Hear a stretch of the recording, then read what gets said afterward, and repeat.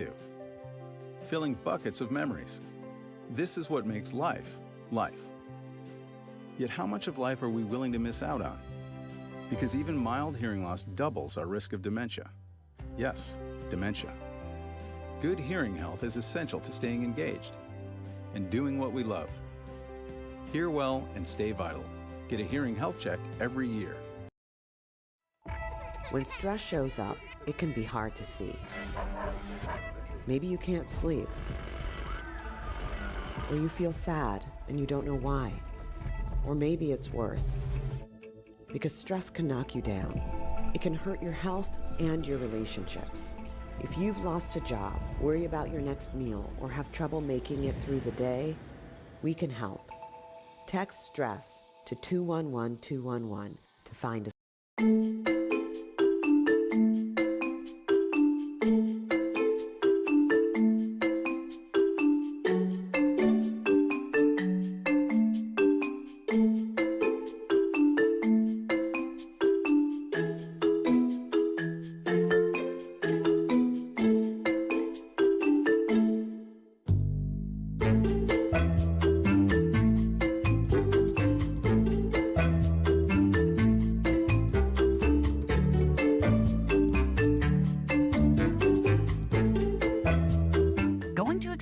Parenting your teen, it might be time to take a new approach.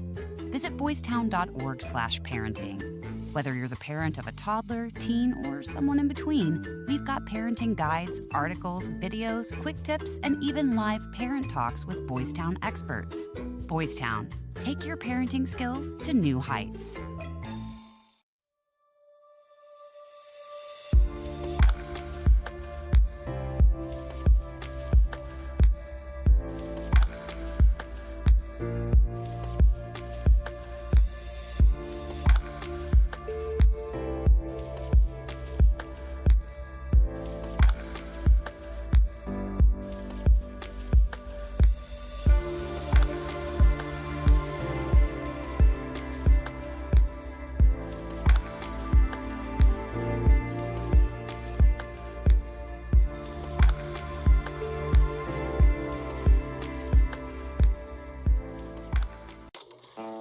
We all smoked in those days.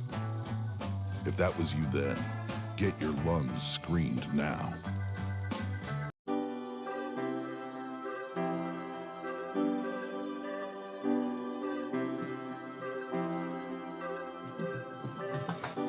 You can't tell how someone feels just by looking at them or what they share online. To the outside world, our lives may look perfect, even if in reality they aren't.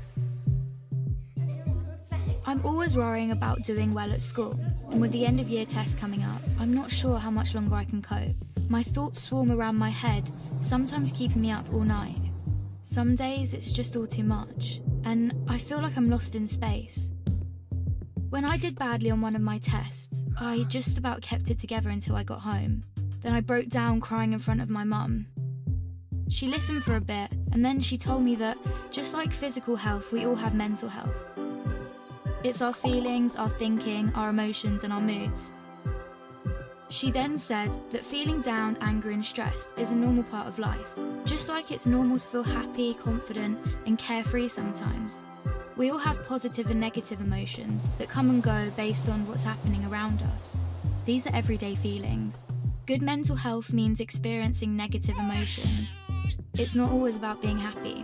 Mum can relate to the feelings of stress. So when Mum suggested I take a break from everything and do something I enjoy, I actually took her advice. So I made myself a hot chocolate, snuggled up in a duvet and watched a film. And you know what? Afterwards I felt so much better. Mum should take her own advice. Most of us only ever share the good things. We don't like to share how we really feel. Every morning when I wake up, negative thoughts stream through my head. Getting out of bed and pretending I'm okay takes all the energy I have. As the day goes on, the negative thoughts turn from a stream into a river. The water rushes through my head so loudly it's hard to concentrate in lessons. And some days it's so bad it feels like a waterfall that's trying to pull me over the edge. Everything is so overwhelming. Hello and welcome to the Reindeer games here at Auburn High School in the main gym. And our first game is going to be a women's game. It's going to be the Opelika Bulldogs versus the Handley Tigers. I'm joined by my color commentator right here, Jake Fasoso. You know, Opelika coming to this game, very common opponent, a big rival in Auburn's region. They've gotten a record of 4-6. They're coached by Blake Smalley. Jake, what have they done so far this season? Well, they've had a couple of blowout losses to Park Crossing, 61-42, Arab 66-33, Oxford 56-19, and close losses to Grissom and Stanhope Elmore. But they're kind of gone on a hot streak recently, winning their last 3 out of 4 to Ben Russell, South Coosa, and a rematch against Stanhope Elmore. Very young team with only 3 seniors in Naomi Wack, Injaya Dowell, and London Burnett. They also have 2 freshmen on the team, which is not a common occurrence. Congrats to Zion Fears and Kennedy Williams for making the varsity as freshmen. And then as these two teams come onto the court, I'm going to introduce Handley real quick. A 4A school trying to come into Auburn High and compete at this very high level. They've proved why they belong here with an 8-2 record on the season. They're coached by Courtney Strain. What have they done so far this season? Well, Courtney Strain Strews, they have big wins and actually won 6 of their last games by 20-plus points. They've got super close to Oxford, 53-39, so a bit better when the Bulldogs on that end. They're trying to bounce back after on Tuesday, December 12th, they lost to Spring Garden 79-34. Granted, Spring Garden is ranked in the top 10 in the state of Alabama, and they're 10-0. Not as much information on their players, but congrats to Handley for making it here. Hopefully, the Cinderella story can come true and they can compete in these Reindeer games. And as the buzzer ticks down for the pregame, both these teams, the starting fives are going to come onto the court. And as they come onto the court, I'm going to introduce them for y'all. We got Opelika in red, Handley in white. And for Handley coming onto the court, we have number 3, Takuriana Mosley. Number 5, Christiana Tucker. Number 1, Takiria Tucker. Number 22, Zanatica Smith. And then 22, Zanatica Smith. And that's the starting 5, And then for Opelika in the red, we got number 11, Anijah Dowell, the girl that I was just talking about, the senior. Number 3, Naomi Wack. Number 12, Maya Pearson. And number 24, Jordan Cobb. And then we also got number 22, Michaela Jones at the jump ball.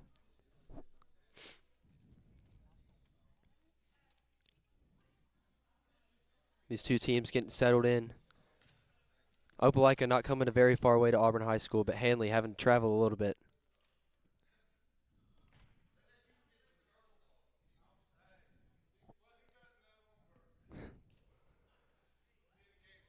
And it seems we're having a bit of trouble with the basketballs to start out the game. Shout out Coach Brandt. Go get that basketball. Yeah, I mean, it is kind of hard to play basketball when there's no ball. I mean, both these teams just standing in the center court, getting ready to play this game. I think it's going to be a great game. Pretty close, I think. Yeah, you know, weaker 7A opponent, strong 4A opponent. Should be a really, really good game. And the ref finally has the game basketball. Walking into the center court, getting ready to toss it up.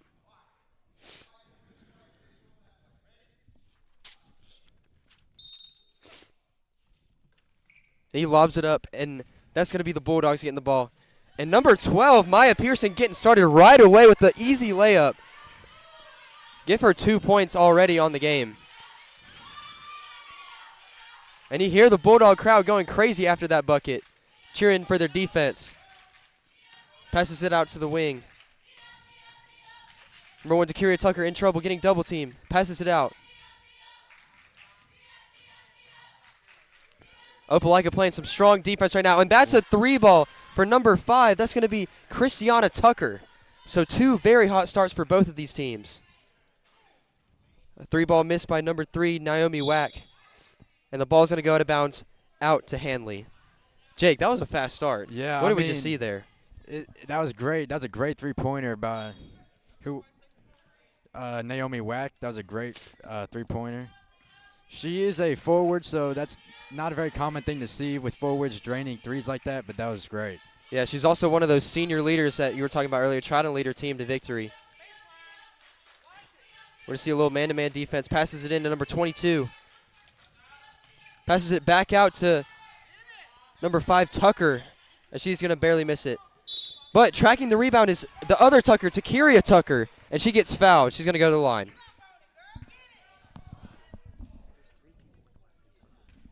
Yeah, it's very physical underneath that rim. I mean, she got decked on that. That was a clear foul.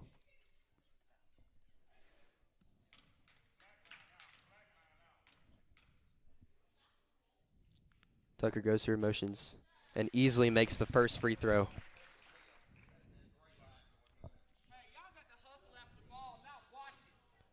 4-2 Handley with 6:50 left in the first quarter.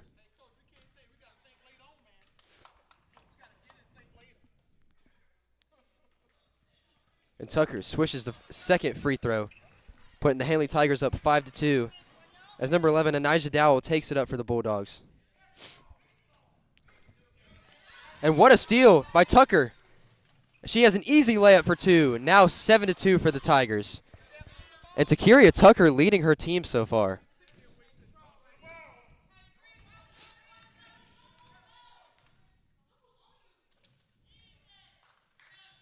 These teams are coming out very aggressive. Pass it out to wing, and that's going to be an unfortunate air ball for number 12, Pearson. And we're going to have a timeout right here by Opelika, so we'll send you to a quick commercial break, but don't go away because we'll be right back in this game. I didn't think my friends would understand if I told them how down I was feeling. But when Sasha opened up to me about how stressed she was feeling, I told her. I wasn't sure how to bring up how I'd been feeling, so I started by saying that I didn't feel like myself. Just her listening made me feel like she understood. She told me some things that had helped her, so I tried them too, but it didn't make much of a difference. Even when I tried to be around my friends. And we are back here at Auburn High School. Jake, what did we see in those first 4 minutes? Well, right now I'm seeing Takiria Tucker taking over for Handley right now. She's 2 for 2 on 3 free throws and has 1 steal with a total of 4 points right now. And Christiana Tucker hit a 3 earlier, which was a big 3 to set him up big. And we're going to see for the Handley Tigers, we're going to see Mosley subbed to the game, taking it up for the Tigers, excuse me. And another 3 taken by the Tigers. That was number 5, Christiana Tucker. And Handley, I mean, shaking up the Opelika offense with the press. And that's going to be another steal by Christiana Tucker. And then she gets it taken away from her on the defensive end. Charging up the court is number 11, Dowell. And she puts it up for the layup. That was a smooth layup. Yes, a very hit good the little play Euro indeed. step, too. Tigers up 7-4 against the Opelika Bulldogs. And this Handley team is jacking up a lot of threes right now. And Mosley with a wild pass. And that's going to be Opelika ball. Subbing into the game for the Bulldogs is number 4, Monica Wack. And number 10, Tyra Pitts.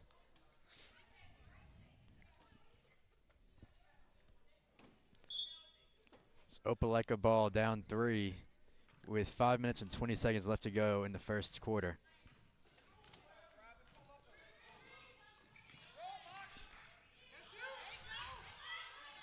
And she passes it down to number 4, Monica Wack, the tall center, 6'3" on the inside, on the front court. And that was a great play to give it to the big man under the middle. And the Tigers getting, I mean, this defense for Opelika is deadly right now. That's a wild layup. And then a block. That could be a jump ball by Wack, Monica Wack. She blocked the ball and then had her hand on it a little too long, so it's going to be a jump ball. The possession arrow. We're having a little bit of a technical difficulty with the possession arrow, but what did you see on that block by number 4, Monica Wack? I mean, that was a great block. Definitely set Handley back a lot because now there's this situation with potentially a jump ball. And possession arrow points to Handley ball, so it's going to go the other way. Great defense right there from the Tigers. And Opelika with a full court press right now. And Handley can't find anyone open. And Naomi Wack, or excuse me, Mosley has the ball for the Handley Tigers. Just trying to find something on offense. Kind of gone on a cold streak. She passes it out. Dishes it out to number 2, Akia Brown. Just got subbed into the game and drains the 3. The Tigers now up 10-6 on the Bulldogs. That was their second. And that's going to be a 3 for number 10, Pitts. So these teams coming out shooting super fast, back and forth game. They just answered right back to that 3, and they made it a 1-point game. Yeah, Handley coming up the court on offense, 1-point game. I mean, this has been an amazing first quarter so far, super entertaining. She dishes it out, mid-range shot, it's off the mark, and we're going to see Wack with the rebound. Fast break opportunity for the Bulldogs, and she just loses the ball. And it's going to be a jump ball on the right side, right inside the three-point line. And that should go to Opelika. Yeah, Opelika ball.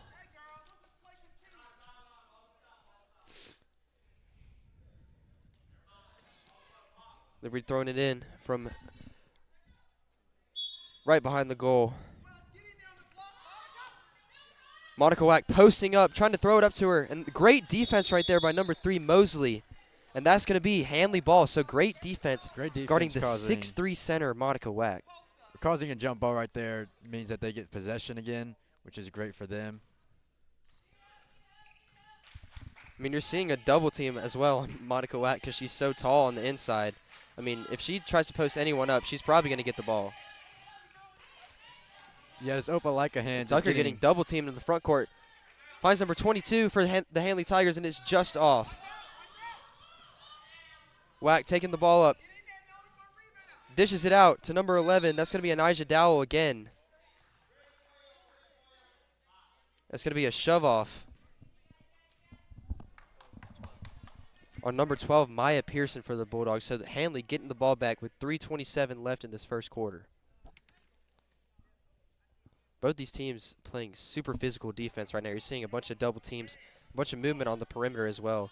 And I mean, a lot of threes, really. Yes, you don't see that as much in high school basketball. I mean, both teams are playing very good defense right now, being very physical, very dominant in the paint. Tucker out to the other Tucker. T. Tucker out to K. Tucker. As Mosley now has the ball. Finds Brown. Great defense right now from the Bulldogs. Letting Handley get absolutely nothing. But Takiria Tucker finds a lane for the easy layup. And on the fast break, number 10, Pitts, was wide open but barely missed a 3, and that's going to be a reach-in foul on Pitts right there.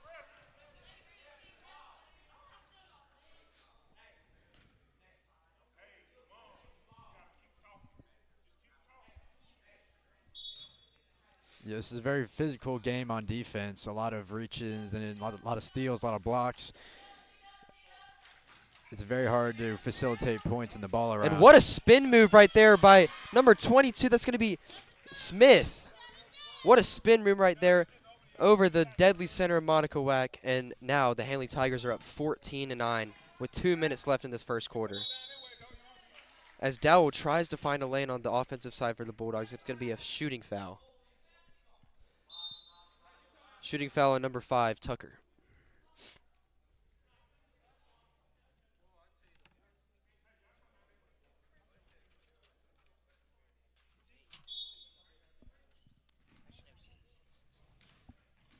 And the Bulldogs throw it in. That's an easy lane, but just a miss right there. Offensive rebound by Dowell. Passing it back in to Jordan Cobb on the inside. Lots of movement for this Bulldogs team right now, trying to get something open, but great defense by the Tigers. As Monica Wack finds an open shot, but just barely misses it. Cannot get anything going right now. And Handley on the fast break, outnumbering the Bulldogs.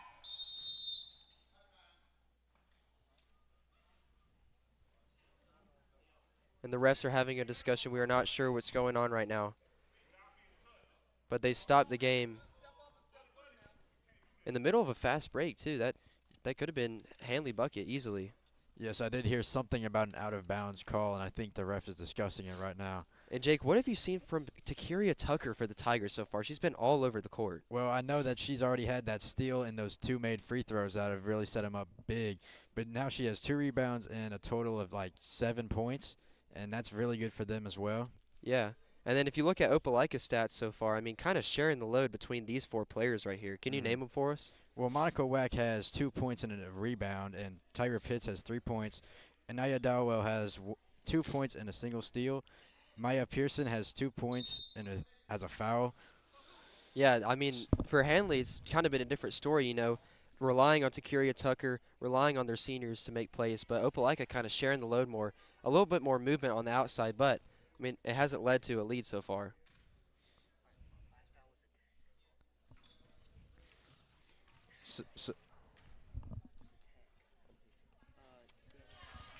And we actually have a technical foul on the Handley Tigers. So Monica Wack now taking free throws.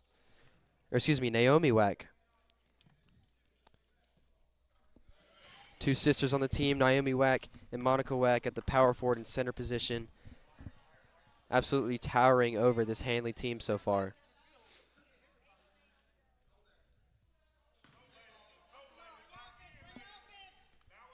I was going to see the Bulldogs get the ball after that technical foul as Naomi Wack drilled the free throws. Dowell taking it up for the Bulldogs. Also back cut movement going on, and that's going to be a double dribble by Dowell. Good call by the refs right there. Dribbled the ball, picked it up just slightly, and then started dribbling again. So it's going to be Handley ball. Still a very close game with a lot of time left.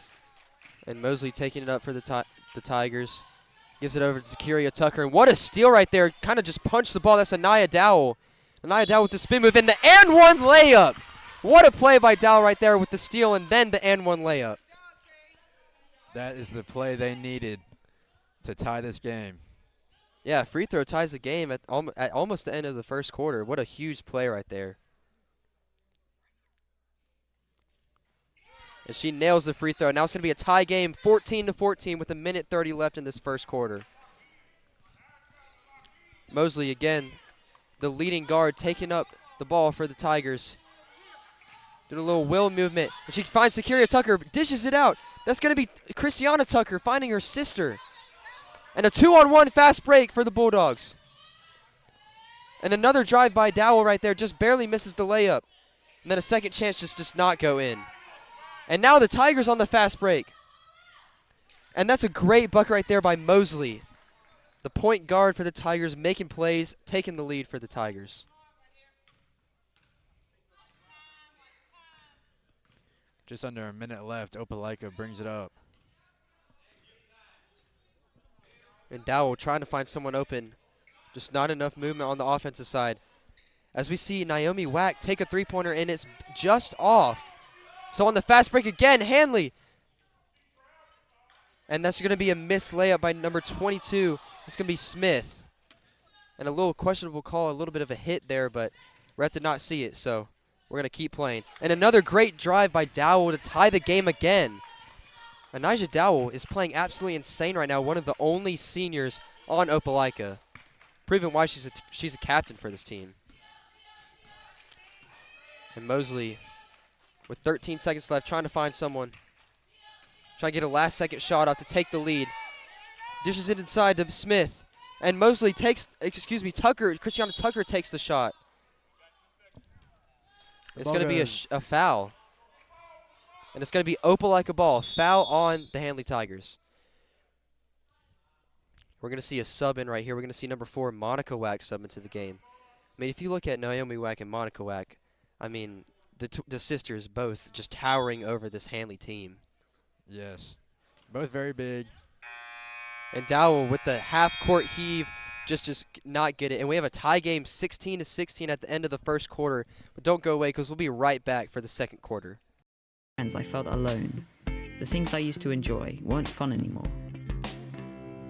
I was really worried about Andre and not sure what to do. He was quiet and wasn't hanging out with us like he used to. So I asked our head of year for some advice. He suggested I get Andre to speak to him since his negative feelings weren't going away. I didn't want to speak to our head of year, but I also didn't want to keep feeling so down, so I went.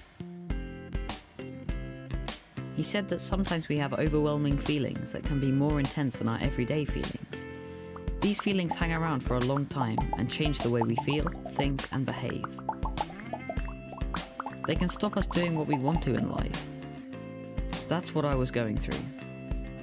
He also said that if we're physically unwell, we let people know, we ask for help. It should be no different with mental health. Sometimes our overwhelming feelings are brought on because of things in our life.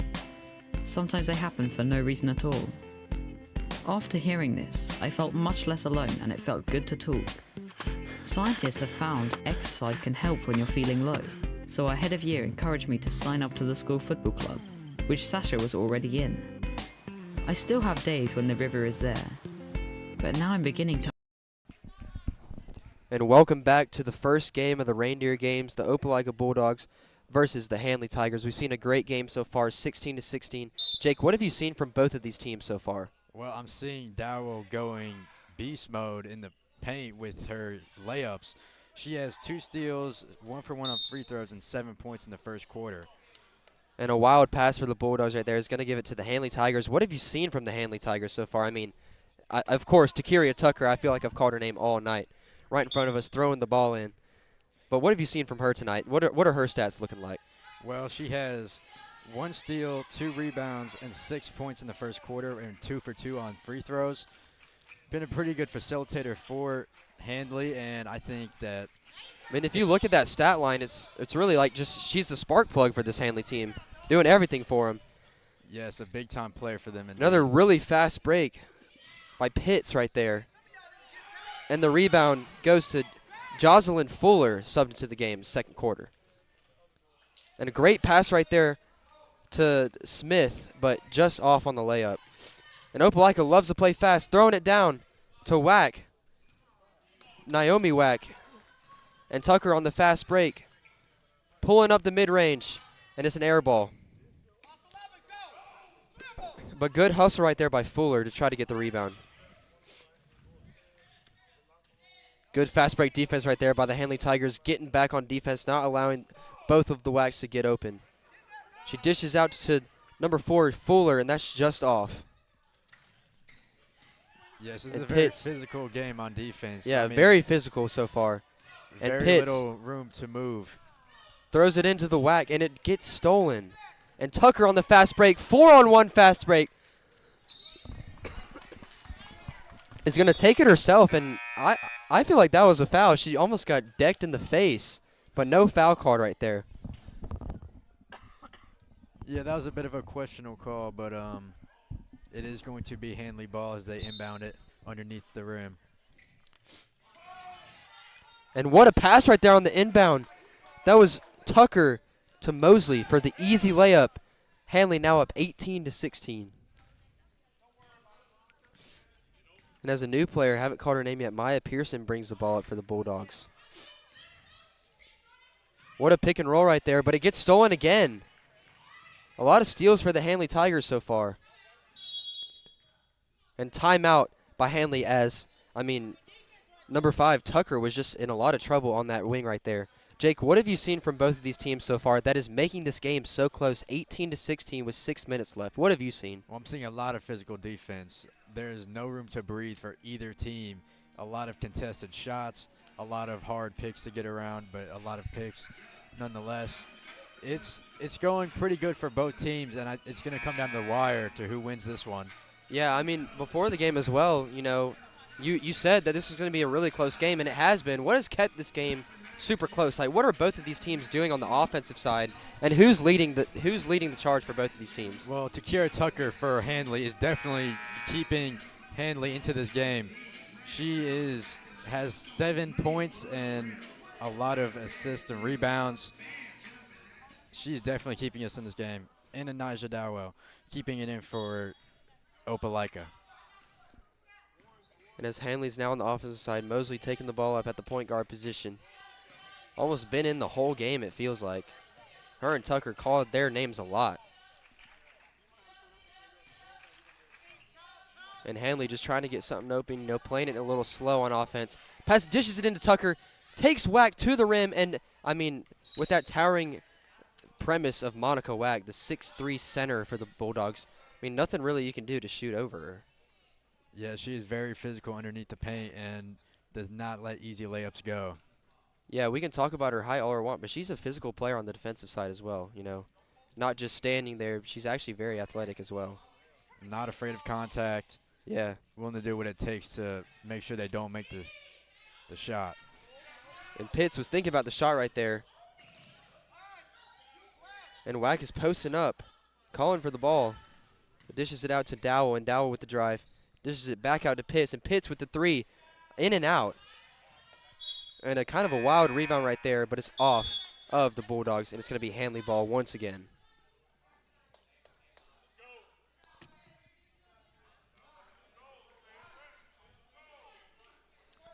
.5 minutes left until halftime, and we'll actually have a special interview with the coach of the winning team at halftime, Handley or Opelika. I mean, it could be anyone at this point, 18-16 for the Tigers, but we'll have that interview with Max Mesman at halftime, so stay tuned for that. And Mosley just takes it herself, dribbles a little bit, and then takes the shot just off, but gets the offensive rebound. Mosley to Tucker. Tucker trying to take it to her right side, dishes it out to Brown, and Brown with another air ball. Just can't get her shot going. And a good pass right there, good find. That's Brown again, and it's going to be a shooting foul on the Bulldogs. Shooting foul on number 22, Michaela Jones. And Brown going to the line, great free throw shooter all season.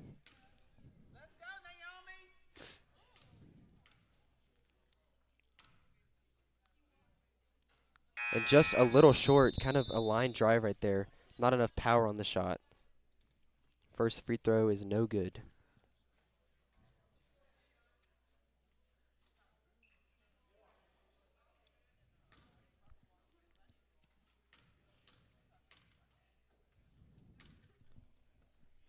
Lining up for the second free throw. A little bit better of an arc on it and makes it right in the middle of the net.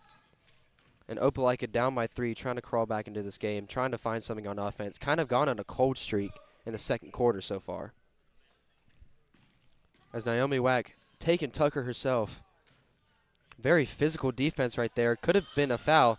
And on the fast break, Brown is wide open lane, and gets blocked by number 22, Jones. But offensive rebound by Tucker, and another block on the defensive side for the Bulldogs.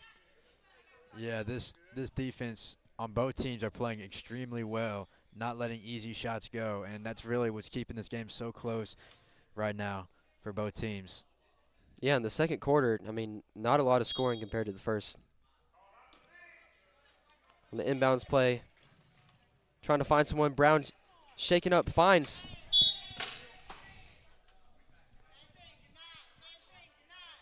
Sorry for the silence right there. The ball almost took my color commentator's Jake Festoso's head off. Yeah. So we wanted to make sure that we weren't hit by that. Brown on the inbound play, trying to find someone open. And she finds, that's going to be Mosley. And Mosley takes it herself with their reverse layup just short. Another great defensive play. And that's going to be a hold on number 22, Jones, for the Tigers. So Bulldogs ball once again. Another foul. A lot of fouls in this quarter. Yeah, a lot of fouls. They're being very competitive, very aggressive. I mean, we're talking about the physical play. I mean, maybe a little too physical. A lot of fouls in the second quarter.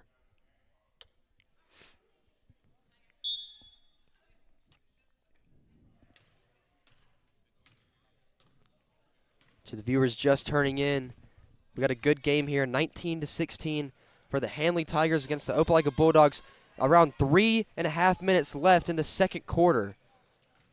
A very physical play by Tucker and Tucker finds an open lane and gets fouled. Another shooting foul for the Bulldogs. So Tucker's going to go to the line again.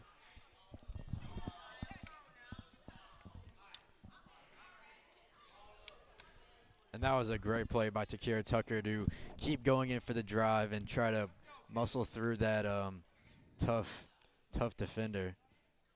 Yeah, Takira Tucker on that fast break kind of got shoved out of bounds and just got up super quick, found the ball, and, I mean, got an easy lane that was absolutely collapsed and led to the foul.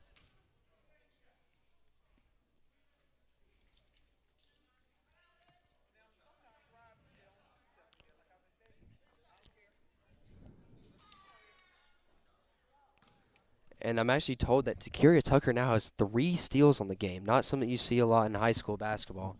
But, I mean, she's really all over we could say her name all we want, but she's really all over the court on the offensive defensive side as she swishes the second free throw. She is really keeping the Tigers in the game right now. Single-handedly, too. And that's another 3 put up by number 10, Pitts. And Pitts is deadly from that three-point line, shown it time and time again. You got to start double-teaming her a little bit. And another aggressive drive. That's going to be Mosley this time. Handley, I mean, you're seeing Opelika shoot a lot of threes, but Handley just driving to the lane, putting their head down and getting fouled or getting an easy layup. And another steal by the Tigers. That's going to be Christiana Tucker fighting her sister, Takiria Tucker. As Takiria Tucker passes it out to Christiana Tucker.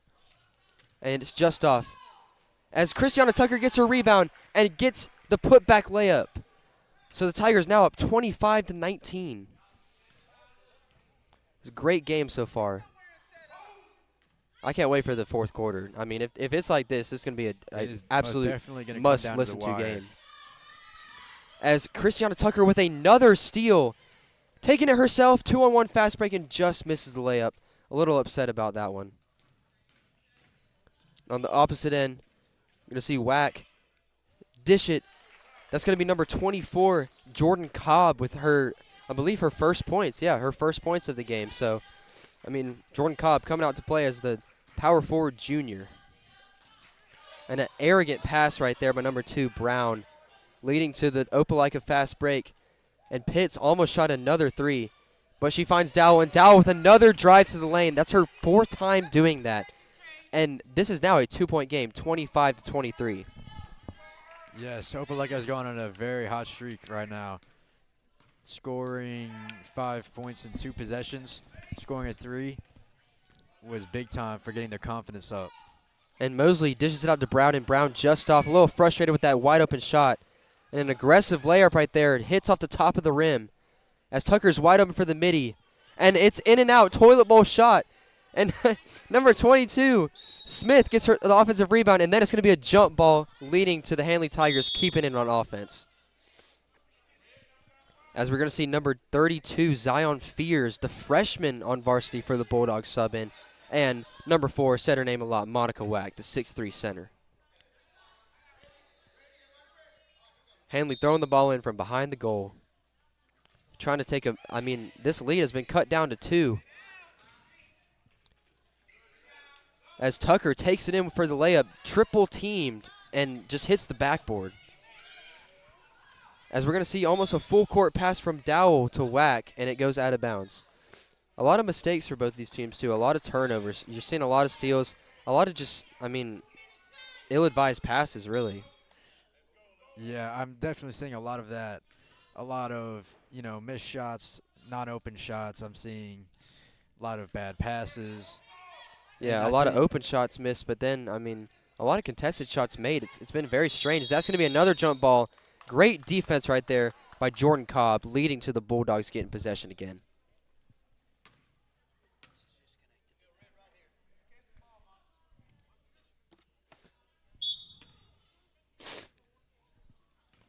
And stay tuned. We have 1 minute till halftime. We're going to get an interview with the Handley or Opelika head coach. It's still hard to tell, 25-23.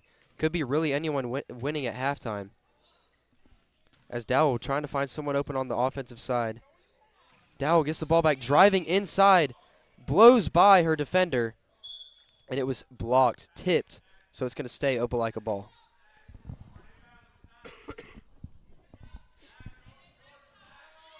Yeah, this is a very physical game underneath the rim. We're seeing a lot of blocked shot. We're seeing a lot of fouls. It is very hard to get some layups in this game. Yeah, and Opelika with a lot of miscommunication right there, trying to find out what inbound play they're going to do, and it almost leads to a turnover. But Fears gets the ball. And the ball, again, almost took one of our commentators' heads off.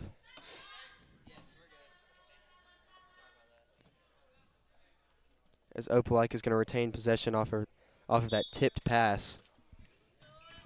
Our interviewer, Max Mesman, literally almost got his head taken off. But that's another steal by number 3, Mosley, and a foul on Dowell.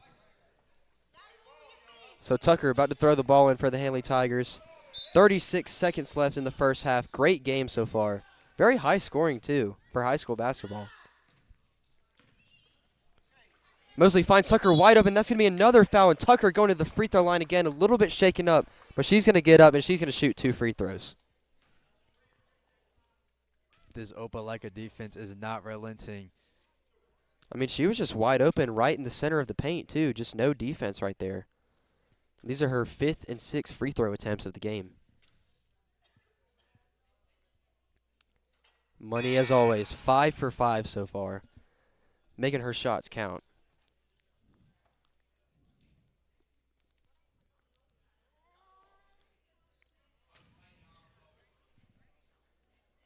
As Takuria Tucker gets ready for her second free throw, the Handley Tigers silencing the crowd, now up 27-23. Tucker switching the free throw, of course. And with 20 seconds left, the Bulldogs might just let this go down, take a last-second shot. But Dowell, being aggressive on the drive, passes it out to Sanaya Bolger, have not said her name yet. The sophomore guard. As that's another ill-advised pass. We have 5 seconds left. Mosley taking the ball up for the Tigers, trying to get a last-second shot off. Passes it out to Christiana Tucker with the 3, and it's just off. And that's going to do it for the first half. But stay tuned, because we actually got a halftime interview with yours truly, Max Mesman and Jake. Talk about Takuria Tucker and Christiana Tucker, the sisters for the Handley Tigers. Well, the sisters have a combined number of points of like 16 to 17, and Takuria Tucker is 6 for 6 on free throws, has 3 steals and 3 rebounds, while Christiana Tucker has 2 steals, 1 block. And this is a great duo. I mean, they're making up more than half their points.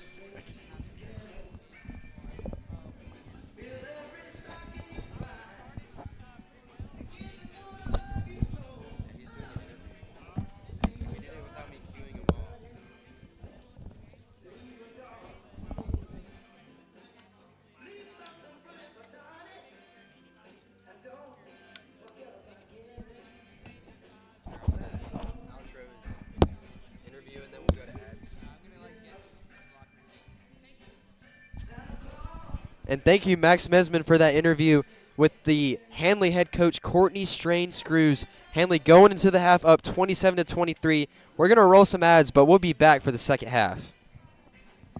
Understand my mental health. I'm learning how to cope.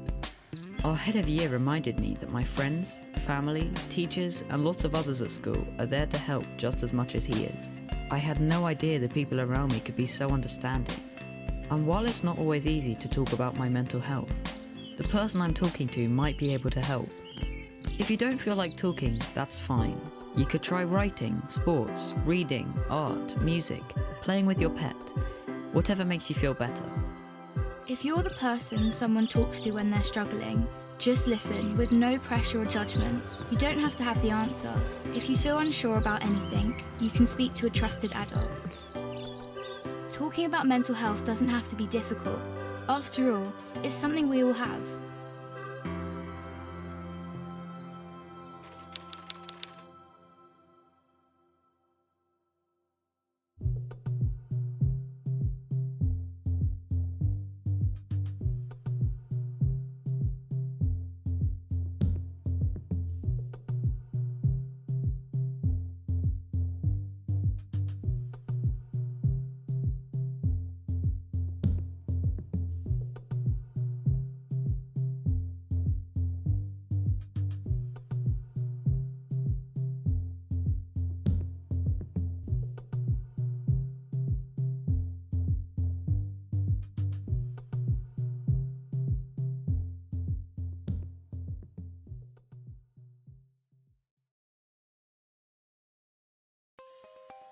Using meth taught me everything about freedom, only not like you think. It taught me how easy it is to lose your freedom, how meth can take control until you find yourself doing whatever meth tells you to do. Before you get there, while you still can, take a stand for yourself. If you feel yourself losing your freedom to meth, Ask for help. Accept the help. It's worth it. You have the power to be truly free and be the person you want to be. I know. I'm Jan, and I'm free from meth. If you or someone you know is struggling with meth, call 1-800-662-HELP for 24-hour free and confidential treatment referral. Learn more at samhsa.gov/meth. Eyes on the road, hands on the wheel, safely drive that automobile. Eyes on the road, hands on the wheel. So, I keep hearing how things are getting back to normal. Really? When am I back to normal? What is normal anyway? I can't even remember. Is this normal? Seriously? No. Was this ever normal? Please. I think this used to be normal. Then I figured out. Just stop it. So much has changed. No wonder nothing feels normal. But here I am, still standing. A brand new edition of me. This is no time to go back to anything. It's time to go forward and discover the new person I am now. I'm all in. For some great tips on finding your new normal, visit yourlifeyourvoice.org. You look familiar. Thoughts of suicide may feel impossible to overcome, but with help and support, you can find hope and meaning. Call the National Suicide Prevention Lifeline at 1-800-273-TALK to speak to a counselor, or visit suicidepreventionlifeline.org. It's free, it's confidential, it's available 24 hours a day, 7 days a week. And even if it feels like it, you're not alone.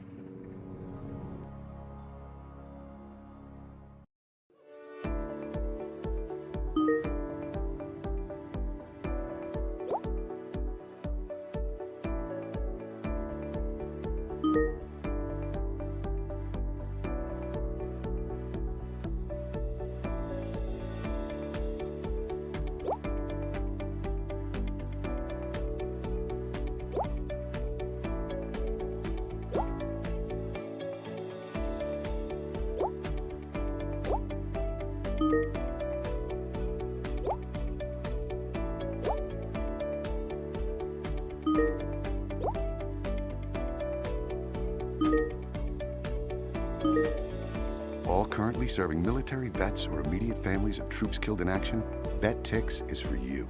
Sign up for free to become a VetTixer and start creating new happy memories that will last a lifetime. Go to vettix.org to become a member now. VetTix, give something to those who... My name is Carly, I'm 15 years old and I am a heart recipient. I got my first heart transplant when I was 1.5 years old. I got my second heart when I was 13.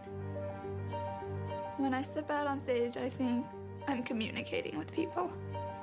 I would like to tell them that I want to make a change in life. Like, yeah, you can have 2 heart transplants, but it doesn't stop you from doing the things that you love. When I get my driver's license, of course I'm going to say yes to be an organ donor because I've been saved twice. So who says I can't save somebody else? It's just the beginning of a new story. This gift of life was made possible by an organ donor. Imagine what you could make possible. Learn more and sign up as an organ, eye, and tissue donor. Go to organdonor.gov. When his idea of game night has you feeling played,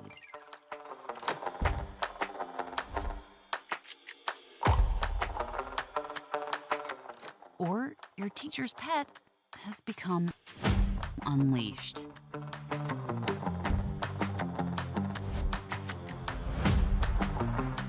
And inseparable has become intolerable. Visit boystown.org/parenting. Whether you're a parent, grandparent, or guardian of a toddler, teen, or someone in between, we've got parenting guides, articles, videos, tools, and quick tips from experts backed by over 100 years of experience. Get your parenting going in the right direction with Boys Town, saving children and healing families. Extinction is forever. To save America's most iconic and imperiled species from extinction, we must fight for their future. Fight to save the natural lands that wildlife call home. Fight to limit pollution. Fight for smart development. Fight for their future. And fight for ours. For so goes nature, so goes MS does so. Hello and welcome back to the end of halftime, beginning of the second half, as both these teams coming back onto the court. Jake, what have we seen between this very physical game between the Opelika Bulldogs and the Handley Tigers? Well, I'm seeing yet again Takira Tucker scoring a lot of points with 12 points, 6 for 6 on free throws, 3 steals and 3 rebounds, which is phenomenal for the first half. And then her sister, Christiana Tucker, has 5 points, 2 steals, and a block. And Smith has 2 points for Opelika, or for Handley. Yeah, for and sorry, excuse me. Okay, keep for going, Opelika, keep going. A key player for them is Anaya Dowell with around 10 points, and she has 2 steals and 1 for 1 on free throws. So she is a big facilitator for points on Opelika, and Tiara Pitts also has 6 points and 1 rebound for their team. So with all these rebounds and assists, I mean, this is a really close match. Yeah, and in that interview with yours truly, Max Mesman, and the head coach for the Handley Tigers, she said that turnovers are killing them. I mean, I honestly agree with that Handley could be up a lot more in this game if it wasn't for those dang turnovers. So we'll see if Handley, drew up something at halftime to limit those turnovers. But starting five's coming back onto the court, and Handley on the offensive side. And Tucker shoots the 3, tracks her own rebound, but cannot get it. We're going to see Naomi Wack take the ball up for the Bulldogs. As Naomi Wack is wide open in a wild pass right there. Just a bit of miscommunication. The turnover by number 12, Maya Pearson, coming back onto the court. Kind of the 6th man for this Bulldogs team. Yeah, the turnovers on both sides are not great, and they are causing a lot of lost points and keeping the game close. And they're going to have to really start, picking it up and not making such sloppy And another plays. turnover by the Handley Tigers. Looks like they didn't draw up something that good at halftime. And what a play right there by number 11, Anijah Dowell. She was near the sideline and kind of just chucked it off of the Handley player. Yeah, great play to keep it their ball.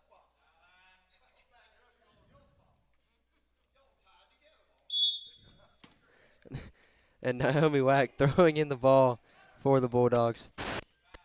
Good pass to number 12, Maya Pearson, but cannot get the layup to go. Gets her own rebound and fights people off for the easy layup. Back to a 2-point game, 27-25. I mean, this is a very close great game. defense right there, but Takira Tucker, triple team, just weaves her way to a wide open layup and drills it. Both teams Naomi playing Wack hard. taking up the ball, and that's a clear foul on the mid-range shot.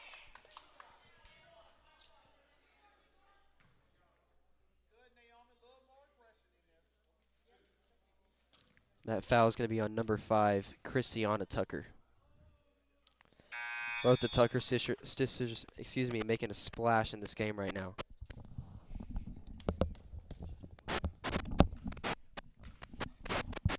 Getting ready for the second. Naomi Wack drills the first free throw and drills the second.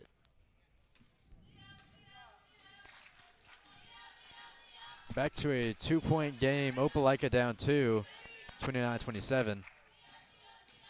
And the Opelika fans getting into this game saying D up. But that's kind of a questionable foul call against Naomi Wack right there. But not a shooting foul that was on the floor. So Handley throwing the ball in from behind the goal. Substitution for the Bulldogs, number 10, Tyra Pitts coming back into the game for number 12, Maya Pearson. Tyra Pitts been all over the court with her 3-point shots as well. So watch out for that. We might be calling some threes.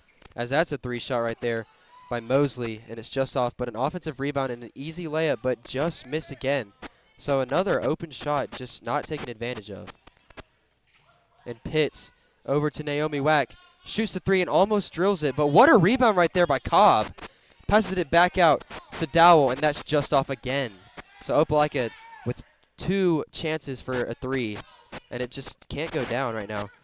And Wack and Tucker, a little bit of a scuffle coming up the court, trying to get the steal. But what a block right there by Monica Wack. Both these teams not letting anything happen in this third quarter so far. No, this is incredible defense by Opelika.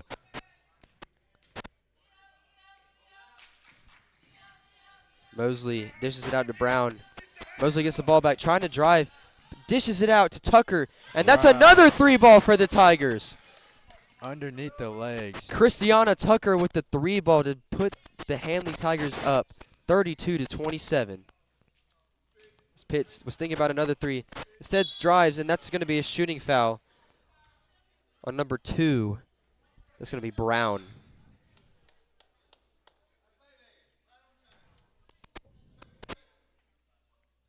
Two shots for Pitts right here. Would expect her to make them, knowing her shot. And I accidentally jinxed it. Pitts just off on the first one.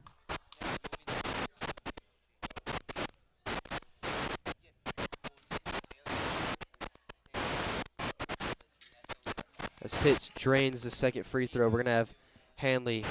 We're going to have Mosley take the ball up for the Tigers. I'm seeing a lot more offensive plays for... And good lane fill right there by Pitts. And trying on the fast break just wasn't open right there. Good transition defense. But as Monica White just can't handle the ball, and the ref getting into it declares that it's White's ball. Handley ball. Yeah, like I was saying, I'm seeing a lot of more coordinated offense for Handley. They're making a lot of passes, making smart passes, taking smart shots, open shots, running good plays, and I think that's definitely why they have the lead right now. Yeah, one thing that I'm seeing as well, you know, talking to the coach before halftime, kind of a little bit more movement for the Handley Tigers right now. You know, in the first half they were settling for, you know, threes that were a little uninformed, a little like very contested threes. And, you know, the Handley coach, want to shout her out, Courtney Strain Screws, you know, drawing up plays for the Tigers, getting open shots, and it's led to this 4-point lead. And Dowell with the pump fake. Finds Cobb out to Naomi Wack. And a 3 ball for Naomi Wack. She's like the stretch 5 that people wish they had. And I believe that is her second 3. And that is really uncommon for, you know, a power forward like that. Good spin move right there. That's going to be Christiana Tucker. So the Tucker sisters balling out right now. Hey, if Handley wins, we might hear an interview from both of the Tucker sisters. It would be a very fun interview. As wide open shot by Pitts, just off. A little deep. That's going to be a travel on Brown. So the Bulldogs getting the ball right back, only down 3 now with 3 minutes left.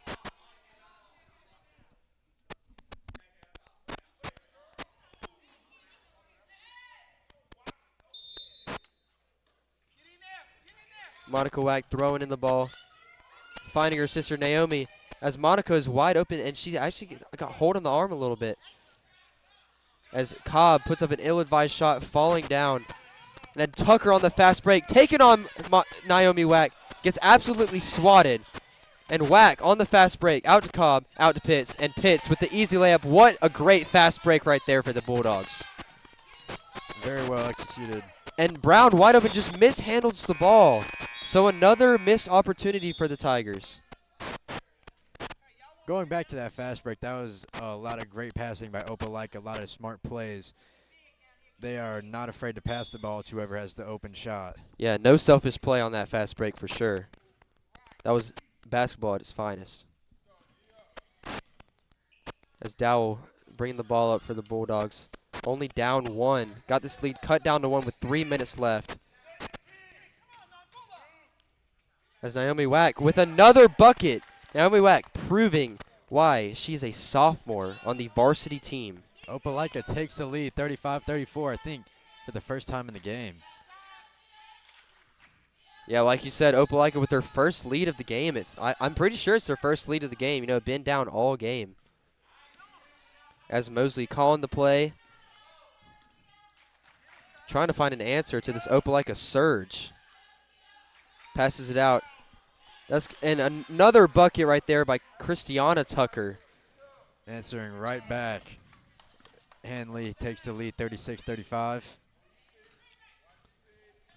And Pitts leading her team to victory so far. Putting her team in this game. And that's an and one layup by Monica Wack. I mean, she was being held down by both of her shoulders. She put the shot up, and she made the easy layup.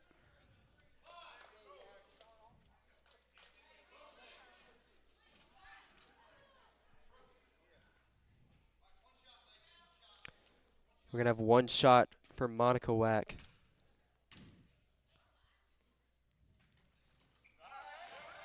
And she drills it, no doubt. So the Bulldogs now up 2. The second lead of the game, biggest lead of the game. I mean, really, the lead changes in this game have been absolutely insane. And what a drive again right there. That's going to be number 3, Mosley. And Mosley, I mean, Handley is absolutely drilling these layups right now. I was going to see a substitution in for the Bulldogs. We're going to see Maya Chillis come in for the Bulldogs. Number 1. This is some great basketball right here. Both teams going back and forth with the lead and the ties.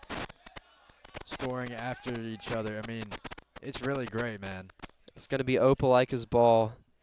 Tie game now after Handley just tied it up. And Naomi Wack passes it to her sister. Back out to Naomi. And it's just short. And Pitts throwing it into Monica Wack. What a tie-up right there by Tucker, but it's not called a jump ball. And Dowell driving in with the right hand on the left side, drills the layup over the tall defender, Tucker. So Opelika now up 2, 40-38. Opelika getting into it. This is a heated matchup right here. As we're going to see a substitution. We're going to see a timeout by Handley. So we're going to send you to a quit, aggravate, but don't go away because we got the end of the third quarter. MS mucks with your central nervous system. Almost everything about your body, your muscles, your organs, your ability to speak, your ability to understand, your ability to move. MS took everything from me. Everything I thought was important, everything I valued. I used to jump in a trampoline and swim with the kids. MS has affected me being a mom because I'm sorry. Despite MS, I will keep riding my bike. I will continue to be the strongest mom that I possibly can. I will still dance with my husband. I will continue to live the life that my daughter expects me to live. Multiple sclerosis may be a part of who you are. Hello and welcome back to this, heated matchup right here. Handley versus Opelika.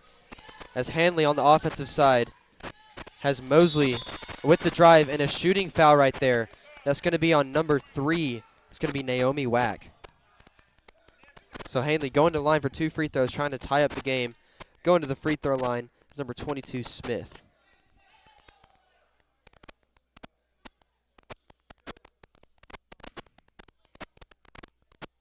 Smith going through her motions. Breathing in and out. Smooth shot right there, just a little bit off of the front of the rim. As you see 2 defenders for the Tigers, back after this deadly fast break for the Bulldogs so far.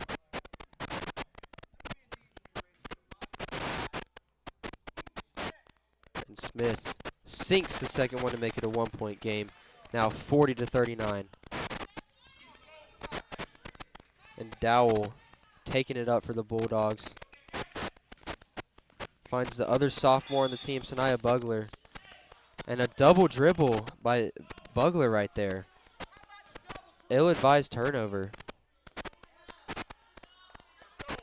Yes, that could prove to be a fatal mistake right here as Handley can. We're going to see Brown throwing in the ball for the Tigers.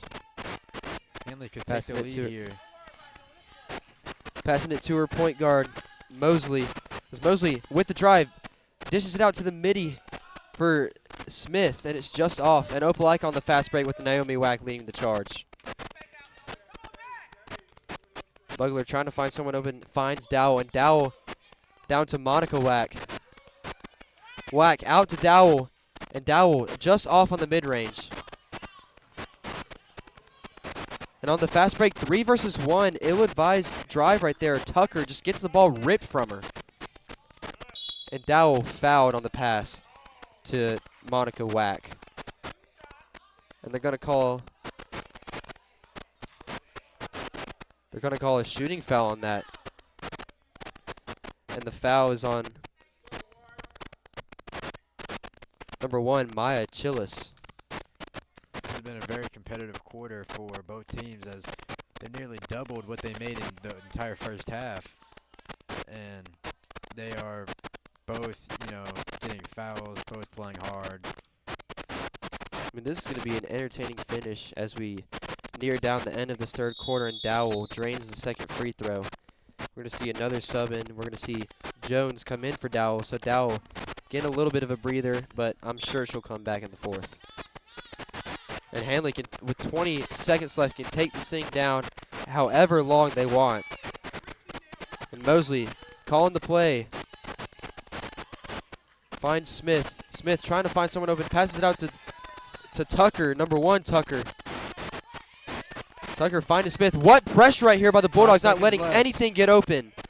And this is going to tick down. It's going to be a shot. And a good block by number 4, Monica Wack, to end out the third quarter. Handley up 42-39. We're going to send you to a quick ad break, but don't go away because we got the fourth quarter. But it doesn't define you. I will never stop. I will never quit. I'm going to keep being me.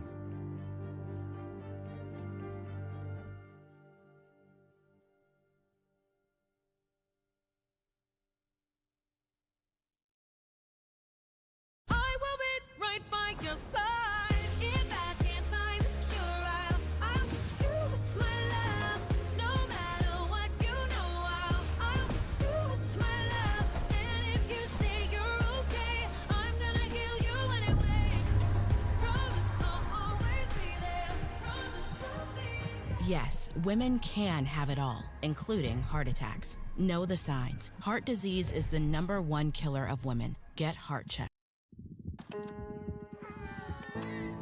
Our story was begun by someone else. Our story was often shaped by generations before them. Our story was forged and maybe even defined by the experiences of our childhood. But it doesn't need to be. You can be the author. Learn how at numberstory.org. There are everyday. Hello and welcome back to the fourth quarter. Handley now with the advantage, 42-39. As we start the fourth quarter of play, Jake, what did you see in that third quarter? Well, I'm seeing a lot of teamwork throughout Opelika. I'm seeing a lot of assists. I'm seeing a lot of assists, a lot of steals. Anaya Dowell has 14 points throughout the entire game, and she's definitely helping out Opelika a lot for this game. And Pitts with the ball at midcourt. Kind of loses control of it, but gets it back. Finds Naomi Wack. Wack trying to drive, nothing there, and an ill-advised pass to Jones. Another turnover for the Bulldogs, going out of bounds.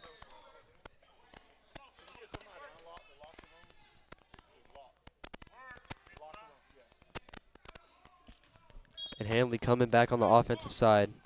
That was number 20, Sanaya Bugler, subbed out for the Bulldogs. Mosley taking it up for the Tigers. Trying to get her team back in this game after a huge lead just got blown, and now they're down by 3. It's going to stay Handley ball.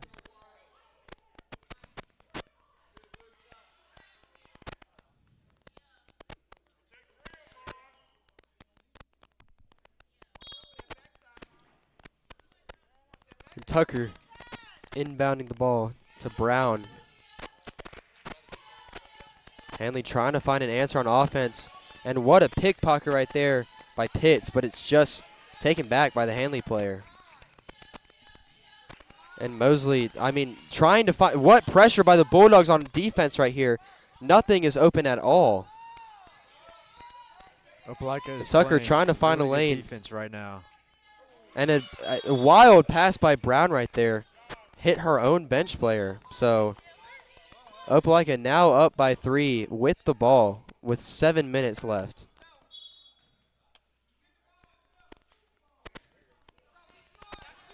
And Pitts bringing the ball up for the Bulldogs, trying to extend their lead in this heated matchup. As that's another steal for Tucker, and a foul right there by Pitts on the fast break.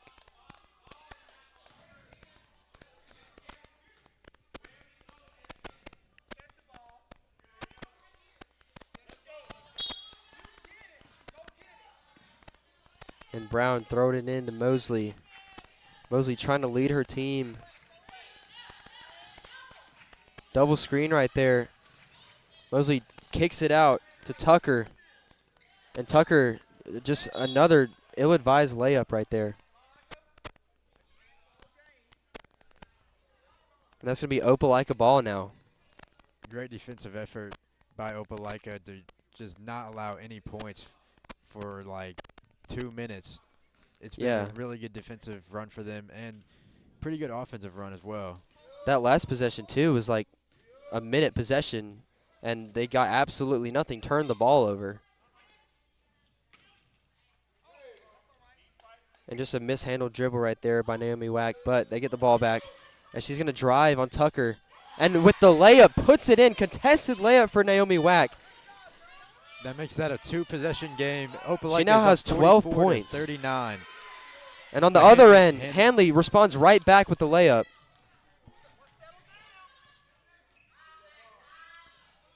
Opelika.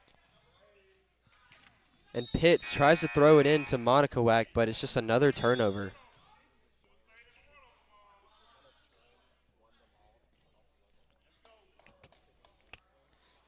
Handley inbounding the ball underneath their own rim.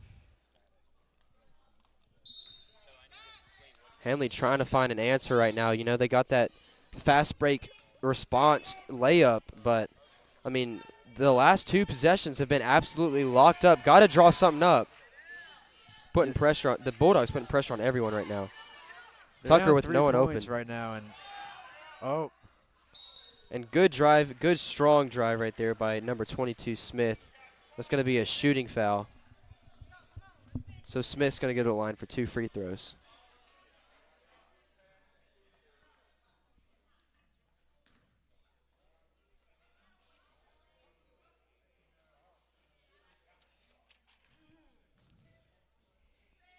in motion.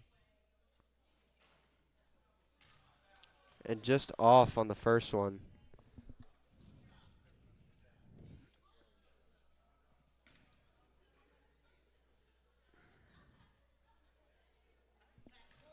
Smith lining up for the second free throw.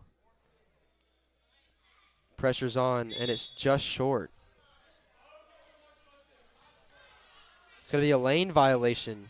So Smith with another chance, a third free throw attempt. Trying to make up for the first two. Currently 1 for 4 from the free throw line. And shooter's roll right there drains the second free throw, or the third free throw, excuse me, after that lane violation. Now so Handley's going to barely be down by 2. That could cost Opelika in the long run. You know, that lane violation gave Handley basically a free point. As we're going to see a very strong drive by Maya Pearson as she gets fouled, so she's going to go to the line.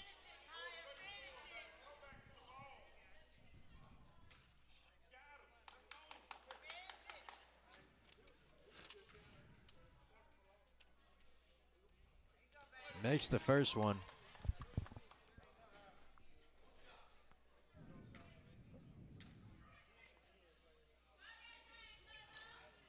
Pearson 2 for 2 on that trip. That's clutch. Now up by 4.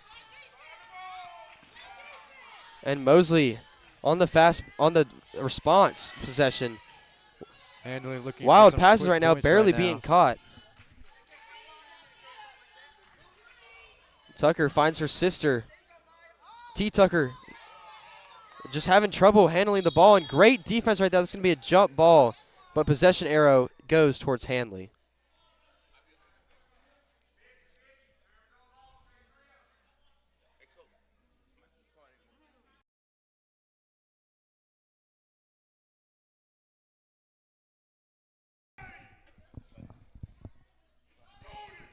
And Mosley throws it in, passing around the perimeter, and just throws it off of Butler's foot. Excuse me, Dowell's foot.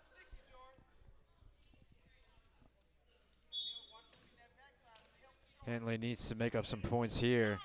Down 4 with almost 5 minutes left to go.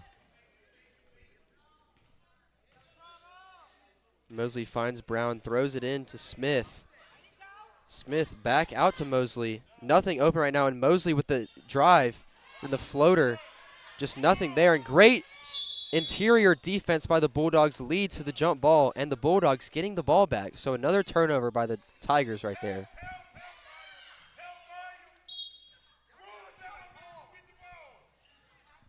Opelika taking it up. And Dowell showing off her speed. Just takes it all the way to the lane, a little bit off. But Naomi Wack gets the putback. And Naomi Wack is absolutely balling out right now in that front court. Handley down 6 now. They need to come up with some points quick. Smith on the drive dishes it out to Tucker, and it's just off. Offensive rebound by the Tigers. Tucker with another shot, again off. With her sister T. Tucker getting the rebound, and T. Tucker is going to go to the free throw line.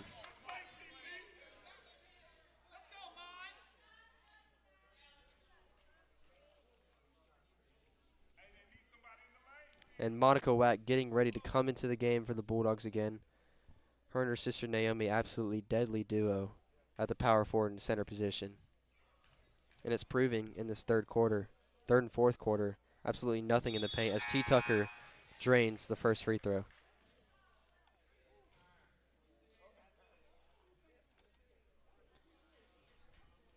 Takiria Tucker, I mean, absolutely trying to crawl her team back into this game.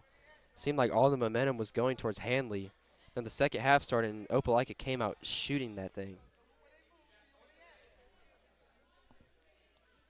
In motion. And T. Tucker 7 for 7 so far. My guess is she's going to make it 8 for 8. And she does. 8 for 8 for T. Tucker at the free throw line as the Tigers are now only down by 4. And a football throw right there on the pass. And good defense right there on the layup by Smith. Handley on as the fast Cobb. break. And T. Tucker out to Brown just off. Brown out to Mosley. Mosley with a drive, and that's swatted by number 4, Monica Wack.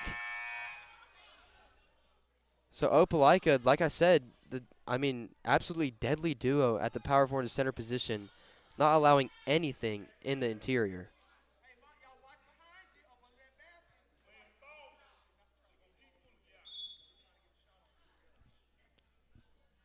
Mosley comes back in after the inbound and just off the side of the backboard. So the threes have not gone the Tigers' way this second half. And T. Tucker putting pressure as Naomi Wack is open for the three, and she drains it. Naomi Wack with her, I believe that's her second or third three-pointer of the game. Third three. Proving why she's a weapon on the offensive and defensive side. And that's going to stay with Handley. Almost another turnover right there off of that pass. And Opelika now up by 7. All the momentum going Opelika's way. It was kind of like a balance beam at halftime. It's kind of just Opelika's been heavier, balance beam going completely their way on the advantage side. Opelika has made more threes and been more consistent on offense. And Mosley just putting up a shot, trying to get her team back into the game. Smith putting up a shot, trying to get her team back in the game. And Naomi Wack comes out with the ball, showing off her speed on the fast break. Slows it down a little bit, resets to her sister.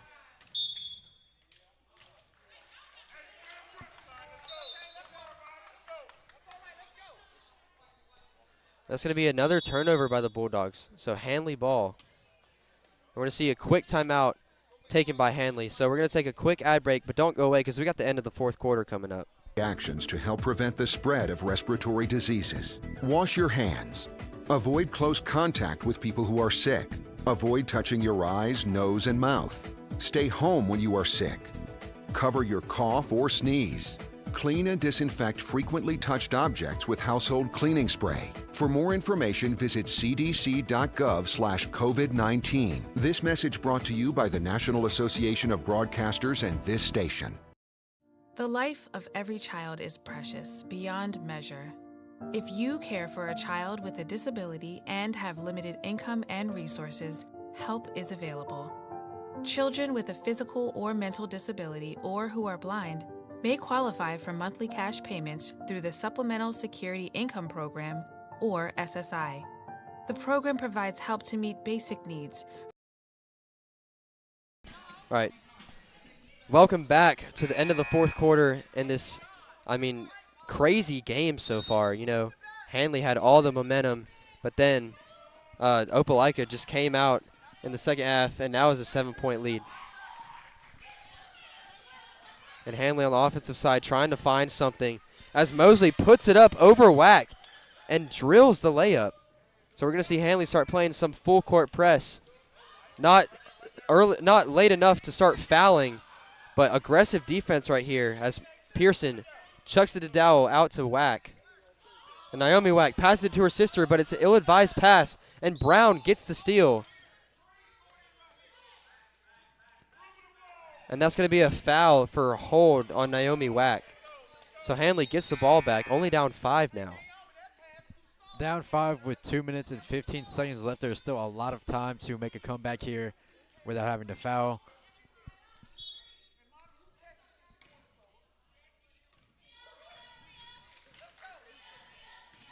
And Mosley takes the ball up, passes it out to Smith, out to the three-point line to T. Tucker. T. Tucker taking her three and drains it. Takiria Tucker has been balling out this game, single-handedly leading Handley to this 2-point deficit.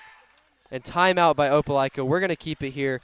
Jake, what did you just see on that possession by Takiria Tucker? Well, I just saw a lot of great ball facilitation. I saw a lot of great passes. I saw a lot of teamwork. You know, no one was wanting to just make that an empty play. And I think, you know, Takiria Tucker, she has around 22 points, and she's really helping out this this Tigers team. And you know, yeah, it was a great possession too, because you know Smith on the drive had both of the Whacks around her and just found Christiana Tucker, and then Christiana Tucker passed it to her sister Takiria Tucker. So you see the resemblance here. You see how much chemistry these players have and how long together they've been. You know, we were talking before the game, very experienced team, a lot of experience together in high-stakes games just like this. And now Opelika on the offensive side, up 2. As Naomi Whack throws in the ball, gets it back. There's from a lot Dowell. of time for this comeback for Handley. And Whack out to Pearson. She goes in the inside, and great defense right there. So Handley gets the ball back as Takiria Tucker is taking it up for the Tigers. Minute 35 left. And Mosley sizing up Maya Pearson. And Takiria Tucker trying to find something open. And Mosley double teamed out to Tucker. Takiria Tucker almost took the lead there. A minute left, 51 Opelika to 49 for Handley. Opelika with the ball. Handley's got to start putting on some pressure because there's no play clock, so Opelika could just keep this clock running down.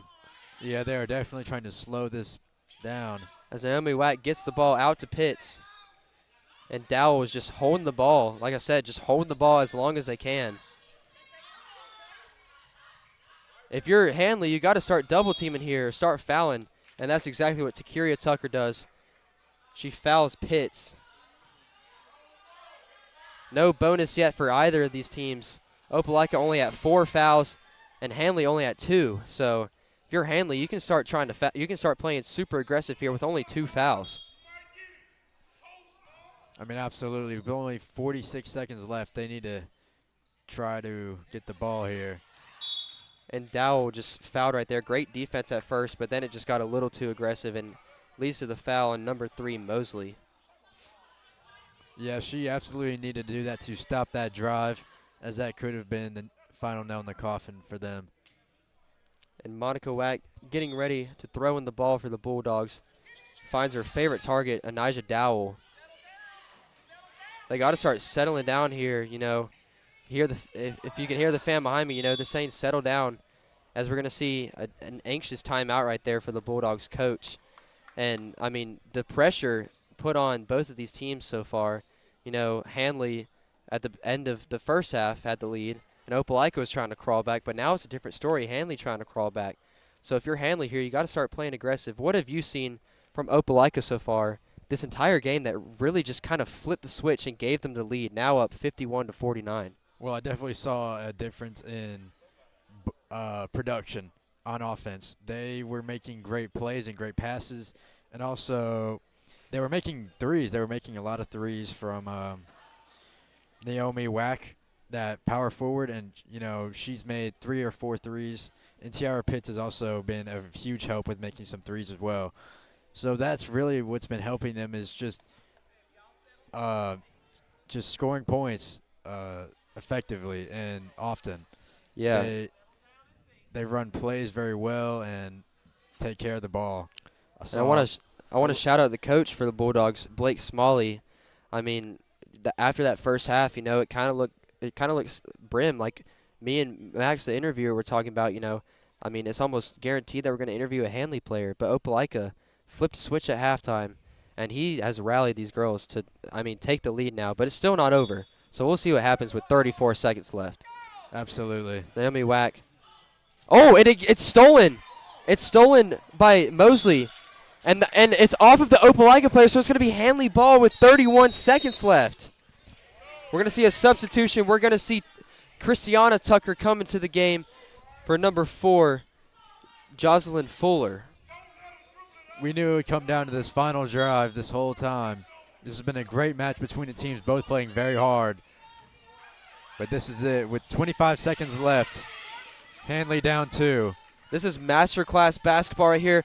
Takiria Tucker with the mid-range, the pull-up jumper, and it's just short. Passes it out to Brown. Brown misses it. Another offensive rebound. And Mosley now has the ball. Out to Handley Brown. still with the ball. 10 Brown to seconds Smith. left. Smith, open lane. And Christiana Tucker 5 seconds. out to Mosley. 3 seconds left. Puts the shot up. It's just short. And it's going to be just short for the Tigers. And Opelika's going to barely escape in this game. 51-49. I mean, what just happened in those last 20 seconds? I mean, walk us through the absolute insanity that we just saw. Well, I saw a lot of ball passing, and I also saw a lot of uncoordination between the Handley players. It seemed like a lot of them were very hesitant to take the shot. Yeah. And I saw they didn't really want to take the shot until 5 seconds remaining. Yeah.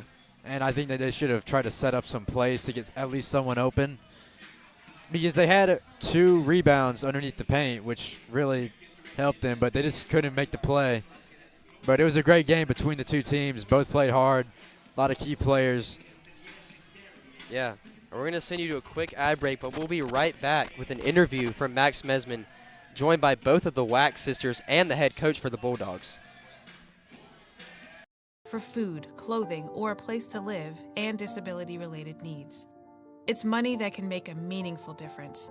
If you're the parent or caregiver of a child or teenager you think may be eligible, call Social Security at 1-800-772-1213 or visit ssa.gov/SSI-Kids to learn how to apply today. That's SSA. 17 points. Also had a couple of rebounds as well. I mean, what do you think helped y'all get this victory, including your own performance?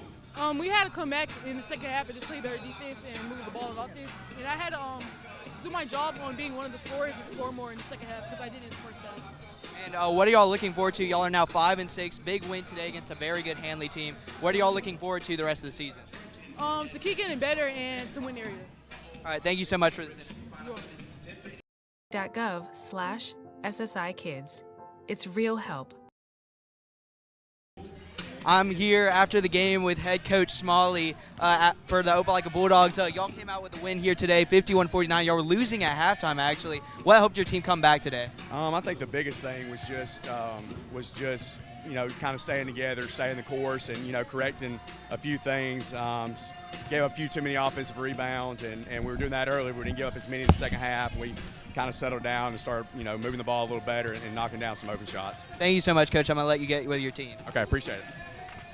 Thank you for those interviews, Max. And don't go away, because the next game, in about 15 minutes, we got Eufuala versus Lanett, with me as the play-by-play commentator and color commentator Levi Benefield. For the children. Message produced by Social Security at U.S. taxpayer. We are Sikhs, Sikh Americans. We believe in equality, tolerance, and respect for all. Because Sikh values are American values. We are doctors, PTA moms, patriots. We are Americans. We like Game of Thrones. I'm obsessed with Star Wars. I've seen every episode of SpongeBob because that's what my daughters like to watch. We are Sikhs. Meet Norm. He lives with anxiety, but with the help of this latest innovation from Be Normal, he can be normal, just like everyone else. With the swipe of a finger, you can project happiness, confidence, machismo. Why settle for being real when you can be normal? The Normal Maker. New from Be Normal. This item doesn't really work because there's no such thing as normal. We're all different. What we like, how our brains work. In fact, 1 in 5 of us live with mental illness. Don't filter who you are. Start by talking to someone you trust. And remember, there is no. When you take your car in for an oil change, a good mechanic will also take care of other routine maintenance to make sure your car runs safely and efficiently. Protecting your health isn't much different. When you get a COVID-19 vaccine, it's important to make sure you're also protected from other serious but preventable diseases. It's easy and convenient to get other routine vaccines at the same time as a COVID-19 vaccine. So make sure you ask a healthcare professional about other vaccines you may need to maintain your health. Here's to the straggly ones, the lopsided ones, the first ones, the I miss my beard ones. But hey, I look good with this ones. But no way he's grown that in a week ones. The black, brown, red, and gray ones. The, that one. The itchy ones. The never forgotten ones. The ones grown by Dad. The ones grown for Dad. The started late ones. The absolutely filthy ones. The drawn on ones. The finger ones. The pin ones. The I nearly didn't do it this year ones. And the yeah, why not ones. They all raise awareness, raise funds, start conversations, and save lives. Because whatever you grow will save a bro. Learn more at Movember.com.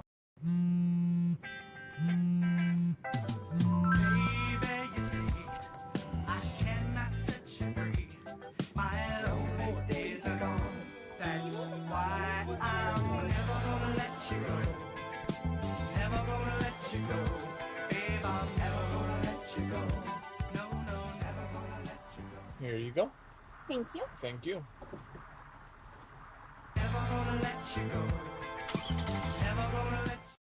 We are strong, we are resilient, and we will get through this together. But these are stressful times, and it's important to also practice good self-care. It's normal to feel overwhelmed, anxious, or afraid, but there is hope. Reach out to someone, connect with your friends, stay in touch with your community, and know that you are not alone. Learn more at wearebroadcasters.com/hope, furnished by the National Association of Broadcasters and this station. Some kids never smile. They're embarrassed by their crooked teeth. They want braces like the other kids, but their families can't afford them. Some may even try to straighten their teeth themselves. That can make everything worse. Luckily, there's Donated Orthodontic Services, a program from the American Association of Orthodontists. It helps provide orthodontic treatment to kids and teens whose families can't afford it. For kids who apply, are approved, and are matched with a volunteer orthodontist, it can be life-changing. Their treatment is in the hands of an expert, a licensed local orthodontic specialist who improves their smiles by correctly aligning teeth and jaws. Some kids think they'll never smile again, but Donated Orthodontic Services may help them smile with confidence. To link to the application and eligibility requirements, visit aaoinfo.org. Performing on stage takes mental and physical preparation. But one thing I never thought to prepare for was cervical cancer. 91% of cervical cancers are caused by the human papillomavirus, or HPV. For many people, HPV hides inside them and they never develop symptoms. But for others, HPV links directly to cancer. My cancer almost ended my career. It almost ended me. The good news is there are vaccines that can protect you or your children from cancer. The HPV vaccine is recommended for 11 to 12-year-olds, and a catch-up vaccine may be an option for teens and young adults. Talk to your doctors. You don't want HPV hiding inside your body like HPV has been hiding inside this commercial. Did you see all of them? Go to thinkaboutthelink.org to look again and learn more. Together, we can stop cancer before it starts. Welcome to my house. Lately, not my happy place. Everybody's pretty tired of each other. The parents were not themselves. My little brothers were morphing into small creatures. The walls were closing in. Clearly, a case of too much family, too close, 24/7. And there's a lot of that going around right now. If this sounds like your house, try going someplace new. YourLifeYourVoice.org. You'll find lots of ideas to help you handle the family stresses of being confined to close quarters. YourLifeYourVoice.org.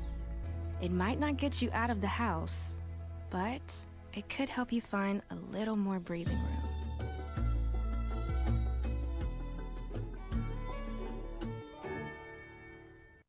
My name's Eddie Metcalf. I enjoy working in my yard, and I can't do that anymore because I'm missing most of my lung. They did a CAT scan of my kidneys. No more kidney stones, that's the good news, but we found a spot on your lung. That frankly scared the hell out of me. I hadn't smoked in 22 years. How could this happen to me? He said, well, you know about radon gas. Well, I heard about it. He said, well, the second leading cause of cancer in America is radon. 22,000 people a year die from this. I literally left the doctor's office, got a test kit, put it in the house, and our result was 39.8. The upper limit is 4. We got to get this fixed.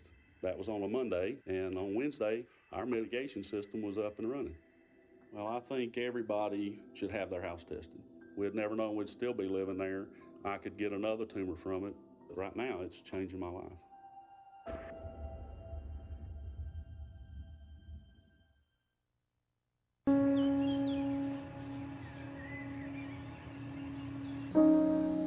This high school gym used to be packed most nights. Not anymore. Do you know why? Because bad behavior by fans, especially adults, has caused a shortage of game officials across the country. You see, without officials, we can't have sports. Don't let this become reality. It's time for a change. Let's bench bad behavior for good. Adventurer, coach, chef, teacher, audience, superhero. If you're a parent, you've done it all this past year. But the one thing you may not have done is take care of yourself. And it's nearly impossible to keep everyone else full of joy if you're feeling empty. At Boys Town, we know that a parent's mental health is important too. So when it's all too much, take a break and regroup. It's a great strategy that puts things in perspective so you can deal with challenges. The review and recalibrate method of self-care helps you see what's working and what's not. Go to boystown.org/stressedout for more great self-care tips for parents. You can even download an ebook to guide you and your family through self-care strategies. Because healthy parents are key to happy families. Boys Town, saving children and healing families.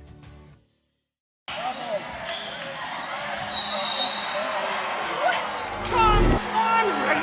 Oh, come on! Oh, what a bad call! You have no business being out there. Terrible! You know, I'm a person too.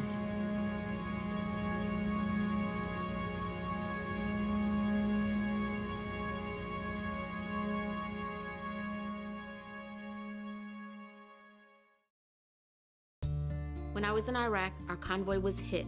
It was bad. After I came home, I could still hear booms and see tracer fire.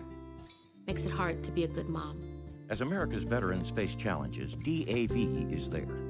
I'm Naomi Mathis, Air Force veteran. With the right support, more veterans can reach victories, great and small. With help from DAV, I was able to begin to heal. DAV provides a lifetime of support to veterans of every generation, helping more than 1 million veterans each year. Today, I'm part of DAV. We're veterans helping veterans to get the benefits they've earned. And I give my veterans my all. But there's more to be done and more victories to be won. My victory is being able to be here for my children. Naomi Mathis, thank you for your service. May your victories inspire many more. Support more victories for veterans. Go to DAV.org.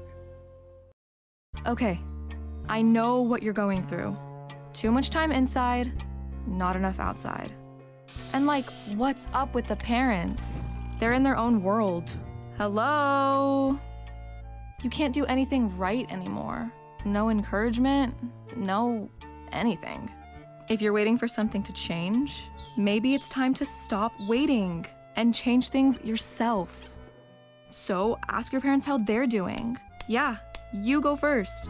Ask what you can do to help. Parents are people too, and the stresses you're feeling, you can bet they're feeling as well. Best of all, when you help them feel better, it has the same effect on you.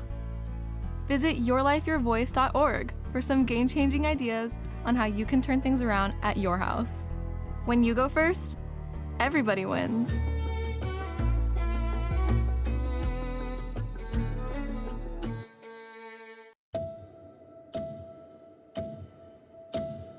The symptoms started around 2011, going through different doctors, a lot of misdiagnosis. I struggle with tremors, double vision, brain fog, and chronic pain. I picture myself being in this place and everything being out of reach. The MS is getting worse, and I'm still just stuck in this little body. Primary progressive MS. It's comparable to a house where things aren't working as they should. It's not something you can sleep off. You wake up, it's still there. When you hear about a cure, it brings that hope back. It would mean to my kids that they get their mom back. And people would be saying, hey, remember MS? You know what that is? If no one would have to ever experience this, it would just change the world.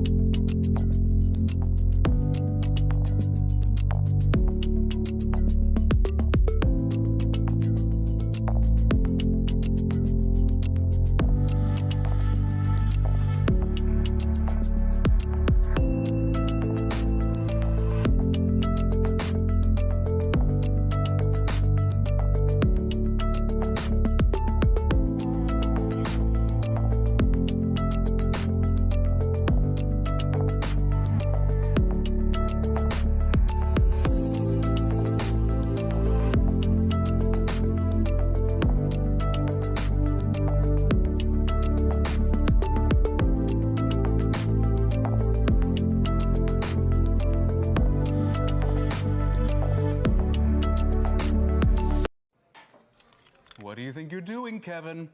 Was just gonna drive home.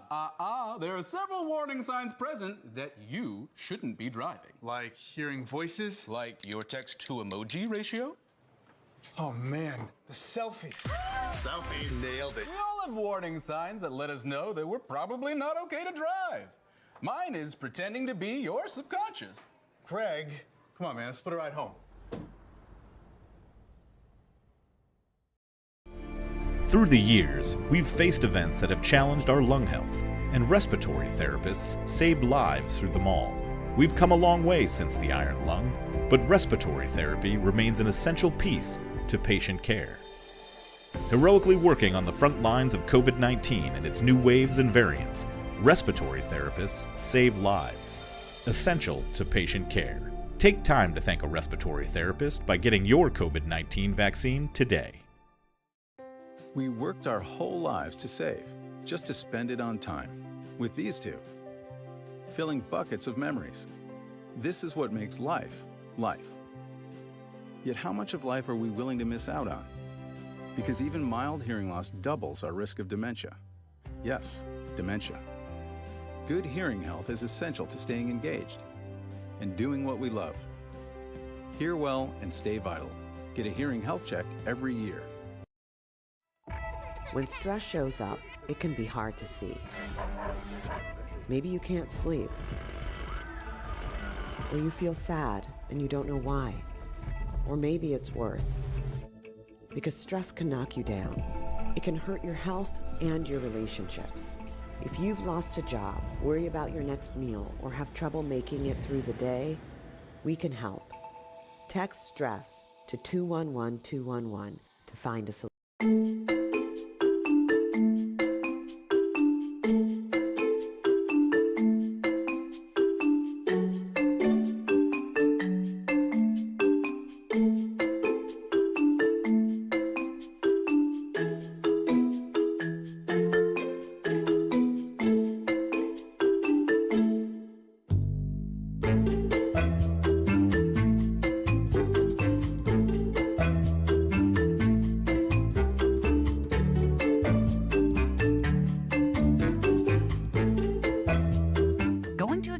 Parenting your teen, it might be time to take a new approach. Visit boystown.org/parenting. Whether you're the parent of a toddler, teen, or someone Welcome back to Auburn High School.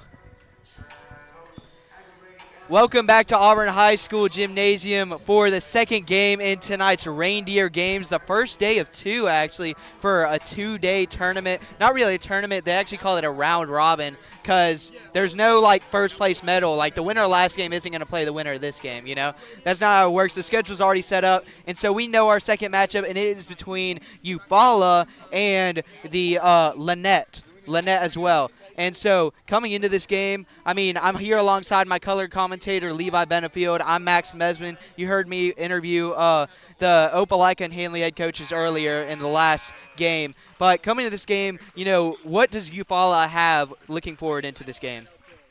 Well, it's really safe to say that not the season they wanted so far, with a 1-7 record. Head coach Ricky Butler, he's not won a game since November 14th. And when they beat Dothan, the Wolves 56-45, and they've had pretty close game to Enterprise and Abbeville.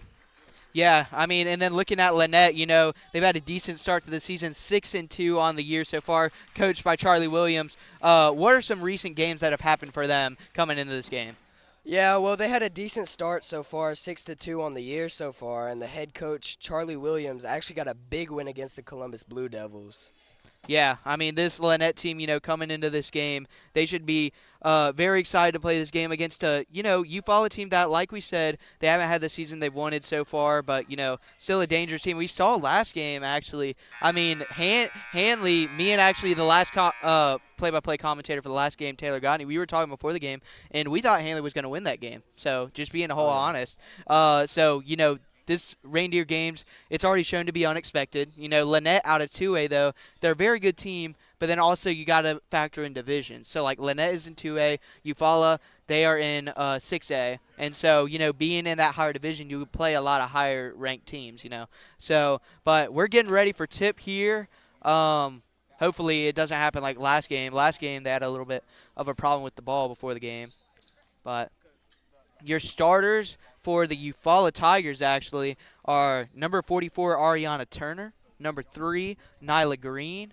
Number 5, Jamariana Henderson. Number 10, Quenisha Walton. And then number 22, number 32. I think that is Trinity Battle, but I'm not quite sure. Number 10 with a nice swish. We got Lanett inside. Lanett, and they're going to put it up, and that's actually number 33 for the Panthers. That's going to be Pretty Camry clean Boozer. layup. Yeah. And we see another 3 there, missed by Eufuala, and a rebound there by Boozer. Same last name as Cameron Boozer. I have no idea if they're related, but, you know, he was a great player in the NBA, so. And then looking at and that's Boozer inside. Boozer misses it, but gets the rebound and passes it back out to number 1, Nakoriana Hand. Some other starters for this Lanett team. Number 5, Janiyah Glaze, and number 23, Lila Lancaster, who's one of their best players, if not their best player. And we see another shot by Camry Boozer. That was a great pass. Went up for the layup. Yeah, and Lanett now up 4-2 in this game. Now Eufuala passing the ball a little bit, passes inside to Turner. And Turner gets that one blocked by Lancaster. And Lancaster's effect already being felt. And pass inside, and that's going to be missed by Boozer, but Boozer getting another strong rebound. Now Lancaster's going to take it, and Lancaster is showing off those skills, scoring that one. Lancaster is 6'5", probably one of the tallest players we have in this tournament. Sure wish I was 6'5". Yeah, me and you both, brother, me and you both. As we see, that was almost a steal by Lanett, and now shooting from the outside, and just missing, but a nice rebound by Turner, and then she got the ball back. Puts it back up. Yeah, 32 actually isn't on our roster, so I have no idea what her name is, but that's fine. Bringing it up the court for Lanett is Hurd. Hurd passes it out. Lanett dribbling it outside, passing over to Lancaster. Lancaster's going to pass it back to Janiyah Glaze. Now inside, and that's missed high off the backboard by Boozer. Rebound by number 5, Jamariana Henderson for the Eufuala Tigers. So Eufuala looking for what would be a huge win for them tonight. Lanett, your home team, current score 6-4, creeping up on 5.5 to go here in the first quarter.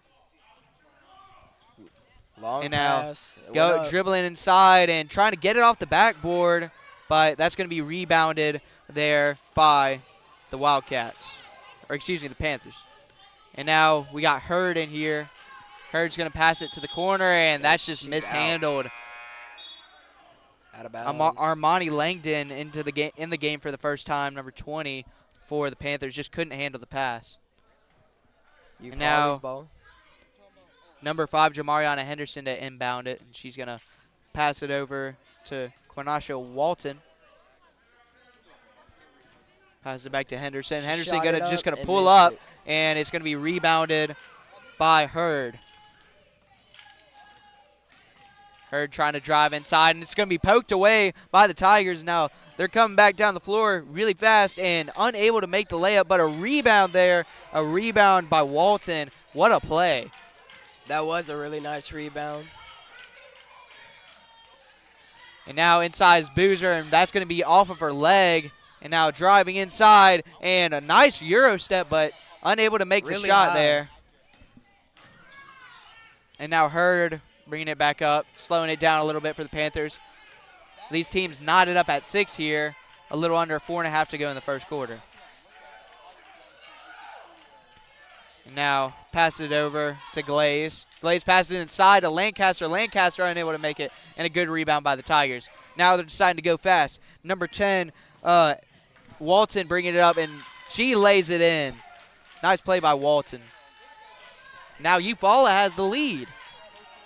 So like I said, all of these games are very even. You know, Eufuala not so great, at least by this season standard so far. 6A team versus a Lanett team that's really playing well this year. But also, I mean, they are in 2A, so they haven't played the highest caliber opponents. Now driving inside and just going to stop and pop. That was Hurd, but rebounded by the Tigers.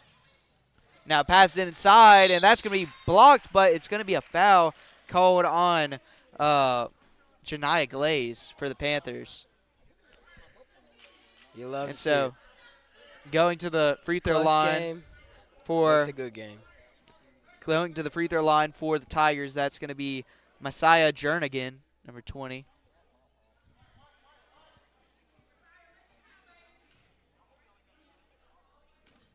So Jernigan at the free throw line.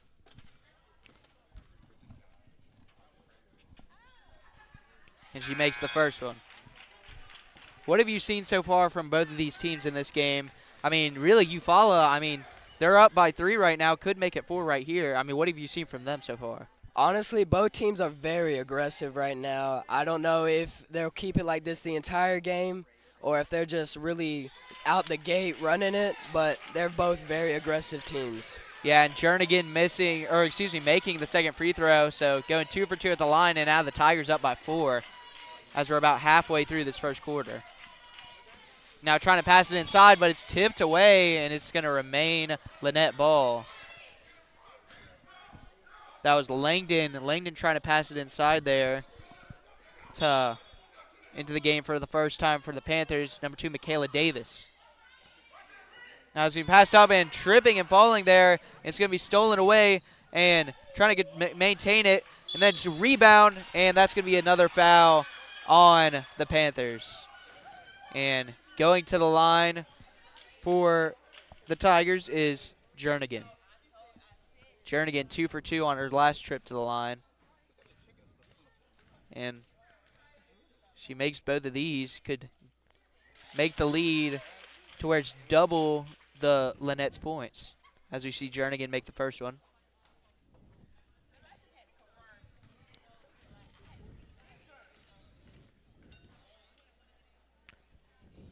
Eufuala playing really well tonight. Yeah, and as Jernigan drops in the second one, so 4 for 4 from the free throw line for Jernigan right there, and this Eufuala team clicking on all cylinders, and Lanett's gotta get something going here if they want to remain in this game. I know it's early, but and now that's going to be Hurd with it for the Panthers, and they're swinging it around on the outside. Brock. Now Hurd with it. Hurd driving inside. Passes it out in the corner. And missing it is Langdon. And that's going to be out of bounds. Going over the backboard was the shot. And now it's going to be Eufuala ball.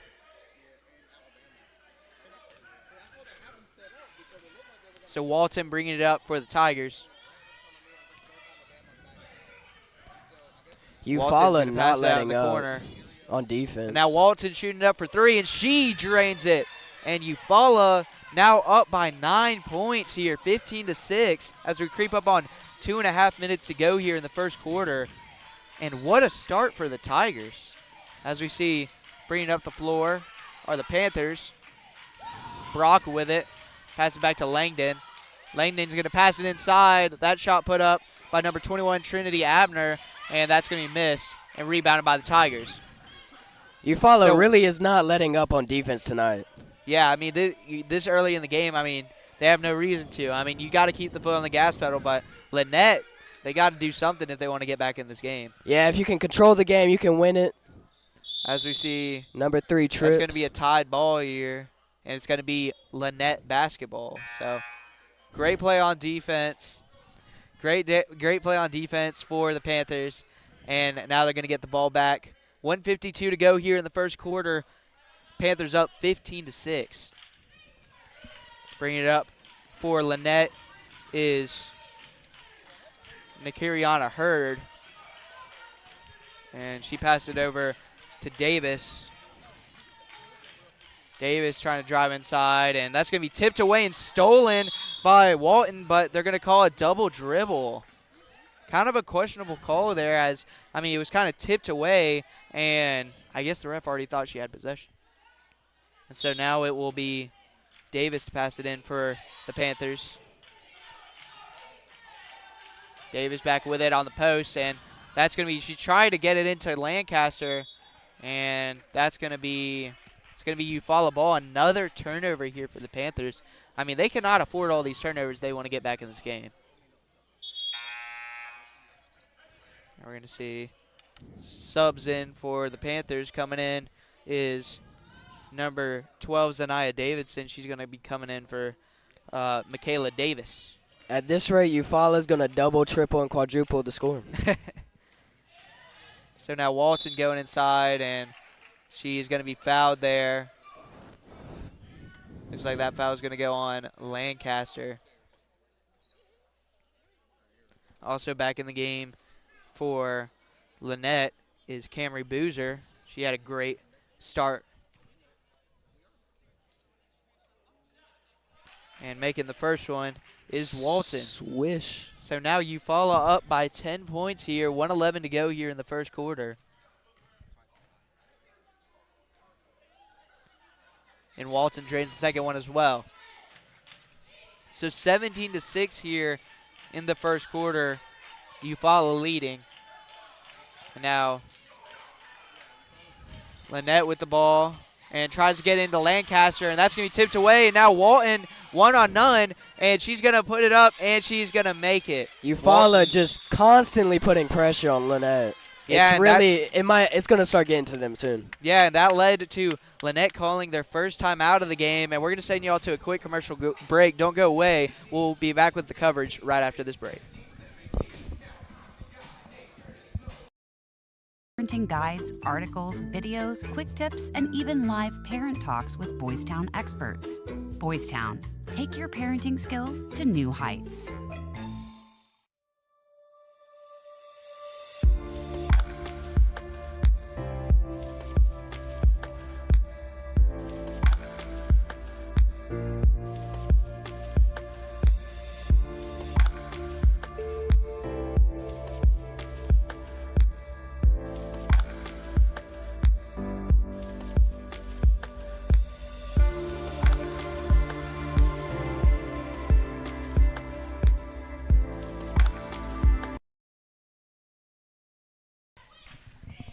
And we're back here at Auburn High School Gymnasium, and what are you seeing from Eufuala so far that has gotten them this early lead, as we see a foul there by Lanett? Well, currently we got Walton at 8 points. She's got 8 points, and she's doing really well this game. Yeah, I mean, the Tigers, they're doing exponentially better than I thought they would, and that's not a, knock against their team, but, I mean, they're coming to this game, they're 1-7, so I mean, that's very, very stunning to me as somebody that's never watched them play live, but they look good. They were not playing when they woke up this morning. And now we got Nyla Green with it on the outside, and that's going to be a travel there on the Tigers. So 20.3 to play here in the first quarter. You think this might be the last possession here. Panthers with it. You follow up 19-6 here. And driving in, that's going to be swatted away by number 10, Cornisha Walton. And she is having a day. I mean, wow. 8 points and now a block. Didn't see this. Didn't have this on my bingo card when coming into this game. And now that's tipped away again by Walton. And that's going to be stolen away by Green. And Green bringing it up the floor. 5 seconds to go. 3, 2. Walton in the corner. Walton drains it as the buzzer sounds, and Eufuala up 22-6 at the end of the first quarter. Who would have expected this? The Tigers have exploded out to a 16-point lead. We'll be back during the second quarter after this commercial break.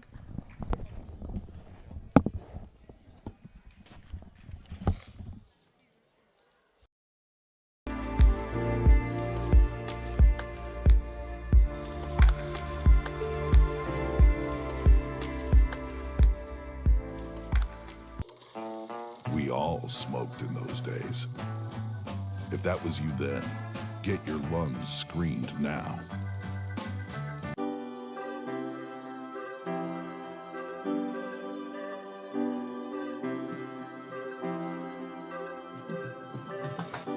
You can't tell how someone feels just by looking at them or what they share online. To the outside world, our lives may look perfect, even if in reality they aren't. I'm always worrying about doing well at school, and with the end of year test coming up, I'm not sure how much longer I can cope. My thoughts swarm around my head, sometimes keeping me up all night. Some days it's just all too much, and I feel like I'm lost in space. When I did badly on one of my tests, Welcome back here to the Reindeer games. Eufuala up 22-6 here as we enter the second quarter. And Quenisha Walton for the Tigers having a day. I mean, 12 points. I mean, what have you seen from her so far? She's been going at it.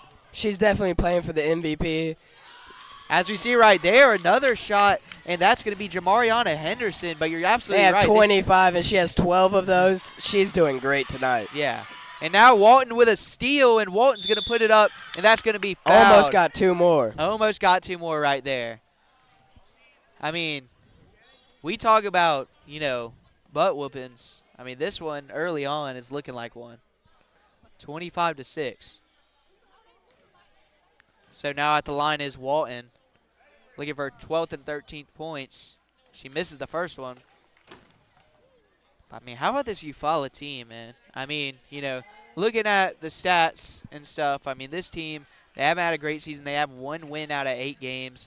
But coming into this game, I mean, they have 2 opportunities to win. They have one today and one tomorrow. And, I mean, if they can get both of those wins, that could turn their season right around. As we see Walton make the second free throw, advances her to 12 points, and now 26-6 is your score. And Lancaster unable to make that one. Boozer trying to put it back up. Lanett almost put some points on the board there. And now it's going to be a foul on Jernigan. So Boozer going to go to the free throw line. I mean, Boozer in her own right, she has 4 points, which leads all Lancaster players, or excuse me, Lanett players. But, you know, yeah, this Lanett team is not playing to their standards so far in this game, as you see Boozer make the first free throw.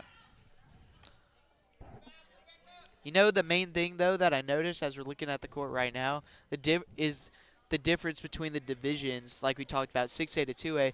It's mainly the size. You know, we talked to the Handley coach at the end of the first half of their game, and she said, you know, the one thing that's going to be difficult coming into the second half is going to be the size of Opelika. And that, she was absolutely right. Opelika came back and won. So, and that's going to be a miss by Walton and a rebound for the Panthers. Now some nice moves on the outside by her. Her's going to take it herself, and she's going to make it. Nice layup there. Had the crowd oohing and ahhing. Did that have you oohing and ah? Yeah. And now Walton with it on the outside. And she's going to pass it over to Green. Green going to take it inside, and she's going to airball it. And almost saved, but it's passed directly to Lanett. And now Hurd bringing up the court. Hurd. She's going to pass it over. It's going to go inside to Lancaster. And Lancaster going to put it up, and she misses it. And it's going to be a foul on Eufuala.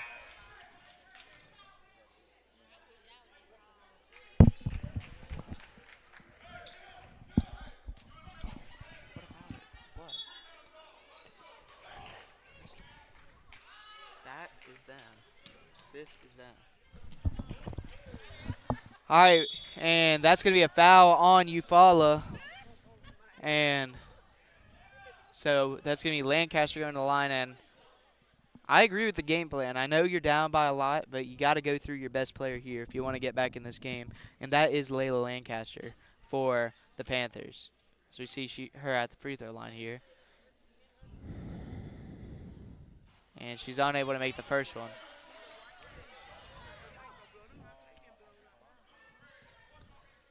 I mean, this early on in the game, I mean, like I said, if you're the Panthers, you need to keep playing your game, not get flustered. I know it's second quarter. As we see Lancaster make the second bucket, and now reaching Lanett, double digits. Yeah, Lanett finally, you stole the words right out of my mouth, finally reached double digits. 26-10 is your score, 6:14 to go here in the second quarter. And Lanett with a great press in the corner, and that's going to be a turnover on Eufuala.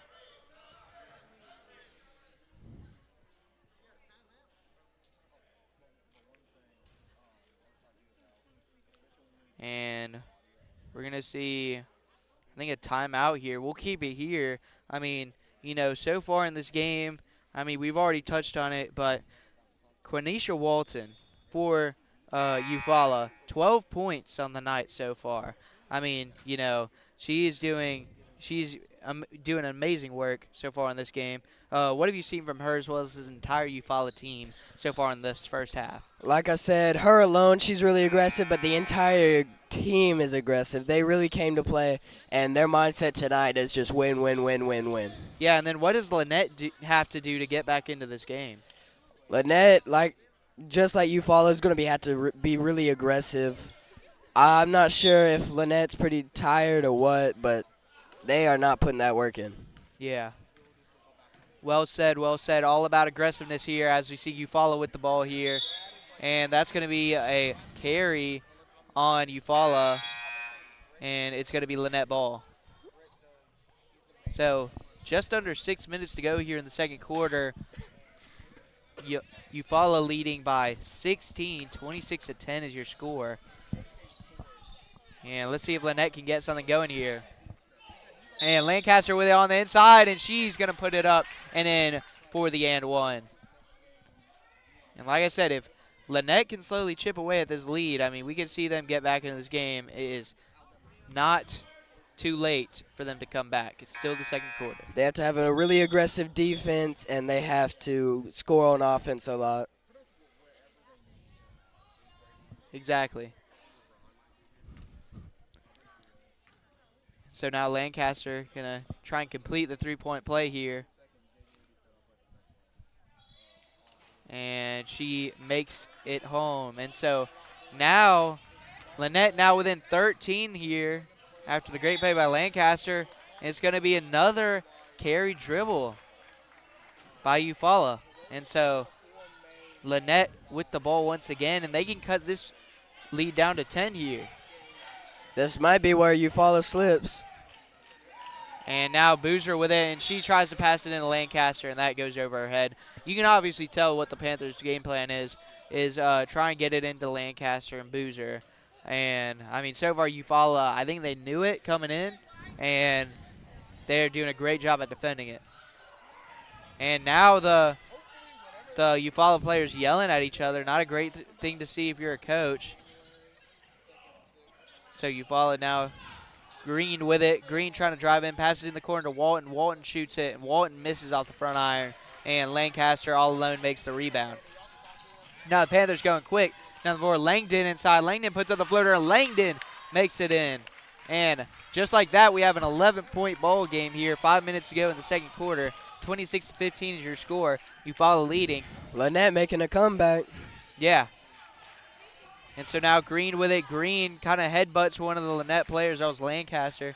And now in the corner, and that's going to be off the rim and out for the Panthers. Now Walton passes it back in bounds, and that's going to be off the backboard now. And now coming down the floor is Hurd really fast. Hurd's going to stop and pop, and she misses it off the back iron. And very physical couple of minutes here, and that's going to be push off on Boozer for the Panthers. Maybe a little too aggressive. Yeah, one thing you don't want to do if you're Lanett is start racking up fouls.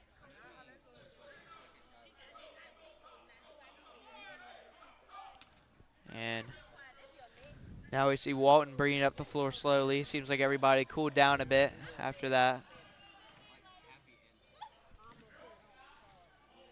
Oh, push. And shooting it out from the outside and missing are the Tigers. Now bringing it down the floor quickly once again is Hurd.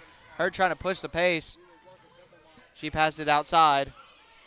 And dribbling inside is Glaze. Glaze passes out to Lancaster. Now Hurd with it. And Hurd passes it over. And trying to get to Lancaster. Lancaster double teamed, and she still makes the bucket. And that shows you the power of Lancaster. Had two people on her and still got the layup. Nice. That shows you the power of Lancaster. So now Walton with it, passing it over. And shooting it from the outside and missing is Henderson. But getting the rebound, but missing there for Eufuala is Turner. And now Hurd once again bringing it up the floor very quickly here. And now Langdon dribbling inside. Langdon stops and pops, and she misses. And Turner with the physical rebound there. Right now currently a 7-0 run here for the Lanett Panthers, but that's going to be broken as Eufuala makes a bucket Now it's 28-17 here. Just about 3 minutes to go here in the first half.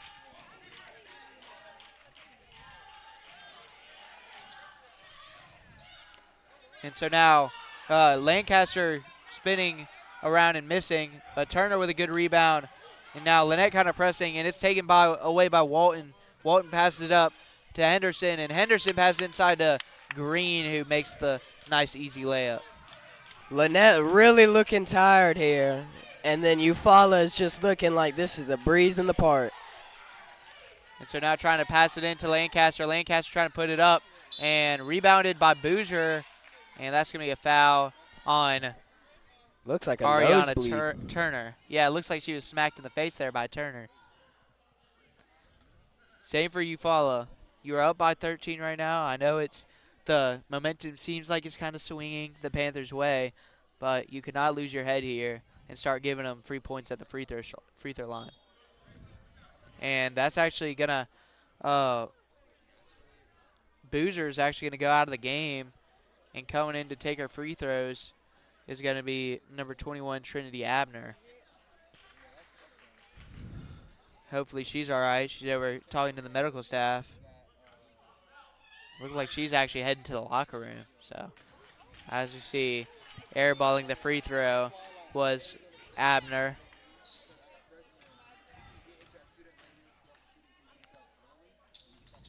And Abner unable to make the second one, but a good rebound by Glaze, and that's going to be another foul on Eufuala, and that's going to be on Jernigan. And so now Glaze going to the line here, and Eufaula's, they're saying, we'll take that, you know. Now they just got to make them at the charity stripe. And Glaze misses it. So now over their last 3 free throws are Lanett. That's 3 points right there they could have gotten.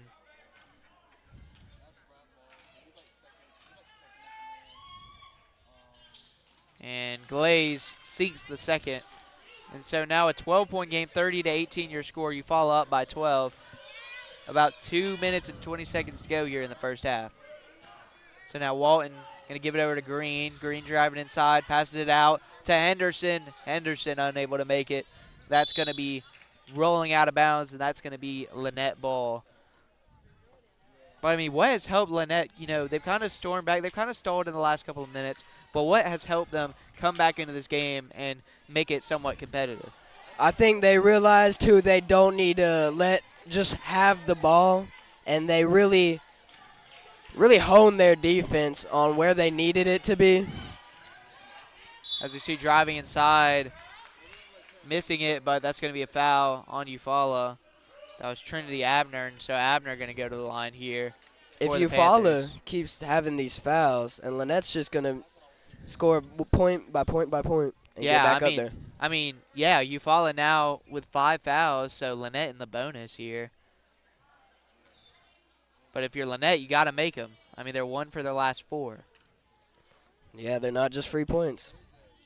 And Abner with a nice touch, able to make the first one. And now the Panthers, what do you know? They have a chance to cut it to 10 points. Opelika leading as much as by 19 earlier on in this game, but Lanett storming back. And she's unable to make the second. And Eufuala is going to take it up the floor quickly. And Green is left all alone, but the Lanett defense is able to come back quickly. Looks like a trip. And, yeah, almost a trip there by the Tigers. And now Green left wide open, and she misses that one, but a good rebound and put back. And Eufuala now extending their lead to 13, and Hurd bringing it up the floor. Hurd really pushing the pace. Hurd's going to put it up. She misses. And finding the ball is Hurd, and Hurd is going to get fouled. And these Eufuala team, I mean, these penalties just keep racking up. And, you know, coaches love seeing their teams play physical, but you can't, you know, you can't get your entire team to foul out, you know, in just one quarter. I'm really liking the push from Hurd. She's been pushing this whole time, and it just shows how much game she has in her. Yeah, and she misses the first one. And Lanett, I mean, throwing away these really crucial points at the free throw line. So 2 for their last 7, but able to make the second one is Hurd. And subbing in for the Panthers is Lancaster. So we got 1:28 to go here in the second quarter, with Eufuala leading 32-20.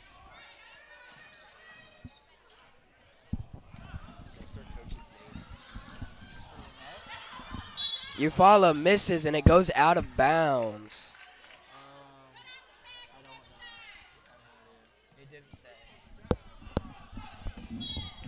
Lanett's ball.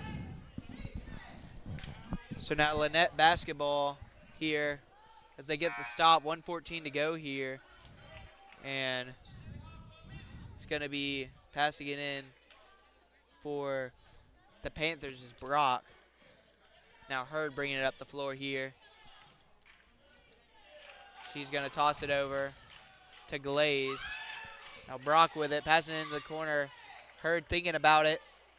Passing it into Lancaster. Lancaster unable to finish.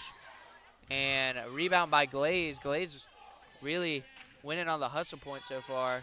As you see Hurd there. Hurd left open. She fakes it. Hurd shoots it up high off the backboard. And trying to get the free throw. The rebound is Boozer. But Boozer, once again, having trouble. I think it's her eyelashes that keep getting hit. Nice swish by number 32. Yeah. And Eufuala now up by 15 here. They've kind of weathered the storm by Lanett, and as we see a travel there by Glaze. And I have a feeling Eufuala might hold here for the final shot. Eufuala up 35-20, 26.5 seconds to go here in the first half. Henderson to pass it in to Walton. Walton bringing it up the court. Guarded by Hurd. Walton driving right. Hands it off. Now Henderson with it. Henderson going inside. And Henderson misses that one.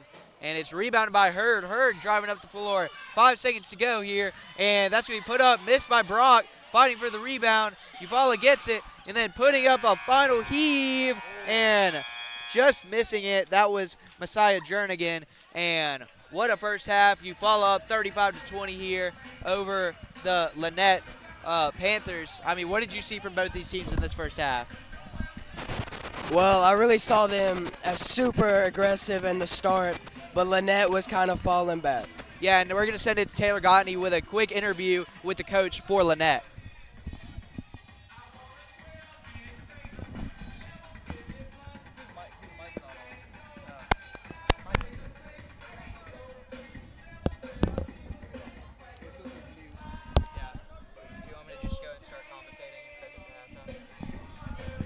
And we're going to send it to halftime here. Eufuala up 35-20 here over the Panthers. We'll see y'all after halftime for the second half between the Panthers and the Tigers.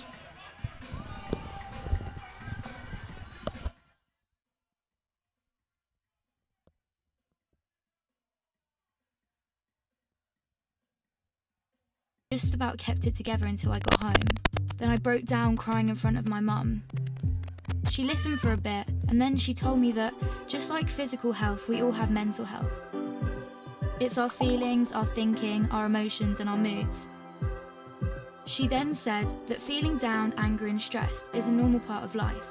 Just like it's normal to feel happy, confident, and carefree sometimes. We all have positive and negative emotions that come and go based on what's happening around us. These are everyday feelings. Good mental health means experiencing negative emotions. It's not always about being happy. Mum can relate to the feelings of stress. So when Mum suggested I take a break from everything and do something I enjoy, I actually took her advice. So I made myself a hot chocolate, snuggled up in a duvet and watched a film. And you know what? Afterwards I felt so much better. Mum should take her own advice. Most of us only ever share the good things. We don't like to share how we really feel. Every morning when I wake up, negative thoughts stream through my head. Getting out of bed and pretending I'm okay takes all the energy I have. As the day goes on, the negative thoughts turn from a stream into a river. The water rushes through my head so loudly it's hard to concentrate in lessons. and some days it's so bad it feels like a waterfall that's trying to pull me over the edge. Everything is so overwhelming. I didn't think my friends would understand if I told them how down I was feeling. But when Sasha opened up to me about how stressed she was feeling, I told her. I wasn't sure how to bring up how I'd been feeling, so I started by saying that I didn't feel like myself. Just her listening made me feel like she understood. She told me some things that had helped her, so I tried them too, but it didn't make much of a difference. Even when I tried to be around my friends, I felt alone. The things I used to enjoy weren't fun anymore. I was really worried about Andre and not sure what to do. He was quiet and wasn't hanging out with us like he used to. So I asked our head of year for some advice. He suggested I get Andre to speak to him since his negative feelings weren't going away. I didn't want to speak to our head of year, but I also didn't want to keep feeling so down, so I went. He said that sometimes we have overwhelming feelings that can be more intense than our everyday feelings. These feelings hang around for a long time and change the way we feel, think, and behave. They can stop us doing what we want to in life. That's what I was going through. He also said that if we're physically unwell, we let people know, we ask for help. It should be no different with mental health. Sometimes our overwhelming feelings are brought on because of things in our life. Sometimes they happen for no reason at all. After hearing this, I felt much less alone and it felt good to talk.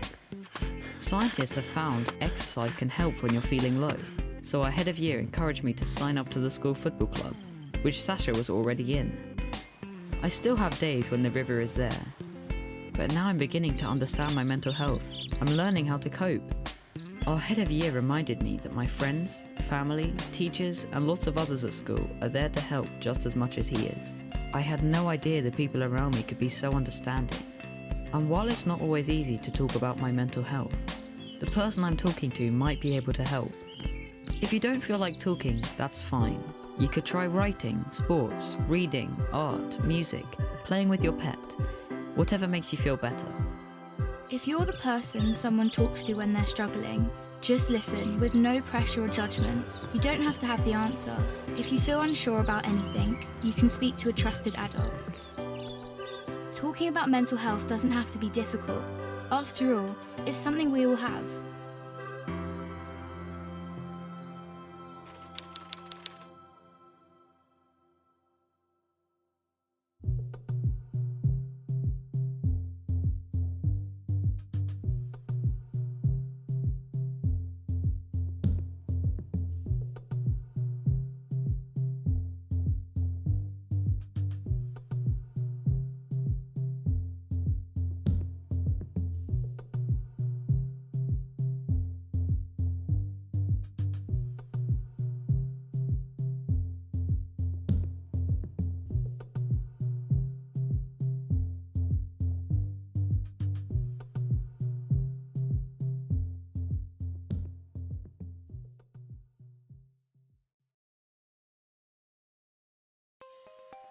Using meth taught me everything about freedom, only not like you think. It taught me how easy it is to lose your freedom, how meth can take control until you find yourself doing whatever meth tells you to do. Before you get there, while you still can, take a stand for yourself. If you feel yourself losing your freedom to meth, ask for help. Accept the help. It's worth it. You have the power to be truly free and be the person you want to be. I know, I'm Jan, and I'm free from meth. If you or someone you know is struggling with meth, call 1-800-662-HELP for 24-hour free and confidential treatment referral. Learn more at samhsa.gov/meth. Eyes on the road, hands on the wheel, safely drive that automobile. Eyes on the road, hands on the wheel. So, I keep hearing how things are getting back to normal. Really? When am I back to normal? What is normal anyway? I can't even remember. Is this normal? Seriously? No. Was this ever normal? Please. I think this used to be normal. Then I figured out. Just stop it. So much has changed. No wonder nothing feels normal. But here I am, still standing. A brand new edition of me. This is no time to go back to anything. It's time to go forward and discover the new person I am now. I'm all in. For some great tips on finding your new normal, visit yourlifeyourvoice.org. You look familiar. Thoughts of suicide may feel impossible to overcome, but with help and support, you can find hope and meaning. Call the National Suicide Prevention Lifeline at 1-800-273-TALK to speak to a counselor, or visit suicidepreventionlifeline.org. It's free, it's confidential, it's available 24 hours a day, 7 days a week. And even if it feels like it, you're not alone.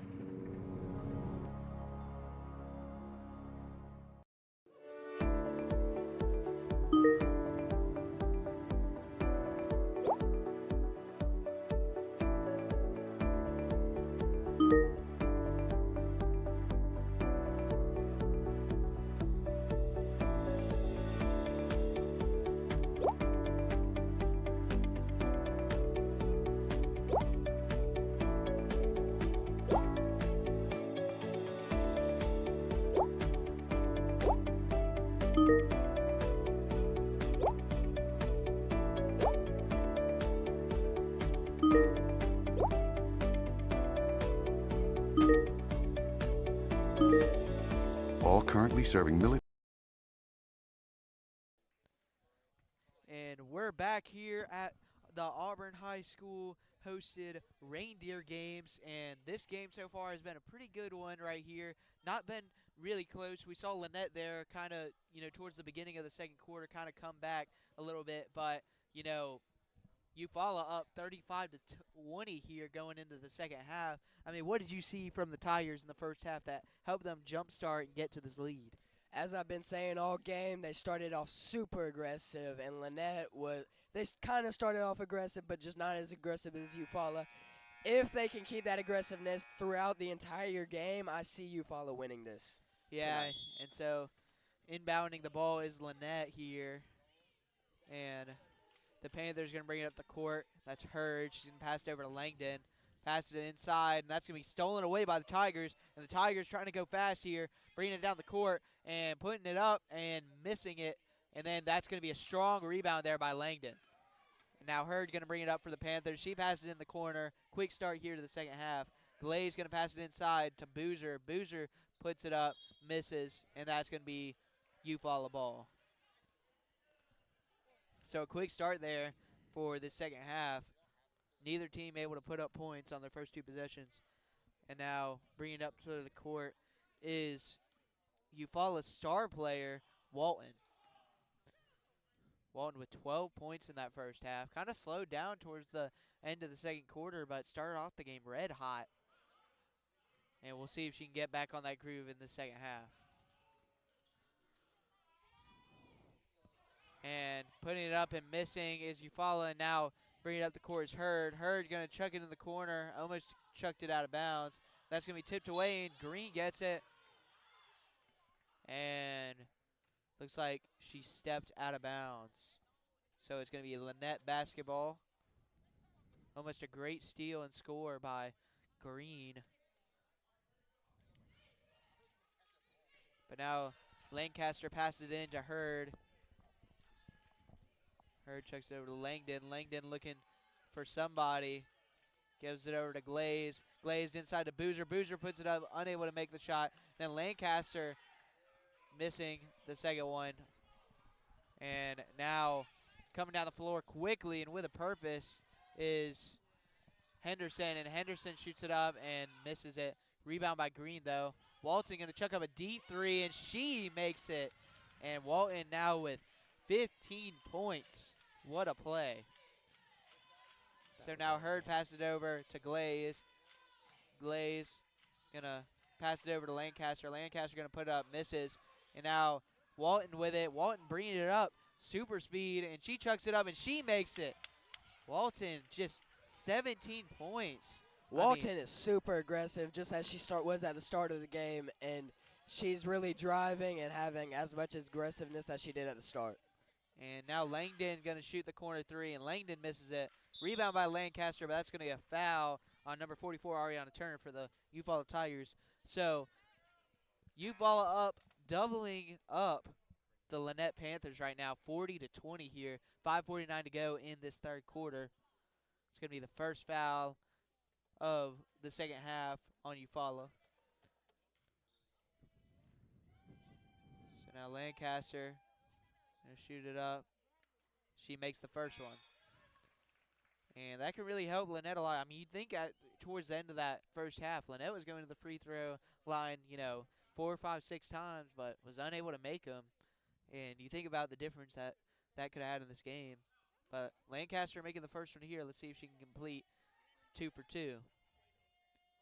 And Lancaster makes the second one, 2 for 2 at the line on that strike. And Lancaster's going to go out of the game. Coming in for the Lanett Panthers is going to be number 21, Trinity Abner. And bringing it up the court for Eufaula. And now Henderson going to shoot the three, and she's unable to make that one. That one just rims out. But that's going to be stolen away, and Turner's going to put it up. Turner misses it, and physical play on the inside. And that's going to be rebounded by Glaze, a strong rebound. And bringing it up the court for the Lanett Panthers is Brock. And now Brock within the corner, pass from Hurd. And Brock loses it on the inside. Body's falling to the ground. And it's going to be, let's see, I think they called a timeout here. It looked like number 5, Janiah Glaze, was a bit roughed up there. See if she's okay.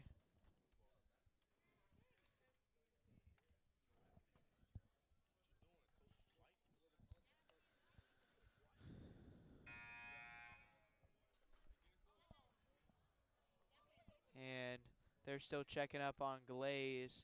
We'll send y'all to a quick commercial break. We'll be back after this injury timeout. Military vets or immediate families of troops killed in action, VetTix is for you. Sign up for free to become a VetTixer and start creating new happy memories that will last a lifetime. Go to vettix.org to become a member now. VetTix, give something to those who... My name is Carly. I'm All right, we're back here at the Reindeer games. And Lanett with the ball, and that's going to be blocked by Ariana Turner for the Tigers. As you see, Janiah Glaze is on the bench. She seems to be okay, though, after that physical play there. So you follow up by 18 points here as we creep under 5 minutes to go here in the third quarter, up 40-22 over the Lanett Panthers. And so now Green passes it over to Henderson. Henderson looking for an open player. Henderson passes it over to Green. Nice pass.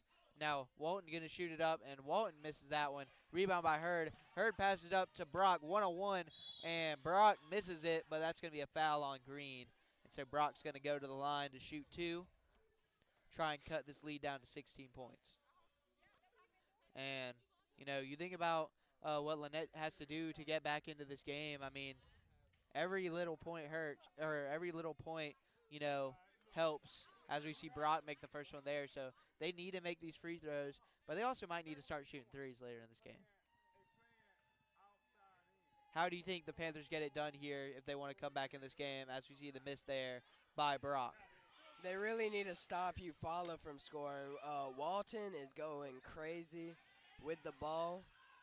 And that's going to be a block. Just scoring. Yeah, and that's going to be a block by Brock. And now Hurd with it in the corner. Hurd, kind of rough physical play there. Green falling to the ground, and that's going to be Lanett ball. And if you're the Lanett coach, you got to be happy with how your team is playing. Still down by 17, but not giving up, showing a lot of fight. Reason they're 6-2. And shooting in the corner is Brock. Brock misses it off the back iron.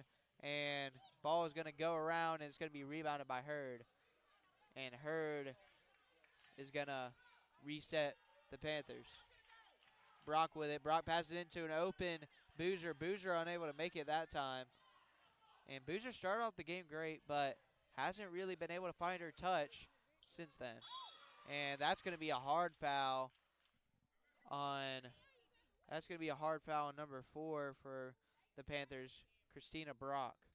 And I think they might look at this one or they're not going to look at this. Common foul there by Brock. Kind of hit her in the face there. So, and now shooting it up, and that one's going to be off the front iron. And now Hurd with it. Hurd bringing it down the court, and she is looking for somebody. She passes it inside, and that one's going to be missed there by Trinity Abner. Now bringing it up the court quickly is Walton. Walton passes it up. Eufuala trying to extend their lead as you see Henderson control it here. And Henderson passes it over to Walton. No, Walton. Good passing here from Eufuala. They can take all the time they need as there's no shot clock in high school basketball. As you see, that's a miss there by Green. Rebound by Brock. Brock passing it up the court. And shooting it up there, but missing it. But then on the rebound and make is number 21, Trinity Abner.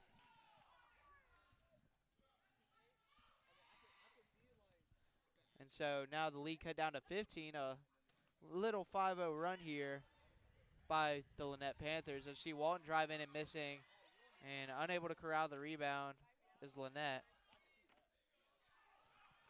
And that's going to be another miss. And now Lanett trying to come back here. And that's going to be tipped away and stolen. And now on the fast break, and Eufuala is just going to put it in for the easy deuce.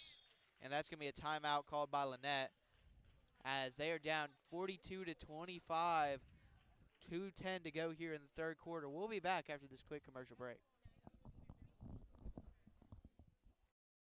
15 years old and I am a heart recipient. I got my first heart transplant when I was 1.5 years old.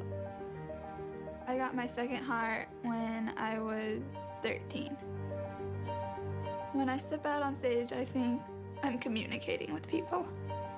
I would like to tell them that I want to make a change in life. Like, yeah, you can have 2 heart transplants, but that doesn't stop you from doing the things that you love.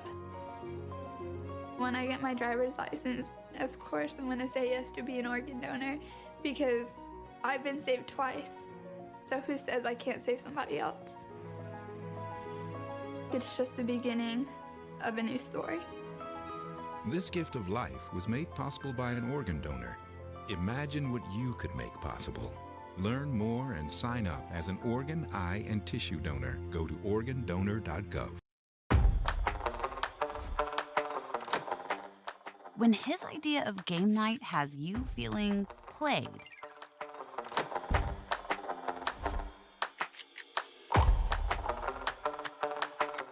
or your teacher's pet has become unleashed.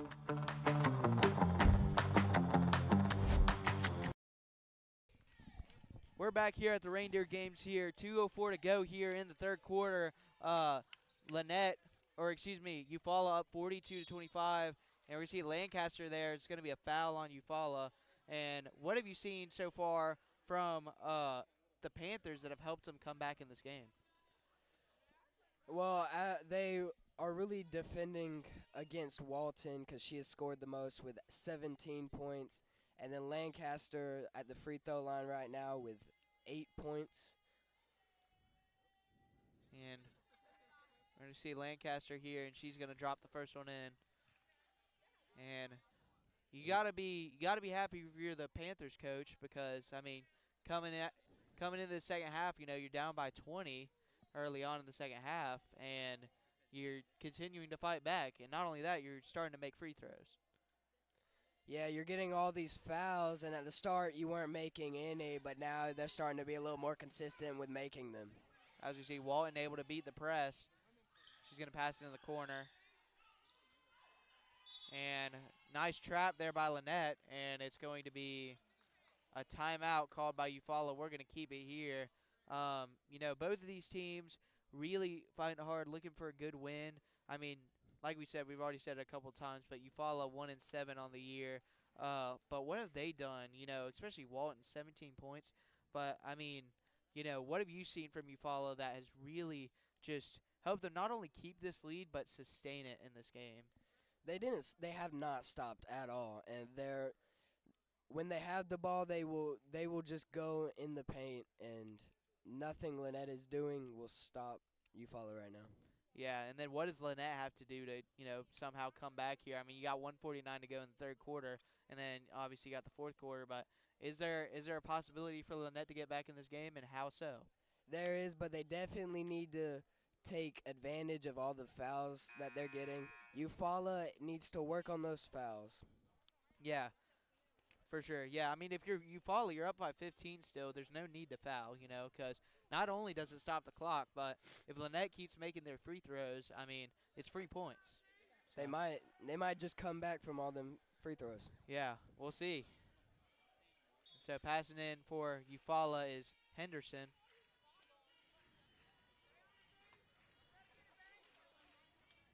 And so now Henderson with the ball. Clock ticking down here in the third quarter, and that's going to be a foul on Lancaster.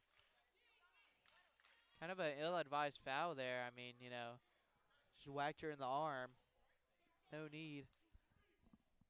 But no worries for Lanett. You can actually scratch that. If you're the Panthers, you can play a little physical here because you only got 2 fouls in this quarter. With 1:30 to go, I mean, you cannot allow Eufuala to extend this lead in this last 1 minute and 25 seconds in this third quarter. So now Lancaster guarding up Henderson. Henderson trying to make a move. Henderson, it goes off her foot, and she picks it back up, and that's going to be a double dribble, and she knew it. So a turnover there by the Tigers. Now bringing it up the floor for the Panthers is Christiana Brock.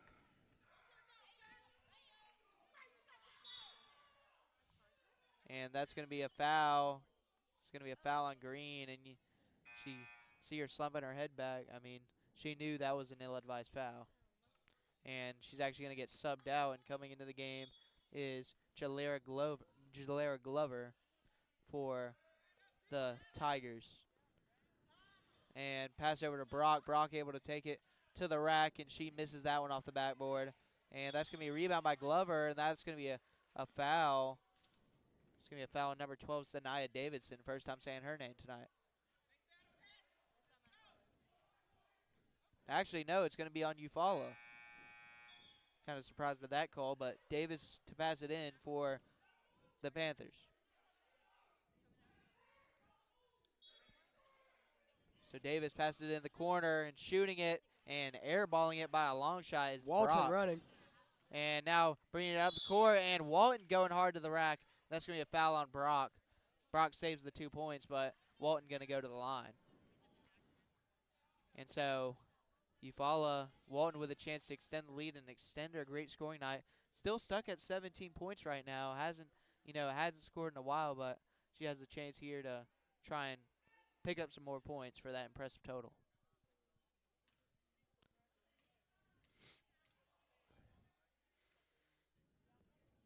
And she makes the first one.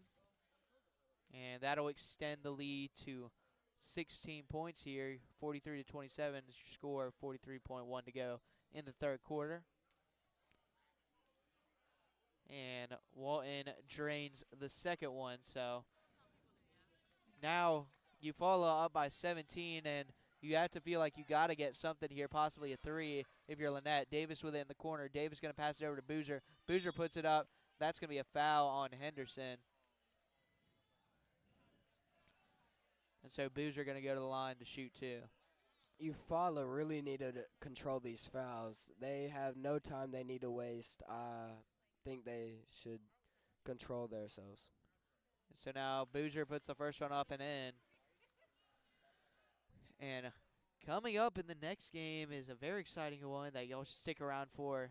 Troup women's basketball team will be taking on Auburn women basketball team.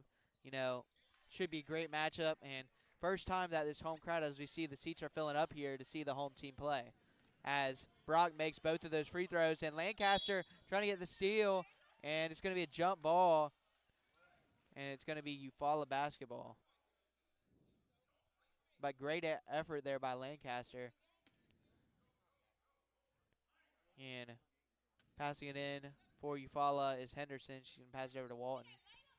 And Eufaula is going to take their time here, try and run down that clock and take the last shot.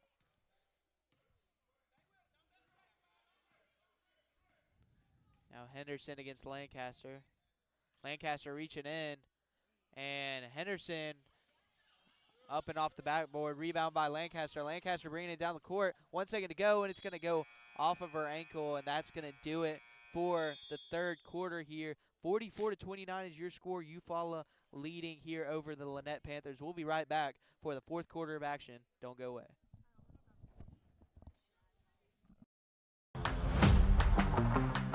And inseparable has become intolerable. Visit boystown.org/parenting. Whether you're a parent, grandparent, or guardian of a toddler, teen, or someone in between, we've got parenting guides, articles, videos, tools, and quick tips from experts backed by over 100 years of experience. Get your parenting going in the right direction with Boys Town, saving children and healing families. Extinction is forever. To save America's most iconic and imperiled species from extinction, we must fight for their future. Fight to save the natural lands that wildlife call home. Fight to limit pollution. Fight for smart development. Fight for their future. And fight for ours. For so goes nature, so goes... MS does suck.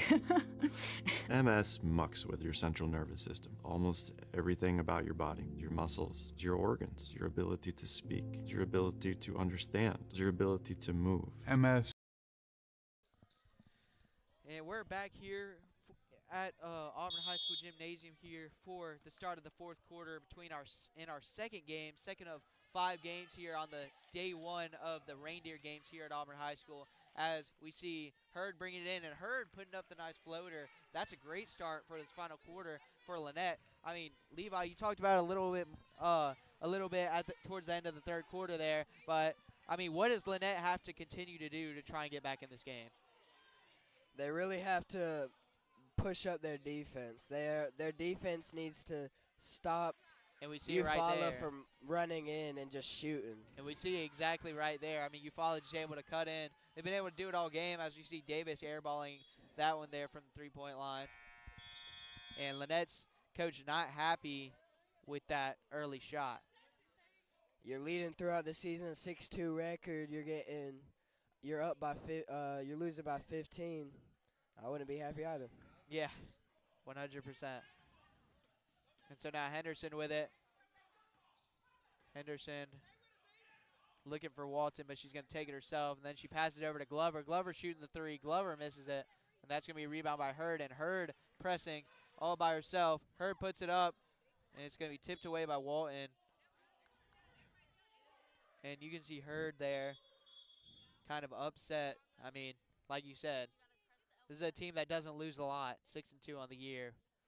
But looks like unless, they're able to really put the pedal to the metal here, looks like they might be taking their third. So now Hurd with it. They definitely slowed Eufaula down a lot and sped up a little bit, but it's not super noticeable. Yeah. Off and now the Hurd shoe. with it, 3-on-1, and Boozer puts it that up was and off in. the shoe and bounced to Lanett. Yeah. That was nice. Very lucky bounce there for the Panthers. And now it's the Eufaula Tigers trying to go quick here. Passing it inside. That was kind of a slow roller there. Turner unable to make it at the basket. That's going to be out of bounds off Eufaula. And just like that, it's a 13-point game, which might seem like a lot. But, I mean, if they're able to make a couple threes, get to the free throw line a couple of times, I mean, don't be surprised if this Lanett team, like we said, 6-2, not a team that loses a lot. They surely don't want to lose today. So Hurd bringing it up, passes it over to Davidson. Davidson passing it over, ill-advised pass. Green steals it away, 1-on-2. Green puts it up and unable to make it. Davidson with the rebound. Davidson passes it down the court to Hurd. Hurd putting it up, and Hurd makes it in. And now Eufuala is going to need to call a timeout as quickly Lanett has cut this lead down to 11 points. We're going to keep it right here. I mean, you've seen it in front of your own eyes. I mean, what we kept talking about, what does Lanett need to do? What have they done in this last 6 minutes or whatever it was to get this run and cut this lead down to 11? Well, they've kind of kept Eufuala at their own pace. They're controlling Eufuala. They're like, no, we're not going to move super fast. We're going to move at a pace we're comfortable with. And what they're doing is, instead of forcing the ball over here, they're forcing it into their court. Yeah, I mean, and you saw it exactly. I mean, their defense, 2 straight steals there. I mean, you talk about slowing down the pace. I mean, Lanett has been able to slow down. I mean, Eufuala, when they've been at their best today and throughout the season, whenever they're going fast. You know, like Walton, Henderson, you know, whenever they're able to go down the court really quick, Green. But Lanett has stayed in their spots, you know, and they have been able to, like you said, slow them down. And we'll see what they can do here. 6:06 to go. This last 6 minutes in this game just got a little bit more interesting here, as Lanett currently on a 6-0 run going back to the last quarter. And now passing it in for Eufuala is going to be Henderson.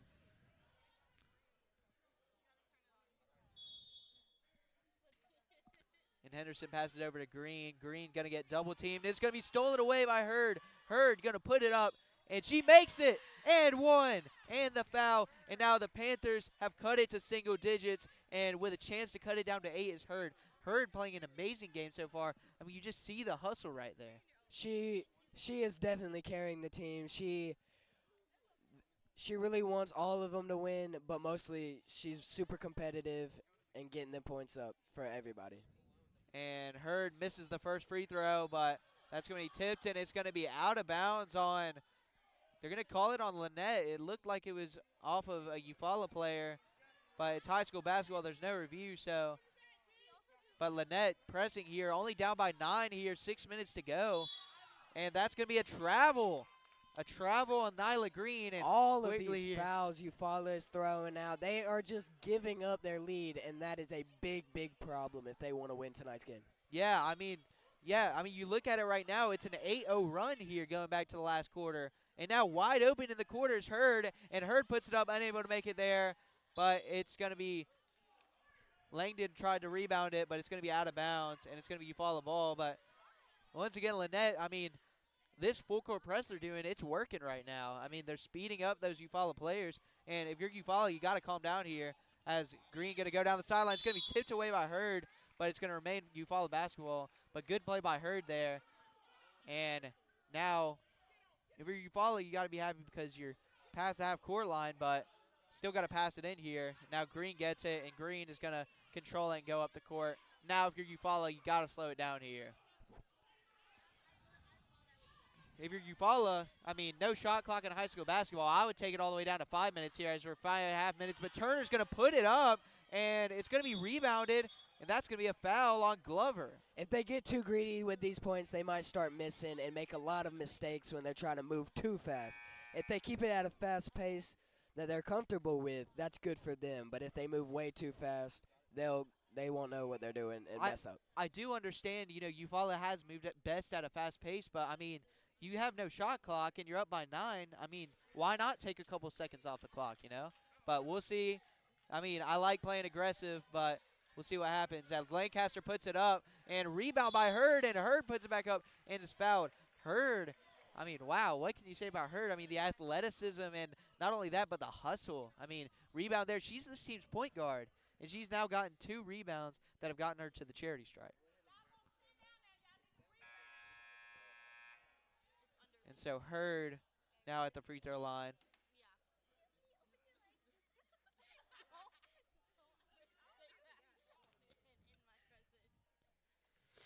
So now Hurd, 2 shots, and she makes the first.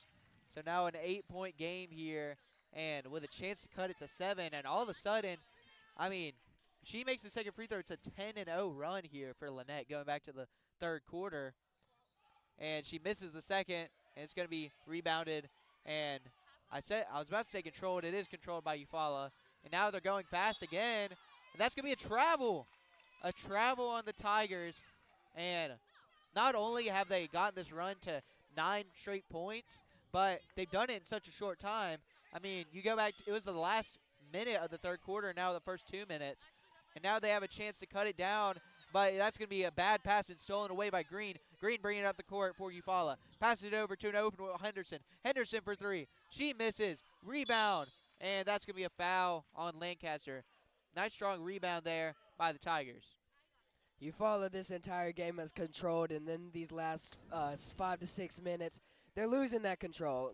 Lanett's kind of getting into their heads, and then they're just losing control, like I said. Yeah, and so Tigers still with the ball here. Green left wide open in the corner, and bad defense there by Langdon. I mean, she was right there. I mean, just right off the inbounds pass, didn't even press her or anything. And that's going to be an ill-advised pass by Hurd. It's going to be tipped away. The entire Eufuala team running for it. But good hustle there, but it's going to be Lanett ball. Now if you're Lanett, you're back into this game. Now you need to start pressing. You know, they've done full court press, but they need to start, you know, taking and making some shots on the offensive end. You can feel it. That green corner 3 right there just took the breath out of this Lanett crowd. And another bad pass inside by Langdon, and that's going to be then a foul on Lancaster.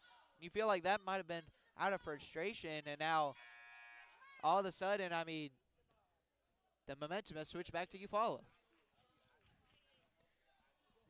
With 4 minutes and 30 seconds to go, 4 minutes and 25 seconds to go, sorry.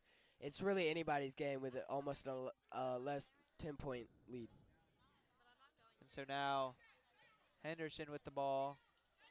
And like I said, 4 minutes and 20 seconds to go here. I would try and cut it down to 4 minutes, maybe 3:45 here, and then try and get something going.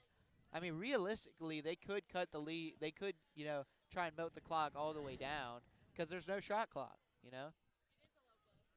Would that be the smart thing to do? Yes. Would that be the right thing to do?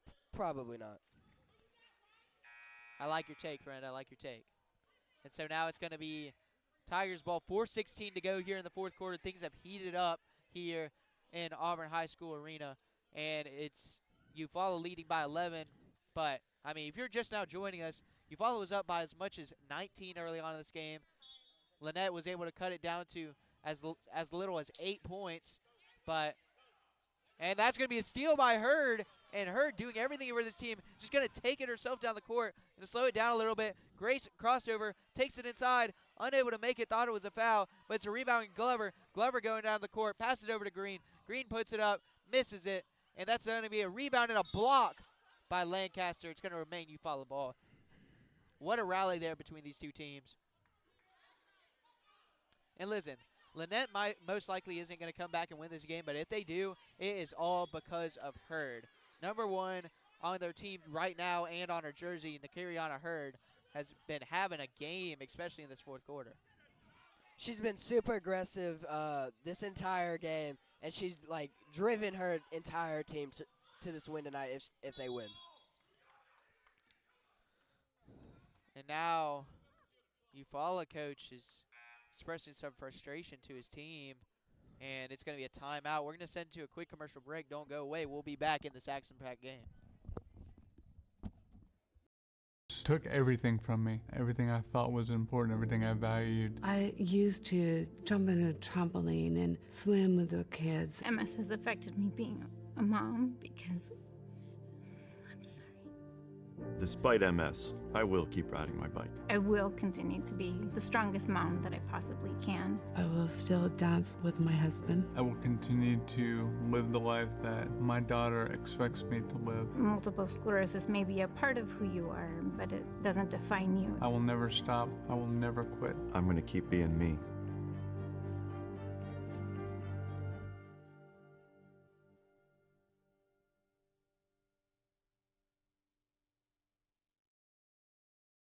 I will be right by your side if I can't find the cure.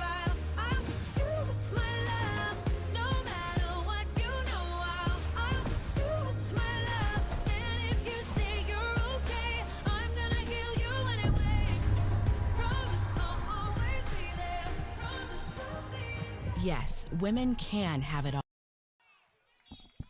And we're back here at Auburn High School Arena. This game has really heated up here in the fourth quarter, and we see a turnover there by Eufuala coming out of the timeout. And let's talk about, we talked about her a little bit here, but how about Nakariana Hurd for the Lanett Panthers? I mean, single-handedly bringing this team back.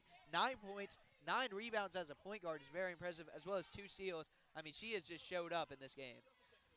And like I said there. all game, she's been super aggressive, and it's really driven her team. Probably for everybody to be also super aggressive as well. And now Eufuala with the ball, and if Eufuala is able to score here, we're creeping up about 3 minutes to go. Could really be the nail in the coffin here, but a great inspired effort here to try and come back. This game looked like it was over in the second quarter, but Lanett slowly chipping away. And now down by 11 here, under 3 minutes to go in the fourth quarter, as Green just chucks it up, but a rebound and a make by Eufuala. And now Eufuala up by 13, 2:50 to go here in the fourth quarter. And 51-38 is your score. And a good pass inside of Lancaster, but Lancaster just unable to make it there. I mean, she was wide open. It looked like a second there. Eufuala was just going to hold it. And now 2:37 to go. Here, Lanett, I mean, they were coming back for a little bit there, but it's now been a 5-0 run to extend this lead to 13. And they're not even pressing anymore. Now Glover passes over to Green, almost stolen by Hurd, and Hurd's going to foul Green. So Nyla Green for Eufuala is going to go to the line. And it's going to be Eufuala ball. Inbounding it for the Tigers is Henderson. 2:23 left to go, 51-38. Eufuala winning. And now Henderson looking for an open man, and she's going to pass into Glover, and Glover holding the ball, looking for an open player. And, yeah, Eufuala going to try and dribble it out a little bit here. No need to rush. 2 minutes, 13 seconds to go here, up by 13. And, yeah, they're just, it's like they're running drills at practice, just running around. Green's just going to hold it. Pass it over to Henderson, and this game reaches under 2 minutes. And if you're Lanett, you got to start thinking about fouling here. As we see, Davis is going to be the one to do it. So, Eufuala not in the bonus yet, though. They're 1 foul away, as that was the 4th foul on Lanett. Actually, no, they are. That was the 5th foul, excuse me. I was looking at the scoreboard. It took a little bit to load. So Henderson going to go to the line for 2 with a chance to basically ice the game here. And Henderson misses the first free throw.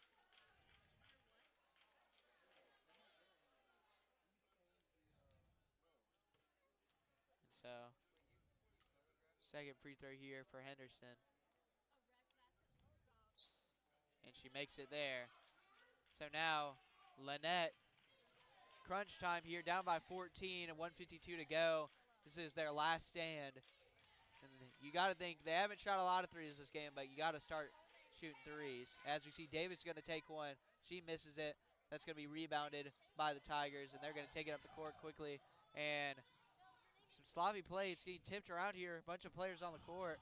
And now Green with it. And she passes it to Henderson, who has space.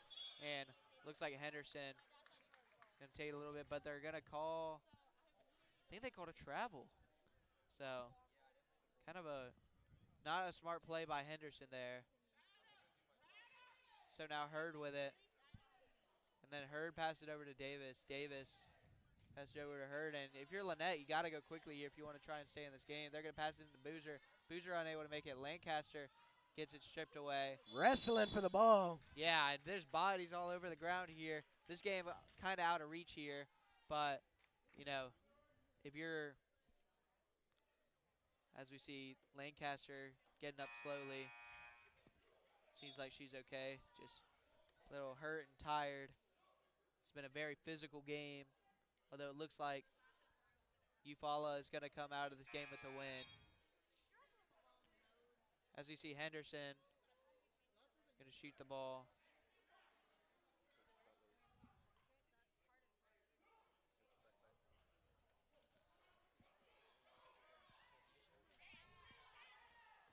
And passing it in, ill-advised pass there by Henderson, and Lanett steals the ball away. And her not even thinking about taking the three. Shows you the type of player she is. And she misses the layup, and once again wrestling for the ball, like you said. And I think that's going to be another, that's going to be another jump ball, and this time it's going to be remain with Lanett. 59.2 here to go. And it seems like this game is all but over. Or excuse me, is probably over. Lanett is definitely going to start having to shoot some threes if they want to get back into. You see Hurd shoots that one, and she misses it, and Glover's going to take it up the court. And Hurd's still playing physical. You love to see it, but Henderson now passes it back to Glover.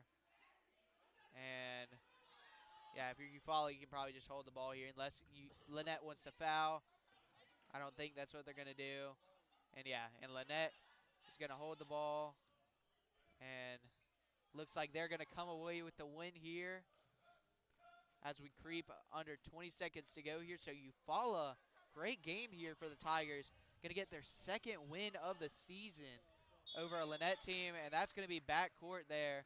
But, I mean, for all intents and purposes, this game is over. Lanett trying to fight back, cut it down to 8 points. But since then, it's been a 6-0 run by Eufuala. Eufuala really showing a lot of heart in this game. And Lanett now with the ball. You're going to try and pass inside, stolen away. And Eufuala is going to dribble it out and trying to put it up at the buzzer. And Eufuala misses. And Eufuala is going to come out of this one 52-38 is your final score. Eufuala moving to 2-7.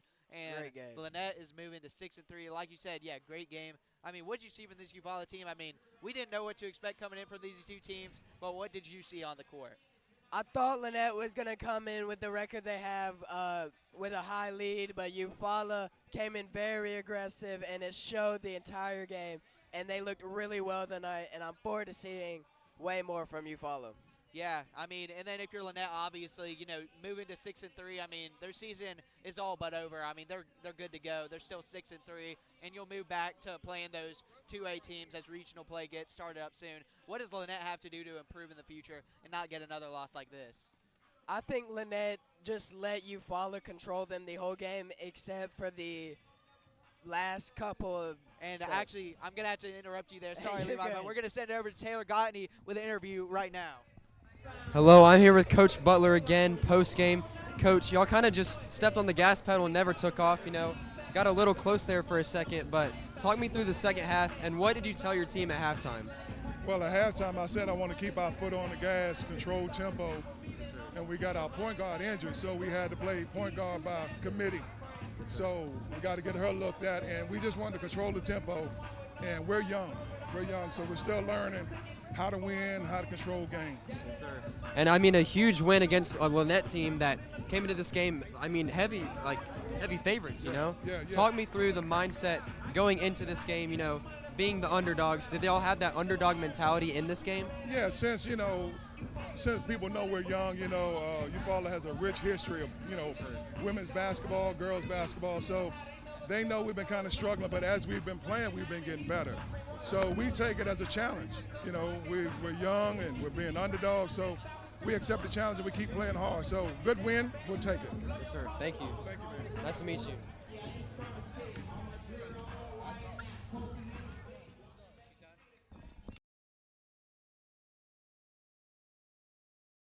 Interview with the head coach of the Eufuala Tigers there, and we're going to send you to a commercial break as we see Auburn and Troup taking the floor for our next matchup coming up in just a bit. Including heart attacks. Know the signs. Heart disease is the #1 killer of women. Get heart checked. Our story was begun by someone else. Our story was often shaped by generations before them. Our story was forged and maybe even defined by the experiences of our childhood. But it doesn't need to be. You can be the author. Learn how at numberstory.org. There are everyday actions to help prevent the spread of respiratory diseases. Wash your hands. Avoid close contact with people who are sick. Avoid touching your eyes, nose, and mouth. Stay home when you are sick. Cover your cough or sneeze. Clean and disinfect frequently touched objects with household cleaning spray. For more information, visit cdc.gov/COVID-19. This message brought to you by the National Association of Broadcasters and this station. The life of every child is precious beyond measure. If you care for a child with a disability and have limited income and resources, help is available. Children with a physical or mental disability or who are blind may qualify for monthly cash payments through the Supplemental Security Income Program, or SSI. The program provides help to meet basic needs for food, clothing, or a place to live, and disability-related needs. It's money that can make a meaningful difference. If you're the parent or caregiver of a child or teenager you think may be eligible, call Social Security at 1-800-772-1213 or visit ssa.gov/SSIkids to learn how to apply today. That's ssa.gov/SSIkids. It's real help for the children. Message produced by Social Security at U.S. taxpayer. We are Sikhs, Sikh Americans. We believe in equality, tolerance, and respect for all.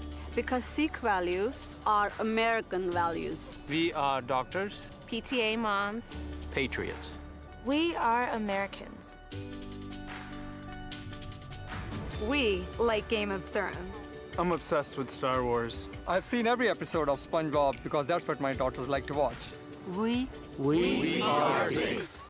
Meet Norm. He lives with anxiety, but with the help of this latest innovation from Be Normal, he can be normal, just like everyone else. With the swipe of a finger, you can project happiness, confidence, machismo. Why settle for being real when you can be normal?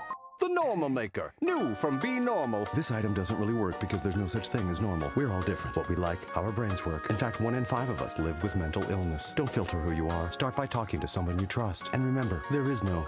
When you take your car in for an oil change, a good mechanic will also take care of other routine maintenance to make sure your car runs safely and efficiently. Protecting your health isn't much different. When you get a COVID-19 vaccine, it's important to make sure you're also protected from other serious but preventable diseases. It's easy and convenient to get other routine vaccines at the same time as a COVID-19 vaccine. So make sure you ask a healthcare professional about other vaccines you may need to maintain your health. Here's to the straggly ones, the lopsided ones, the first ones, the I miss my beard ones. But hey, I look good with this ones. But no way he's grown that in a week ones. The black, brown, red, and gray ones. That one. The itchy ones. The never forgotten ones. The ones grown by Dad. The ones grown for Dad. The started late ones. The absolutely filthy ones. The drawn on ones. The finger ones. The pin ones. The I nearly didn't do it this year ones. And the yeah, why not ones. They all raise awareness, raise funds, start conversations, and save lives. Because whatever you grow will save a bro. Learn more at Movember.com.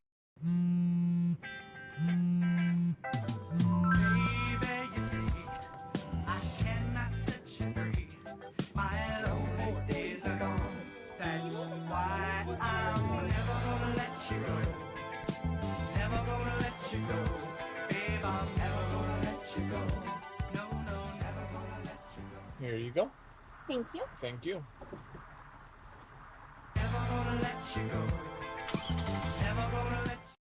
We are strong, we are resilient, and we will get through this together.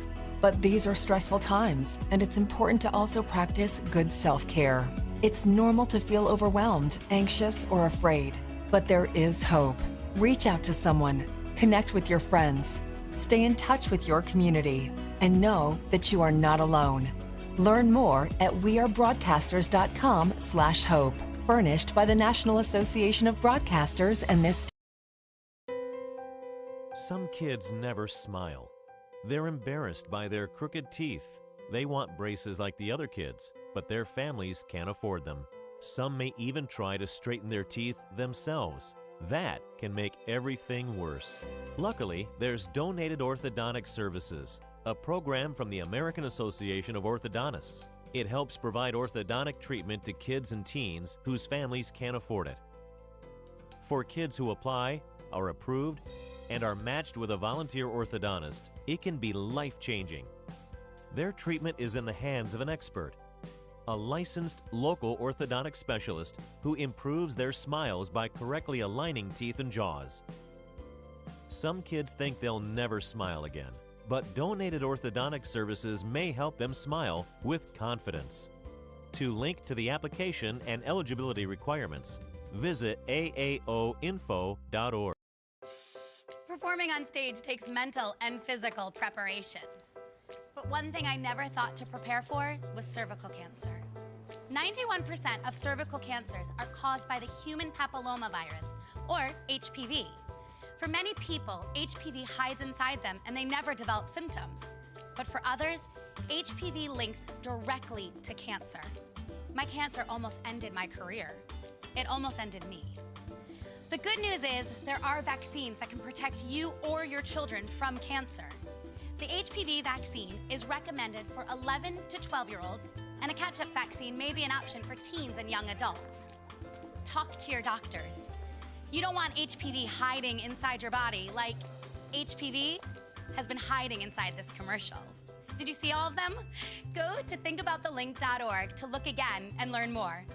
Together, we can stop cancer before it starts. Welcome to my house. Lately, not my happy place. Everybody's pretty tired of each other. The parents were not themselves. My little brothers were morphing into small creatures. The walls were closing in.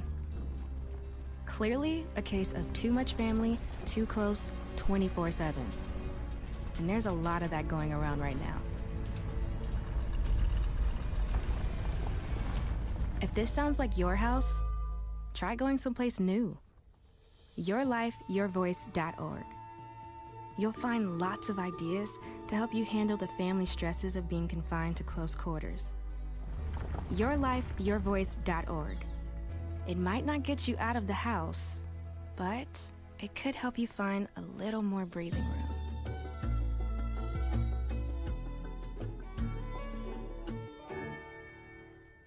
My name's Eddie Metcalf. I enjoy working in my yard, and I can't do that anymore because I'm missing most of my lung. They did a CAT scan of my kidneys. No more kidney stones, that's the good news, but we found a spot on your lung. That frankly scared the hell out of me. I hadn't smoked in 22 years. How could this happen to me? He said, well, you know about radon gas. Well, I heard about it. He said, well, the second leading cause of cancer in America is radon. 22,000 people a year die from this. I literally left the doctor's office, got a test kit, put it in the house, and our result was 39.8. The upper limit is 4. We got to get this fixed. That was on a Monday, and on Wednesday, our mitigation system was up and running. Well, I think everybody should have their house tested. We'd never known we'd still be living there. I could get another tumor from it, but right now it's changing my life.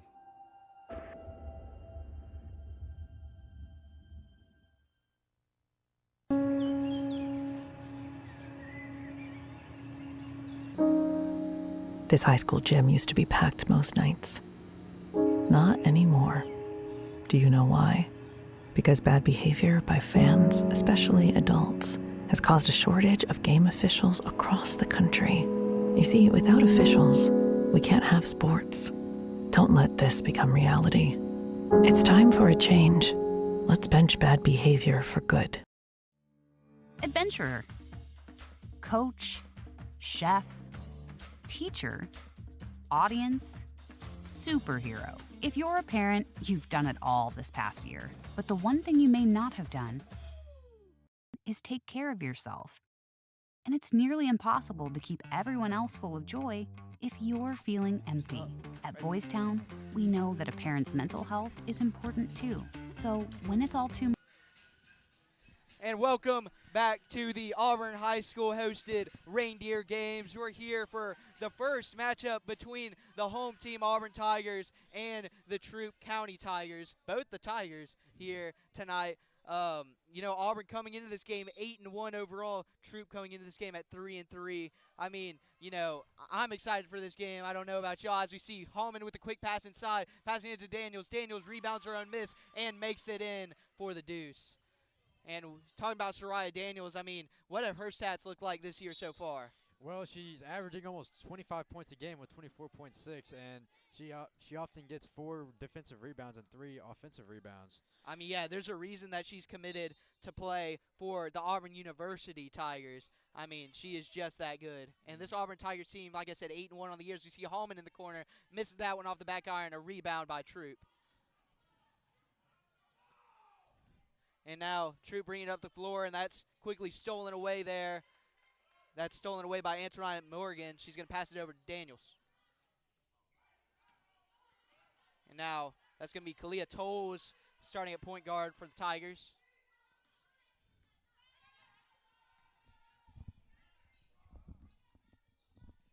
Passing the ball around, takes a shot. It's a miss. And now Troup bringing it up the court off the miss by the Tigers. And so now Troup kind of a bit sloppy here to start off this game. They need to kind of slow it down and get ready. As you see a miss there, and it's going to be rebounded by Hallman. Hallman bringing it down the court. It's a little drop pass over to Tolles, and Tolles going to set it up for the Auburn Tigers. Your starters for your Tigers are number 1, Kalia Tolles at point guard. Number 2, Claire Napper at shooting guard. And then as we see Antoinette Morgan in there, unable to make the bucket, gets her own rebound, but it's not going to be made by Morgan, and it's going to be rebounded by the Troup County Tigers. So now bringing it up the court for Troup is Shania Philpott. And now controlling it for those Tigers is Malia Gilbert. Now Gilbert going to shoot a 3, and Gilbert airballs it, and that's going to be Auburn basketball.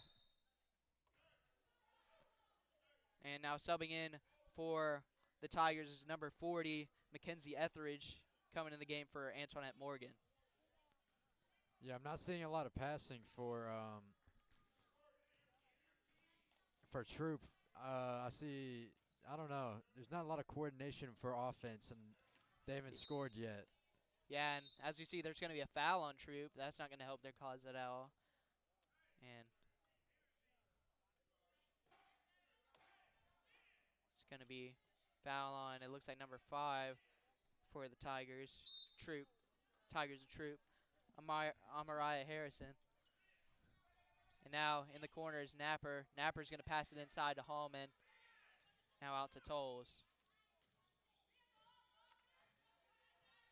Tolles passes it over to Hallman. Hallman now over to Tolles. Tolles passes it to Daniels. Daniels in the corner, wide open. Hallman unable to make the 3, but it's going to be rebounded by Tolles. And Tolles cross back over to Hallman. Hallman left open again. And now back over to Tolles. Tolles shoots the 3, unable to make it.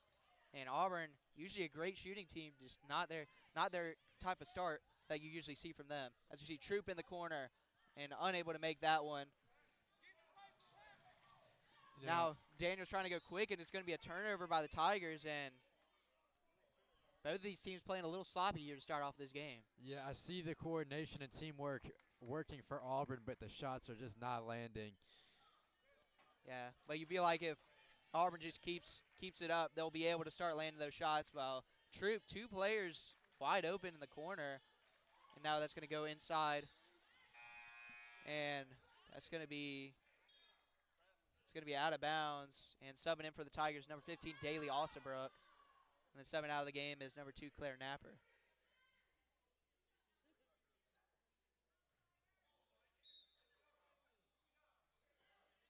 So now passing it in for Troup, Mia Wardham, and that's going to be a foul on Auburn on Daniels. So now Wardham to pass it in again. Looking for an open player, about to be almost a 5-second violation, but it's going to be caught by Malia Gilbert. Now Gilbert going to shoot it up, And that's going to go high off the backboard, rebounded by Tolles. Tolles bringing it up the floor.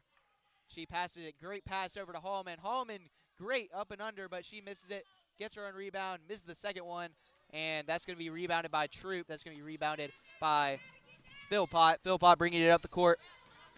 Philpott looking for an open player. Now going to slow it down here for the Troup County Tigers. Passes it over to Gilbert. Auburn cannot get anything to land, but everything is there.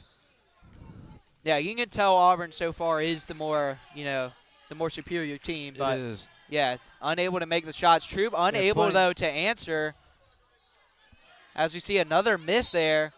Both of these teams missing their shots, but, I mean, if you're Troup, I mean, this is when you want to attack Auburn, when their shots aren't going down. Absolutely. Troup, I think, is going to have to start running some more plays and definitely facilitating the ball on offense. As you see a tip away there by Hallman, made it look easy. So now it's going to be Troup's ball once again. I mean, this would be a huge resume booster for Troup, not only this season but of all time. Troup, a team that, like I said, 3-3, not having a great season, and that's going to be a turnover on them.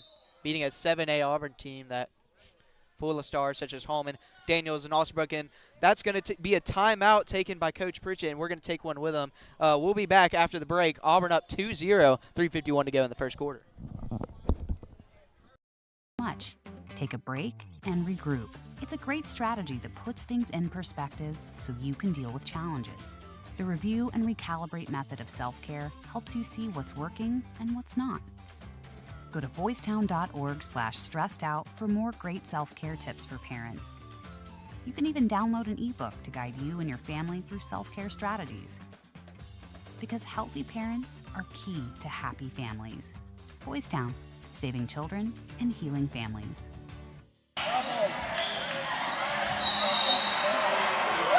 Come on! Are you lying? Oh, come on! Oh, what a bad call! You have no business being out there. Terrible! I'm a person too.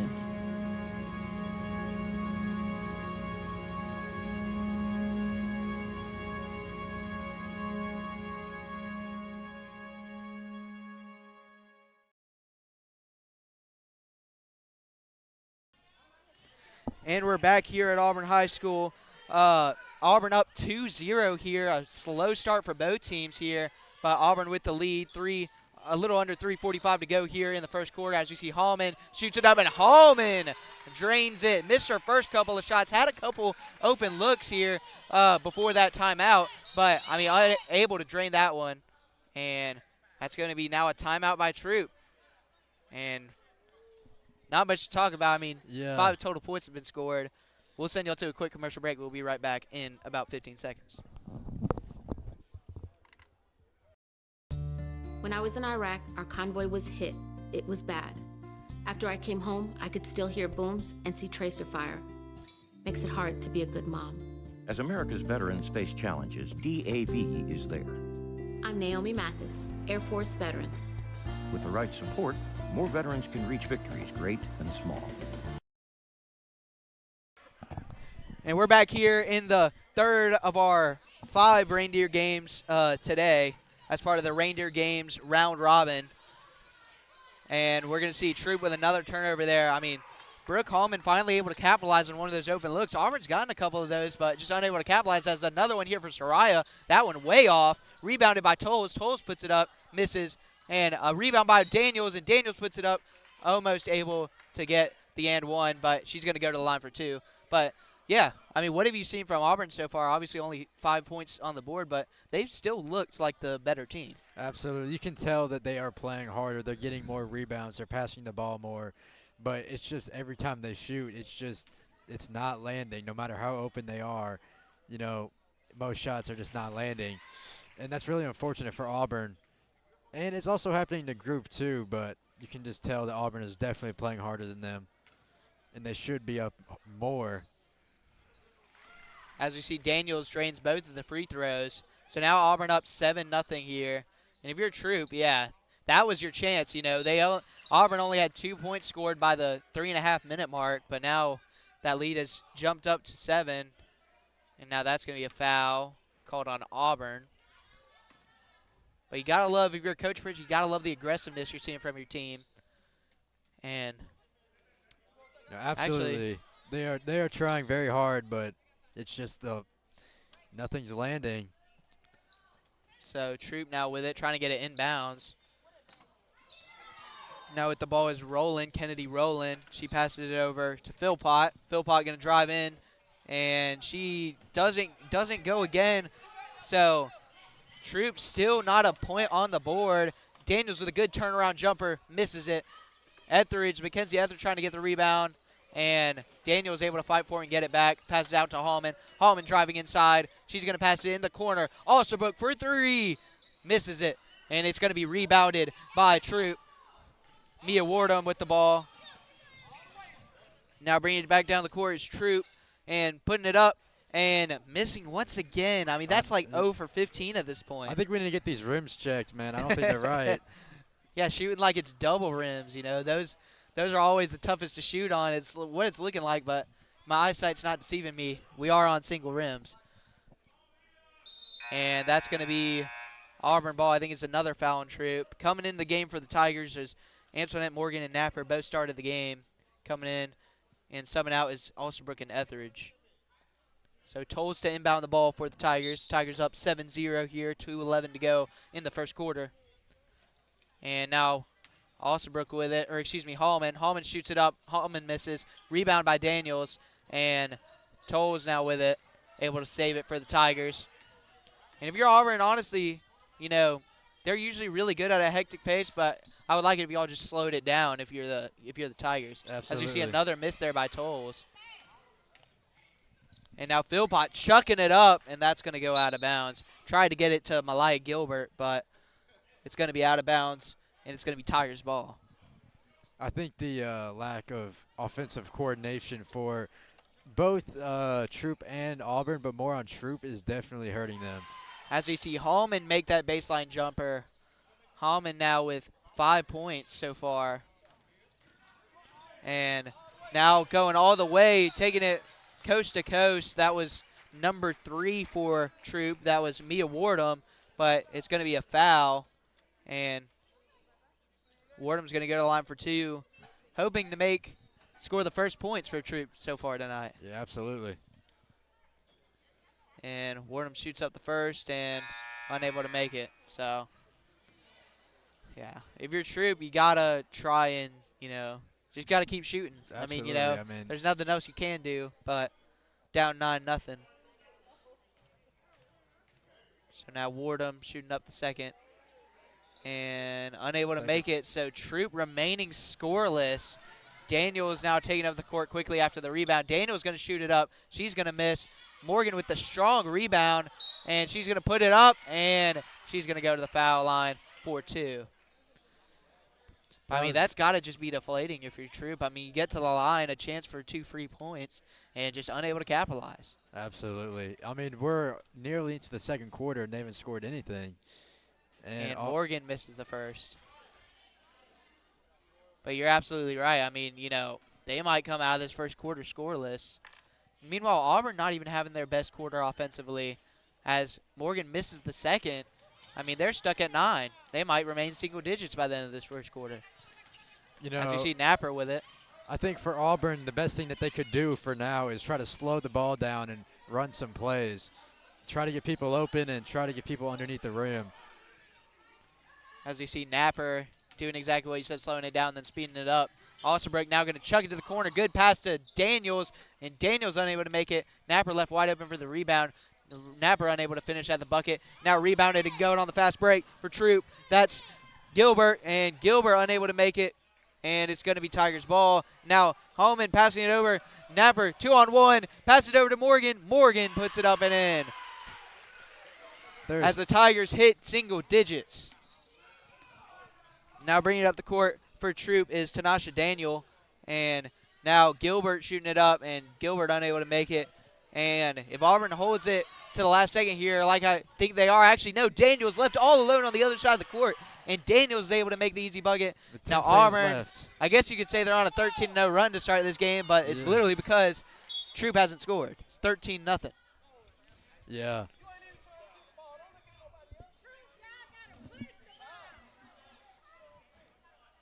So now to inbound it for Troup is Daniel. And pass it in the corner for Gilbert, but Auburn, I mean, let's give Auburn's defense credit. Yeah, Troup has had a lot of possessions and they missed a lot of shots, but it's because Auburn's been able to force those shots, contested shots, and been able to make Troup have to work for it. They're gonna have to work for it if they want to get back in this game. Absolutely, and I think Troup is also playing pretty good defense as well. I mean, they've only got them to 13 points, but it's just their lack of production on offense that is really just holding them back. Yeah, an Auburn team that's been averaging almost 80 points a game, not set to get to nowhere near 20 in this first quarter. So, as you see, passed it over to Wardham, and Wardham's not even going to get a shot off. And that's going to be the end of the first quarter. Literally one-sided affair. Auburn up 13-0 over the Troup County Tigers. We'll be back with your second quarter in just a minute. With help from DAV, I was able to begin to heal. DAV provides a lifetime of support to veterans of every generation, helping more than 1 million veterans each year. Today, I'm part of DAV. We're veterans helping veterans to get the benefits they've earned. And I give my veterans my all. But there's more to be done and more victories to be won. My victory is being able to be here for my children. Naomi Mathis, thank you for your service. May your victories inspire many more. Support more victories for veterans. Go to DAV.org. Okay, I know what you're going through. Too much time inside, not enough outside. And what's up with the parents? They're in their own world. Hello? You can't do anything right anymore. No encouragement, no anything. If you're waiting for something to change, maybe it's time to stop waiting and change things yourself. So ask your parents how they're doing. Yeah, you go first. Ask what you can do to help. Parents. And we're back at this third game in this 5-game slate in the day one of the Reindeer games. Auburn up 13-0 to start the second quarter. And I mean, Auburn doing great on defense, but what have they done on offense so far? Well, it's been really just two people on offense. It's been Sarai Daniels with 6 points and Brooke Hallman with 5. And we also have Antoinette Morgan with 2, and that leads up to the final of 13 points they have right now. Yeah, but I mean, not an offensive game at all. Not an offensive game whatsoever for Troup. But Auburn, great defense so far, has led to good offense. Let's see another miss. Now Napper trying to take it herself coast to coast, and she's going to put it up and in. Got herself on the board. And that's going to be a foul on Tolles.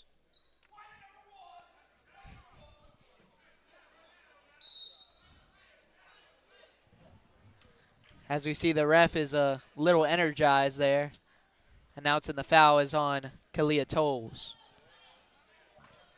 So now Troup just shooting it up in the air, and somehow it worked. Gilbert bringing it back down the court for Troup. Gilbert driving inside, and once again loses the ball, and that's going to be out of bounds on the Troup County Tigers. So, I mean, Troup unable to get anything anywhere, but unable to get anything, especially on the inside. Absolutely.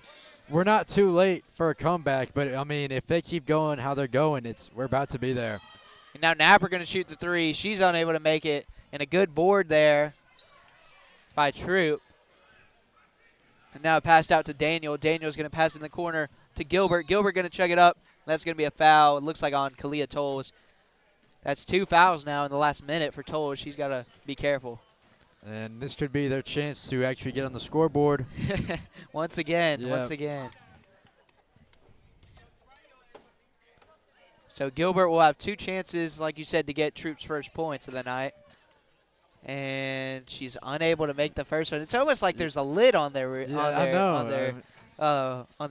think there's some like a clear lid on there. Yeah.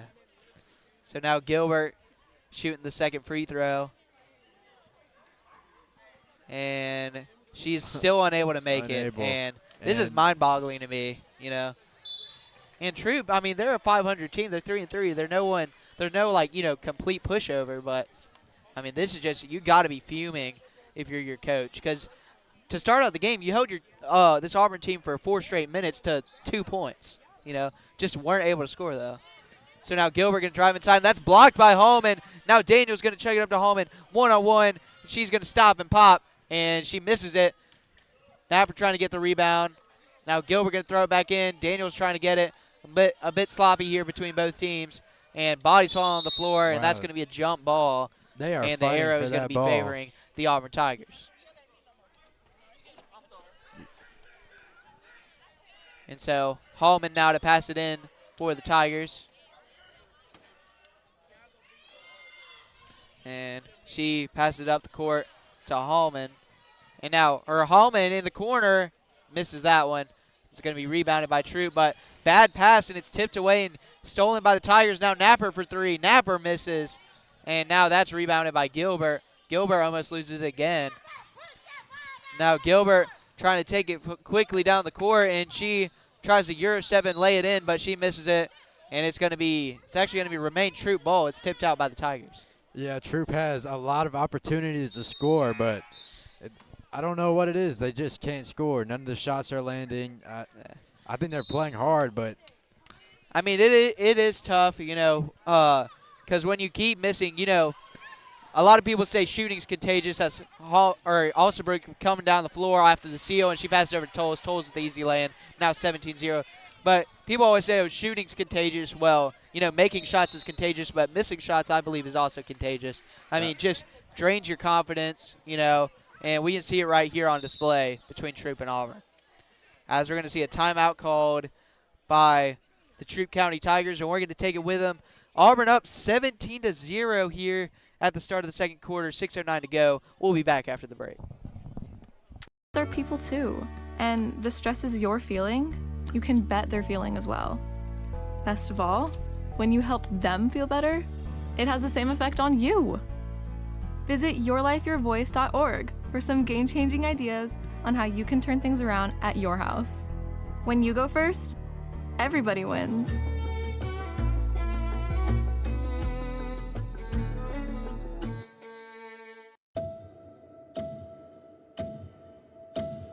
The symptoms started around 2011, going through different doctors, a lot of misdiagnosis. I struggle with tremors, double vision, brain fog, and chronic pain. I picture myself being in this place and everything being out of reach. The MS is getting worse, and I'm still just stuck in this little body. Primary progressive MS. It's comparable to a house where things aren't working as they should. It's not something you could sleep off. You wake up, it's still there. When you hear about a cure, it brings that hope back. It would mean to my kids that they get their mom back. And we're back at the Auburn High School gymnasium as we see Hallman missing that shot in the corner. Auburn up 17-0 here, 5:59 to go in the second quarter. And man, oh man, I mean, Auburn, this is an impressive showing for them so far on both sides of the ball. Well, I do agree a little bit, but I think for offense it's not been too great for them as well. I think with 17 points with 11 minutes of game time is all right, but I think they could definitely score more. That is a fair point. And but to be fair, all that being said, they are up by 17, you know. Yeah. So now this Troup team, obviously this isn't the toughest opponent they're going to face, but yeah, as we see Hallman missing another one, and you also got to understand, I mean, like, you know, if you're up by 17 points, you know, you have a lot of confidence, but you're also, you know, as you can see, they're kind of slowing it down, and, you know, never want to let your foot off the gas pedal, but. Absolutely, but I mean, for Troup, I feel like there is no gas pedal. I mean, they just been like pressing the brake. All brakes, all no the gas. Time. Yep. Yeah. Not even left park.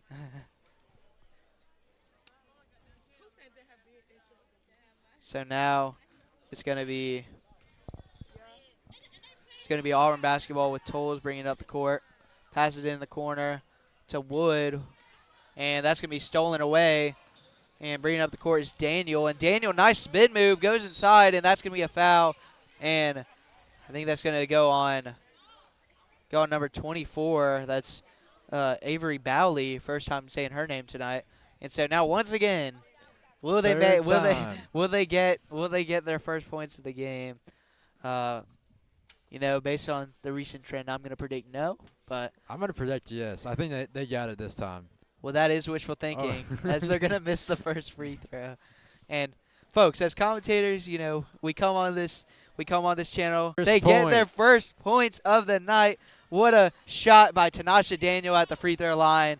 And now cutting the lead down to 17-1 here in the second quarter. Absolutely. 4:48 to go here in the first half.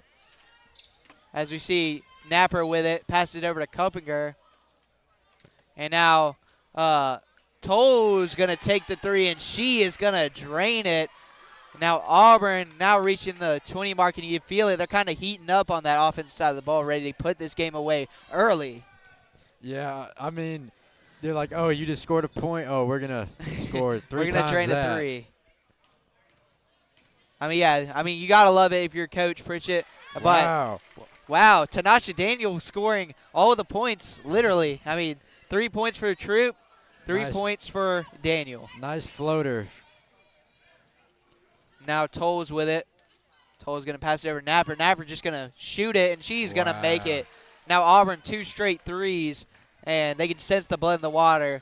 They want to end this before halftime. Absolutely. Now driving inside and getting it blocked is Avery Bowley getting the block for Auburn. Now Tolles bringing it up the court. Tolles looking to take it herself. Now she's going to slow down a little bit. She's going to pass it over to Kuppinger. Now Tolles with it. Tolles going to sidestep a little bit, drive inside, and going to miss it off the backboard. And a good rebound by Troup. Now passing it down the court. And missing it is Philpott. And Kuppinger with the rebound. Now Napper bringing it up for Auburn. Napper driving inside, passes it to the corner. Jonah Wood, first time saying her name. She is unable to make that as that goes over the backboard. It's going to be Troup ball. Auburn up 23-3 as we see subbing in for the Tigers. That's going to be number 34, Ramonica Tate. She's going to sub in for Avery Bowley, number 24. And then subbing in for the Troup County Tigers is number 20, Malia Gilbert. Yeah, a lot has gone on in these past minutes. You know, we've seen back-to-back threes. You know, we saw Troup score, and they scored again. As we see another bucket made and a chance for a three-point play and a chance to double up the points here in this one possession. That would be huge for them. Yeah, so number 45 at the line for Troup. She is not on the roster we were given, so I do not know her name, but shout out number 24.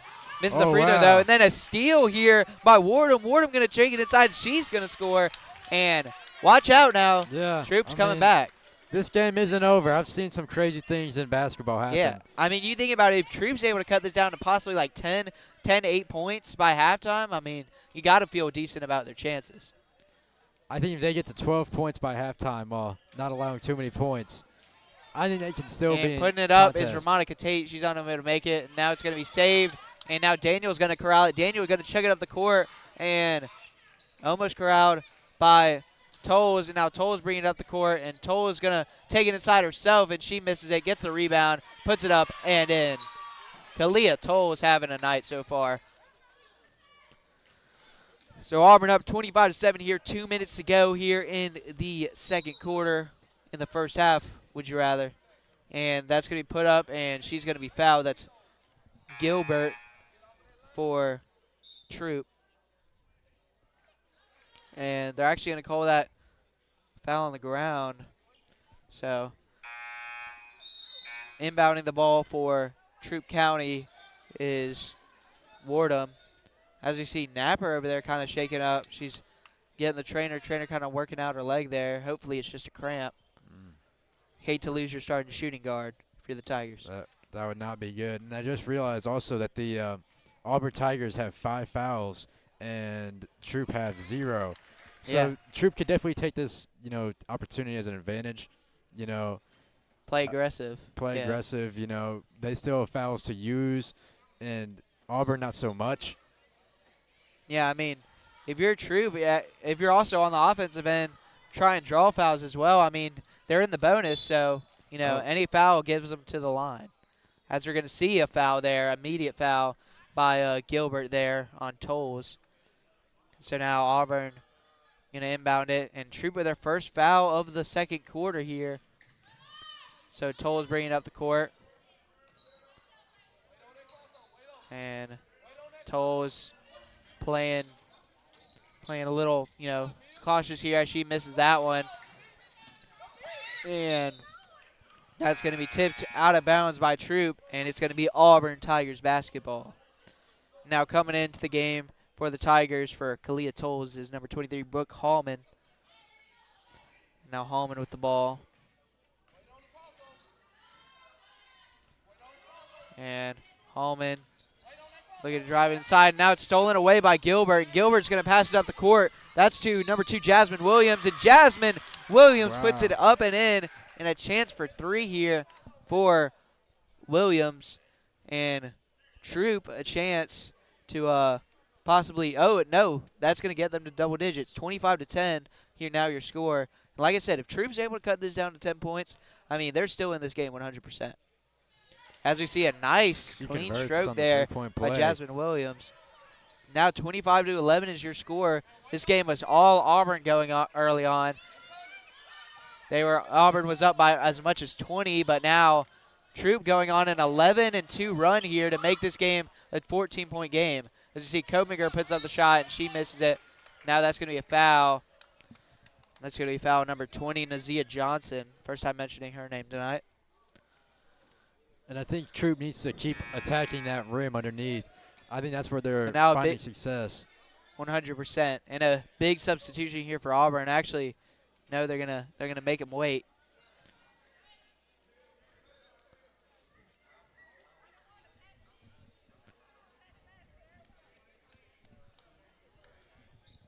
So now, let's see, Mia Wardham at the free throw line, and she makes the first one. Not exactly sure what the foul was on. I must have missed something. As we see subbing in for the Auburn, it's going to be starting lineup back in the game, minus Claire Napper, as she's still on the sideline. She's back on her feet, but still a little bit shaken up, not with the team at the bench, but she looks to be walking back there right now. And so now Hallman gets the rebound. Hallman's going to pass it up to Tolles. Tolles going to pass it inside to Daniels. Daniels going to put it up, and that's going to be blocked. Daniels gets her own rebound, and she is able to make it on the turnaround jumper.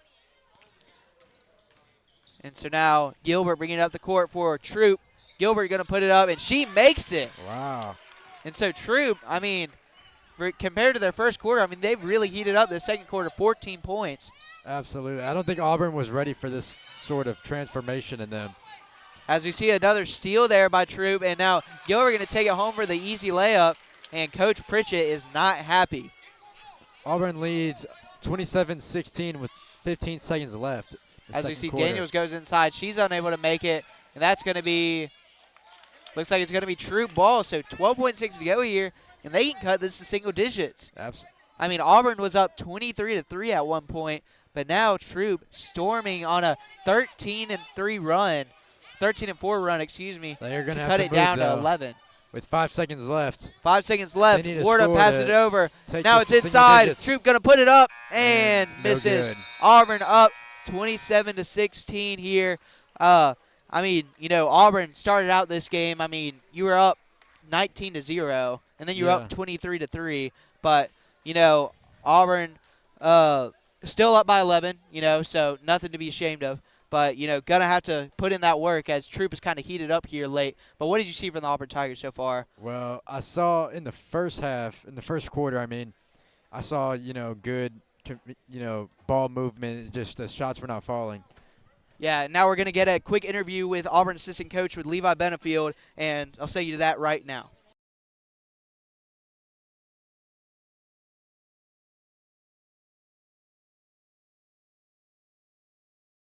get to where y'all were? Last game? No, in current quarter. I just think, pushing. I don't think we're playing to the standard we want to be playing at. I think we're playing okay. We got some things to adjust here at halftime. So we're going to get in here and draw it up. Just some things to fix, We're playing okay, but I think we can play much better coming out this next half. Thank you. Yes, sir. Thank you, Levi, for that interview, and we're going to send y'all to a halftime break. We'll be back in about 10 minutes here. Auburn up 27-16 at half over the Troup County Tigers. People would be saying, hey, remember MS? You know what that is? If no one would have to ever experience this, it would just change the world.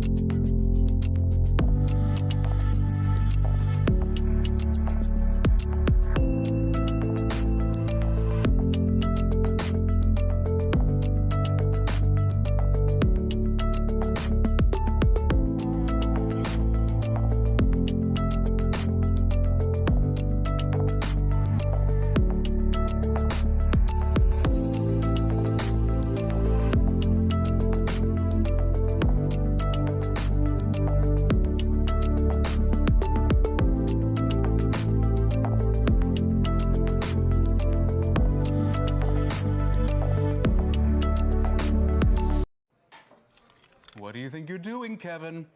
Was just gonna drive home. There are several warning signs present that you shouldn't be driving. Like hearing voices? Like your text-to-emoji ratio? Oh man, the selfies. Selfie, nailed it. We all have warning signs that let us know that we're probably not okay to drive. Mine is pretending to be your subconscious. Craig, come on man, let's split a ride home.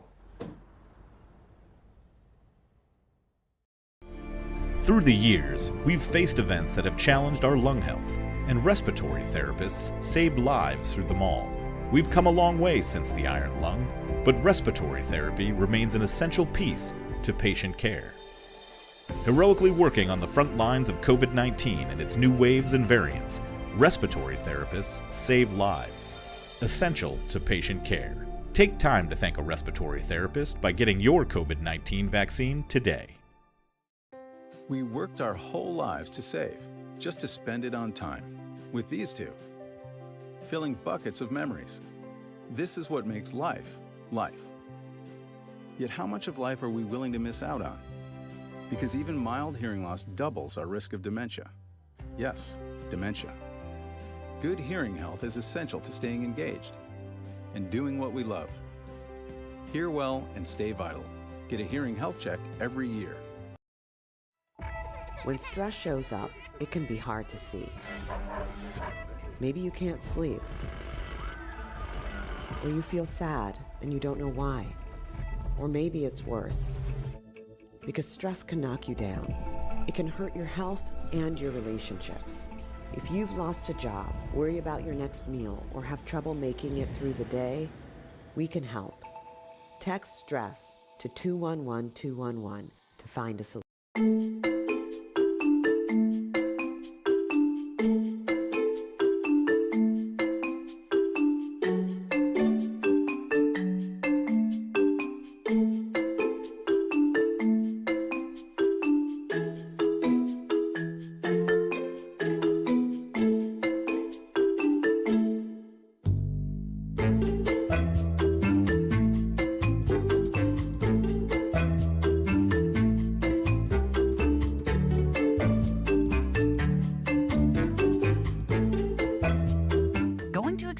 Parenting your teen, it might be time to take a new approach.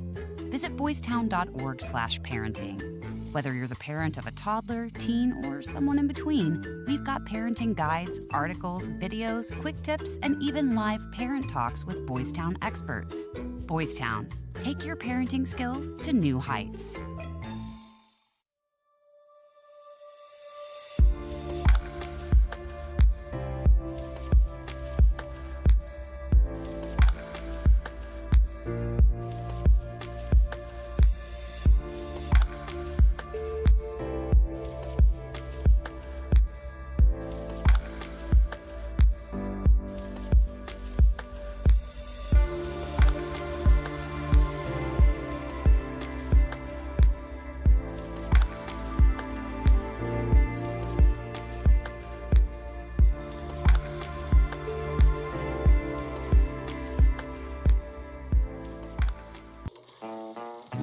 was smoked in those days.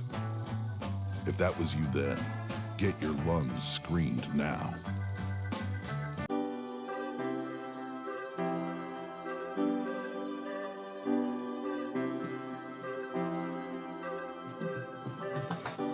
You can't tell how someone feels just by looking at them or what they share online.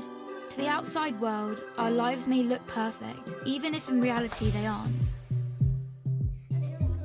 I'm always worrying about doing well at school, and with the end of year test coming up, I'm not sure how much longer I can cope. My thoughts swarm around my head, sometimes keeping me up all night.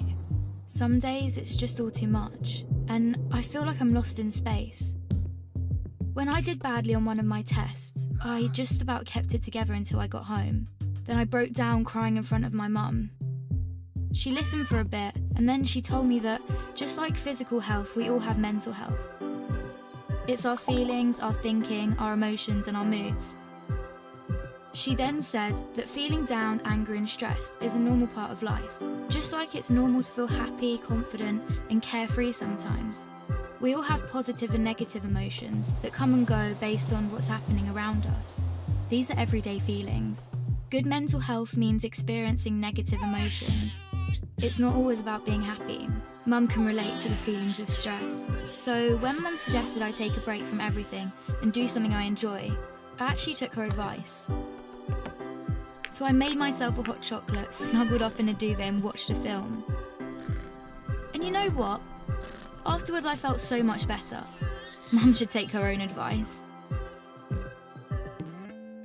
Most of us only ever share the good things. We don't like to share how we really feel.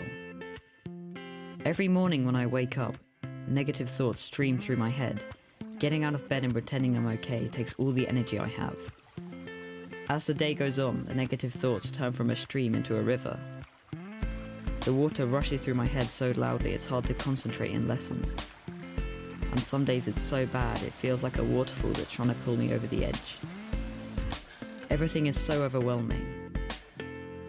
I didn't think my friends would understand if I told them how down I was feeling. But when Sasha opened up to me about how stressed she was feeling, I told her. I wasn't sure how to bring up how I'd been feeling, so I started by saying that I didn't feel like myself.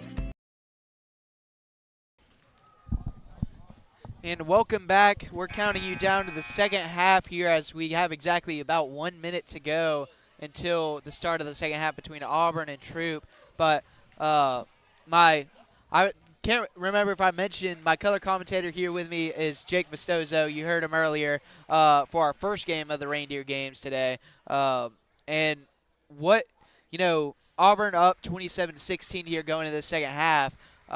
What have they done so far to get this lead, and what have some specific players done to help them get this lead as well? Well, I think that the first quarter definitely helped them when they held Troup to 0 points. They had 15 points in the first quarter, and by using teamwork and just getting open and shooting smart shots, they took the lead pretty early and kept off that. Yeah, and then if you're Troup, we actually just saw this now, but Gilbert for their team, she averages 27.7 points per game. Not only that, she is a freshman. So far, 5 points on the game, but, this Troup team, they have potential, and they can come back in this game. As you see, that's a good start there, as we got Philpott putting it in there for the Troup County Tigers. And now Kalia Toll has just made one of the Troup players fall there. As we see Daniels bring it in, and Daniels was able to put it up. So already a faster start than we had to the start of the game. As we see the scoreboard not really working right now. Yeah, they did not add Troup's points. But it should be, all right. It should be 29-18. All right. And we see it right there. They fixed it. And we're going to see a jump ball here. Good job by Toll. It's going to remain with Troup. But, that's the best start you could ask for in the second half in terms of offense. Actually, it's going to be Auburn ball. But, they didn't score for one whole quarter. They scored in one possession right there. So they're definitely, heating up. And so Napper bringing it inside. Napper is going to stop and put it up, and she misses it. Rebound by Gilbert. Now Gilbert bringing it down the floor. Gilbert just going to take it herself, and she misses that one. Rebound by Tolles. Tolles bringing it back up the floor. And Toll's going to good no-look pass to Napper. And Napper, that just rims out. A good, strong rebound by Morgan, though. And now that's going to be called for travel. Oh, they called it travel. Rebound. That's actually a good call because you saw she fell down. So, but still, you love the effort from Auburn. You know, you love the effort. Oh, wow. Auburn stole the ball back.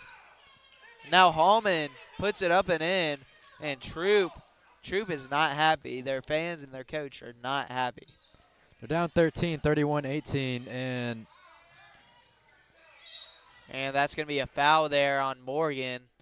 Very physical play still in this game. That foul will go against Morgan, and it'll be Kennedy Rowland who draws the foul for Troup. Auburn has a lot of fouls, and so they're going to have to be careful when defending because they just can't have any more fouls. And now Napper steals it away. Daniels all by herself, and Daniels puts it up and in. Auburn's coming off hot. So now Gilbert to take it up, or excuse me, Philpott to take it up for Troup.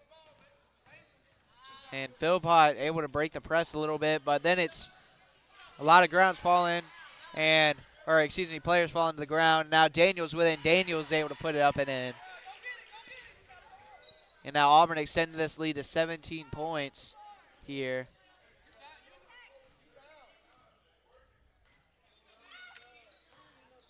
Auburn actually going on an 8-0 run here in the last couple of minutes to start this second half, excuse me. And a missed shot by Gilbert and a rebound by Tolles. Tolles with a lot of rebounds. She is somebody that does that. She averages about 5 a game as a point guard. So, and Morgan fouled there after she gets the rebound. So once again, gotta love the effort you're seeing from the Auburn Tigers if you're Coach Pritchett, but you feel like you could be up by so much more. Absolutely. And they are up by 17 right now, 35-18. And Hallman passes it in the corner to Napper, and Napper gets it in. And now Auburn extends to what was their biggest lead of the game, 38-18. And now Philpott with a nice hook shot right there. And Troup able to get to 20 points now, down 38-20, and almost a steal by Wardham. It's going to remain Troup ball. Or actually, no, it's going to remain Auburn ball, excuse me.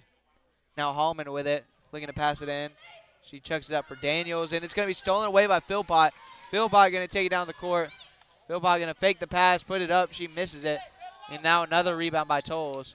And Tolles with some nice hands, able to dribble down the court herself. Passes over to Hallman. Hallman going to stop, fake the shot, and he passes over to Daniels. Daniels gets blocked. Now Hallman going to shoot it up for three, and Hallman drains it there. And you see Coach Pritchett just dabbing up his player. Auburn now with its biggest lead of the game, 41-20. Yeah, Auburn is definitely playing more aggressive this quarter than the second one, not allowing, any points in the paint and, spreading the floor and taking threes, which they've now been making. So now Troup down by 21 here, and Auburn has exploded to start the second half. And now that's going to be up and down on Troup.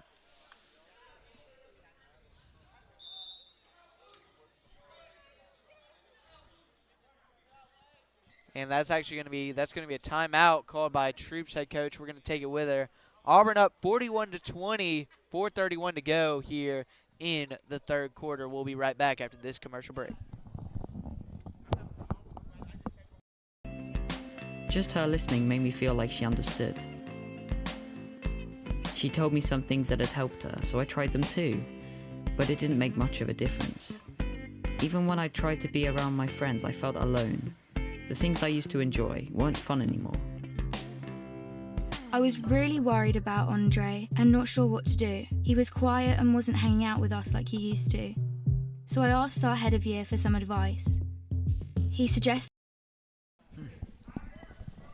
We're back in the third matchup of 5 in the day one of this Reindeer games. And what are some of the stats so far for the Auburn Tigers here in the second half?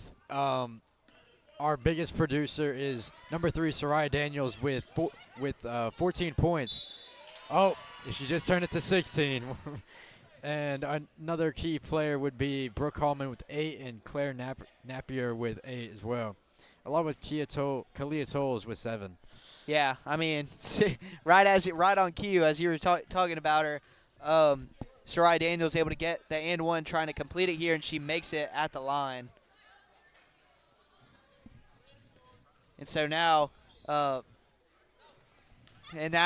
Daniels with 17 points on the night, and now Troup bringing it back in, and they're able to finish with the easy bucket. That's Gilbert. Yeah, Gilbert has 7 now. Yeah, Gilbert with 7 points now on the night, and Daniels going to pass it inside to an open Hallman. Hallman turns around, shoots, misses that one. It's going to be rebounded by Wardham. And so now Gilbert with it. Gilbert bringing it up the court, and that's going to be stolen away by Alsabrook. And now Alsabrook bringing it up the court, and she needs to slow this down, and she does. So now Tolles with it. Now Daniel's going to put it up, and she's unable to make it there. And that's going to be off the hands of Hallman, and that's going to be Troup basketball. But Auburn up 44-22 now, doubling up the Troup County Tigers. Auburn has definitely played way more aggressive this quarter than the entire previous half. You know, they are spreading the floor, taking good shots, and really playing hard defense, not allowing a lot of anything. I mean, you think about it, they scored 27 in the first half. They scored 17 just this quarter. So, and that's going to be Troup basketball.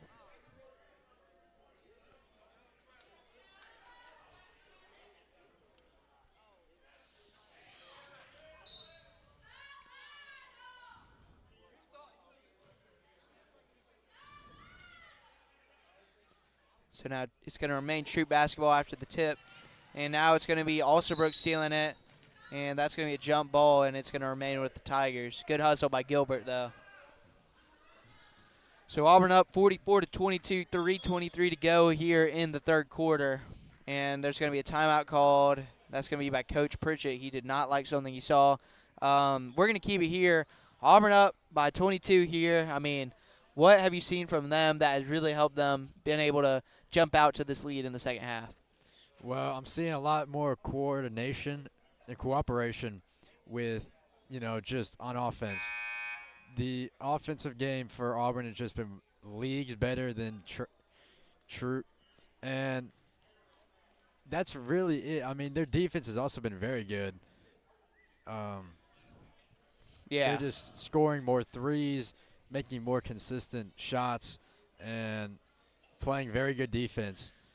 Yeah, I mean, if you're Auburn, you've come out and you've doubled your lead that you had at halftime, up by 11 at halftime. You thought, oh, maybe Troup has the momentum, maybe they'll be able to come back or something like that. But no, Auburn slamming them to start out this second half. And as we see, Hallman pass it cross court to Alsabrook. And now Tolles with it. Tolles passes it inside to Daniels. Daniels shoots it up, unable to make that shot, and it's going to be rebounded there by Philpott. Now Philpott with it. Philpott drives in the lane, and it's going to be a foul on Soraya Daniels. And Philpott is going to go to the line. Actually, yeah, Philpott's going to go to the line. So Philpott trying to cut this lead to 20. These are crucial shots. They need to make almost every single shot they're ever going to make for the rest of the game to keep on pace with Auburn. And she makes the first one.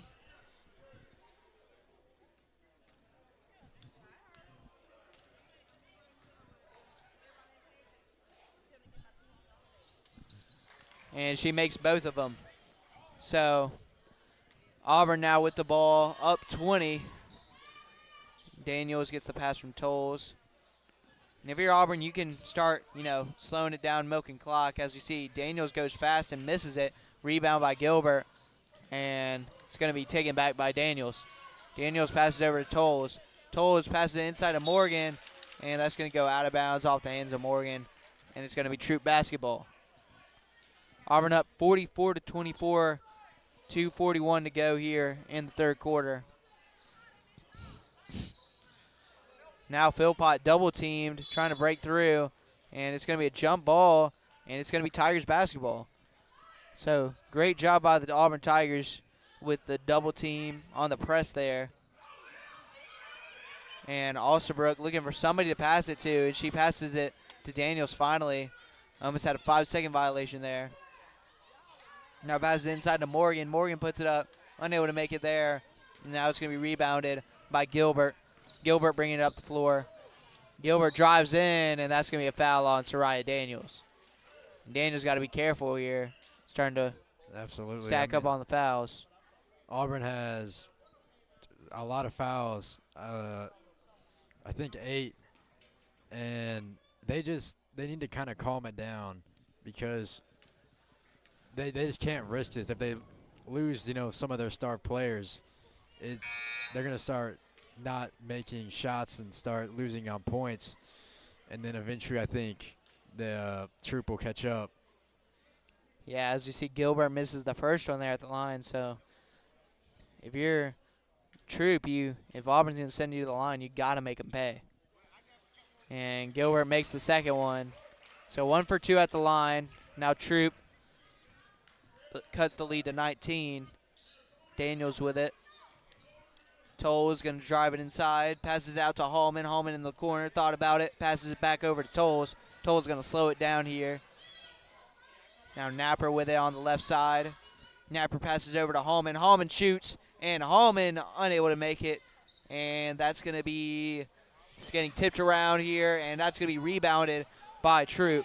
That was number 12, Kennedy Rowland with the rebound. Now a dangerous pass, but it was caught by Philpott. Philpott just going to take it herself, and she's unable to make that.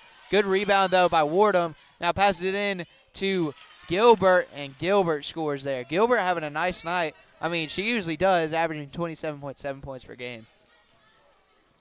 Yeah, Troup has been on a little bit of a run. They've cut that lead down to 17 now, and their defense has been playing pretty good.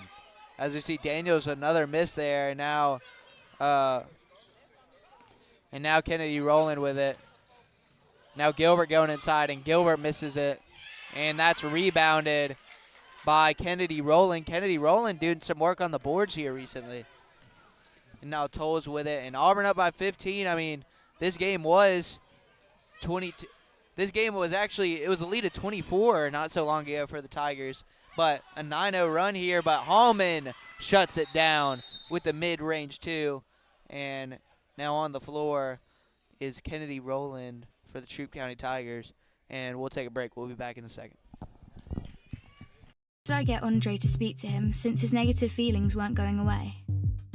I didn't want to speak to our head of year, but I also didn't want to keep feeling so down, so I went.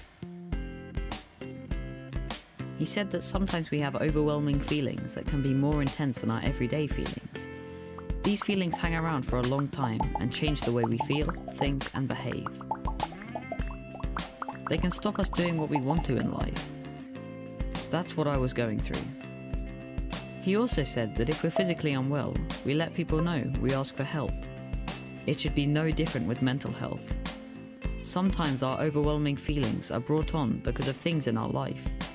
Sometimes they happen for no reason at all. After hearing this, I felt much less alone and it felt good to talk. Scientists have found exercise can help when you're feeling low, so our head of year encouraged me to sign up to the school football club, which Sasha was already in. I still have days when the river is there, but now I'm beginning to understand my mental health. I'm learning how to cope. Our head of year reminded me that my friends, family, teachers, and lots of others at school are there to help just as much as he. And we're back here at the third of our 5 games tonight for day 1 of the Reindeer games round robin here. And Kennedy Rowland there able to get back on her feet and get to the bench. She looks to be okay. It looks like she just slipped and fell. Hopefully she's able to return. As you see, Wardham drives inside and able to get the lucky bounce. And now, I mean, this Troup team catching fire here at the end of the third quarter. And, I mean, now brought it within 15. And Wardham almost with a steal. Now Daniel's going to drive inside, pass it over to Morgan, and Morgan able to control it. Now Daniel passes it to a wide open Philpott. Philpott trying to control it herself, and she makes it in. And just like that, Troup has cut it down to 13. And I feel like we're living over the same thing as Daniel's going to shoot it up, and she misses it. And so Auburn up 46-33. And, I mean, I feel like we relived the same thing that happened in the second quarter. I mean, second quarter, Auburn was up 23-3, and then all of a sudden, Troup storms back and makes it an 11-point game going into halftime. Yeah, the win is still attainable for Troup. I just think they need to keep doing what they're doing, playing hard defense, and, you know, capitalize on the fast breaks that they're making on this tough defense. Yeah, and we're going to keep it here during the break. But, you know, how about Soraya Daniels tonight? I mean, she's, you know, averaging about 24 a game. But, I mean, tonight she's still putting on a great performance. Yeah, she got 17 points right now. And, you know, it's been mainly around 5 people scoring. You know, Soraya Daniels with 17. We have Claire Napier with 8. We have Kalia Tolles with 7. Brooke Hallman with 10, and Antoinette Morgan with 2. And, you know, for Troup, it's been Malai Gilbert with 9 points. That's really been keeping them in this game. But, you know, Shania Philpott also has 6 points, which, you know, is helping them. And Mia Wardham, with 5. Jasmine Williams with 3. And Tanasha Daniel with 3. So, yeah, that's been a lot of their scoring. And, you know, Troup has definitely been capitalizing off of these fast breaks. You know, they're playing really good defense. They're stealing the ball. They're blocking shots. They're making important rebounds. And, you know, they are making quick work of this. And we have just kicked off quarter number 4, and Troup has the ball.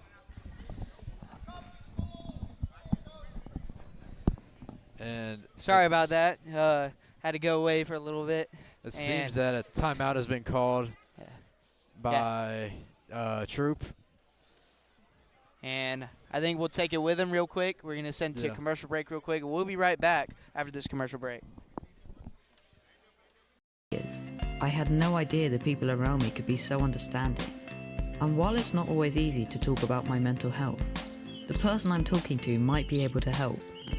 If you don't feel like talking, that's fine. You could try writing, sports, reading, art, music, playing with your pet, whatever makes you feel better. If you're the person someone talks to when they're struggling, just listen with no pressure or judgment. And we're back, and Auburn up 46-33, starting this fourth quarter. And now Troup trying to come back a little bit here. Had a bit of a run at the end of the third quarter, but we'll see if they can keep it up, as that's actually going to not be the way they want to start it out, as they're going to have a turnover there. Yeah, Auburn has definitely trying to up their defensive game, as they are double teaming whoever has the ball. And that worked well for that last drive, as it forced them to go out of bounds. Now Toll is going to pass it inside to Daniels. Daniels passed it over, and that's going to be out of bounds off the hands of Antoinette Morgan, and so it's going to be Troup basketball to pass it in.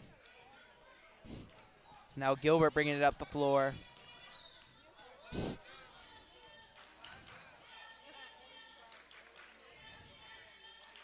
So now Wardham with it. Wardham passes it back to Gilbert. Gilbert over to Philpott, and Philpott drains the 3. And just like that, it's a 10-point game. Wow, incredible playing by Troup. You know, they were down 25, and they're making a comeback like this. Yeah, I mean, this is the closest it's been since the first quarter. So when Auburn, hadn't scored, ever since Auburn got up by 13 in the first quarter, it hasn't been this close, as Daniels drives in, and she brings the lead back up to 12.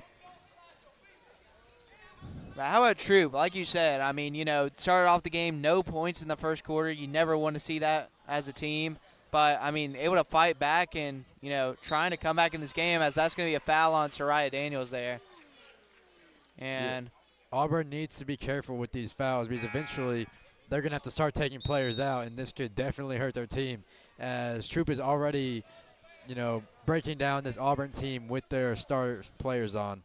Yeah, I mean, Daniels, I'm pretty sure that's at least her third foul. I mean, she cannot get fouled out.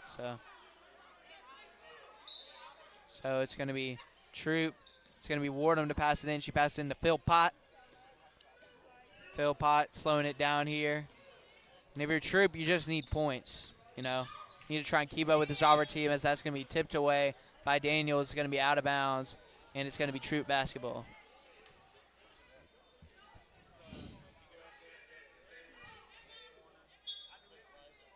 So now Wardham to pass it in.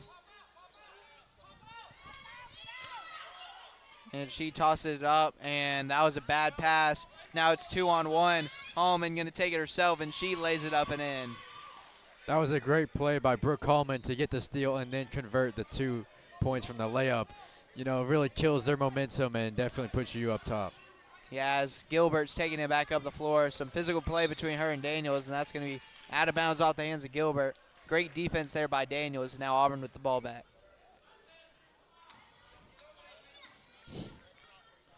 And now Kalia Toll's bringing it up for the Tigers.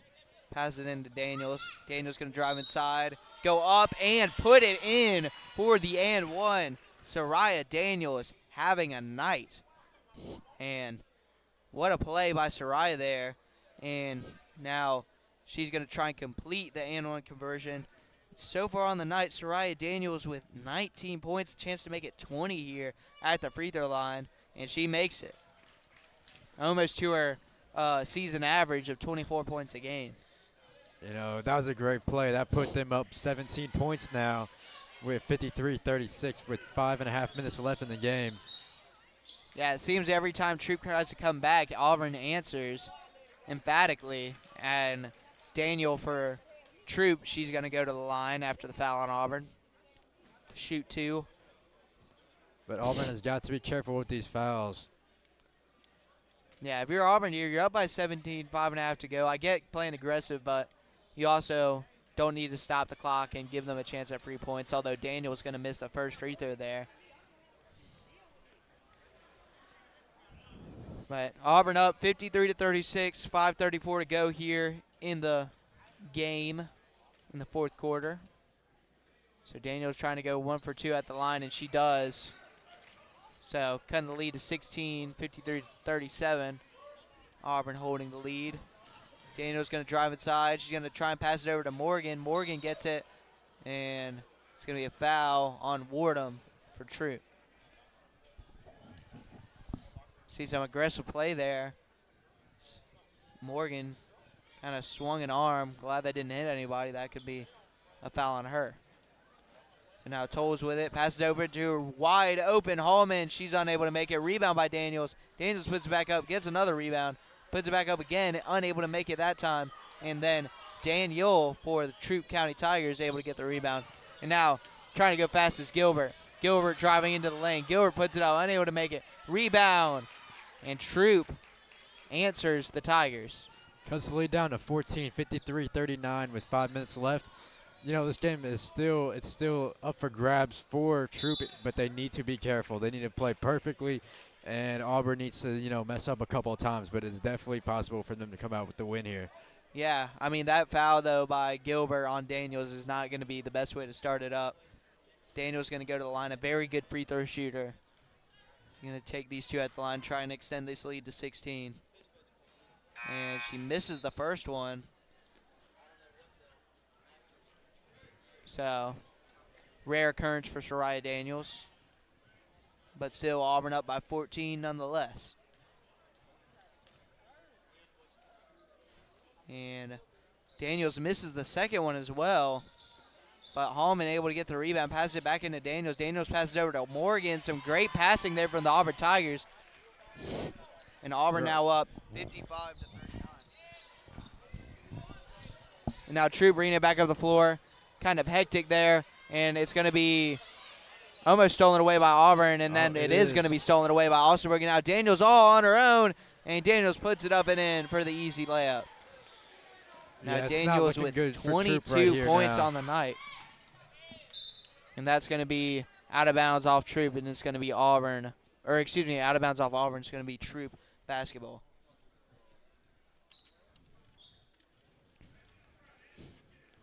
So now Troup passing it in. Philpott with the ball guarded by Tolles. Tolles playing some good defense here. Now Philpott's going to be double teamed. Now Gilbert with it. Gilbert passes back out to Daniel. Daniel passes it over to Philpott. Philpott going to take it herself, put it up, and in. And now that's the lead to 16 with 3 minutes and 58 seconds left in the fourth quarter. And now there's going to be some substitutions for the Tigers of Troup County, that is. Number 2, Jasmine Williams coming in the game. For number 10, Philpott. As Ostabrook's going to take a corner 3. She's unable to make it. And that's going to be, it's going to remain Auburn basketball. 30:44 to go in the game here. Auburn up 57-41. Feels like unless Troup goes on a huge run right here, that Auburn is going to come away with a win. So that's going to be tipped away, and that's a great sight to see if you're a Troup fan. Coming back into the game is Kennedy Rowland, who we saw go down earlier. And now Gilbert steals it away. Gilbert one-on-one against Alsabrook. Gilbert, nice spin move, takes it in, and what a pretty move by Gilbert there. Great and play. If you're Alsabrook, nothing you could have done to that move. Now Daniel's taking inside. That's going to be a foul. Although I think they're going to call it on the ground. As this is not NBA, there's no continuation, so it's going to be a common foul on the ground by Troup. Now Hallman just chucking it up for grabs, and dangerous pass there, but it's going to stay Auburn ball. Dangerous for our setup too. Yeah, but it is not looking good for Troup right now. With 3 minutes and 20 seconds, Auburn ball and down 14. And Daniels tries to put it up and in, but that's going to fall no good. And now Gilbert taking it 2-on-1, and she just takes it herself. And Gilbert really trying to put this Troup team on her back, now cutting the lead down to 12. With 3 minutes left to go in the fourth quarter. And now Daniels bringing it inside, and she's going to take it up and in. And one. And how many times have we said that tonight for Daniels? Daniels now with 24 points on the night, right at her season average. And now she's get a chance to have an above-average night. Well, I'd say she's already been having that, considering all the help she's been doing off, not just scoring the points, but playing defense and assists and rebounds. Yeah, Daniel is committed to play at Auburn University as she misses the free throw, although stolen away by Hallman. Hallman going to take it in herself, pass it out to a wide open Napper, and Napper's unable to make that one. And now that's going to be a foul. And I think he called it on Daniels. I think that's Daniels' fourth.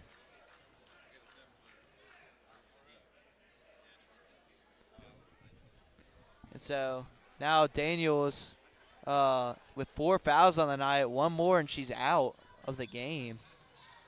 Now Daniel with it. And Daniel is going to pass it over to Philpott. Philpott passes it in the corner to Daniel. Daniel passes it in. Rowland going to go up with it. Rowland unable to make it, but it's tipped out. Philpott's going to recover it. 2:26 to go here. Troup needs a score. Gilbert puts it up, unable to make it. And it's rebounded by Philpott. Philpott unable to make it. And multiple opportunities for Troup there, but just could not answer. Morgan with the rebound, and now Auburn pushing the momentum down the court, and that's going to be blocked by Rowland. Rowland's going to pass it back over to no one. And so it's going to be Auburn ball. 2:02 to go here in the game. Auburn up 59-45. And this one looks like Auburn's going to come out with a win, but not a super pretty one, though. There's definitely stuff to work on. See right there, another miss. Napper shooting it up, misses that one. And now Wardham, and that's going to be out of bounds. And that's going to be Troup basketball.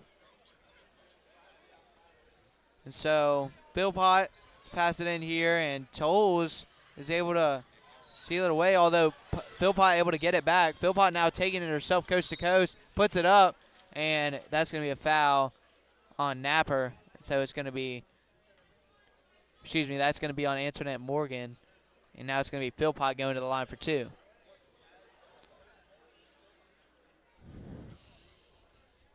Now you feel like if you're Troup, might take a miracle to come back from this one, although you got to make these first 2 free throws. And she missed the first. Now if you're Troup, I know it's, I know it's high school and there's 1:37 to go, but do you purposely miss here with a chance to try and kick it out for a 3? And she makes the second. Yeah. What do I know? Auburn's up 59-46 here. 1:34 to go in the game. Now Daniels driving inside, a Holman wide open on the corner, and she drains it. And that might have just been the nail in the coffin. Yeah, Auburn up 15 points, 61-46, a minute 20 left.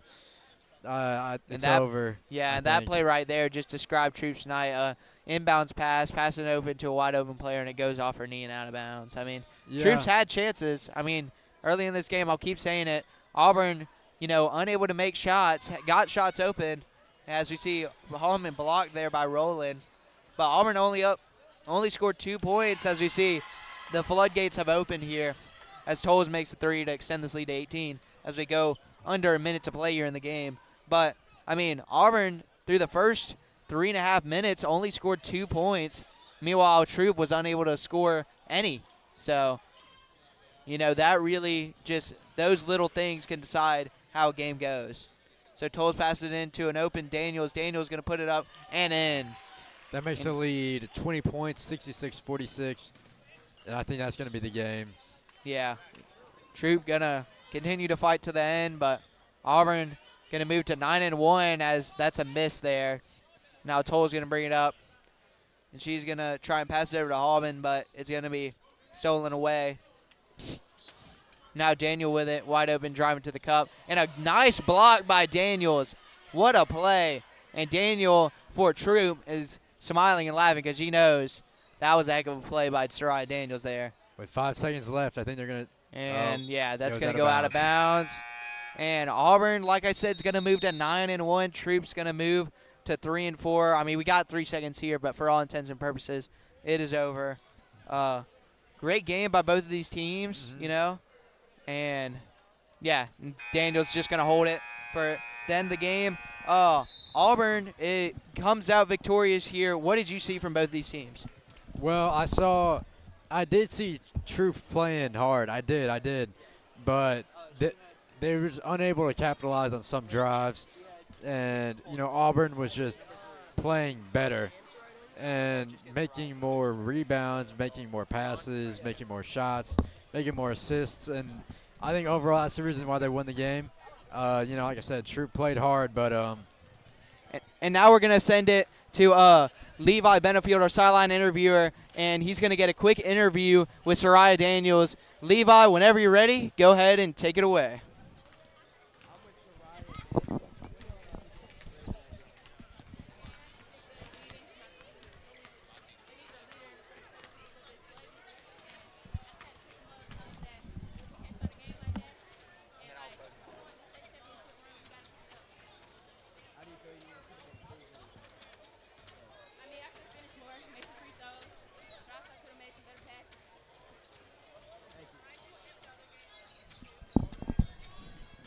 Thank you, Levi, for that interview. And that's going to do it. Auburn, your victors here in the third of our 5 games tonight for day 1 of the Reindeer games. Auburn coming out victorious over Troup.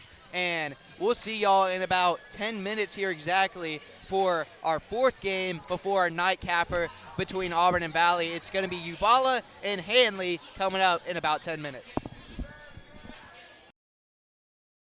Judgments. You don't have to have the answer. If you feel unsure about anything, you can speak to a trusted adult. Talking about mental health doesn't have to be difficult. After all, it's something we all have.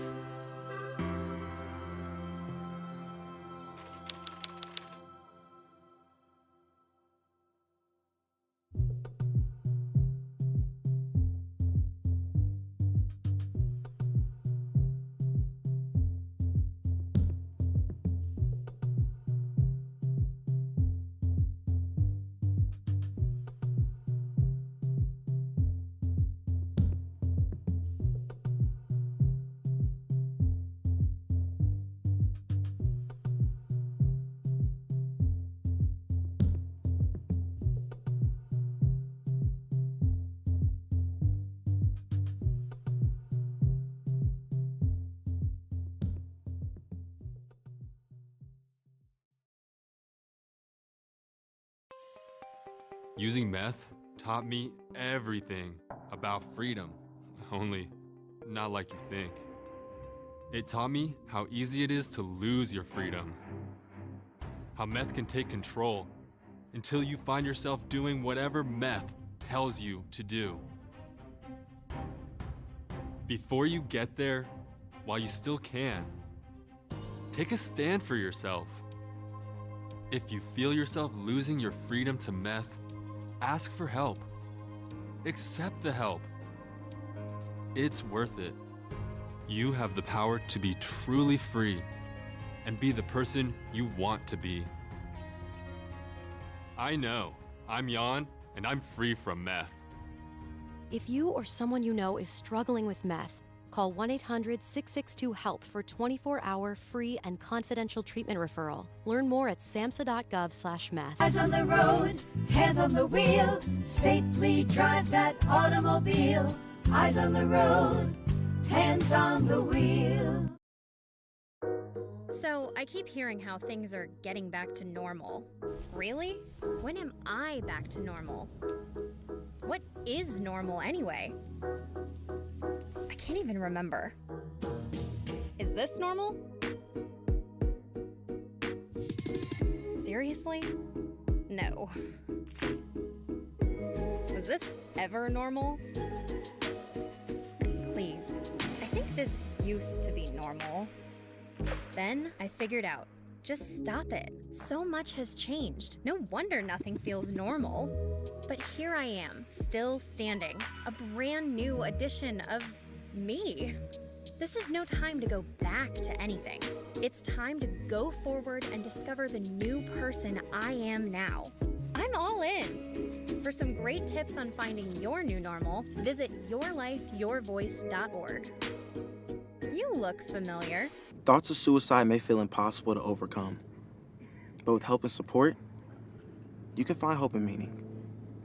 Call the National Suicide Prevention Lifeline at 1-800-273-TALK to speak to a counselor, or visit suicidepreventionlifeline.org. It's free, it's confidential, it's available 24 hours a day, 7 days a week. And even if it feels like it, you're not alone.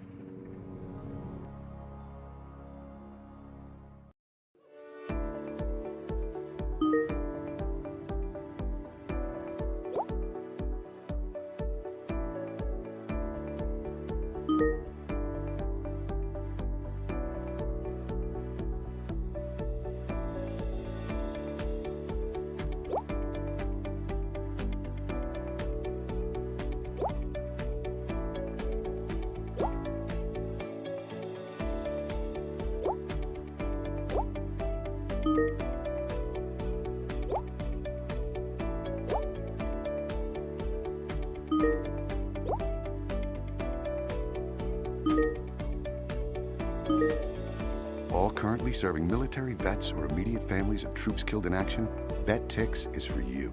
Sign up for free to become a VetTixer and start creating new happy memories that will last a lifetime. Go to vettix.org to become a member now. VetTix, give something to those.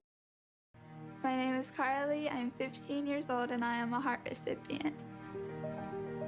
I got my first heart transplant when I was 1.5 years old. I got my second heart when I was 13.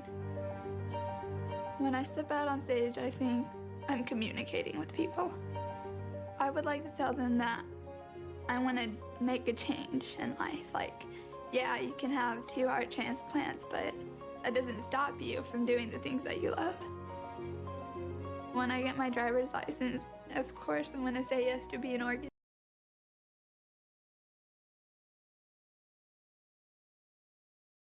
donor because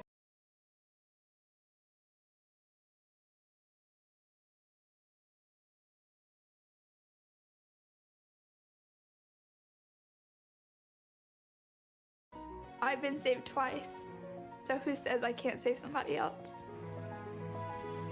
It's just the beginning of a new story. This gift of life was made possible by an organ donor. Imagine what you could make possible. Learn more and sign up as an organ, eye, and tissue donor. Go to organ. When his idea of game night has you feeling played,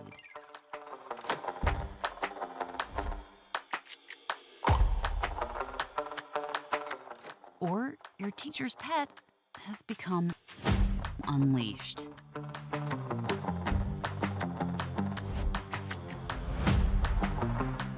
And inseparable has become intolerable. Visit boystown.org/parenting. Whether you're a parent, grandparent, or guardian of a toddler, teen, or someone in between, we've got parenting guides, articles, videos, tools, and quick tips from experts backed by over 100 years of experience. Get your parenting going in the right direction with Boys Town, saving children and healing families. Extinction is forever. To save America's most iconic and imperiled species from extinction, we must fight for their future. Fight to save the natural lands that wildlife call home. Fight to limit pollution. Fight for smart development. Fight for their future. And fight for ours. For so goes nature, so goes... MS does suck.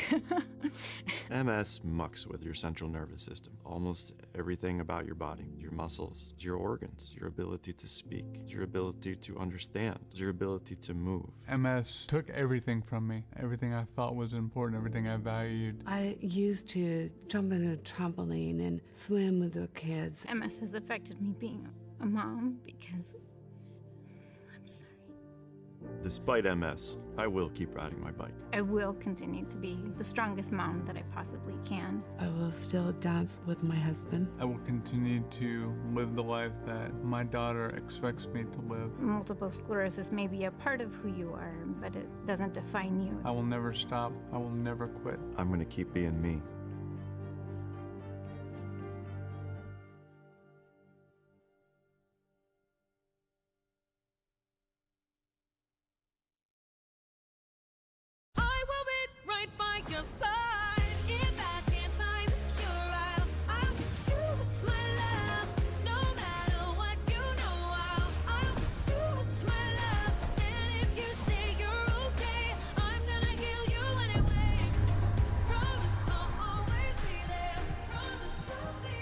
Yes, women can have it all, including heart attacks. Know the signs. Heart disease is the #1 killer of women. Get heart checked. Our story was begun by someone else. Our story was often shaped by generations before them. Our story was forged and maybe even defined by the experiences of our childhood. But it doesn't need to be. You can be the author. Learn how at numberstory.org. There are everyday actions to help prevent the spread of respiratory diseases. Wash your hands. Avoid close contact with people who are sick. Avoid touching your eyes, nose, and mouth. Stay home when you are sick. Cover your cough or And welcome to your second to last game of tonight's day one of the Reindeer games. And this one's going to be between Handley and Eufuala. We've already seen the women's teams for both of these. We've already seen the women's teams play for both of these teams. But tonight we're going to see the men's teams. Our first men's game of the day, actually, you know. And it's super exciting. Yeah, and your starters for your Eufuala Tigers are going to be number 0, Antoine Mitchell, number 4, Jaquavius J. Moss, number 10, Tony Coleman Jr., number 12, Jacory Rump, and number 23, DeQuayshawn Grubbs. And then for Handley, your starters are number 0, Jamarcus Daniel, number 2, Cannon Kyles, number 3, Cooper Perry, number 20, Corden Patterson, and number 24, DeQuavian Slaughter. And so now Handley with the basketball here. That's Corden Patterson. And now a steal by Eufuala. Now running down the court, and that's going to go out of bounds. off of Eufuala. Trying to go down the court pretty quickly there. Unable to finish, though. So now bringing it up the court for Handley is number 0, Jamarcus Daniel.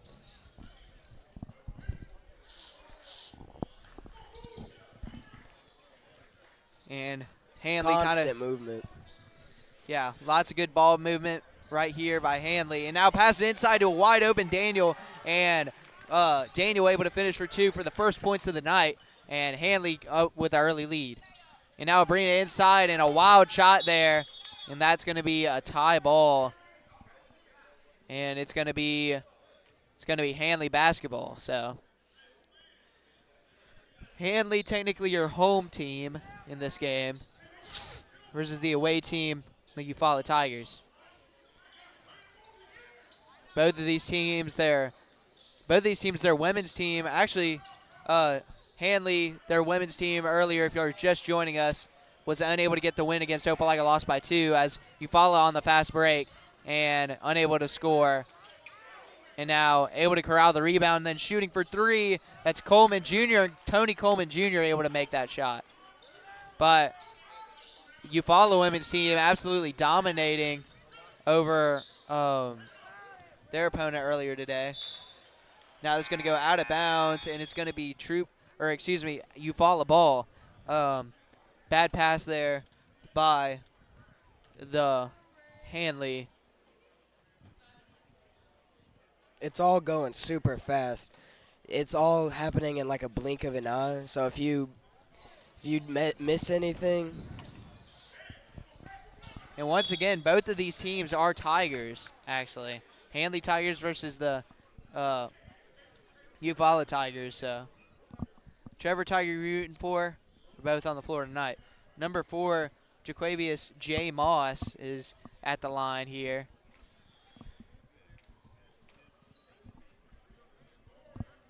Moss is able to drain the first one.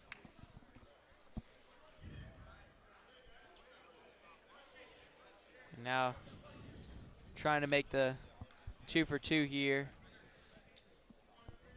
And he misses that one off the front iron.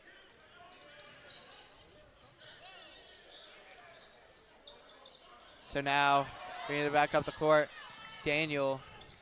And Daniel passes it over to a wide open shooter, and that was number 2, Cannon Kyle was able to make the shot there. Now Eufuala going fast, bringing it down the court and getting it blocked. That was number 23, DeQuayshawn Grubbs bringing it up the court. Now going really fast. Now Kyle's passes over to Daniel. Daniel with the ball.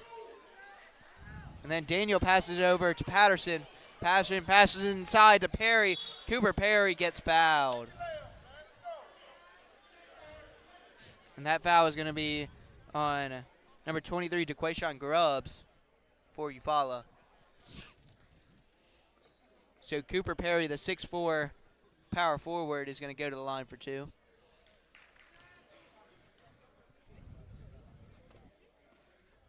And he is able to drop in the first one.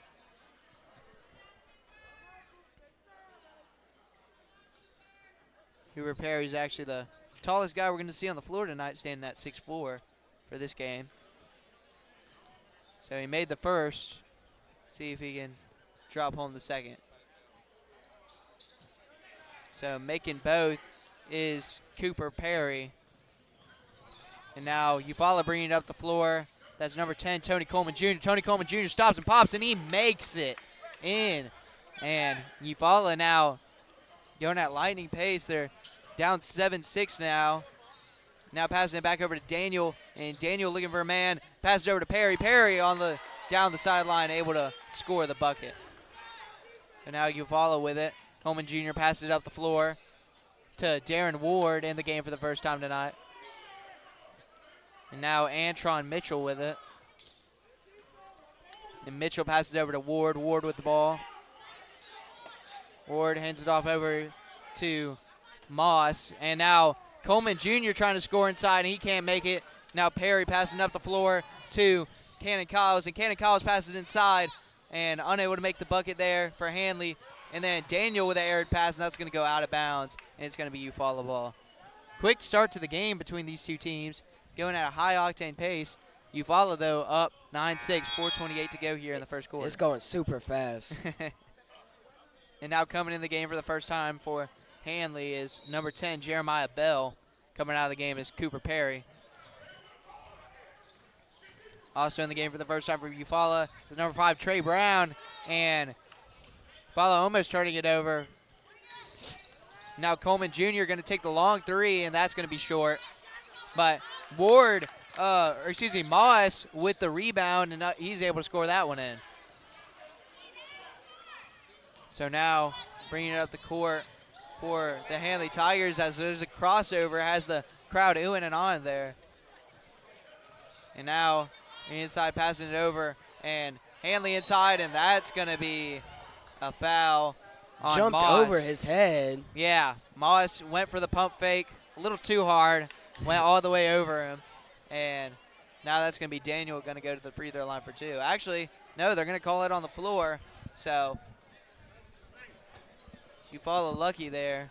Now coming in the game for the Handley Tigers is number 11, Sharif Thompson, number 24, DeQuavian Slaughter. Heck of a name there. So now trying to pass it inside, and that's going to be Eufaula basketball. So now passing in for the Tigers is Mitchell. And looking for a man, he's going to pass it over to Coleman Jr. Coleman Jr. trying to take it himself into the lane. Goes up strong, and that's going to be a foul on Slaughter. Slapped him against the wrist. So Coleman Jr. for the Tigers, Eufaula Tigers, is going to go to the line for 2. Trying to get Eufaula's first lead of the night.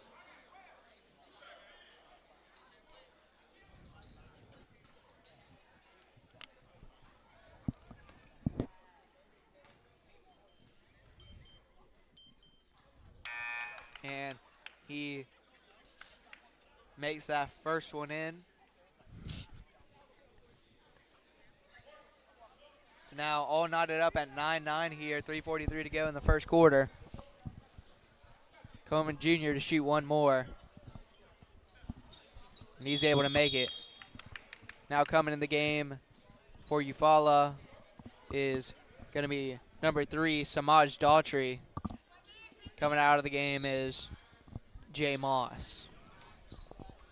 Now Slaughter with it. Slaughter bringing it up the court. Passes over to Daniel. Daniel trying to drive inside. Slaughter passes it over to Jeremiah Bell. And now Daniel with it in the corner. Daniel passes it up top. Passes it over to Slaughter. Slaughter with it. Slaughter looking around. Slaughter going to hit a mid move. And he's going to go up strong, and he's going to get fouled by number 3, Samaj Daughtry for Eufaula.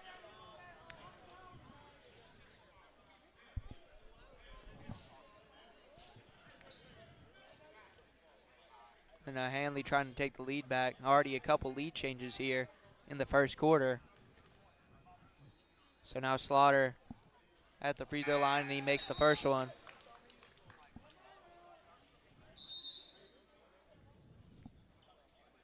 And coming in the game for Eufaula is number 23, DeQuayshawn Grubbs.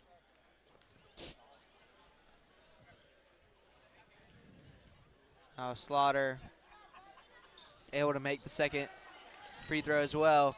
So now Handley back on top, 11-10 here, 3:16 to go here in the first quarter. Now Coleman Jr. with a nice little crossover there. He's looking for an open man. Great defense by Handley. A good catch there by Samaj Daughtry, and he's able to put it in for 2. And Eufaula now with the lead. So Daniel passes it over to Slaughter. Slaughter driving in. Slaughter passes it over to Kyles. Kyles just going to pull up, and he makes it. And that one was for 3.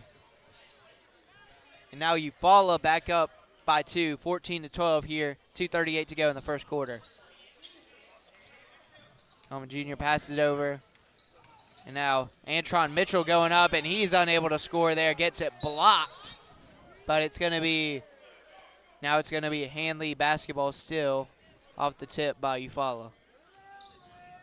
Yeah, high octane, high speed, start for this game. But, both these teams got to kind of get under control here, and that's going to be a travel, as we see right there. What do you see from these two teams so far throughout this first quarter? They're very aggressive, and they like to play. I can tell because they're trying to they're very aggressive. They're pushing against each other, and then they're not letting another score. And it's looking good. I'm liking what I'm seeing a lot. Yeah. By the way, my color commentator next to me is Levi Benefield, the man you just heard the voice of. I'm Max Mesman, y'all's play-by-play man. And be sure to stick around after this game for one more game, as that's a steal there by Samaj Daughtry. He passes up the court. Now in the corners, Coleman Jr. Coleman Jr. driving in, going to pull up and make it. Great play by Coleman Jr. Now bringing it up the court, and that's going to be a foul. Again by the same person. Yeah, number 20 for Handley, Corden Patterson. So far having a great game. Number 10 is Swifty. If you miss him, he might steal the ball. So, Handley up 16-14 here. Excuse me, Eufuala up 16-14. 1:43 to go here in the first quarter. Daniel within the backcourt, guarded by Trey Brown. Now Slaughter with it. Passes it over. And it's going to be a foul on Eufuala.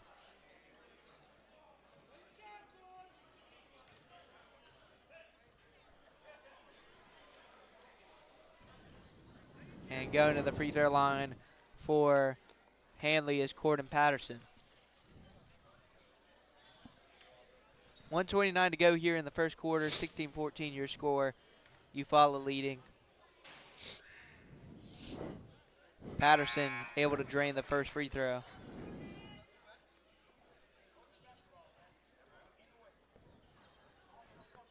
So now Handley down by one, a chance to tie it here by Patterson, and he makes the second.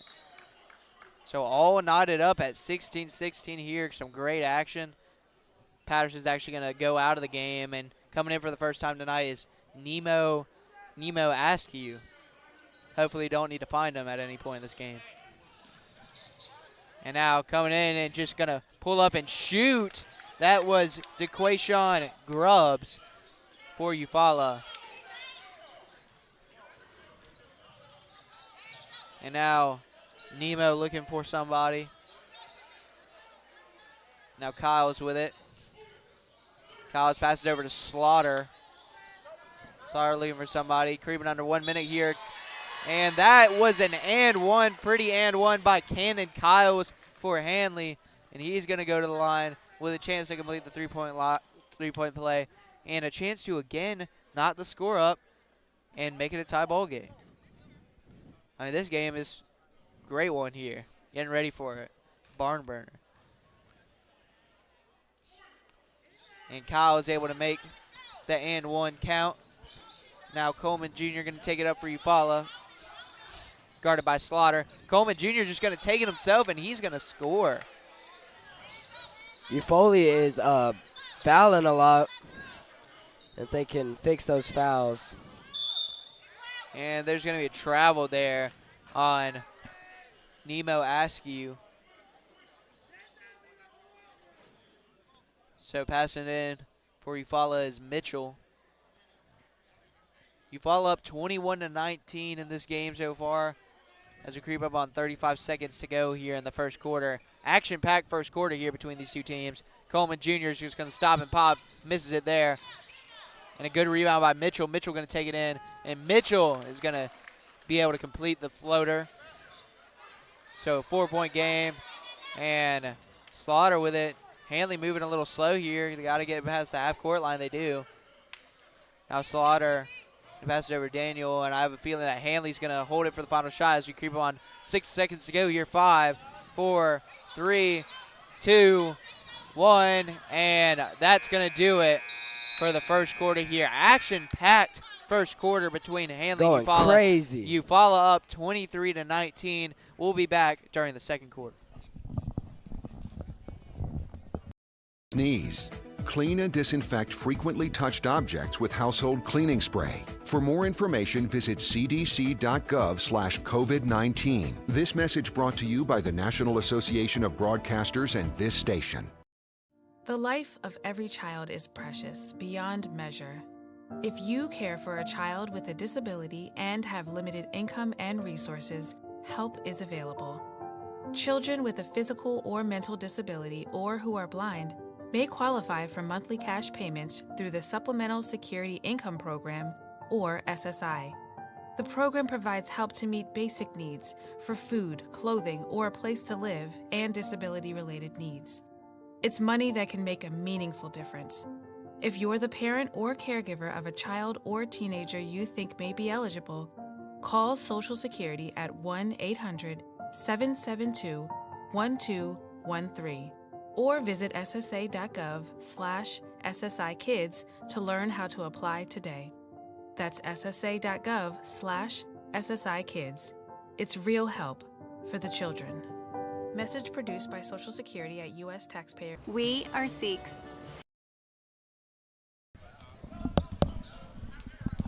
And we're back for the start of the second quarter here between the Eufuala Tigers and the Handley Tigers. Eufuala up 23-19 entering the second quarter. And starting quickly here as Eufuala misses it on the inside shot by Jay Moss. And now Slaughter bringing it back up the floor for Handley.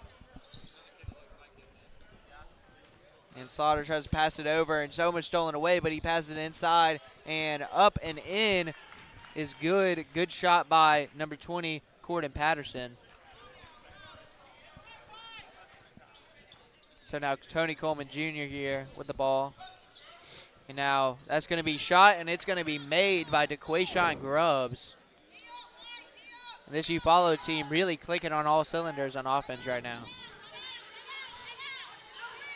Oh, now Slaughter bringing it up the court. Slaughter takes it up and in, and he misses, but it's a good rebound and make by Kyles. Now Coleman Jr. bringing it up the court for Eufuala. Eufuala up 26-23 here, and that's going to be a steal off an errant pass by Coleman Jr. Now bringing it into the lane is Kyles, but he misses it. Good rebound by Coleman Jr. bringing it the other way. Coleman Jr. trying to go to work on Slaughter, and it's going to be a travel. Travel on Coleman Jr. He doesn't like that call, thought he was fouled, but it's going to be Handley basketball. 6:33 to go in the first half. Eufuala up 26-23. So Slaughter looking for an open man and almost turns it over. Jose able to be caught by Corden Patterson. They need to get past the half-court line, and their coach has to take a timeout, and he is livid.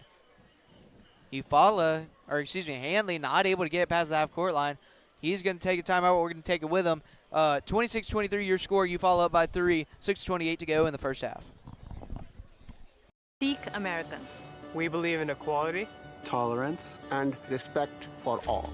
Because Sikh values are American values. We are doctors, PTA moms, patriots. We are Americans.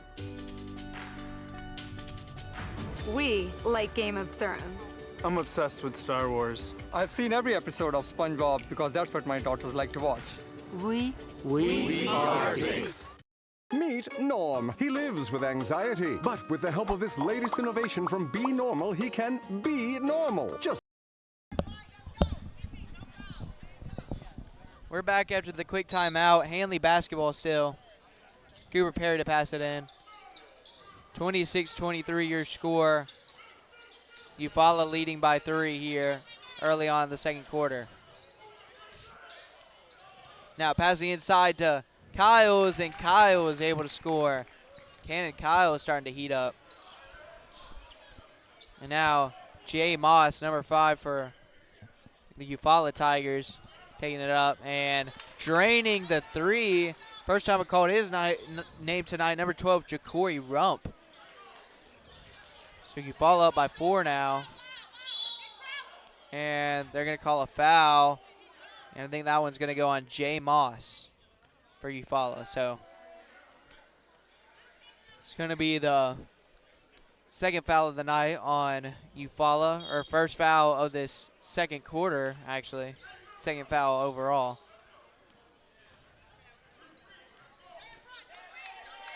Now Daniel with it. Daniel can't find any space. Gets it over to Slaughter. Slaughter gives it over to Kyle. Daniel inside, and they're going to call a charge on Daniel. And Trey Brown is pumped for Eufuala, able to draw the charge there. It just feels like Eufuala is able to control the pace right now. Handley not able to. Handley more of a team that wants to slow it down, run half-court offense. And that shot by DeQuayshawn Grubbs was no good, but then put back up and in by number 3, Samaj Daughtry. And then Daughtry with a rebound. Daughtry taking it up himself. That's in the corner to Grubbs, and Grubbs unable to make that shot. And a rebound by Daniel, but Daniel stepped out of bounds. Now subbing in for Handley is number 10. It's going to be number 10, Jeremiah Bell, and number 12, Nemo Askew. And now Moss going to take it up and in. Good play by Moss. Now bringing it up the court, taking it all the way coast to coast, and getting it blocked. That was number 10 for Handley, Jeremiah Bell, trying to go coast to coast, and now it's going to be a timeout called by Eufuala. 33-25 your score. Eufaula starting to pull away. 5:02 to go here in the first half. Like everyone else, with the swipe of a finger, you can project happiness, confidence, machismo. Why settle for being real when you can be normal? The Normal Maker, new from Be Normal. This item doesn't really work because there's no such thing as normal. We're all different. What we like, how our brains work. In fact, 1 in 5 of us live with mental illness. Don't filter who you are. Start by talking to someone you trust. And remember, there is no... When you take your car in for an oil change, a good mechanic will also take care of other routine maintenance to make sure your car runs safely and efficiently. Protecting your health isn't much different. When you get a COVID-19 vaccine, it's important to make sure you're also protected from. We're back, 5:02 to go here in the first half. 33-25 is your score by Eufaula. Eufaula starting to pull away here in the second quarter. As you see Coleman Jr. passing up the floor. Moss now with it. Moss passes it in the corner to Grubbs, and Grubbs is unable to make that shot. Oh, now, super aggressive. Tough game tonight. Yeah, right you are there. I mean, this game has been, like I keep saying, high speed. Both of these teams like to play at a hectic pace, and we're seeing it tonight. That's going to be tipped away by Slaughter. It's going to remain Eufaula basketball. So Rump to pass it in for Eufaula. And he passes it up to Moss, and Moss is going to go up and in, and he's unable to finish, but it's going to go out of bounds, and it's going to remain Eufaula basketball.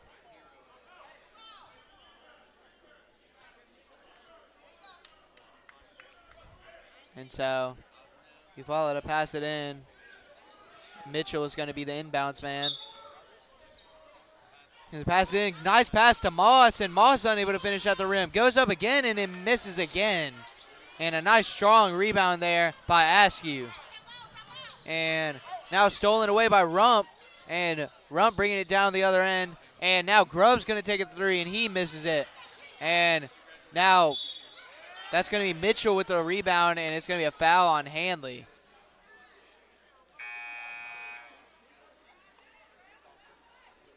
Now coming in for Handley is going to be number 11, Sharif Thompson, and coming out of the game is DeQuavian Slaughter.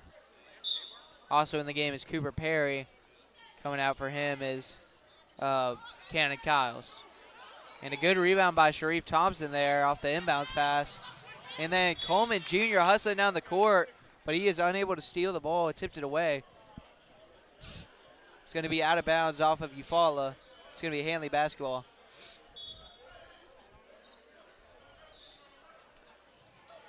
Now Thompson passes it in, and that's going to be swatted away, but it's going to remain with Eufaula. Sharif Thompson going up, but he's unable to finish. And it's a very physical play here, and that's going to be a foul.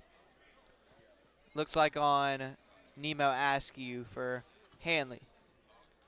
So Eufaula basketball. Eufaula's starting to pull away here a little bit. Handley's got to get something going. They wish to stay in this game. Now Coleman Jr. bringing it up. Coleman Jr. almost losing the ball. Now in the corners, Rump. Rump's not going to take the shot. Now Mitchell passes it back to Thompson Jr. Coleman Jr., excuse me. Now passes it over to Grubbs. Grubbs shoots, and he makes it. Grubbs with a nice start to this game. Now Thompson bringing up the court quickly for Handley. He's looking for an open man. Passes it inside, and that's going to be stolen away by Mitchell. Mitchell bringing it up himself, and Mitchell is able to finish at the rack. And Eufuala starting to pull away here. 38-25 is your score now. Eufuala leading. 3:22 here to go here in the first half. We'll be back after this quick commercial break. Other serious but preventable diseases. It's easy and convenient to get other routine vaccines at the same time as a COVID-19 vaccine. So make sure you ask a healthcare professional about other vaccines you may need to maintain your health. Here's to the straggly ones, the lopsided ones, the first ones, the I miss my beard ones. Hey, I look good with this ones. But no way he's grown that in a week ones. The black, brown, red, and gray ones. The, that one. The itchy ones. The never forgotten ones. The ones grown by Dad. The ones grown for Dad. The started late ones. The absolutely filthy ones. The drawn-on ones, the finger ones, the pin ones. The I nearly didn't do it this year ones. And the yeah, why not ones. They all raise. Welcome back, 3:22 to go here in the first half. Eufuala pulling away up 38-25 here over the Handley Tigers. Daniel bringing up the court for Handley. Daniel passes it over to Cooper Perry. And a great steal there by Coleman. Coleman one-on-one. He's going to take it up, and he's going to miss, but it's going to be a foul on Cannon Kyles. That was a bit questionable. Kyles looked like he just stood there, but Coleman able to draw the foul. So Coleman Jr. going to go to the line to shoot 2 for Eufuala.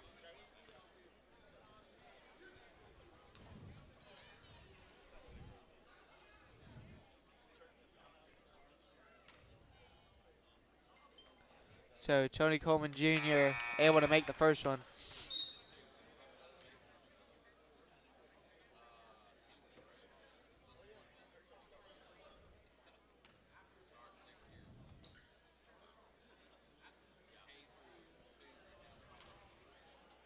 Coleman Jr.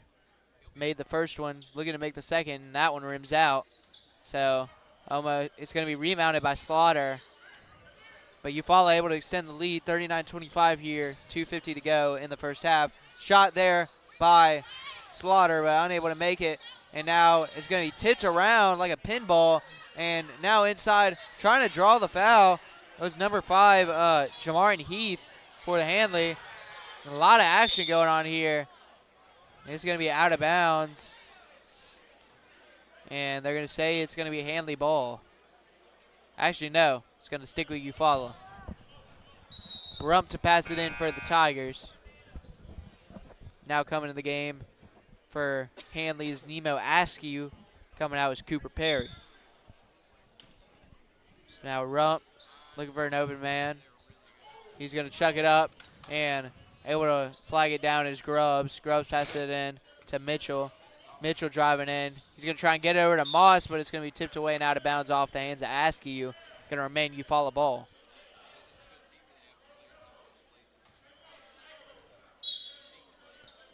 So now Rump looking for the open man. Passes it over to a wide open Grubbs. Grubbs shoots it. He's unable to make it. But good one-handed rebound by Moss. He's unable to make the second attempt.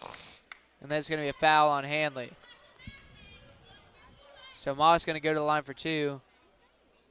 Eli, what have you seen in these last couple of minutes from these two teams? How has Eufuala been able to blossom this lead to 14? They've really been taking advantage of the small little mistakes Handley has made, and it's made a big difference in the way they've been playing.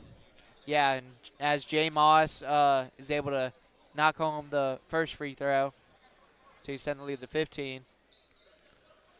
And this game was going back and forth. I mean, multiple lead changes in the first quarter, but now Handley just hasn't been able to make a bucket as you see Moss makes the second one. So 41-25 your score, 2:18 to go here in the first half, as that one is going to be stolen away by Eufuala. Mitchell puts it up, is unable to make it. Bring it up the court for Handley, and it's going to be stolen away. And now going inside for Handley. That's going to be number 20, Corden Patterson. Now bringing up the court for Eufuala is Trey Brown. Brown taking it inside, and it's going to be a foul on Slaughter. And I think that's going to be the 5th foul on Handley, so Eufuala going to go to the line.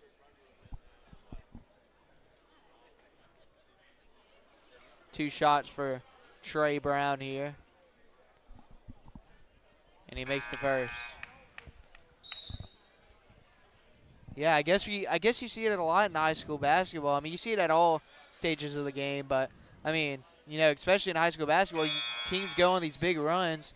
I mean, this game was neck and neck, and then Eufuala burst out. All of a sudden, it's a 16-point lead. They're just making small mistakes, and if they can clean that up, I feel like it'd be a lot closer of a game. So now Handley bringing it up the court.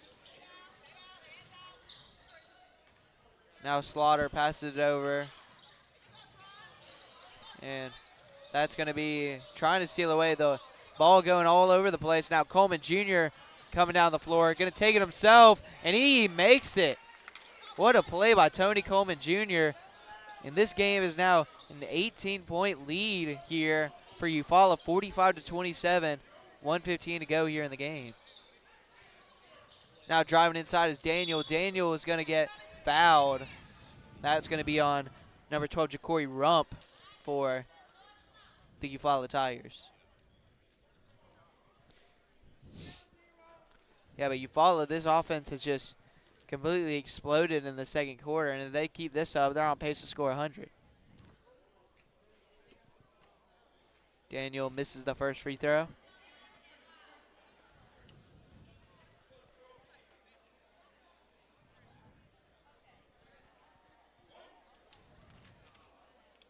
How do you think Eufaula could do better in this, or Handley do better in the second half? Oh, well, I mean, looking at it right now, make your free throws. They missed the second one, you know, right there, second straight. And, I mean, you know, like you said, they've been given opportunities, but they just made those silly mistakes like turnovers and stuff. And so, I mean, it's what killed their women's team earlier today, you know, when they played Opelika. But, no, the talent's definitely there, but Handley's just got to put it all together. Down by 18 right now, I mean, might hope to get a 3 or 2 before this half is over.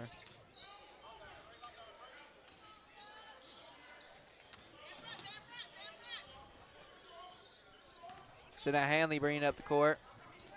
45-27 your score. And now driving inside, that's Patterson, and Patterson puts it up, unable to make it, but tipped up and in by Slaughter. Now bringing up the court for Eufaula is Brown. And now Coleman Jr. going to shoot it in the corner. He misses it. And now Slaughter coming back up the floor. He's going to pass it inside to Daniel. Daniel's going to go up and score, and the foul. 15 seconds to go before halftime. Yeah. Do you think Eufaula will get the 50 points? We'll see. I mean, you got 14.9 seconds. I mean, they'll need a 3 and a quick 2. My guess would be no, but we'll see what happens. I predict that they'll come back down the floor and hold the ball for the last shot. But Handley, like I said, I mean, now just a quick little 5-0 run, you know, to cut it down to 13. That's what you needed going to halftime. Now Coleman Jr., I thought they were going to slow it down. Coleman Jr. said no, and he goes up and in. Coleman Jr. is looking good tonight. Yeah. Now Slaughter is just going to hold it there. And that's going to do it for the first half. Eufuala up 47-32 over the Handley Tigers. And we'll see what happens here in the second half. But what did you see so far from Eufuala that helped him get the lead?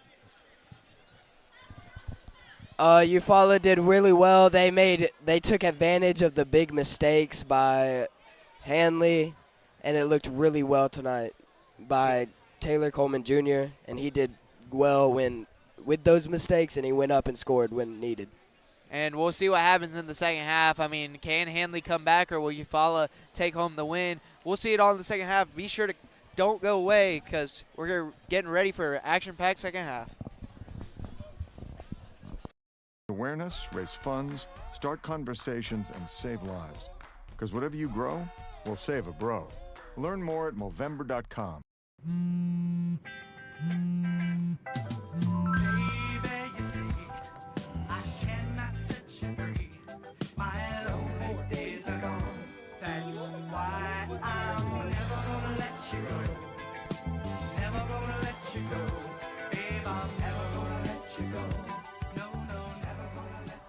Here you go.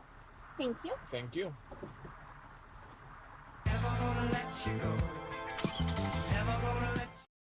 We are strong, we are resilient, and we will get through this together.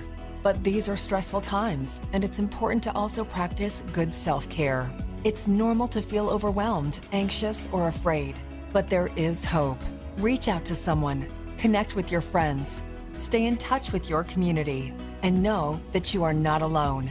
Learn more at wearebroadcasters.com/hope, furnished by the National Association of Broadcasters and this state. Some kids never smile. They're embarrassed by their crooked teeth. They want braces like the other kids, but their families can't afford them. Some may even try to straighten their teeth themselves. That can make everything worse. Luckily, there's Donated Orthodontic Services, a program from the American Association of Orthodontists. It helps provide orthodontic treatment to kids and teens whose families can't afford it. For kids who apply, are approved, and are matched with a volunteer orthodontist, it can be life-changing. Their treatment is in the hands of an expert, a licensed local orthodontic specialist who improves their smiles by correctly aligning teeth and jaws. Some kids think they'll never smile again, but Donated Orthodontic Services may help them smile with confidence. To link to the application and eligibility requirements, visit aaoinfo.org. Performing on stage takes mental and physical preparation. But one thing I never thought to prepare for was cervical cancer. 91% of cervical cancers are caused by the human papillomavirus, or HPV. For many people, HPV hides inside them and they never develop symptoms. But for others, HPV links directly to cancer. My cancer almost ended my career. It almost ended me. The good news is there are vaccines that can protect you or your children from cancer. The HPV vaccine is recommended for 11 to 12-year-olds, and a catch-up vaccine may be an option for teens and young adults. Talk to your doctors. You don't want HPV hiding inside your body like HPV has been hiding inside this commercial. Did you see all of them? Go to thinkaboutthelink.org to look again and learn more. Together, we can stop cancer before it starts. Welcome to my house. Lately, not my happy place. Everybody's pretty tired of each other. The parents were not themselves. My little brothers were morphing into small creatures. The walls were closing in. Clearly, a case of too much family, too close, 24/7. And there's a lot of that going around right now. If this sounds like your house, try going someplace new. YourLifeYourVoice.org. You'll find lots of ideas to help you handle the family stresses of being confined to close quarters. YourLifeYourVoice.org. It might not get you out of the house, but it could help you find a little more breathing room.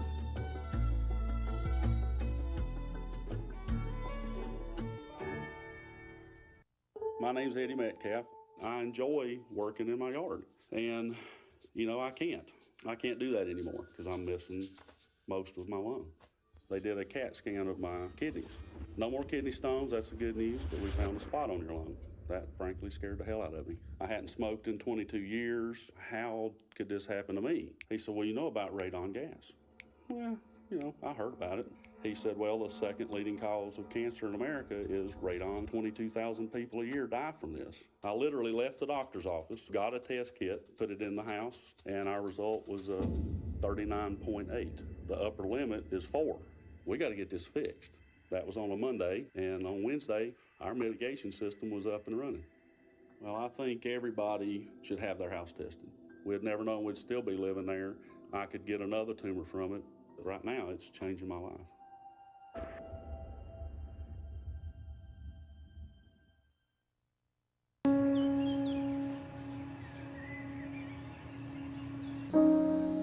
This high school gym used to be packed most nights. Not anymore. Do you know why? Because bad behavior by fans, especially adults, has caused a shortage of game officials across the country. You see, without officials, we can't have sports. And coming out of halftime, coach for Eufuala, Jake Festozo, is going to get a quick interview with him.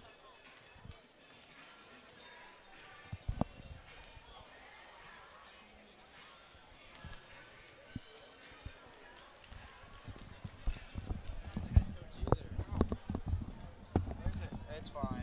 I'm sorry. So do they not have a head coach? Don't let this become reality. It's time for a change. Let's bench bad behavior for good. Adventurer, coach, chef, teacher, audience, superhero. If you're a parent, you've done it all this past year. But the one thing you may not have done is take care of yourself. And it's nearly impossible to keep everyone else full of joy if you're feeling empty. At Boys Town, we know that a parent's mental health is important too. So when it's all too much, take a break and regroup. It's a great strategy that puts things in perspective so you can deal with challenges. The review and recalibrate method of self-care helps you see what's working and what's not. Go to boystown.org/stressedout for more great self-care tips for parents. You can even download an ebook to guide you and your family through self-care strategies. Because healthy parents are key to happy families. Boys Town, saving children and healing families.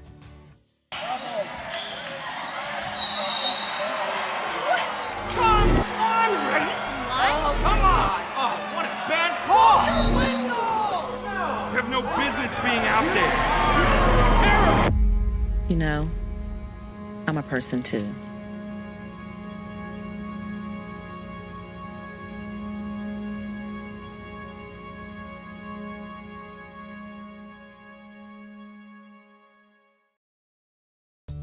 When I was in Iraq, our convoy was hit.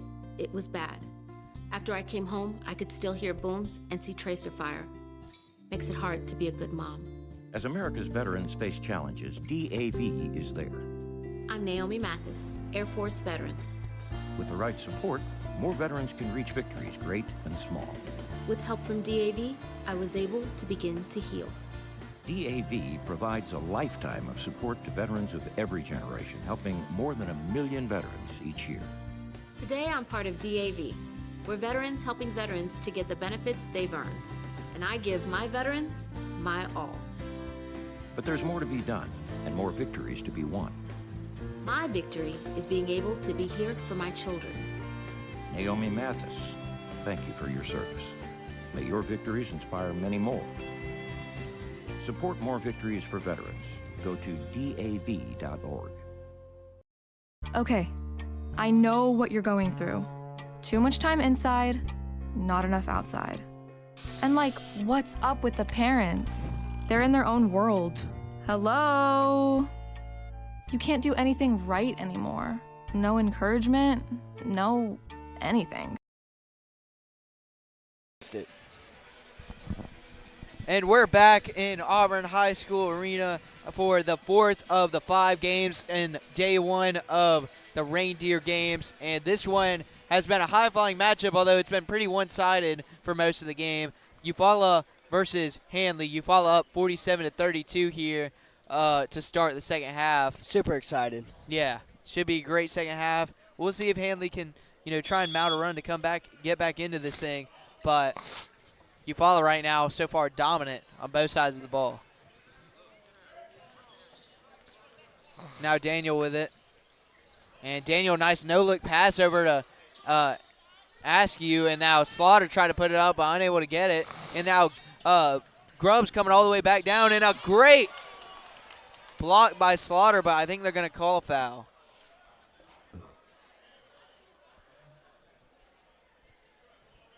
And it'll be a foul on Slaughter. Looked like a clean block to me, but might have gotten him with the body. So now Grubbs is going to go to the free throw line. And Grubbs makes the first free throw to extend their lead to 16. There's a lot that Handley's doing wrong, but do you think Eufuala's doing anything wrong? I mean, Eufuala is up by 16, so I have a feeling they're doing something right. They're doing something right, So, but no, I mean, Eufuala obviously, can't give up, right there. Like right there, for example, Grubbs, going sky high. Like for what reason? You're up by 19 or 17, excuse me, and yeah, there's no reason to jump on that pump fake. No fouls. Play clean the rest of the time. Don't give up free points. Don't stop the clock. That's the main thing. And, yeah, come out of this game with a win. Just keep it moving. Yeah. And a nice mid-range shot there. That's number 10, Jeremiah Bell. Pretty sure that's his first points of the night. So now Coleman Jr. bringing it up for Eufuala. He's going to pass it inside. And nice pass back outside to Rump, but Rump unable to score. Now Daniel going with a full head of steam. He's going to take it up, and he's going to make it. And now there's going to be a timeout, and that's going to be called by Eufuala, as Handley is now quickly cut this thing down to 13. 49-36 your score. Eufuala leading by 13. 7:01 to go in the third quarter. We'll be right back after this quick break. If you're waiting for something to change, maybe it's time to stop waiting and change things yourself. So ask your parents how they're doing. Yeah, you go first. Ask what you can do to help. Parents are people too, and the stresses you're feeling, you can bet they're feeling as well. Best of all, when you help them feel better, it has the same effect on you. Visit yourlifeyourvoice.org for some game-changing ideas on how you can turn things around at your house. When you go first. We're back, and Eufuala is up by 13. 7 minutes to go here in the third quarter. Although Handley scored the last 4 points, and another great block by Slaughter, but they're going to call a foul again. Although I don't know if that was on Slaughter. And it wasn't. It was, I think they called it on Daniel. So, because I'm pretty sure Daniel got him with the body, but Slaughter with another beautiful block. And missing the first one is Coleman Jr. It's been pretty good from the line so far tonight, but unable to sink that one.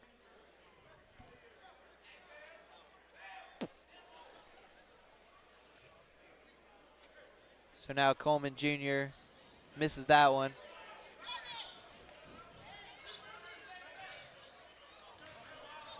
And so now bringing it back down the floor is Handley. Now Daniel with it. Daniel passes in the corner. Slaughter shoots it up. He misses. Now strong rebound. And now all alone on the other side and dunking it home is Grubbs. Beautiful dunk. The first dunk we've seen in the Reindeer game so far tonight, but a beautiful one there by Grubbs.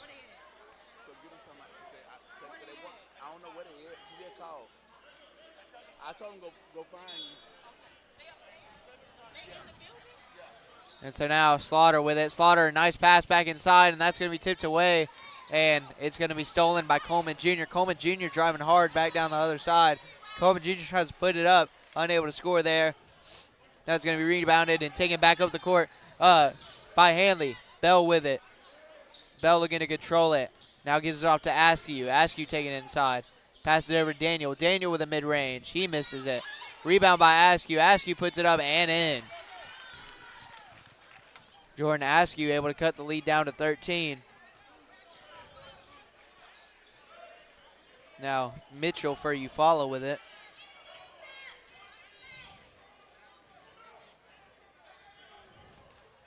Now looking for some nice ball control here as Coleman Jr. misses that one.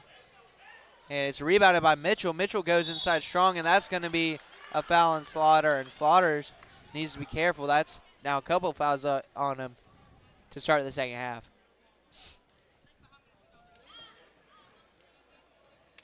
I mean, if you're Handley, I mean, they're kind of staying in that range where they're still in the game, but they got to start scoring some points. You see him miss there by Mitchell. When you see the basketball, you think it's soft. Okay. It's actually a lot rougher. You are not wrong. Yeah. No, I was actually playing some pickup the other day, you know. How'd you do? Not great, I'm not going to lie. It's the first time in a minute, but scored, I think, 6. You know, 1s and 2s to 11, so decent game, decent outing. But we lost, so it happens. I'm good at defense. And we'll see how good Eufuala is at defense right here.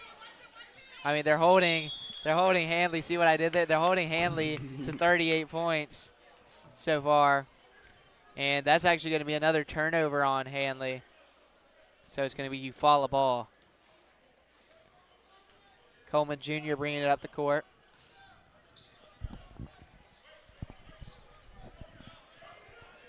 Coleman Jr. slowing it down a little bit, guarded by Askew. Passes it in the corner to Rump. Rump thought about it. Passes it over to Grubbs. Grubbs shoots the 3, and he drains it. Grubbs has been on fire from the three-point line. But now Daniel taking it up quickly. Daniel going to take it in, and he misses it. And it's going to be rebounded there by Moss. Moss passes it up to Grubbs. Grubbs gets a stop and pop again. He misses that one. Rump fighting for the rebound, but it's going to be taken away and brought the other end of the court. And it's going to be swatted by Moss directly into the hands of Mitchell. Mitchell going to go up and under, and he scores. What a rally there by those two teams. And now we're going to get some substitutions here. Coming to the game for Handley is number 5, Jamarion Heath. Number 24, Jaquavion Slaughter. And number 2, Cannon Kyles. My question is, we've seen a dunk from Eufuala. Now we just need to see a dunk from Handley. Yes. Now Rump shoots it wide open. He misses it. Good strong rebound by Coleman Jr., though. He misses it. Moss trying to get the rebound. Can't quite corral it, and that's going to be out of bounds off of Handley. It's going to stay Eufuala ball. 4:10 to go here. Eufuala just continues to slowly build up that lead. Now up 57-38 here in the third quarter. And Grubbs going to take a deep 3. He drains it. Grubbs on fire. And now Eufuala up by 22. Now Slaughter bringing it up the court. Slaughter passes it inside to Daniel. Daniel, a nice up and under, and he's able to score right there. And this game, you know, one of the players on Handley's team, their last name's Slaughter, but this is kind of turning into a Slaughter, this game. You can see the fierceness in their eyes when they're passing around the ball and they look at each other. It's kind of scary. Yeah. Although what you can also see is the body language for Handley. They look defeated right now. Just saw a couple of their players put their heads down. The bench is quiet. Daniel able to corral the ball. Coming to the game for the first time tonight is number 13, Thomas Hill.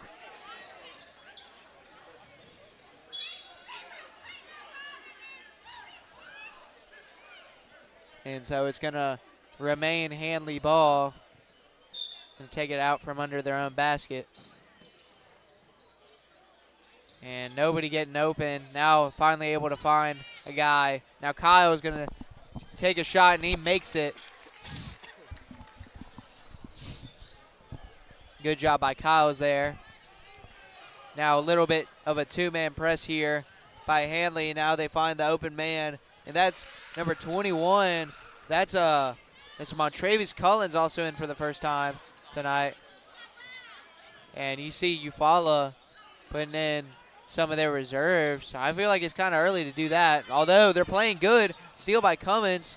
Cummins coming up the floor, and he almost has it stolen away, but he passed it to Daughtry. Now in the corner, that is now Daughtry, or excuse me, Cullens able to get the rebound and score. And now that's going to be timeout called by Handley. 64-42 is your score. You follow up big. 2:40 to go in the third quarter. Everybody wins.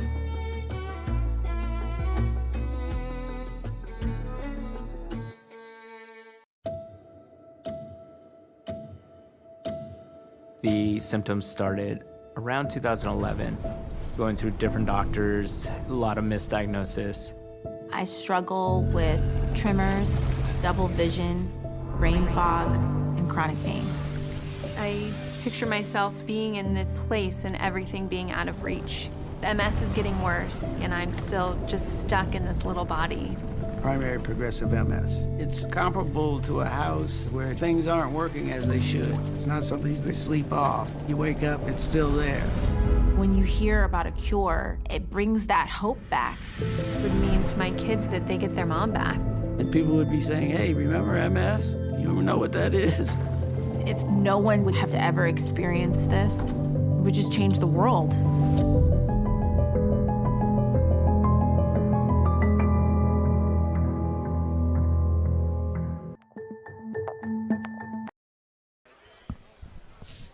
We're back. You follow up big, like I said before the commercial break, 64-42 here. Over halfway through the third quarter here.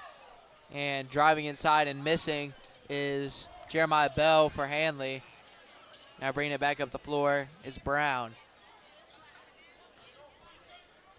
Brown passing it into the corner, inside to Cullens, and that's going to be stolen away by Heath. Heath bringing it up, and Heath unable to score. And trying to fight for the rebound, and a good physical rebound there by Daughtry.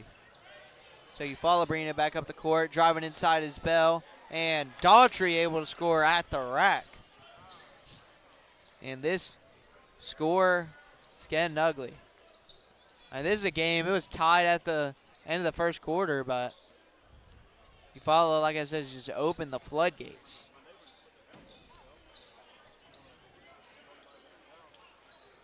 So now with the ball, Devin Dean. Now Heath looking to pass it. Pass it over to Dean. Dean passes it inside.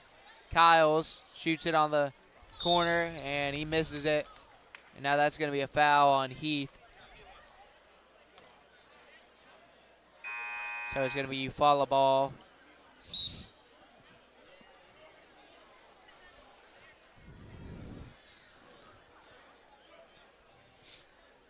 Bring it up the floor for Eufuala will be Trey Brown. But, I mean, what have you seen from Eufuala that's really helped them get out to this huge lead over Handley? Say that again? What have you seen by Eufuala that's really helped them get into this huge lead over Like Handley? I said before, they really took advantages of Handley's mistakes. And then Handley is just giving up, kind of. So they're just getting an even bigger lead than they had before. Yeah. I mean, it's tough to say, but, I mean, yeah, they down by 24, you know. It's not looking good here so far for Eufuala. And when you said earlier they put their heads down, that's the wrong mindset to get into. You got to get Brett back up, and you need to go in there with a good mindset so you can try and come back and win the game. 100%. So now Trey Brown with it. And Brown's able to make the second free throw. 67-42 your score. Eufuala leading by 25. Just over a minute to go here in the third quarter. Now Askew try and drive it himself. Now passes it over to Kyles. And Kyles driving it in. Kyles. And that's going to be a foul on the floor. It's going to go against number 1, Darian Ward for Eufuala.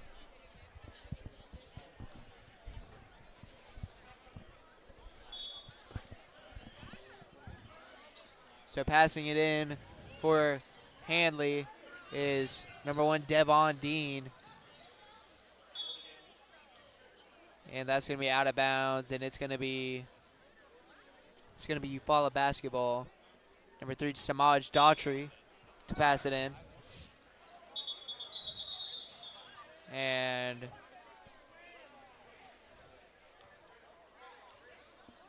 there's actually Handley basketball, excuse me. So having to pull everybody back. Devon Dean to pass it in here. As you see, the stands are filling up for this Auburn versus Valley game. Should be a great one. Valley actually the 5A state champs last year, as Cannon Kyles makes the mid-range there. But yeah, Valley 49 straight wins. And I mean, they're facing a tough team in the Auburn Tigers, and a great block there by Handley.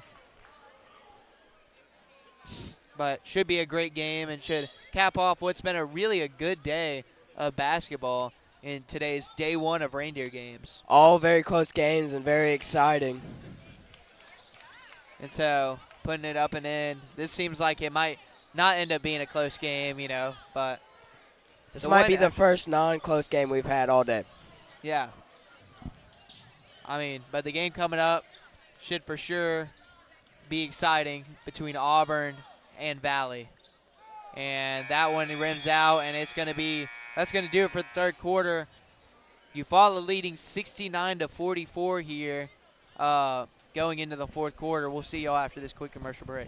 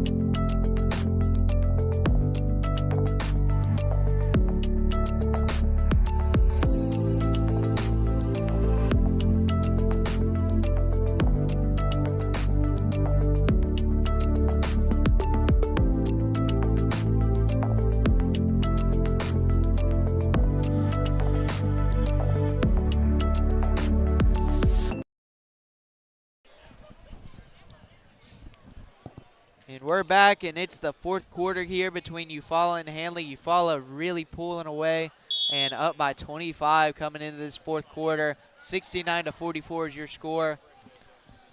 And Eufuala looking for a big win today in their first stop in their 2 games in the Reindeer games. We'll also see them tomorrow. And that's going to be a foul against Askew. And not a great start to the fourth quarter by the Handley Tigers. Handley has less than 8 minutes to come back. Yeah, I don't know if it's going to happen. I mean, Moss just scored another layup for Eufuala. So now Eufaula's up 71-44 with about 7.5 minutes to go in the game. I don't see it happening, but I hope it does so it makes it for a better game. So now Moss gets the rebound. He passes it up to Grubbs. Grubbs drives inside, and that's going to be a foul on Askew. Little shove after it, but ref didn't see it, so it's going to be Grubbs going to the free throw line. If you're Eufuala here, got to feel good with the way you played today. I mean, absolutely dominating a Handley team that, you know, was challenging to start off. I mean, starting off this game, I mean, it was neck and neck, but, you know, as we see, Grubbs makes the first free throw. But Eufuala able to pull away, put their head down, and come out and get this dub. And Grubbs makes the second one as well. So 73-44 here. 7:18 to go here in the fourth quarter. And barring a miracle, Eufaula's most likely coming out of here with a win. Bringing it inside, it's Askew. Askew unable to finish. And a good rebound by Moss. Now Coleman Jr. bringing it up the floor. He passes it over to Rump. Rump misses it. And a rebound by Mitchell. Passes it back out to Coleman. Now Grubbs, another three. Makes it. Grubbs cannot miss. We don't have stats for this game, but if we did, Grubbs is definitely loading up that score chart. Oh, now Handley with it. Nice move by Slaughter. And that's stolen away by Grubbs.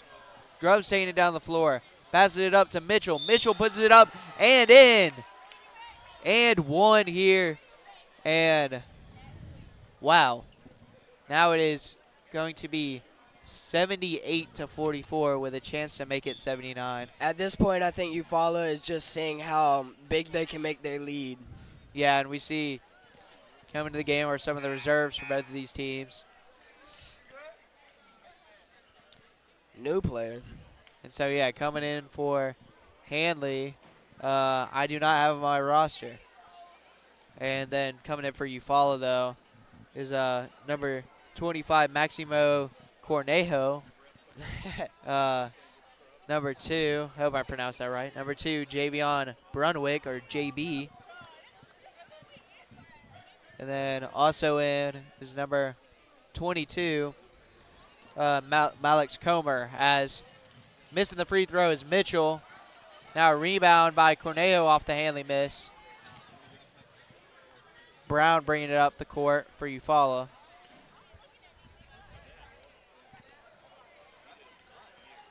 Brown passes it over. Now left wide open and missing the shot. That was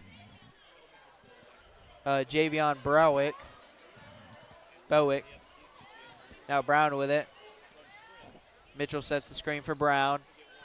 Brown going one-on-one. ISO ball. Stops, pops, misses. And good rebound there by Daniel. Daniel flicks it up the court. Now Askew with it. Askew passes it over. And trying to put it up and in is Sharif Thompson, unable to get it. And that's going to be a foul on Eufaula. So going to the free throw line will be Sharif Thompson.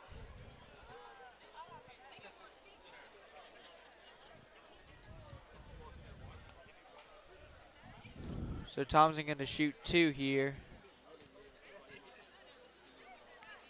And he missed the first.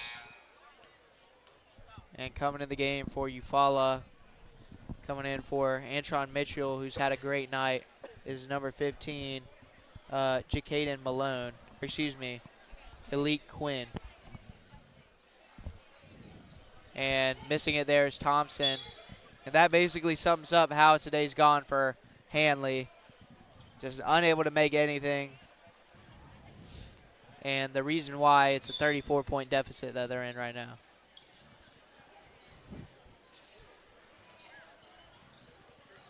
So now Thompson with it. Passes it inside to Patterson. Patterson puts it up. Unable to make it. Gets his own rebound. Patterson throws it up. And able to rim it in. Cuts the lead down to 32. So now Brown comes in. And a great pass. Great pass over to Elite Quinn. And now Eufaula has hit 80 on the day. And now a steal here. And going up for the dunk and unable to make it. But there for the rebound. Going up for the dunk, well, that was number 22, Malix Comer. But there for the rebound and putting it in was number 2, Javion Browick. And this lead now, 36-point lead for Eufaula. 3:19 to go here in the fourth quarter. We'll be right back after this commercial break.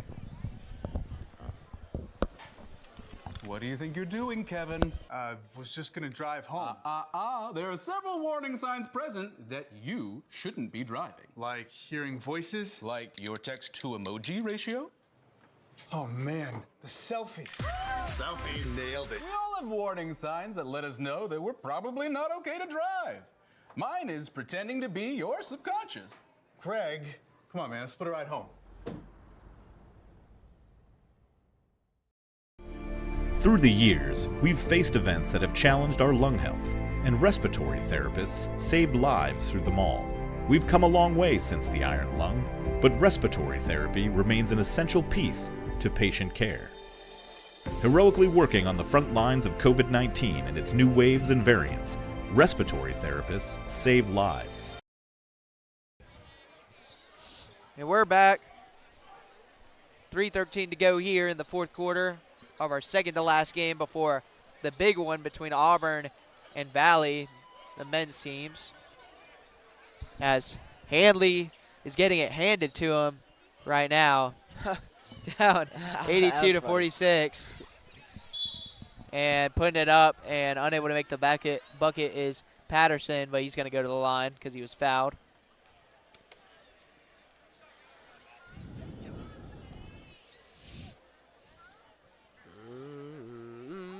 Coming into the game for Handley's number 15, Jamarion Hunter, the senior small forward. And he misses the first.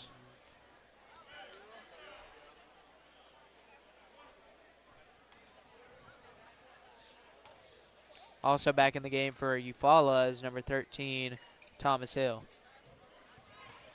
As Patterson able to knock the second one through for Handley. Now Cullen's bringing it up the floor. Passes it over. Now left wide open is Hill. And so now passing it inside and unable to make the bucket there. But a rebound by Cullens. And if you're Eufuala here, you can just slow it down. And a steal there. Nice steal by Handley, and that's going to be a foul. Kind of an unnecessary foul here. You're up by 35. But foul by Javion Bowick. Be sure y'all stay tuned after this game because we got our nightcapper, the last game of today's great slate of games for day one of Reindeer games. Valley versus Auburn. Obviously, Valley has won 49 straight. Also won the 5A state championship last year. But Auburn will try and end that streak, although Valley will try and do everything in their power to try and get to 50 straight wins. And that's a good rebound by Cullens off the miss. Now, bringing it up the court for Eufuala is Hill. And Hill going to slow it down here for the Tigers. And now a steal here. A steal by Patterson. Patterson going to try and go up and dunk it, and he does. Consolation prize for him. It's a pretty good dunk. So 82 to 49 now, and now Handley trying to press. I mean, never give up, never what, but it's going to be out of bounds. Now it's going to be out of bounds off of the leg of a Handley player, and it's going to remain Eufuala basketball. And 50 seconds left as it's passed inside, and it's going to be put up and scored by Elite Quinn.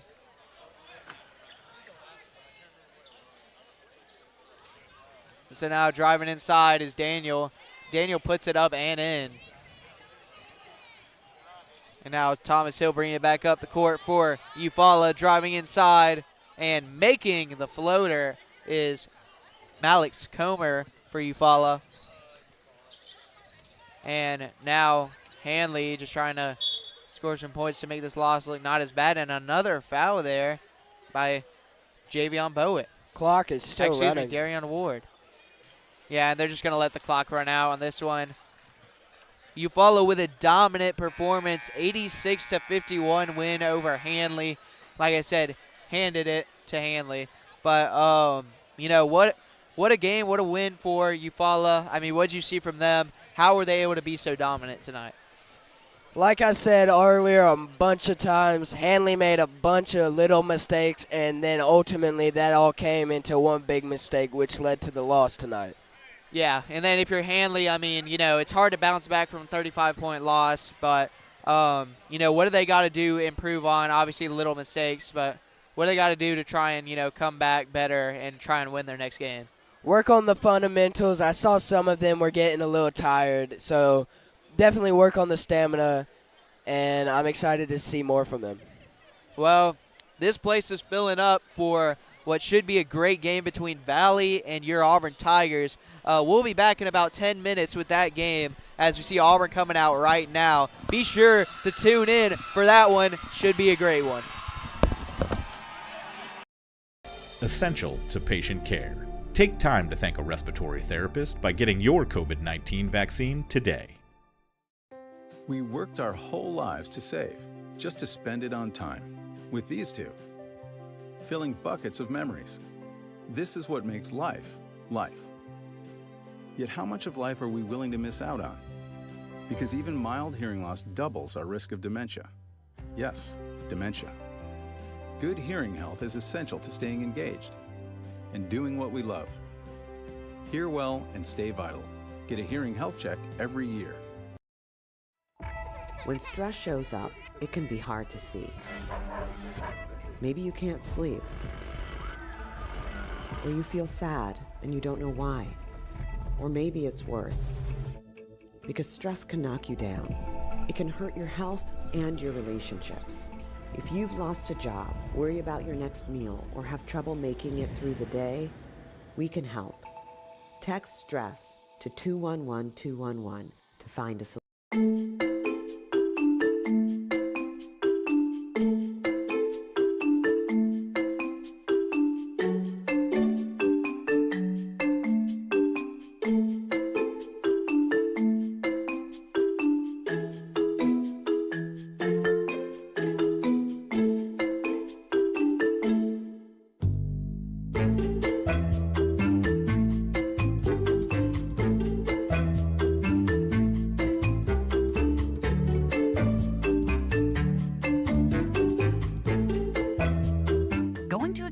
Parenting your teen, it might be time to take a new approach.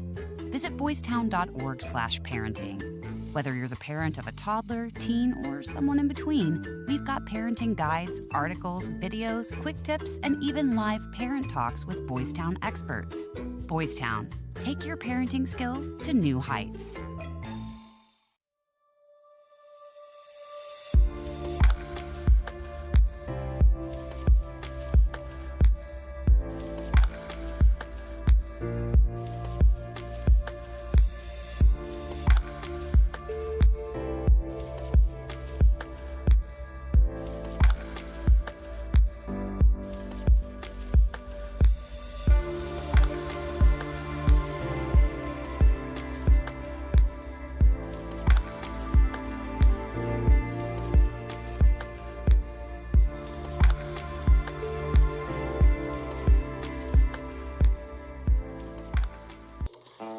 We all smoked in those days. If that was you then, get your lungs screened now.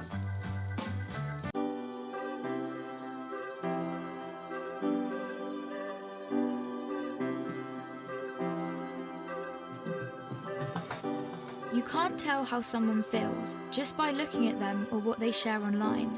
To the outside world, our lives may look perfect, even if in reality they aren't.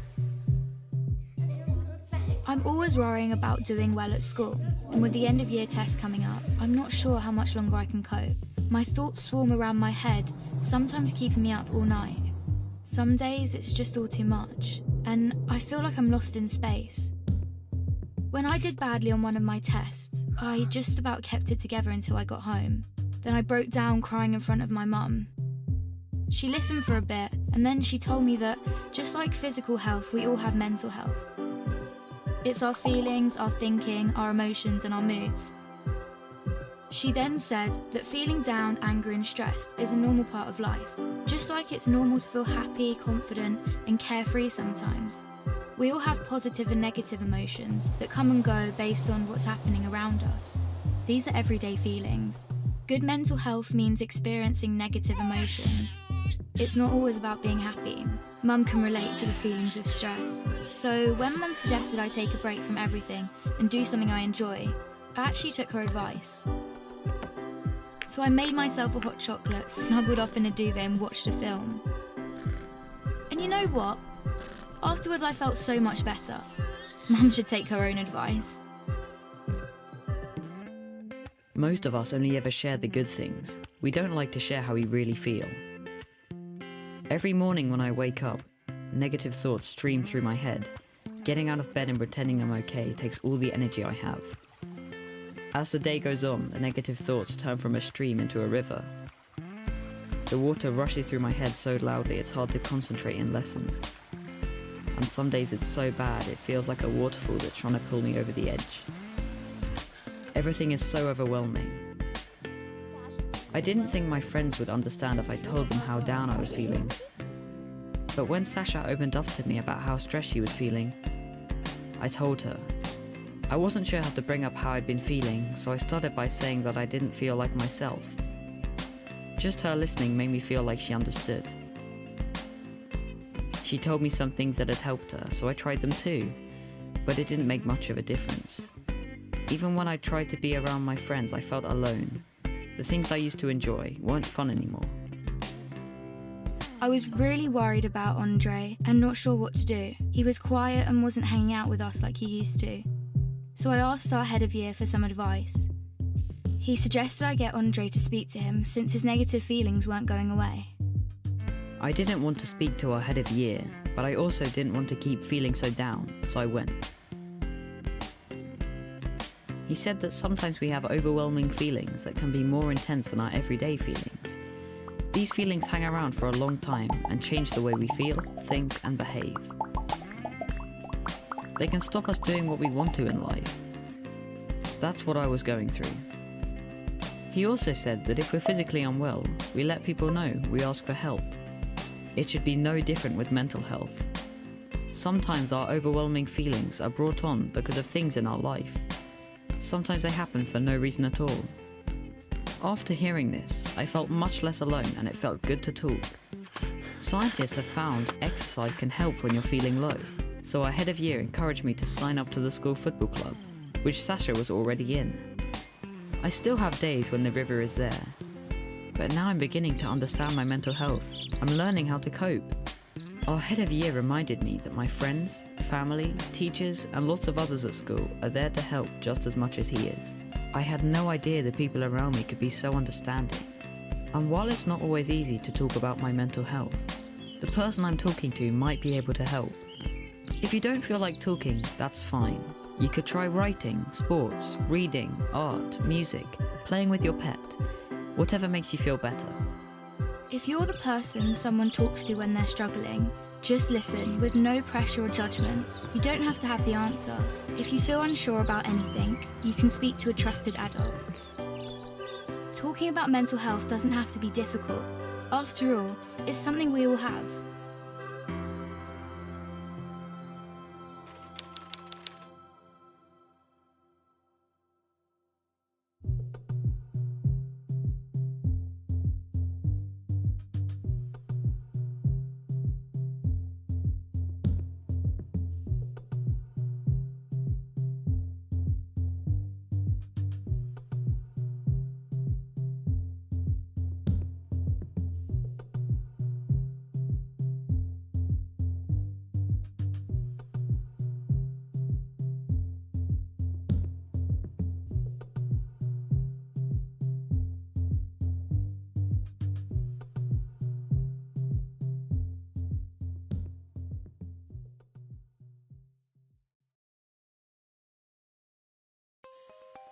Using meth taught me everything about freedom, only not like you think.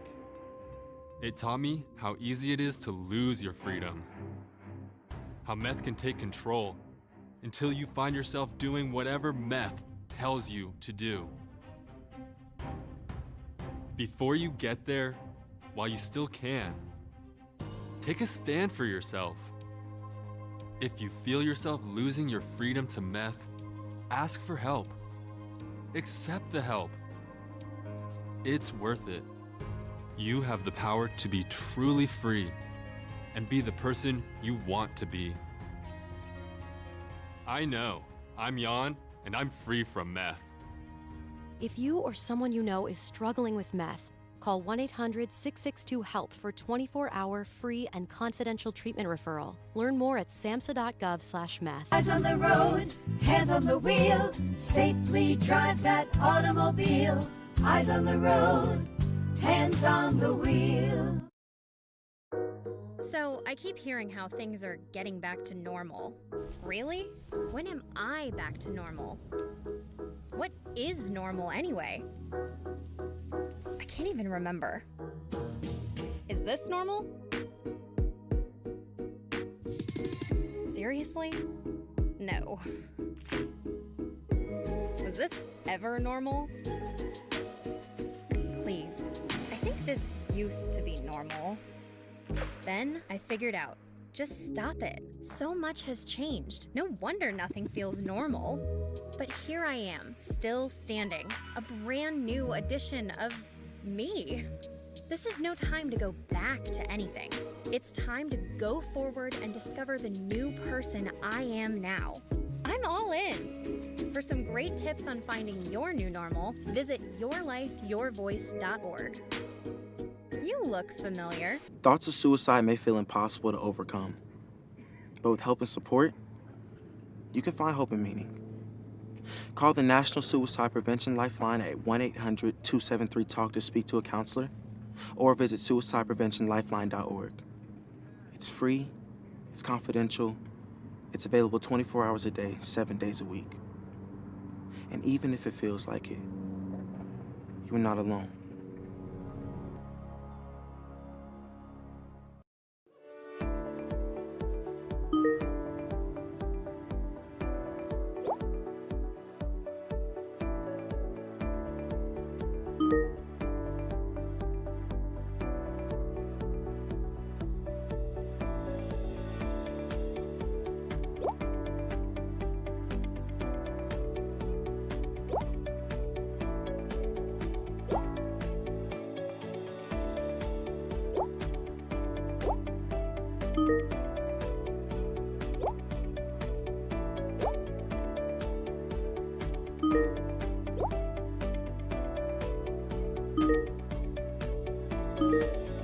All currently serving military vets or immediate families of troops killed in action, VetTix is for you.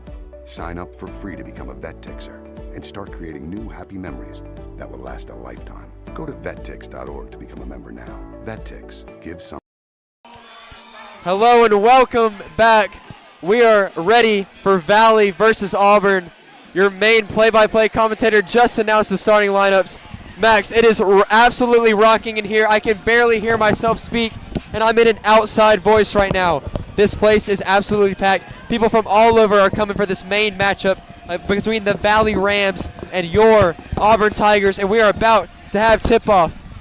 I'm your color commentator, Taylor Gottney, joined by play-by-play commentator Max Mesman. Max, take him away on this first call. All right, ladies and gentlemen, this is the big one today. I mean, this Reindeer game's, first of all, been so great, to watch all these teams just absolutely ball out. But this is the game that we've been waiting for, the Auburn Tigers versus the Valley Rams. Valley, I mentioned it last game, as we see a miss there, and Antoine Daniels bringing it down the court, and that's going to go off the knee of a Rams defender, and that's going to go out of bounds.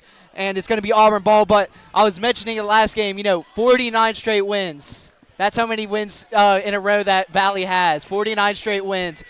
They won 5A state championship last year. This is a team, they went undefeated last year. They're 8-0 this year. This is a team that's going to be very tough to play for Auburn. I know that they're 5A, but don't let that fool you. This Valley team is very, very solid. As we see a shot there in the corner, that one's going to be off the back rim and out. And Antoine Daniels with the rebound. Daniels bringing it back down the floor. Scanning. Passes it over to Gonia. Gonia slowing it down a little bit. Gonia looking for an open man. Passes it over to Wade Hill. Hill finds the open McLean. McLean over to Gonia. Gonia for three. Bang! Bang! Makes it home. And Auburn strikes first blood. 3-0 off the Gonia three. Adam Gonia starting off the game right. We saw it all last year. You know, he was injured a lot last year. We didn't get to see him in action that much, but he is making a splash so far in this big game.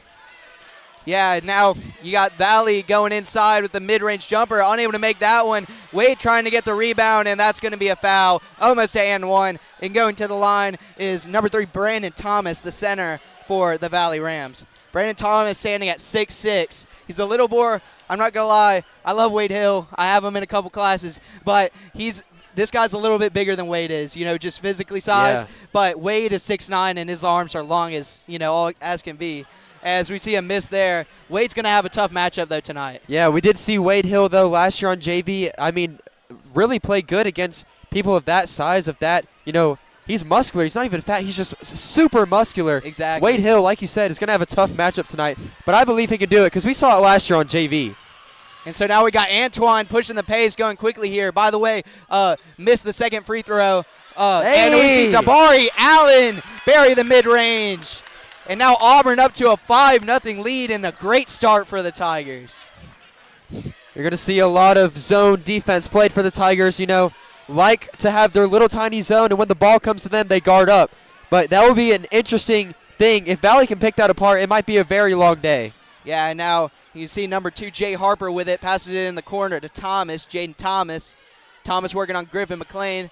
Now pass it down low. Now it's going to go inside. That's number 5, and it's going to be blocked by Wade Hill, and then rebound, and that's going to be a foul on Auburn. Wade Hill, though, with the block on number 5, Cameron Dooley. And are they going to call that? They're going to call it a shooting foul, I'm pretty sure, on Wade Hill.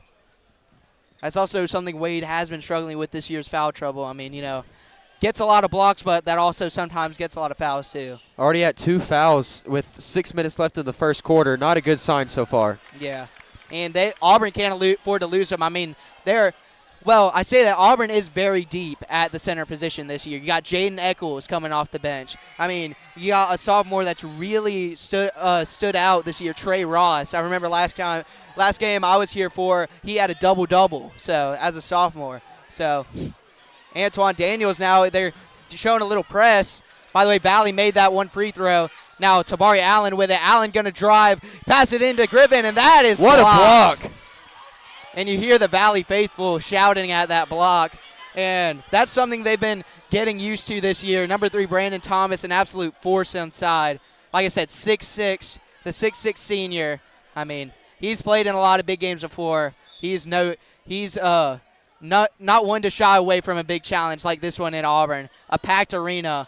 And now Gonia, that's going to go a little bit over the head there. And now that's going to be the first turnover of the game for Auburn. Yeah, that pass to Griffin McLean. I want to highlight him real quick. 2-sport athlete, just got done with football season, and he's been on the varsity basketball team. I think this is his 3rd year. He's on it as a sophomore. So, absolute athlete. Going to be a nightmare matchup at the power forward position right now. 100%. Now driving in. That's Dooley. Dooley spotting up, shooting the 3. Rebound. And now going up and missing it off the backboard. And then a big rebound by Brandon Thomas. And Brandon Thomas, he's a problem. Talking to Coach Brandt earlier today, me and Dylan RCT has ever talked to him. He is their best player, and he's going to be trouble for us. He's proven it already too. So now Hill with it, passes over to McLean. McLean thought about it, and now Gonia left wide open, shoots the 3. Misses that one too strong. And now Gonia passes over to Allen. Allen shoots it, misses it, but they call a foul.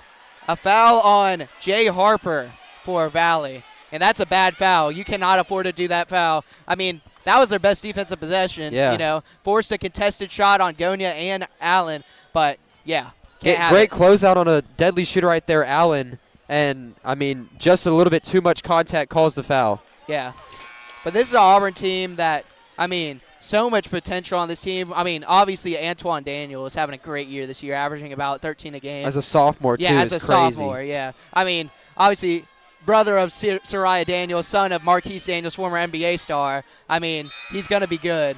But Tabari Allen making the second free throw. He missed the first.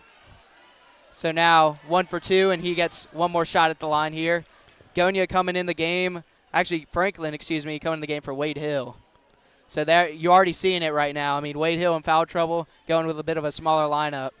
And the viewers can't see it right now, but Bradley Pearson, our leading scorer, is actually out for this game, sitting on the bench, not dressed to play. That might be a huge loss for the Tigers in this one. Yeah, I mean, Allen's our leading scorer this year, actually. You know, looking at Max Preps earlier this year, not Allen, Pearson, sorry. Pearson's scoring like 15 a game this year. He's having a great season, so that is a big loss. And we see Franklin there, almost gets the seal, but unable to get it. But still, Franklin, he's like a spark plug. Yeah, we've been saying it for a few years now. Jordan Franklin, kind of the Katie Johnson, if you watch Auburn University basketball. Yes. Franklin playing aggressive defense always.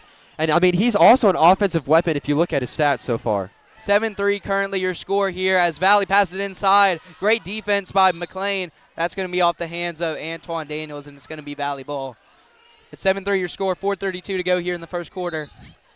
In front of a jam-packed crowd, basically a standing room only. Now Franklin gets the steal. Franklin one-on-one, takes it inside, and he misses it. And it's going to be rebound by the Rams. Although Gagne trying to get it and unable to get it there. Now wide open in the corner and missing that one. That was Thomas, and a good rebound by Gagne. And Gagne will slow it down and take it up the court. I mean, basically a standing room only crowd. I mean, this is a game that the entire city of Auburn, I mean, I can't see one open section even in the standing room area. There's no open spots to sit or stand. This place is packed. And when I was pulling into the parking lot, I could barely find a parking space in the blue lot. So the Auburn faithful and the Valley faithful has come out to this game. Now Gagne with it. Gagne going to dribble around the screen by McLean. Fletcher also in the game. Trey Fletcher in the game first time. Jordan Franklin driving it in, and he missed it. Scoop and score by Jordan Franklin. What a drive right there by Franklin, going up against the bigger defender, going under him, and getting the easy layup. Now taking the long three is Dooley. Oh, my Dooley hits goodness. it home. Number 5, Cameron Dooley, 6'4", but he's listed as a shooting guard, so he's kind of that stretch player that, you know, very lethal, very lethal. Very interesting lineup for the Valley Rams. You know, all of them around the same height, that 6'2" to 6'6" range. Don't really have a towering giant. But, I mean, this team is quick, and they're proving on the defensive side right there as Auburn just had a turnover. Yeah, bad pass there by Franklin, trying to get it inside to Griffin, but just a little bit in front of him. That's another turnover by Auburn. I mean, this is going to be a close game.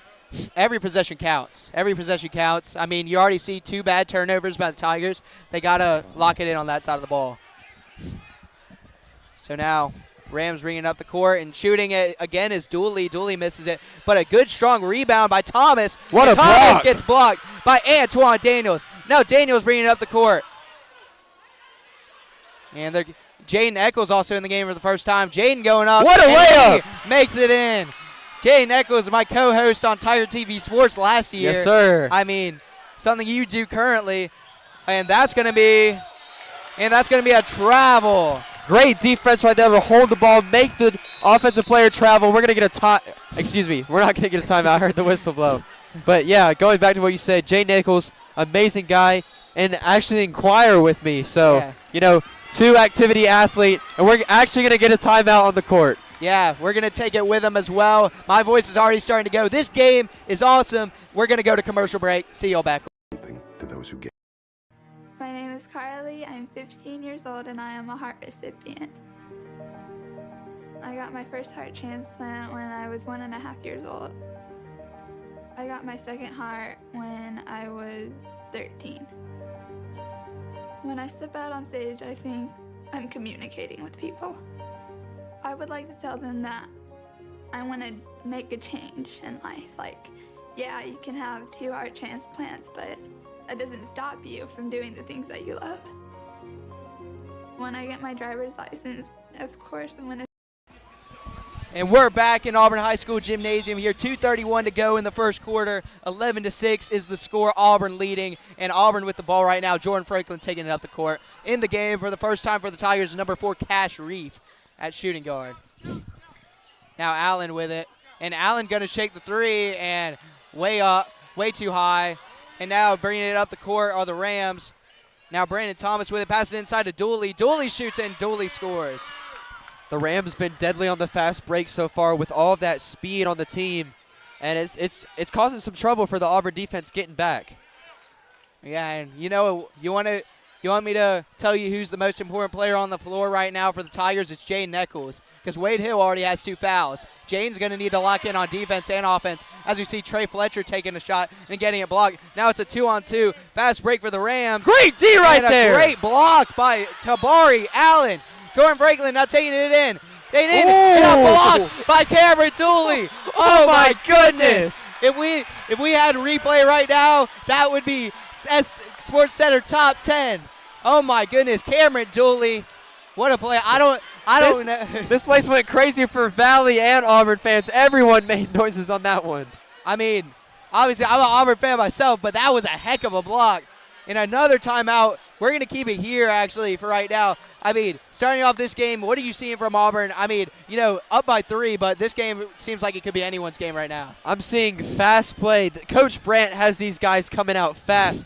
You see it on every fast break, just running full speed ahead, putting their head down. It might lead to a block every now or then, but this Auburn team loves to play with speed, and without their star, Bradley Pearson, that's what they got to do to get in this game. Yeah, and then on the side for Valley, I mean, obviously we knew coming in this is going to be a tough team to play, and no doubt, I mean, best players for them so far are Dooley and Thomas, obviously. It'll be interesting to see. Thomas is coming onto the floor again. He hasn't been subbed out since the tip. So Thomas is a guy that will play literally the full quarter here, and they're gonna do that because look who's in. Jaden Eccles the backup. Love Jaden, but he is the backup this year. Yeah. And so Jaden's gonna have to really, put his heart into this game because he's going up against one of the top centers in the state, and Brandon Thomas. So now Allen with it.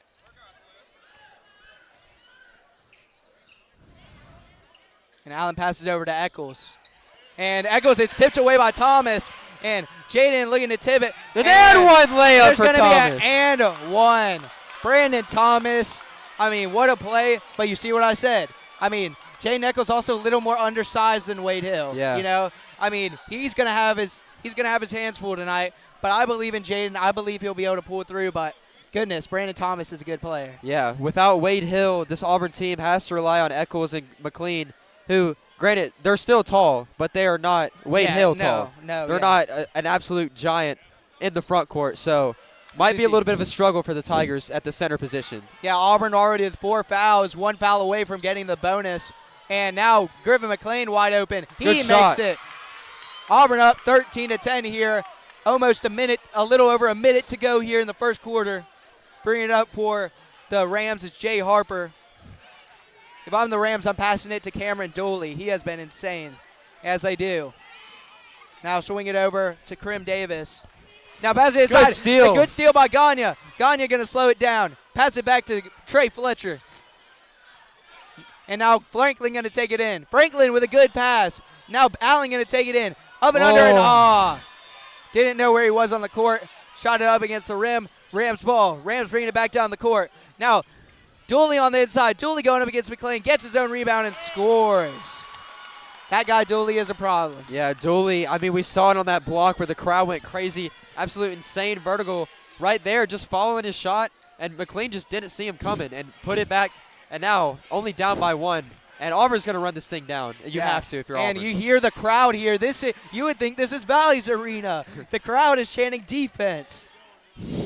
So Auburn, all the momentum now drawing it down to 6 seconds to go here. Trying to take the last shot. 3 seconds. Fletcher going to shoot it. Air ball. And that's going to do it. And this Auburn crowd is not happy. Yeah. Not happy with that shot. And the score is 13-12 here going into the second quarter. Auburn up by 1. We'll see you after this break. I say yes to be an organ donor because I've been saved twice. So who says I can't save somebody else? It's just the beginning of a new story. This gift of life was made possible by an organ donor. Imagine what you could make possible. Learn more and sign up as an organ, eye, and tissue donor. Go to organdonor.gov. When his idea of game night has you feeling played,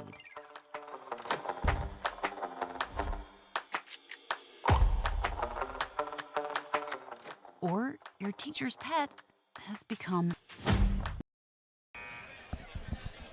And we're back here at Auburn High School. Start of the second quarter, a game that is Oh my goodness, I've just been waiting all day for it, and I haven't been disappointed so far. Auburn up 13-12, but all the momentum on the side of Valley right now.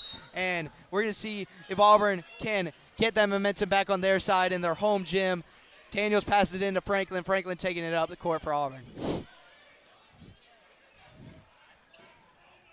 Now Franklin with it. Franklin's going to pass it over to Allen. Allen mid-range, thought about it. Now going to dribble back out to beyond the arc. Daniel's going to go down the lane. Daniel's going to go up, and that is almost blocked.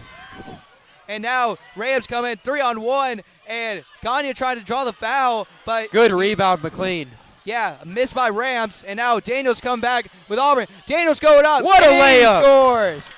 Antoine Daniels, the 6'5" shooting guard. I mean, what a matchup problem for Auburn. Now Dooley with it. Dooley going to pop it from 3. Misses it.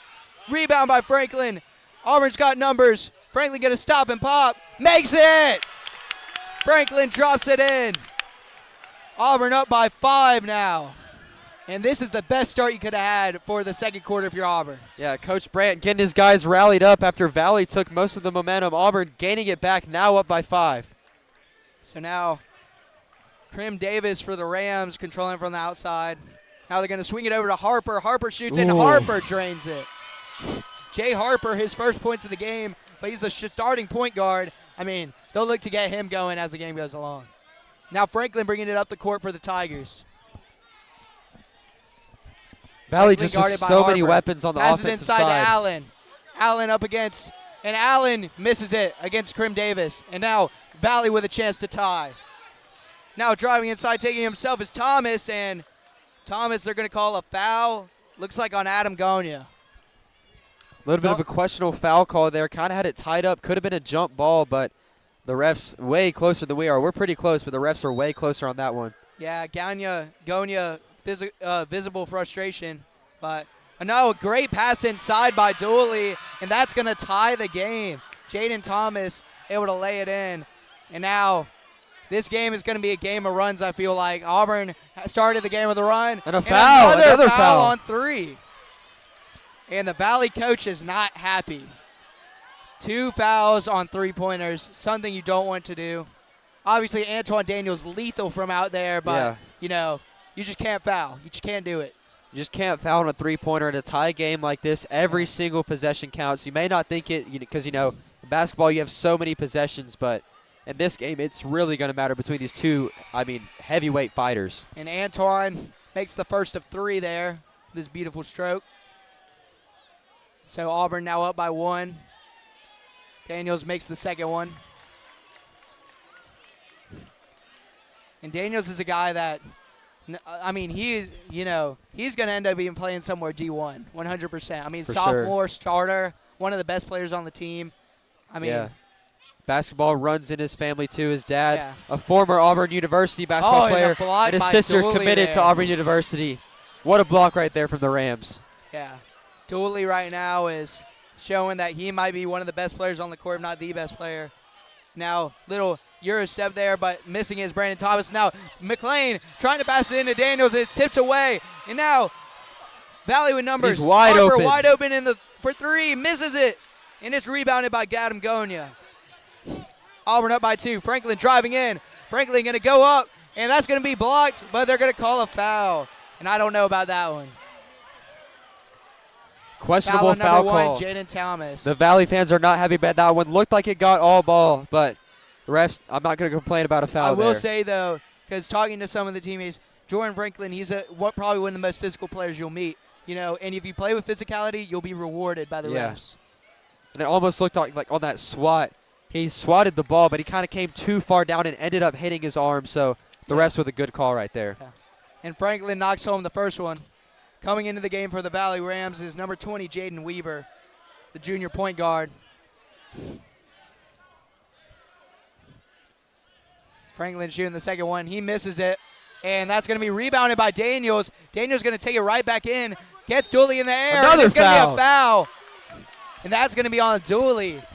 Dooley got him with the body. Actually, I think they're going to call it. On Brandon Thomas. Still hurts if you're the Rams. The Rams now leading in fouls this second quarter, 3 already. Auburn playing very physical right now. The Rams fouling almost every single possession so far. This Auburn team, like I said earlier, is coming out with speed. With this, I mean, you see the student section to our right. This is probably the most full I've ever seen this gym for an Auburn basketball game, 100%. And it's proving right now. The only bigger one is Central weekend. Yeah. It's the only bigger one.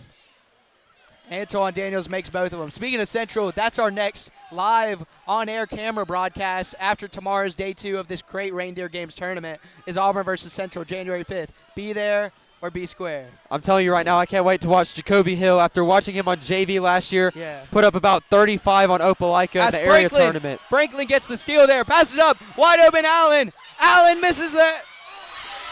And that's going to be a goaltending. That's going to be a goaltending on number 20, Jaden Reaver.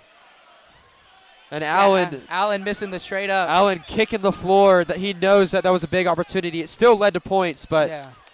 Auburn up by 7 comforting now, him on that one. Auburn up by 7 now. Rams slowly letting this game get away with them. Obviously early in the second quarter. Now good closeout right there by Eddie. Sinks it. And Thomas showing that he's got range. Thomas has range. Now Allen driving inside. He's going to fall, and that's going to be a travel. And Auburn cannot let the moment get too big for him.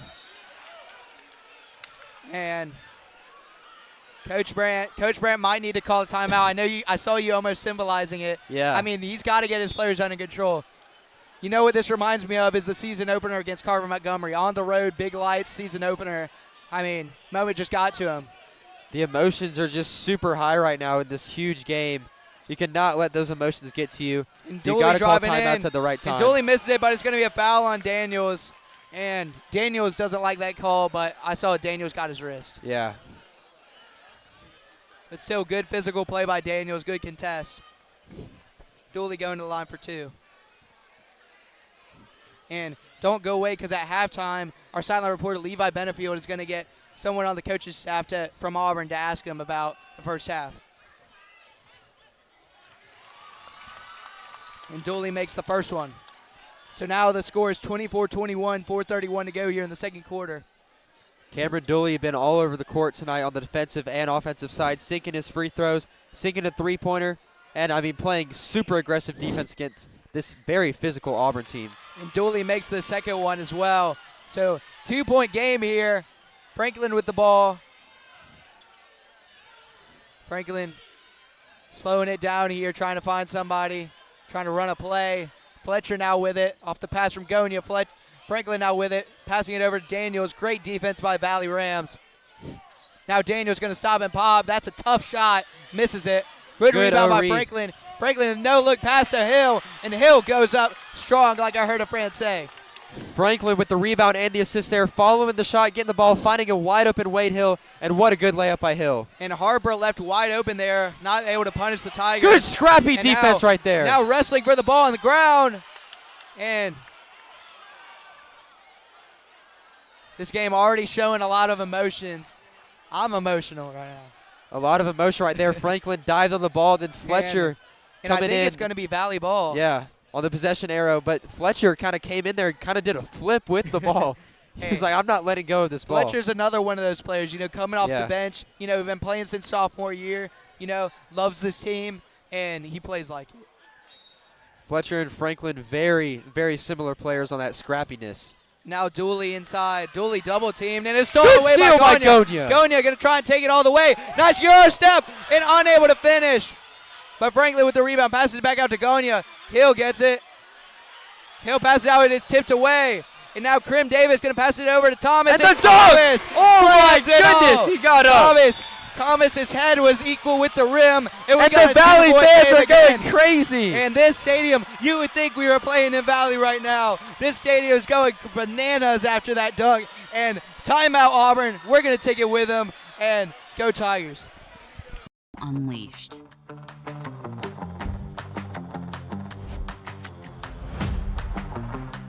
And inseparable has become intolerable. Visit boystown.org/parenting.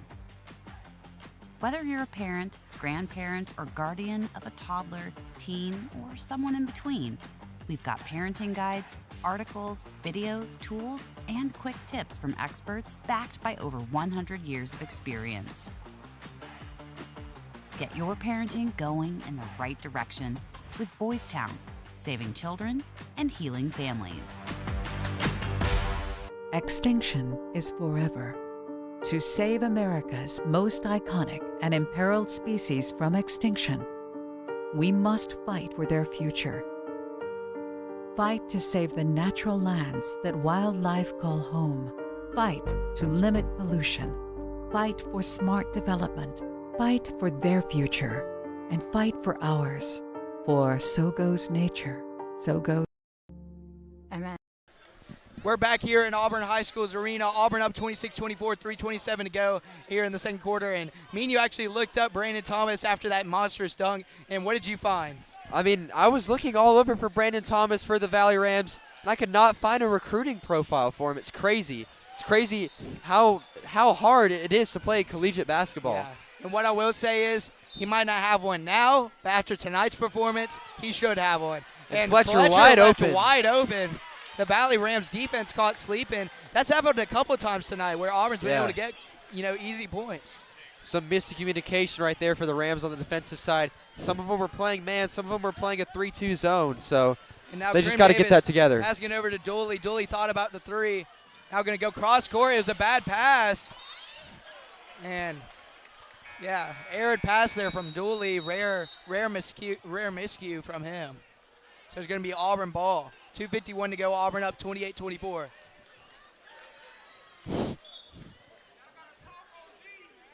So Adam Gonya with the ball. Now Jordan Franklin bringing it up for the Tigers. Franklin passes it over to Allen. Allen with it. Back over to Allen in the corner. Auburn with a small ball lineup in right now. No true center on the court. A bunch of guards and forwards on the court. So tallest player for them right now is Antoine Daniels, 6'5". Meanwhile, Brandon Thomas has played basically this entire first half. Yeah. Him and Dooley. Daniels now with it. And Auburn, this Valley defense has them locked up. Running a man-to-man. Now Gonya. And this Auburn defense doesn't know what to do, and that's a travel. Yeah. Gonya trying to pass it to Franklin on the front at the the 3-point line. Kind of a slip of words right there. Yeah. But it kind of slipped in his hand as he was passing, and he had to recover it. And that's going to be a double dribble every single time, right in front of the ref too. Yeah. And I say man-to-man, they're actually running a 3-2 zone, so sorry about that. I noticed because they basically triple-team Gagne, and that's what caused the travel. And he is getting triple-teamed and still sinking shots. Brandon Thomas, like I said during the break, me and you're talking about man amongst boys right now. Man amongst boys. Auburn needs Wade Hill or Jay Nichols in this game. They cannot. Tabari Allen's a great player, but he's also 6'2". Yeah. I mean, you're going up against a 6'6", possibly 6'7", but great play by Trey Fletcher. Got the switch they wanted, and he was able to body him in the paint. Now Auburn going with a 2-3 zone here. Now Fletcher trying to draw the charge. And they're going to call a blocking foul on Fletcher, excuse me. And he is not having any of it. And honestly, I agree. You see Fletcher there. Obviously, y'all can't see it, but Fletcher there trying to draw a charge, and the other guy basically just running into his shoulder. They call it a foul on Trey Fletcher. That's a terrible call. It's a terrible call. Krim Davis misses the first one, though. Ball doesn't lie. So. Ian D. Cream Davis.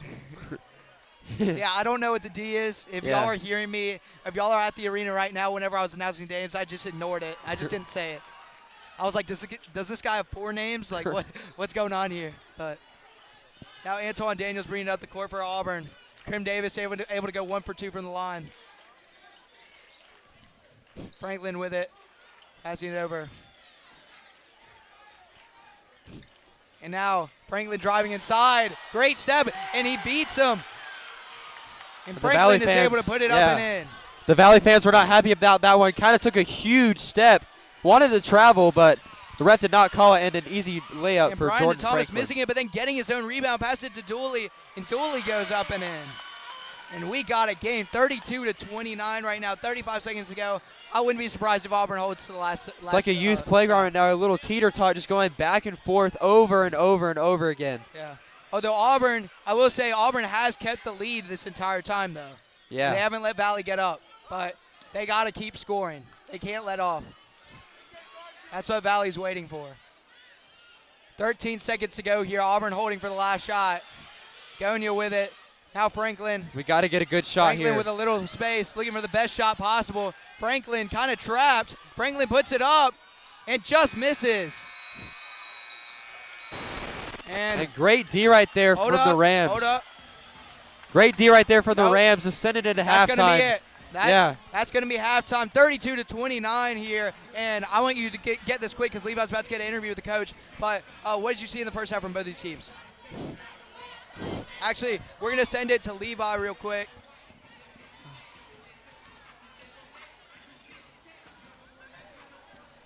All right, we're going to go ahead and send it to our man Levi Benefield with Coach Brandt. Thanks, Max. I have Coach Brandt here. What do y'all think led y'all into the lead, and what do you think you could have done better? Well, Valley's an extremely good team. They're 149 games for a reason. It's about us controlling the tempo and pace, and we can't let them run. So as long as we do that, we're going to have a chance. All right, thank you. Thank you for that interview, Levi Benefield. We're going to send you to commercial break, but don't go away because we still got the second half in this matchup between the Valley Rams and the Auburn Tigers. Does suck. MS mucks with your central nervous system. Almost everything about your body, your muscles, your organs, your ability to speak, your ability to understand, your ability to move. MS took everything from me. Everything I thought was important, everything I valued. I used to jump in a trampoline and swim with the kids. MS has affected me being a mom because I'm sorry. Despite MS, I will keep riding my bike. I will continue to be the strongest mom that I possibly can. I will still dance with my husband. I will continue to live the life that my daughter expects me to live. Multiple sclerosis may be a part of who you are, but it doesn't define you. I will never stop. I will never quit. I'm going to keep being me.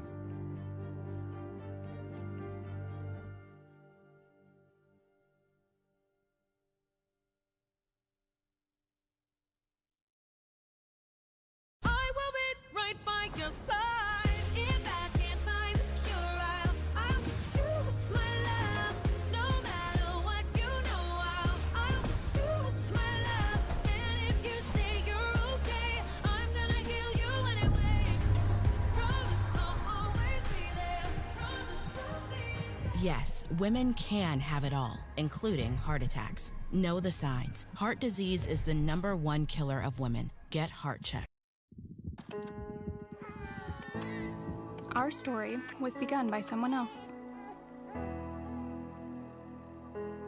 Our story was often shaped by generations before them. Our story was forged and maybe even defined by the experiences of our childhood. But it doesn't need to be. You can be the author. Learn how at numberstory.org. There are everyday actions to help prevent the spread of respiratory diseases. Wash your hands. Avoid close contact with people who are sick. Avoid touching your eyes, nose, and mouth. Stay home when you are sick. Cover your cough or sneeze. Clean and disinfect frequently touched objects with household cleaning spray. For more information, visit cdc.gov/COVID-19. This message brought to you by the National Association of Broadcasters and this station. The life of every child is precious beyond measure. If you care for a child with a disability and have limited income and resources, help is available. Children with a physical or mental disability or who are blind may qualify for monthly cash payments through the Supplemental Security Income Program, or SSI. The program provides help to meet basic needs for food, clothing, or a place to live, and disability-related needs. It's money that can make a meaningful difference. If you're the parent or caregiver of a child or teenager you think may be eligible, call Social Security at 1-800-772-1213 or visit ssa.gov/SSI Kids to learn how to apply today. That's ssa.gov/SSI Kids. It's real help for the children. Message produced by Social Security at U.S. taxpayers. We are Sikhs, Sikh Americans. We believe in equality, tolerance, and respect for all.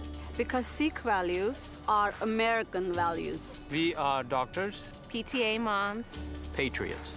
We are Americans. We like Game of Thrones.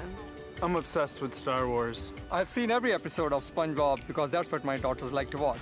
We are Sikhs.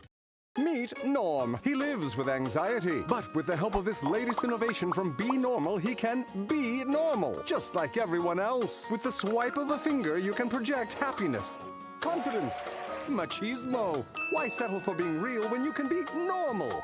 The Normal Maker. New from Be Normal. This item doesn't really work because there's no such thing as normal. We're all different. What we like, how our brains work. In fact, 1 in 5 of us live with mental illness. Don't filter who you are. Start by talking to someone you trust. And remember, there is no... When you take your car in for an oil change, a good mechanic will also take care of other routine maintenance to make sure your car runs safely and efficiently. Protecting your health isn't much different.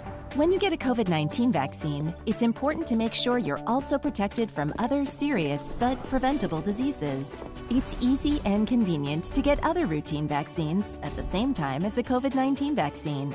So make sure you ask a healthcare professional about other vaccines you may need to maintain your health.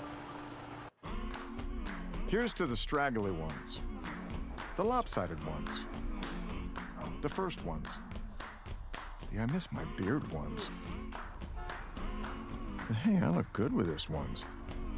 But no way he's grown that in a week ones. The black, brown, red, and gray ones. That one. The itchy ones. The never forgotten ones. The ones grown by Dad. The ones grown for Dad. The started late ones.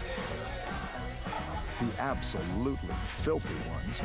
The drawn on ones. The finger ones. The pin ones. The I nearly didn't do it this year ones. And the yeah, why not ones. They all raise awareness, raise funds, start conversations, and save lives. Because whatever you grow will save a bro. Learn more at Movember.com.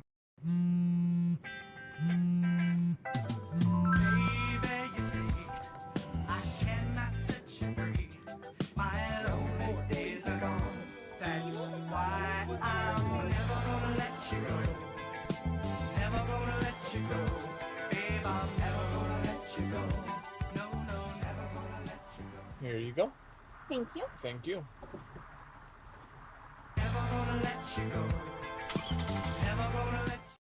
We are strong, we are resilient, and we will get through this together. But these are stressful times, and it's important to also practice good self-care. It's normal to feel overwhelmed, anxious, or afraid, but there is hope. Reach out to someone, connect with your friends, stay in touch with your community, and know that you are not alone. Learn more at wearebroadcasters.com/hope, furnished by the National Association of Broadcasters and this state. Some kids never smile. They're embarrassed by their crooked teeth. They want braces like the other kids, but their families can't afford them. Some may even try to straighten their teeth themselves. That can make everything worse. Luckily, there's Donated Orthodontic Services, a program from the American Association of Orthodontists. It helps provide orthodontic treatment to kids and teens whose families can't afford it. For kids who apply, are approved, and are matched with a volunteer orthodontist, it can be life-changing. Their treatment is in the hands of an expert, a licensed local orthodontic specialist who improves their smiles by correctly aligning teeth and jaws. Some kids think they'll never smile again.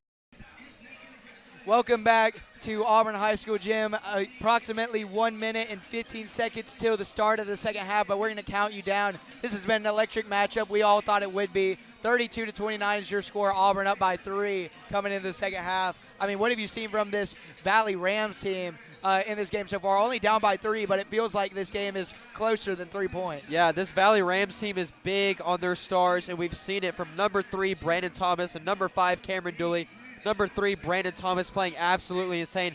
Has to have 10-plus points at this point.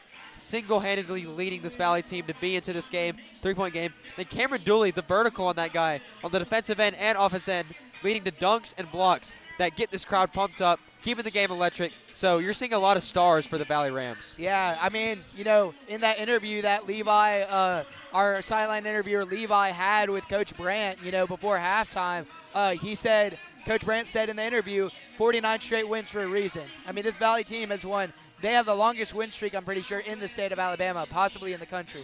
I mean, 49 straight wins, you don't get that for no reason. 8-0 this year. Former state champs, probably going to win it this year for 5A. But what did you see for this Auburn team? How have they been able to handle this Valley team so far? This Auburn team has come out quick and shooting, and you're seeing a lot of team play. Right in front of us, number 12, Tabari Allen leading the charge, and number 11, Antoine Daniels, 2 players that have been absolutely deadly for the Tigers. Antoine Daniels, you know, his emotions rose a little bit, but he got back in the zone, and he's played great so far. Then Antoine Daniels, the sophomore, you know, basketball runs in his family. We say it all the time. But Antoine Daniels playing great on the offensive end. Defensive end playing very physical, but he's being smart about it. He's playing very physical, but playing very smart. And as we get the second half going, watch out for them, too. Yeah, although there's a block by Brandon and Thomas. And that guy right there, yeah. Jordan Franklin.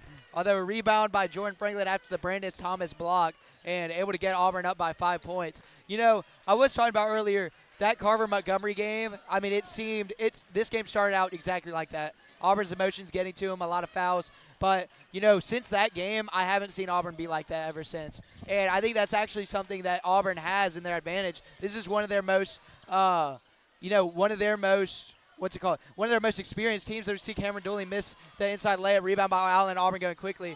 But I think this is one of the most experienced teams as we see Gagne shoot up a 3 and miss it. But, I mean, you talk about Tabari Allen and Antoine Daniels are the only guys that get extensive minutes and aren't seniors. As you see, Franklin, good pass to Allen. Great pass to find Allen, the and one. Nope, they're going to call it on the floor. Call it on the floor. And Coach Brandt is not happy about that one. Yeah, I think that's interesting because we saw a similar play for Brandon Thomas earlier in this game, and they called it continuation. They gave him the foul. So, obviously, continuation is not in high school, but, you know, they gave it to Brandon Thomas earlier. But let's see if Auburn can score off the inbounds pass here. Now Daniels thought about it in the corner. Now going to pass it back out to Allen. Now Franklin with it, resetting this Auburn team.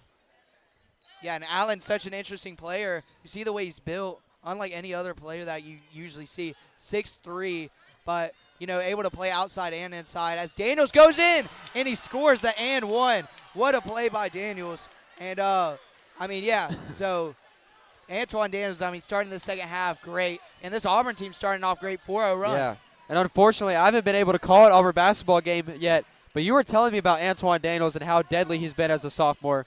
You know, making varsity this year, getting the step up from his freshman year, and he's proven it right now against this strong Valley team. Yeah, and Dooley there, unable to make it, and a rebound by Daniels, excuse me. And Daniels, it's tipped away, but he keeps it. And then he passes it over to Allen. Allen in the corner. Allen passes it over to Franklin. And I like the half-court offense that this Auburn team is running. And now Allen driving baseline. Gonna get what a drive. And this Auburn team, whatever Auburn with all the momentum in the locker room, is working. 9-point lead for Auburn right now. 5:45 to go in the third quarter. We'll be right back after this commercial break.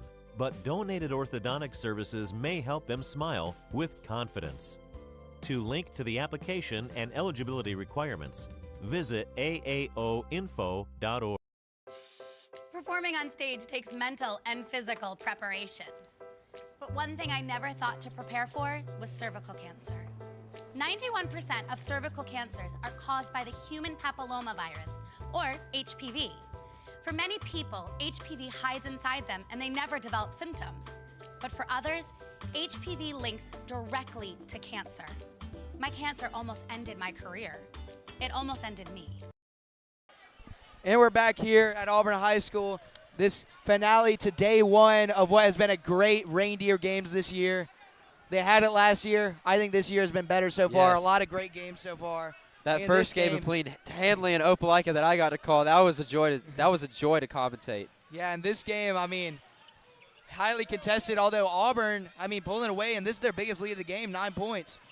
But Dooley driving in strong, and that's going to be a foul. And going down hard is Dooley. He seems to be okay. But a foul on Tabari Allen there. Scary fall right there. Kind of hit his head on the court. Glad he's okay on that one. Yeah. And I still haven't seen Brandon Thomas lead the game. Yeah. Or Cameron Dooley. And Both this of isn't a them. Valley team that isn't deep. They got a couple of guys that are, really good. Yeah, Obviously, I feel like the starting five has been in the whole game almost. Yes. Even number 4, Krim Davis, who hasn't had the best game so far, but he's been out there, played some great minutes. Dooley makes the first free throw, cutting it down to 8. And he drops in the second as well. So Auburn up 38-31, 5:27 to go here in the second quarter. Or excuse me, the third quarter. Now Daniels bringing it up for the Tigers. And you see once again here, tallest guy in the game right now is Griffin McLean, or excuse me, Antoine Daniels at 6'5". Now Daniels in the thought corner. about that one. Yeah. Now Daniels passes it over to Franklin. Franklin going to reset. Auburn really taking advantage of that no shot clock in the high school. I would too, though, if I were them. Now McLean, nobody on him. And that was tipped away by Thomas, but McLean able to get it back. Passes up to Daniels. Franklin with it inside. Franklin, they're going to call a travel. And Coach Brandt is chewing out the ref right now. Yeah. Brandt is not happy about that one. Thought it was a foul. I thought it was a foul, too. Very physical play. But they're going to call the travel on Franklin on that one. Now Harper bringing it up the court. And now shooting it from the 3 is Dooley. Rebound by Harper. Harper puts it up, misses it. But then Brandon Thomas. Thomas coming right in. Almost triple teamed on that one, putting it back Yeah. in. The vacuum cleaner right there to clean it up, right there. And now Daniels bringing it up the court. Daniels passing it over to Gonia. And now it's taken away by Thomas. And Thomas Oh, bucks my it again. goodness. Oh, my gosh. And Thomas yells out. And this crowd are all fans of Brandon Thomas. I am as well. He has single-handedly brought this game back within 3 points. Yes. 6-0 Brandon Thomas run right now. 6-0 Brandon Thomas run, and they're going to a foul on Jaden Thomas. Very questionable call. I didn't see a lot of contact. But going back to that dunk, he got up, and then he hung on the rim. Forehead on the rim. Forehead on the rim, hung on the rim, yeah. pulled up, and then celebrated. You're telling me that's not a D1 athlete. You're tripping. You're tripping. Exactly. I'm sorry. It's crazy. Yeah.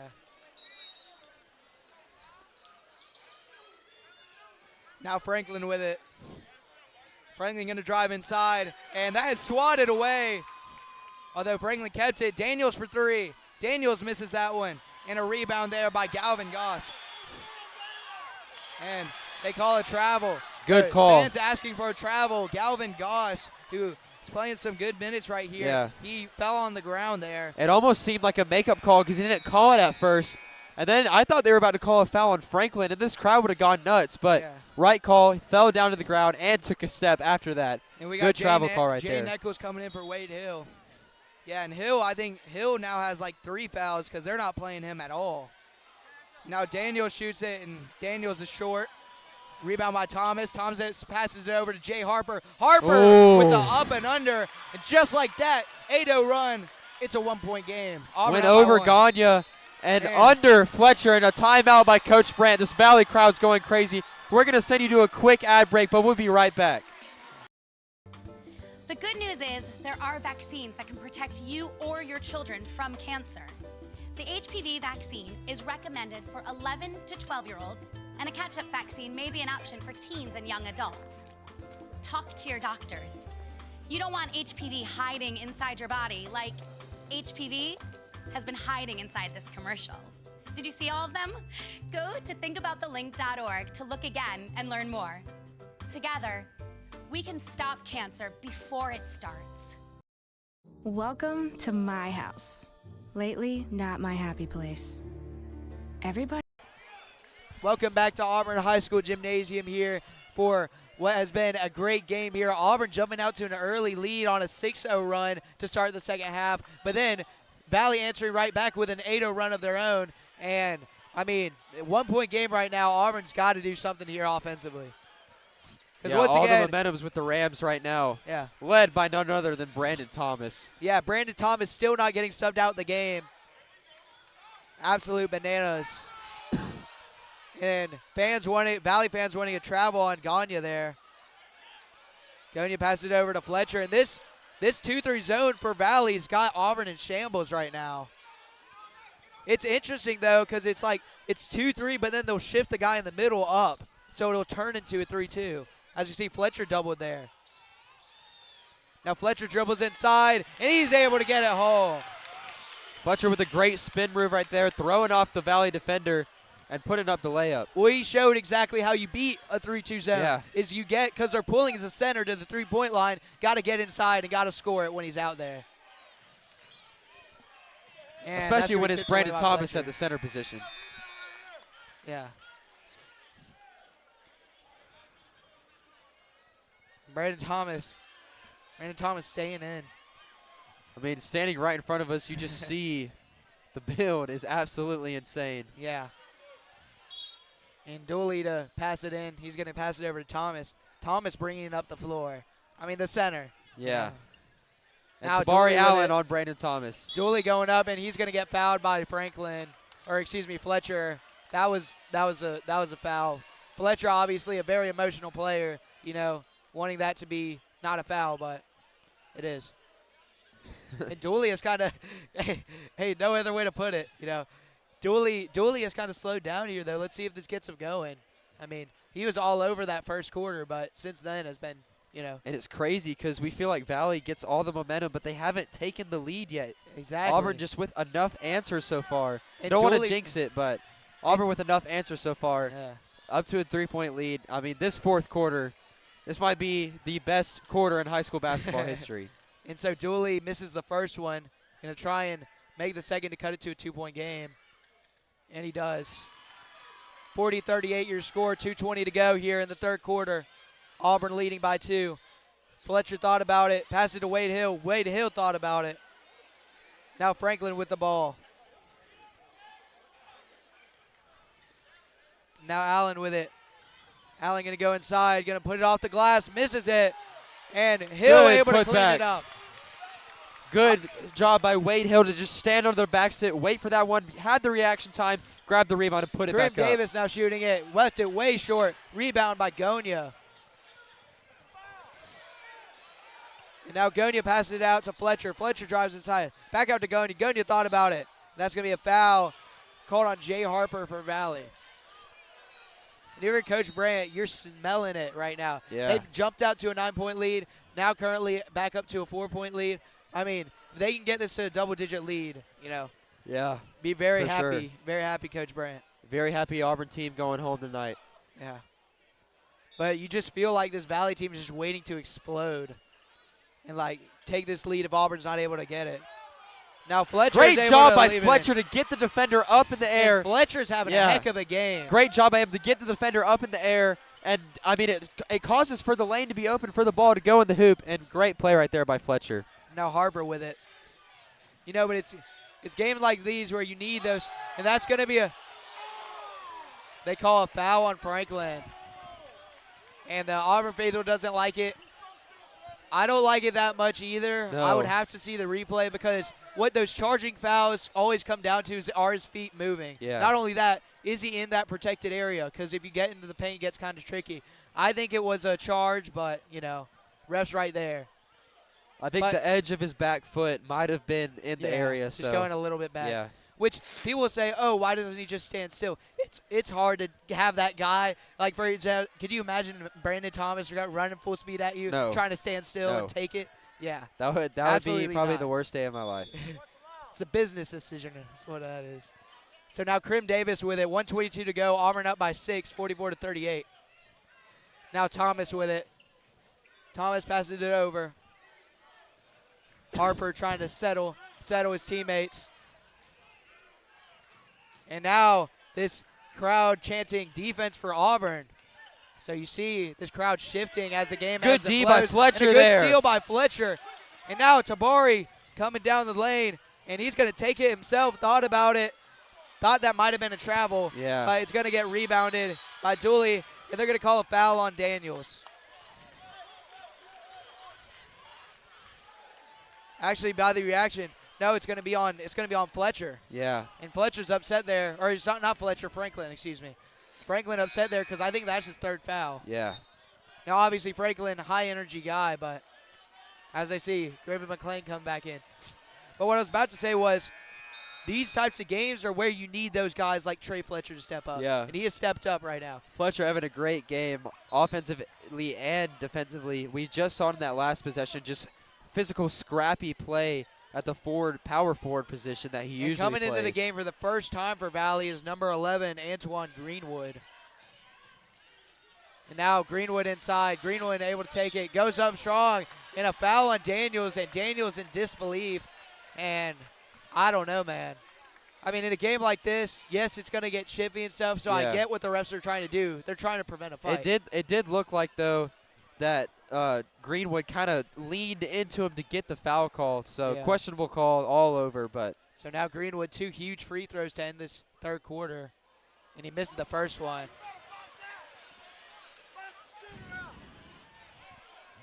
And so Greenwood unable to make the first one, high off the backboard. But I understand what the refs are trying to do with that foul call, because this is a game that could get chippy real quick. A great rebound by Harper, showing off the hops. Now passes it into Krim Davis. Krim Davis stops mid-range and bangs it in. Scores it right there. Now it's a 4-point game, 27 seconds to go. If I'm Auburn, I'm holding this. Yeah, Auburn's going to hold it as long as they can with no shot clock, listeners. No shot clock in high school basketball. You can't let Valley. And that's just a dumb play by Davis right there. Why would you do that? Krim Davis He was just all over Gagne right there. And now Auburn's in the bonus. So if I'm Auburn, I'm driving to the rack trying to get a foul. Exactly. Just an ill-advised foul right there. It almost looked like it was the end of the game and he was purposely trying to foul him. So Allen going to stop and pop. Misses it off the front iron. McLean with it, passes it back to Allen. And they're going to call a foul on Thomas. Actually, foul on Thomas. And that's his third. And Brandon Thomas getting close. I mean, he's got 3 fouls. I know he's like, but he might need a breather, and also might not. You don't want him to get fouled out. You can't have him get fouled out if you're the Valley Rams. Getting fouled out would be one of the worst experiences of his senior year. Yeah. Especially in this game. Yeah, this is one of the biggest games. You know, they're 49 wins straight, which obviously huge shout out to them. But they're also not playing the biggest competition. Not taking it away from them at all, but this might be the biggest game they've ever played. Yeah. And I was talking to some of their players before the game as well, and they were like, they're ready to go, but this is one of the toughest games they'll face. And the fans, a little bit of confusion going on here. They thought that Auburn was in the bonus, but they now are, because that was the 4th foul. That's I don't know about that.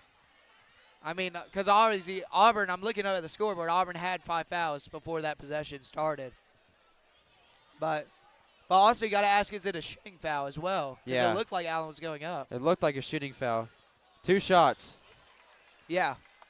Good call. Shots for Allen coming up. Good call by the refs there. A little bit of miscommunication at the scorer's table, but we're all good now. So 7.4 to go here. Auburn up 44-40. I'm excited for this 4th quarter, man. I mean, Auburn, obviously, they've been leading this entire game. But literally since the jump, Auburn made the first 3 and hasn't looked back. But still a close game right now. And Allen able to make that one. But this 4th quarter, this is where you make your mark. If you're one of these players on this court, this is where not only you show scouts, but you also just show your fans, show this high school. Like, this is how you get remembered. This is how you get college offers as well. You get colleges to notice you if you perform in the 4th quarter. And now you can perform great all game. Dooley taking it down. 3 seconds to go. Dooley just going to take it. What a drive! It in at the buzzer, and that's going to make it a 3-point game. And that is a huge play by Dooley, because now that makes it all the momentum on their side. We're going to take a quick breather and get ready for one of the best 4th quarters you'll ever see in high school sports. Don't go away. Everybody's pretty tired of each other. The parents were not themselves. My little brothers were morphing into small creatures. The walls were closing in.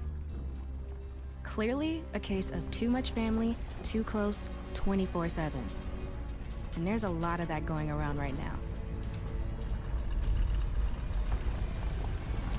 If this sounds like your house, try going someplace new. YourLifeYourVoice.org. You'll find lots of ideas to help you handle the family stresses of being confined to close quarters. YourLifeYourVoice.org. It might not get you out of the house, but it could help you find a little more breathing room.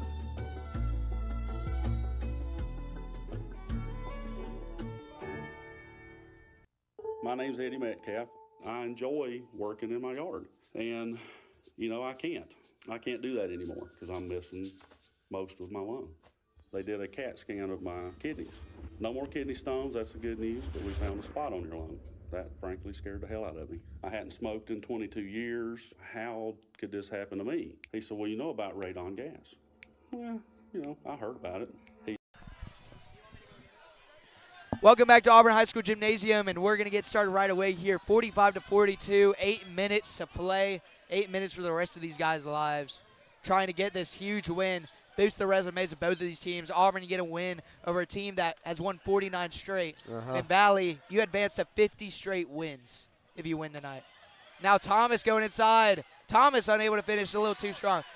Good rebound by Crim Davis. Crim Davis unable to get it. And then now out to Jaden Thomas. And that's going to be a foul on Franklin.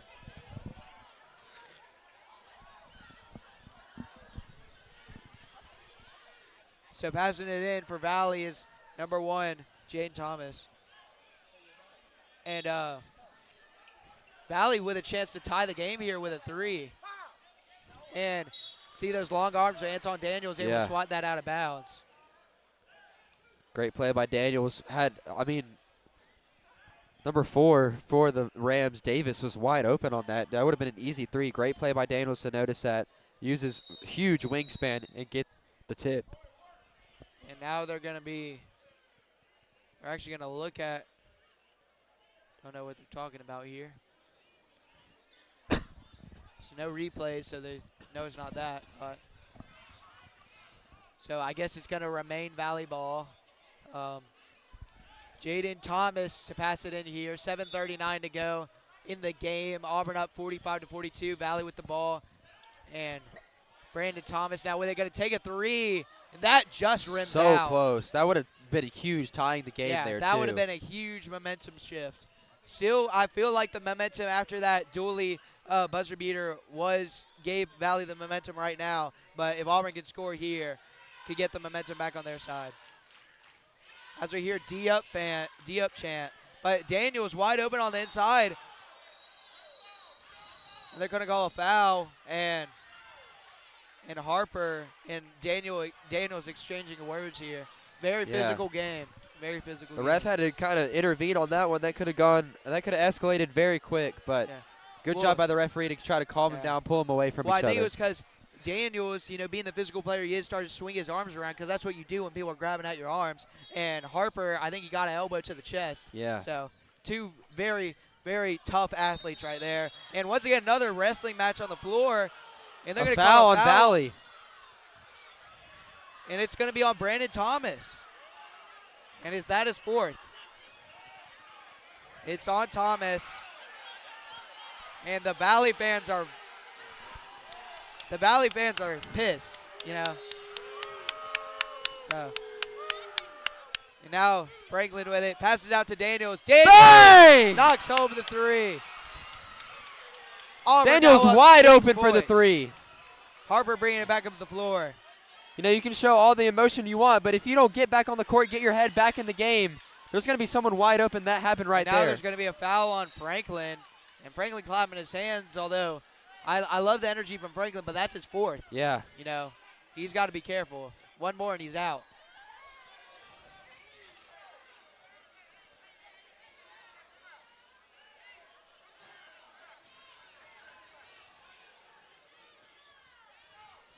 So Harper to bring it up the floor here. Auburn up by 6.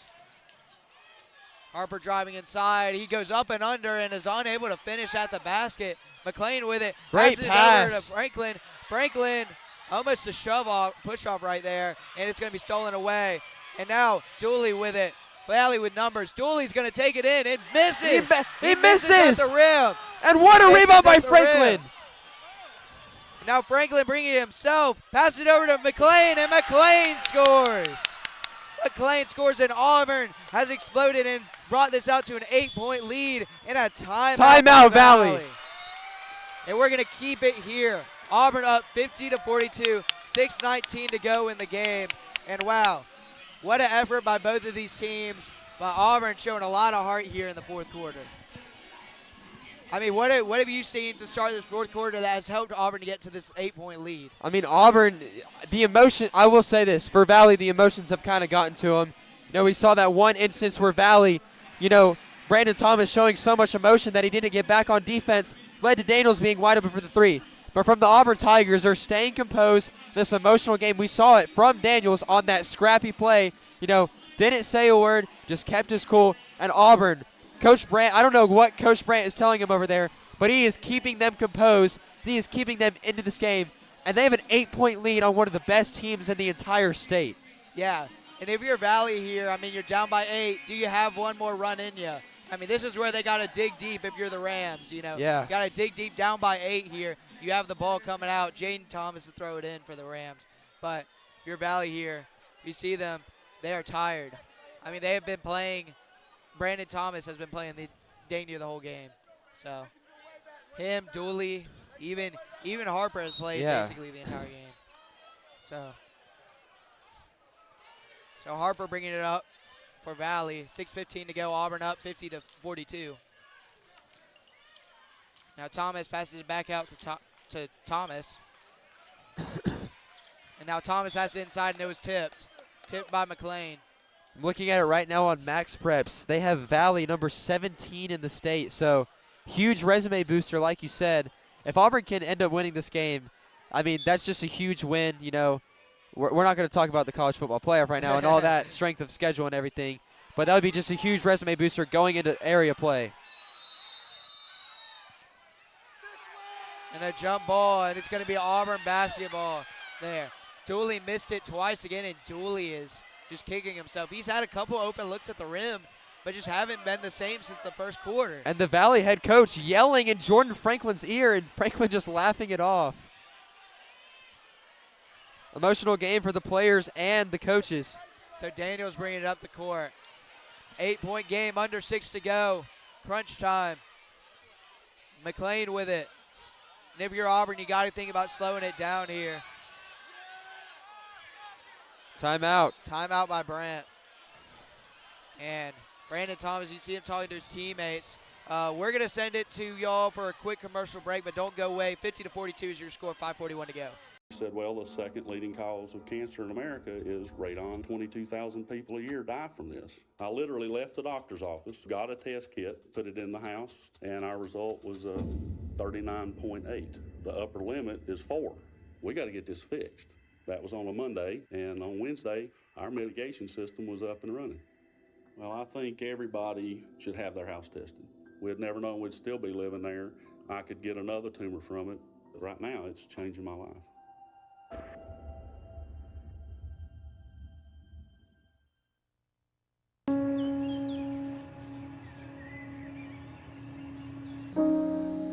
This high school gym used to be packed most nights. Not anymore. We win this game, bro. And we're back in Auburn High School Gymnasium. 5:41 to go here. Auburn up 50-42. Auburn still getting ready to come out of the huddle, but this Auburn team showing a lot of heart, able to pull away. Like you said, against, I mean, the accolades are just numerous for this Valley team. Number 17 in the state, 49 straight wins, 5A state champs, undefeated 5A state champs last year, obviously 8-0 this year. I mean, if Auburn's able to get this win, huge momentum going the rest of the way. Like you said, Valley number 17 according to Max Preps, Auburn number 47. So heavy underdogs coming to this game. But that gives teams a chip on their shoulder, you know. Auburn playing with like it right now. And so Allen going inside. Allen unable to finish at the rim. Rebound by Dooley. And if you're Valley, you still got to run through Brandon Thomas. Thomas going to go inside, travel, but he threw it away. And if you're Auburn, you always didn't want him to call that because Gonia was scot-free running down the court. And you can tell Thomas is that good of an athlete, but he's been playing the entire game. Yeah. You can tell he's tired. You can tell he's just exhausted, super sluggish on the court, not being the first 3 quarters that we saw him. Yeah, not at all. But still, you can't go away from him if you're Valley.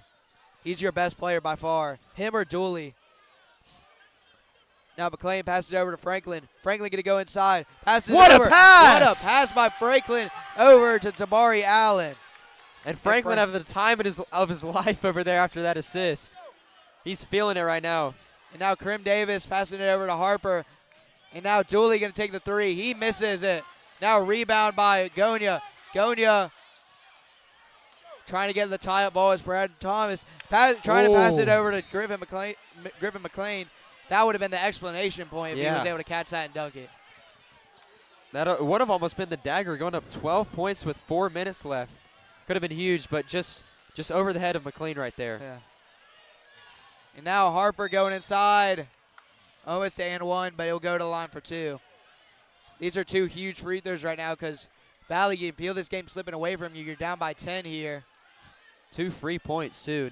You're not getting a lot of free points against this really physical Auburn defense. So yeah. Huge Well, free I mean, throws guys coming like up. Dooley has shot it from 3, but he's missed it ever since the first quarter. Both these teams not really making a lot of threes so far. We're seeing a lot of interior play for both of these teams, really. And understandable. Both of these teams, 2 big physical, teams. Got guys like, Tabari Allen, Antoine Daniels, playing in the inside, and Griffin with a strong rebound after the missed free throw. 52-43, 4:24 to go in the game. Daniels with it, Dooley guarding him, and they're gonna call something on Auburn. I don't know. Maybe they called double dribble. Ref didn't even signal what he called there. Questionable, but hey, good defense by Dooley there. Great defense by Dooley. Yeah. He got rewarded. So now Thomas passes over to Thomas. Now Brandon Thomas with it, passes it over to Harper. Harper in the corner. Harper going to drive in, take it himself. Up and Good under. layup. What a play by Harper. I mean, if you're Tabari Allen, there's nothing you can do to block Yeah. that. Great defense, just a better reverse layup right there. Now Jordan Franklin with it. Passes it over to Allen. Allen going to drive inside. Pass it out to Gonia. Gonia pass it open to McLean. McLean isn't even thinking about shooting it. McLean isn't the greatest shooter, but he had that entire half of the court to himself. Now Allen going to drive inside, go up and under, pass it over to McLean. McLean puts it in. Good lay by And McLean. got it. Great minutes here by McLean. 3:23 to go now. Auburn took up a lot of clock. And if you're a Valley, you got to go. And And wow, what a call. And is that Franklin's 5th? He went full Omar Mabson right there, Yeah. kind of trucked him over and didn't get called for it. That's horrible call. Okay, Gets so Jordan that is Franklin Franklin's out of the 4th. game. Yeah, that is Franklin's 4th. I had it wrong. So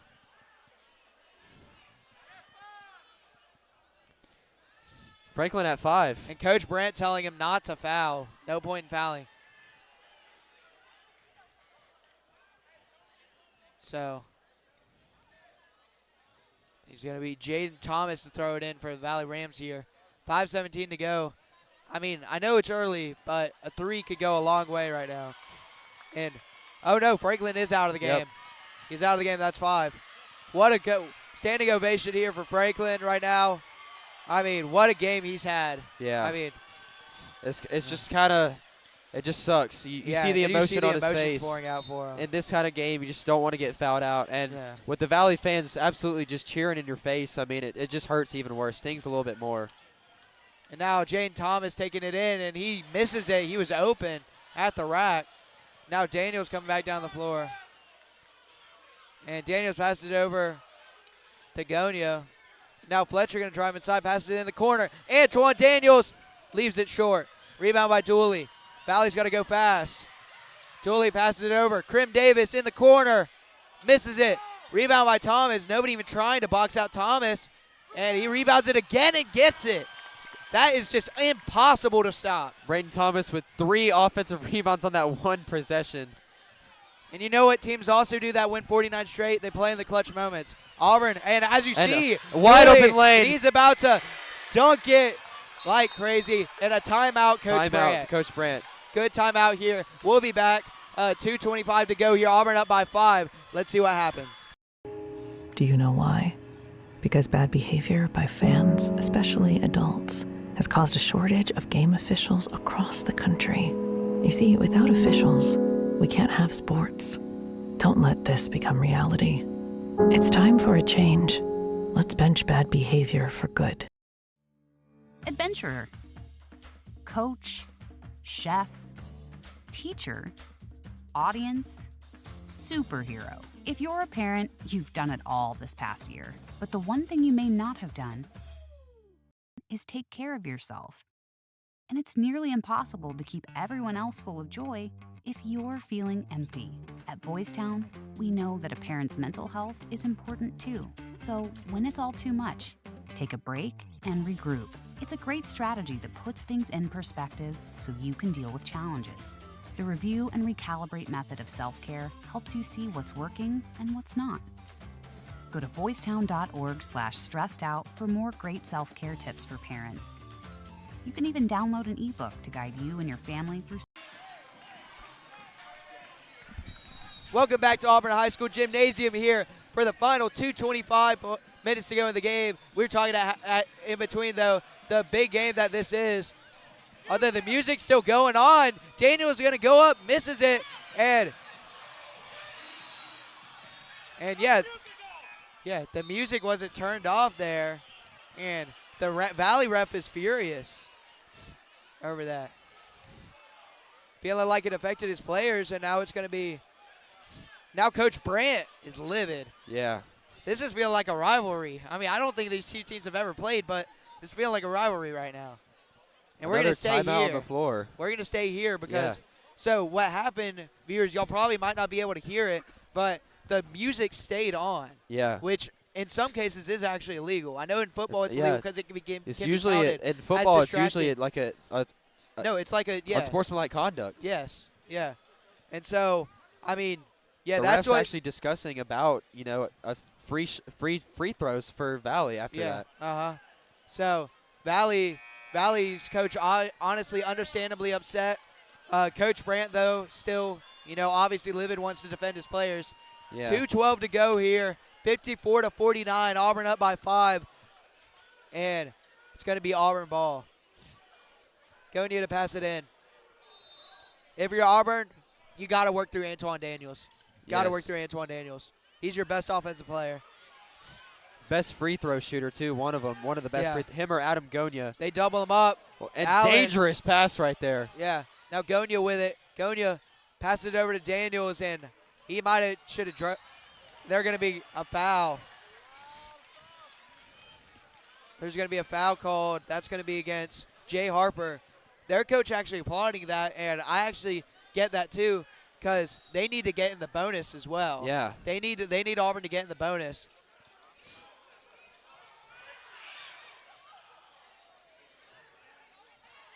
And Auburn just throwing the ball around right now, wasting all the time on the clock. Yeah, and it's smart. Oh, and Allen had it wide open. He didn't even notice. Allen didn't notice he was wide open. It's fine, though. And if you're Valley, you might have to start fouling. And and it's stolen. Bad pass. It's stolen away by Jane Thomas. Terrible possession for Auburn. Now Dooley with it. Dooley taking it inside. Putting it up. And it's Brandon Thomas on the rebound. Rebounds and ducks it in. 3-point game. Auburn up by 3. Brandon Thomas steals it away. Gets it Auburn. And a foul. But a foul. A foul.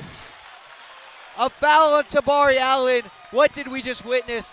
Brandon Thomas take over. Brandon Thomas now in the face of Trey Fletcher. But I mean, we're standing up in the booth here.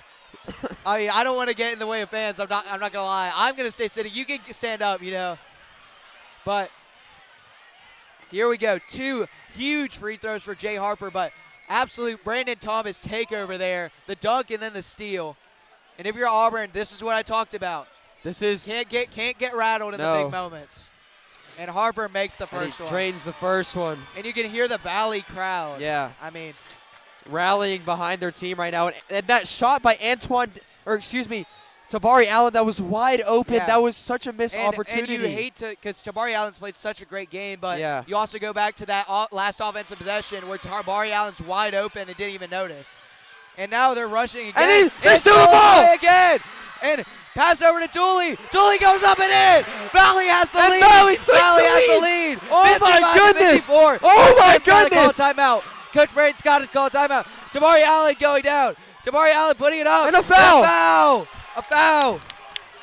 I almost just broke my headset. Me and Max are breaking everything over here. This is absolutely insane. I mean, we talked about a good game. This is the best game going on in the state right now, in the country for high school basketball. So Tabari Allen, 2 huge free throws. Obviously, like I said, this is the moment you dream of if you're Tabari Allen. You had that mistake, you had that bad pass, you had that missed layup, and now you get to make it all up if you make these free throws.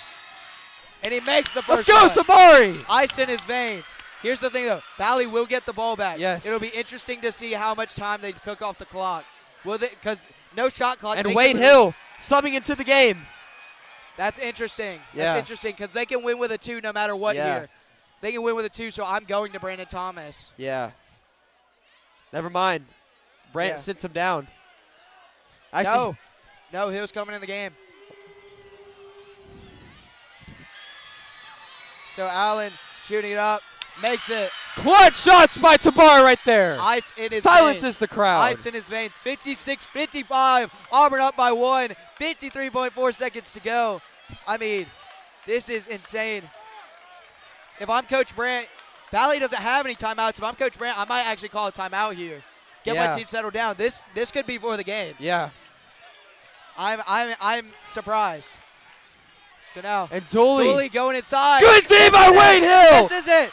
And they foul Antoine Daniels. They foul Antoine Daniels. What a play by Wade Hill.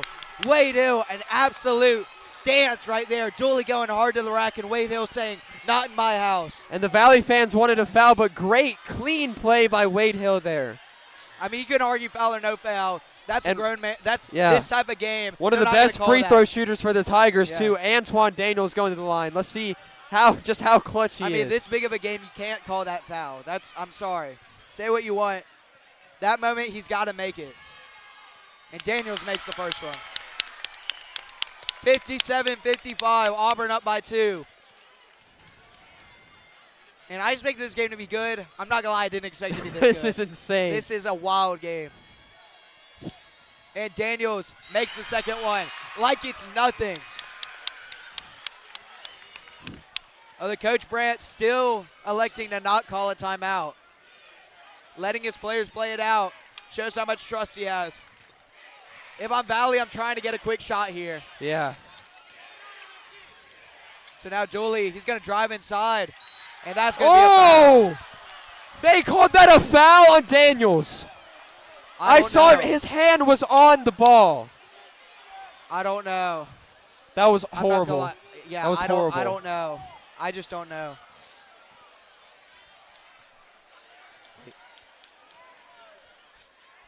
And so Dooley here, some big free throws here. And he makes the first. Sinks the first. How about these clutch free throw shooters for both teams here? I mean, this is just crazy to watch. The amount of pressure on these guys' shoulders to perform. Once again, you can be mad about that call there, but in the end, Dooley went up physical, and he got rewarded. Yeah. Dooley makes both of them. 58-57. Coach Brandt still not calling a timeout. And Auburn pressing them. And it's interesting, Valley no timeouts left. Auburn only one. And now they got a foul. And they get the foul on Griffin.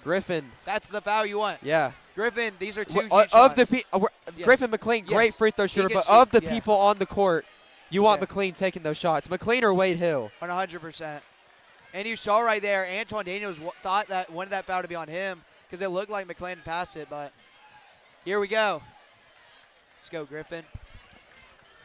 Griffin McLean with 2 huge shots here. He was clutching the Opelika game in the football game. Can he be clutch here? And he He misses the first. Like I said, love Griffin McLean. Great guy. He's not the best free throw shooter. Yeah. It's one of his very few facets of his game that's not great. When I was in Iraq, Here we our convoy go. was hit. And the Valley fans making noise. McLean misses the second one. Rebound! What a rebound by Daniels! And they call the foul! They call And a Valley foul. fans are not happy about that. What a play. Oh my gosh. And the Valley fans are livid. And Brandon Thomas, I think That would have been an easy 2 for Valley Yes. 2. Brandon Yeah. Thomas If that wasn't called, Brandon Thomas is stuffing that home and for Jay the Harper lead. both on the fast break against Yeah. only Wade Hill. Yeah. Here you go, Daniels. This is what guy you want at the line. This is the sophomore coming out as one of the greatest players. I think he'll, by the time he graduates, And he misses the first. I was about to say, I think Hey, by the time he for graduates, a he could be one of the sophomore, best players. This is his biggest game of his life he's played so Yes. far. He's going to play bigger games when he gets to the next level. This is his biggest game. He makes Sinks the second.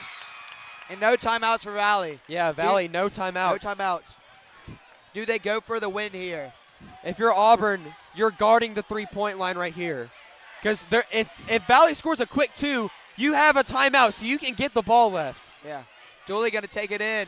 It Makes ties the game. What a play. What a play. And Brant's going to No let him play. timeout. No No timeout. for timeout. Brant. Here we go. Here we go. Daniels driving. Foul! Tipped away. That's a foul, ref. Thomas chucks it up. Dooley gets it. And Fletcher gets the Fletcher ball. Gets it. And we're going to OT. We are going to OT. And we're going to. What a ending. What an ending. I feel like I'm going to see this on video on Max Prep some other day. You know. Oh, my goodness. Now, let's discuss it. I want to unpack this right there because obviously y'all can't see visually, and it's hard for us to keep up with stuff that fast. So breaking it down from the Antoine Daniels made free throw, and you can chip in if you want Yeah. to. Antoine Daniels makes the free throw. Valley has no timeouts. They bring it down with Dooley. Dooley comes in, makes the layup. And as we see, Valley's coach just yelling at the refs right now. But Dooley makes the layup. Auburn, you got to call a timeout there. Yeah. You got to call a timeout. You got to call a 'Cause, timeout. A, you can advance the 15 ball. seconds left, too. Advance the ball. Get a good play drawn up, but they let it play out, and that was almost a scare. Valley almost won the game just right there. Yeah.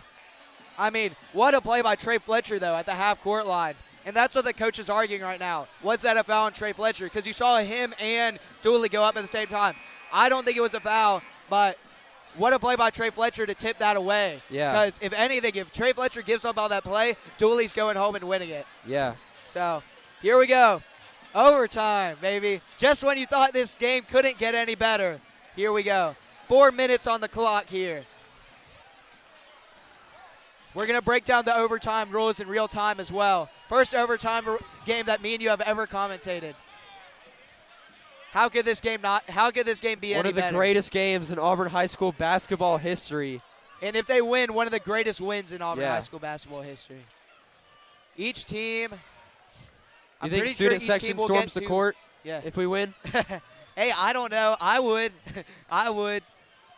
We'll storm the court with them with our headsets on. Exactly. Dillard would not like that. It'd be perfect. Dillard, if you're listening to this, I know you're talking about it. Hope you're enjoying the game as much as we are, because Yeah. I don't know how you could not. So Thomas bringing it up the court here. Thomas bringing it up the court here for Valley. And Brandon Thomas just holding the ball, saying, Wade Hill, come up on me. Now Jay Harper with it. Jay Harper drives inside, passes it out. Now Dooley with it. Dooley going to go inside against Daniels, and Dooley finishes. And just when you thought he was done, Dooley has gotten Valley their first lead of the game. Yep. First lead of the game. Valley with all the momentum right now. Auburn needs to find something to draw up on offense. As we see Gonya here with it. And now Daniels going to travel inside against Dooley. Step back. What a shot, spin and right there. Daniels makes it. And this is where legends are made. Daniels. So many college scouts are going to look at this in the future for Daniels, talking about him specifically, and they're going to say, did he perform in the big moments? We'll see. Dooley up against him. Now passes out to Harper. Harper driving inside against Wade Hill. Misses it. And a charge! And they called it Auburn charge. ball. Adam Gonya taking the charge. What a play by Harper. Gonya right there. Standing in there. Now tie ball game, 61-61. And you see the Valley fans booing right now. They didn't like that call. And they are saying a chant that I can't say on the air. But Trey Fletcher to inbound it for Auburn here. And Auburn, I mean, thought they were going to press, but, I mean, it is a tie ball game. By the way, possession arrow is Auburn, so if there is a tie ball, Auburn gets it. And dangerous nice catch pass by, right there. Yeah, nice catch by Gonya. And almost another turnover. Auburn's got to settle down here. Gonya now being harassed by Brandon Thomas. And now Gonya in the corner. Oh, misses it. Good rebound by Fletcher. Rebound by Fletcher. Fletcher goes back up. Misses Hill going to back up. Hill. Yes. Rebound. Yes. Wade Hill getting Auburn back to lead, 63-61. Now Dooley bringing it up the court.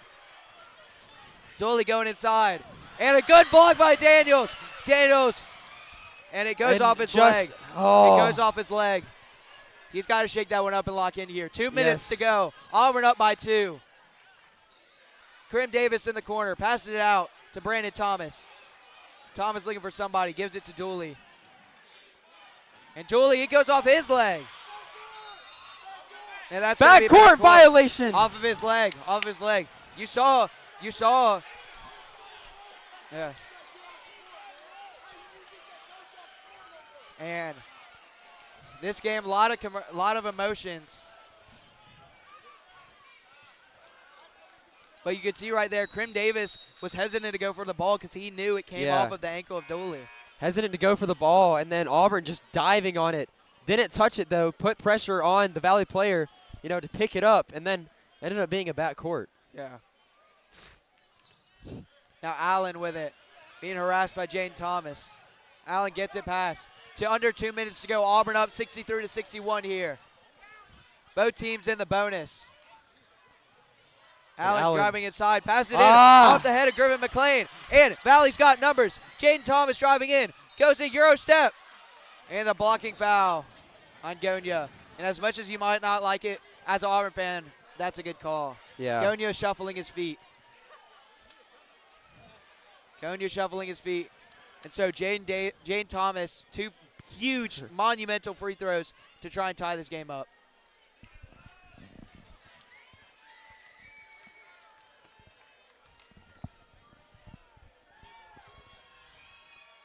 And he misses the first. Misses the first. 1:31 to go here. 63-61. Now Jaden Thomas, he can cut it down to a 1-point game. Now they're bringing a towel on the court. And if you're Auburn here, if he misses this free throw, you got to box out. You have to. You cannot let Brandon Thomas get that rebound. And you see what they're doing, though. 2 tallest players on the court. Yeah. Antoine Daniels and Wade Hill, both next to Thomas. Smart play by Brant there. Then you got the 2 physical ones, McLean and Allen, boxing out Dooley. Yeah. Good lineup in for the Tigers right now.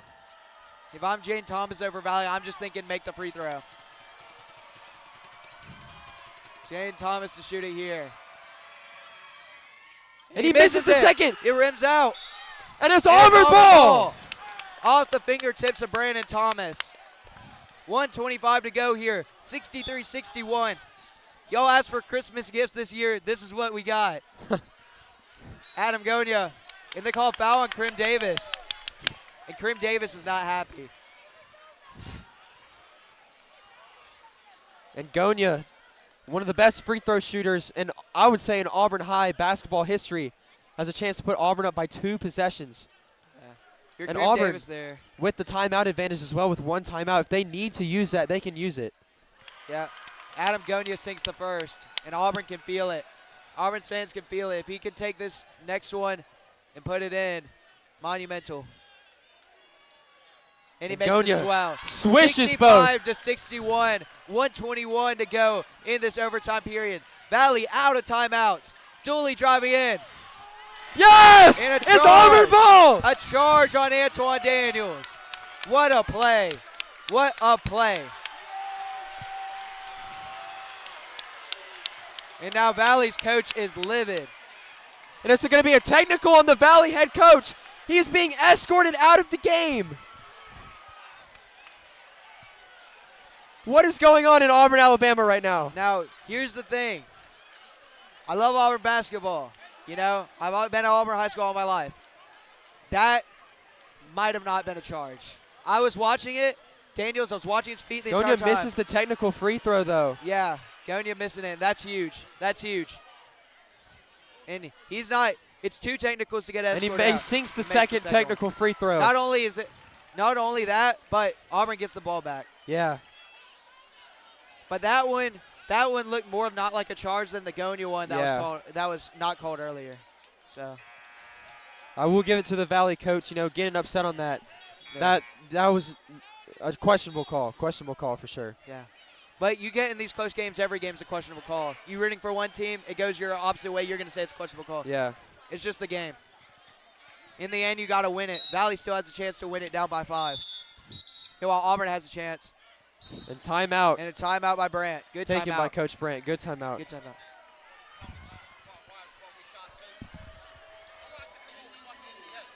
Yes, sir. Yeah. Understand why? Coach got a technical, right? Okay, yeah. It was an offensive foul. So you don't shoot an offensive foul. Yeah. Then we had the technical. That's why we shot 2. Yes, sir. Because Auburn was thinking they should shot the foul and then the technical foul, but you don't shoot offensive. All right, yes, sir. Thank you so much. All right, that's good. That's good. And we just got done talking with the ref here, so he explained what happened. So basically, there's an offensive foul on Dooley. Unless there's a tech, you do not shoot. You do not shoot on offensive foul. You just get the ball. But the coach then got a technical before Auburn inbounded the ball. So therefore, it was the same play. So therefore, Auburn got to shoot 2 and get the ball back. So there you go. Word from the ref. You disagree with the call, we got it right here. And so Tabari Allen to pass it in for the Auburn Tigers here. 66-61.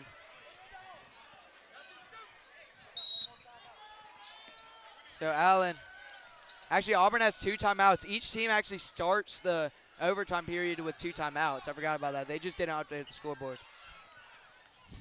So now Allen with it. 1:08 to go on the clock. 66-61 If you're Auburn, you got to just try to hold the ball here. Yeah, they're not going to foul. Not a repeat of the fourth quarter. They're not going to foul. You just hold it. Daniels, I don't know why Daniels is dribbling. Gonia with it. Terrible pass. And out of bounds. Auburn retains. Ooh. Can't make that pass if you're Gonia.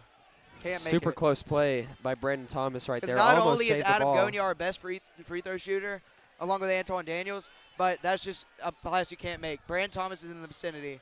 Can't make that pass. So it's Auburn ball. Still some chippiness on the sideline. Allen now looking to pass in. He passed into McLean. And it's going to be a travel. Costly turnover right there. That could have been the dagger. Well, I think Griffin McLean, same thing that happened to Allen earlier. He got so open, he was surprised how open he was. So kind of shifted a little bit. It kind of got a little bit of happy feet. Tough break for McLean, but now he got to lock up on defense. 5-point game. Valley needs to go fast here. Dooley fakes it, thought about it. Brandon Thomas for 3. Drains it! Drains it! Brandon Thomas. And another timeout. And I can see Dooley out there. Dooley talking to him. Brandon Thomas, what can you say about this guy? Ice in his veins. If college recruiters aren't looking at him, shoot, I want him on my team. Bro. Exactly. I want to become a coach and then be the first guy to recruit him. That guy is insane. He's a baller. Yes. He's a true athlete. And not even just a good basketball player, just an overall really, really good athlete. And you know what I'm excited about? Is that we get to see both these teams tomorrow again. Yeah. Obviously not playing each other, but Day 2 of Reindeer Rumble. Yes. Be sure y'all tune in. We had 5 games today. We have 6 starting at 11 a.m. Be sure to be there at 11 a.m. We are starting the first game. And Valley, actually we don't have Valley tomorrow on the radio-only broadcast because they're in the Aux Gym. But we do get to see Auburn women's and men's right here on AHS Mass Media. Men's playing at 6:30, women's at 2:30. Yeah. But be Handley sure y'all tune in on Auburn. 11 as well. At 11 as well. Opelika versus Eufuala. I'm pretty sure that's a women's game as well to start off the day. Should be a good one. And we actually got subbing in, and now the lights have gone out. And This almost feels like a novel that someone is writing. Yeah, no. I mean, the music keeps playing. You got people. The lights go out. People bringing out their flashlights and everything. What is going on here in Auburn, Alabama? It feels like I don't know, bro. Something has to be happening. If you're not here, I feel bad for you. I'm sorry. Honestly. Hey, I'm glad I came back yes, to commentate this game. Yeah. So here we go. Okay, Coach Brandt. Coach Brandt needs to be careful there. Coach Brandt went all the way to their bench. Can't do that. Can't afford a tech. That gets them 2 free throws. And in a 2-point game, you definitely cannot have that. And good use of the rule. Whoa! You can do that. That's legal. That's legal. No, Tabari Allen was. You can do that. So Tabari Allen, for those of you who are listening, it's going to be a foul on Valley. But Tabari Allen came out of bounds, and Antoine Daniels passed it to him. You are allowed to do that. You're able to do that anytime during the game. As long as you don't catch it inbounds and go out. As long as he doesn't catch it anywhere over that line. Good, smart play right there, yes, though. 100%. Smart play, because you saw the Valley players going to the refs complaining. Also the Valley defender also can't go out of bounds as well. So it's literally a free pass. And it led to the Valley players being confused and not knowing what was going on. As actually, Krim Davis is fouled out. Yeah. So number 20, Jaden Weaver, now coming to the game. And probably the biggest moment of his high school basketball career. And Gonya makes the first there. Gonya makes the first. And we see Trey Fletcher's coming back in the game. Gonya, 2 huge free throws. 36 seconds to go, 68-64, Auburn up. And once again, Valley with no timeouts. And if you're Valley, you gotta get it to Brandon Thomas. You gotta get it to Brandon Thomas. Just let him shoot it. Let him pull it. Dooley, they're gonna call foul on Daniels. That is insane. That is insane. That's a horrible call. You're gonna send him to the free throw line. I get it. Yeah, maybe there was a shove by Daniels, but this time in the game, you're gonna let that decide the game. Yeah. Unbelievable.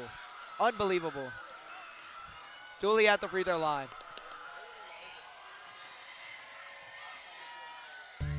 When he I was misses in Iraq, it. Ball don't lie. Ball don't lie.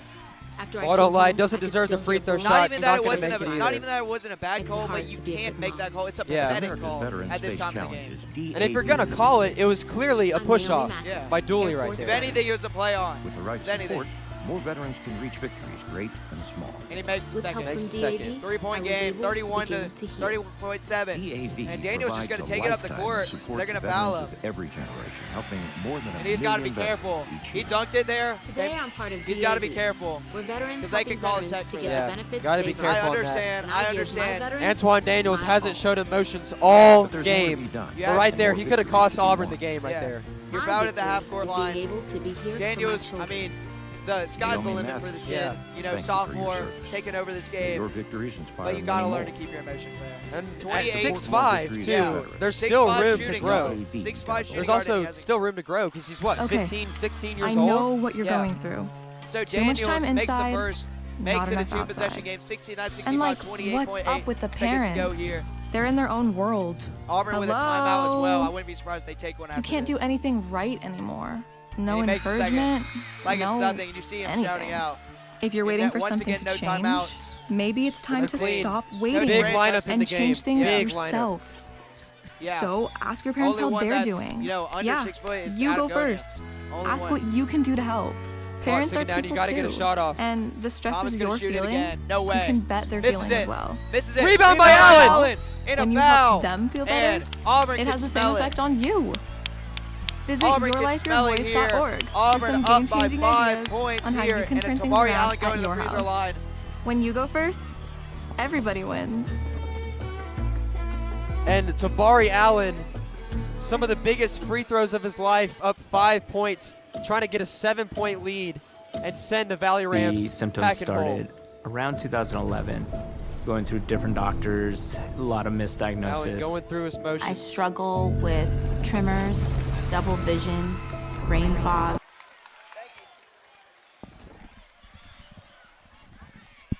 Sorry about that, a little bit technical difficulties. If y'all were hearing our HiDef ads, go sponsor them. So, but And Allen sinks the second. It's now a 7-point game as Cash Reef comes into the game for the Tigers for Antoine Daniels. And if Max, you're Auburn, I think we got to interview Antoine Daniels after this one. 100%. I interviewed him after the last game because he was the best player in that game. He was the best player in this game. Dooley going inside. Ooh. You can't foul there if you're Allen. No. But he missed it.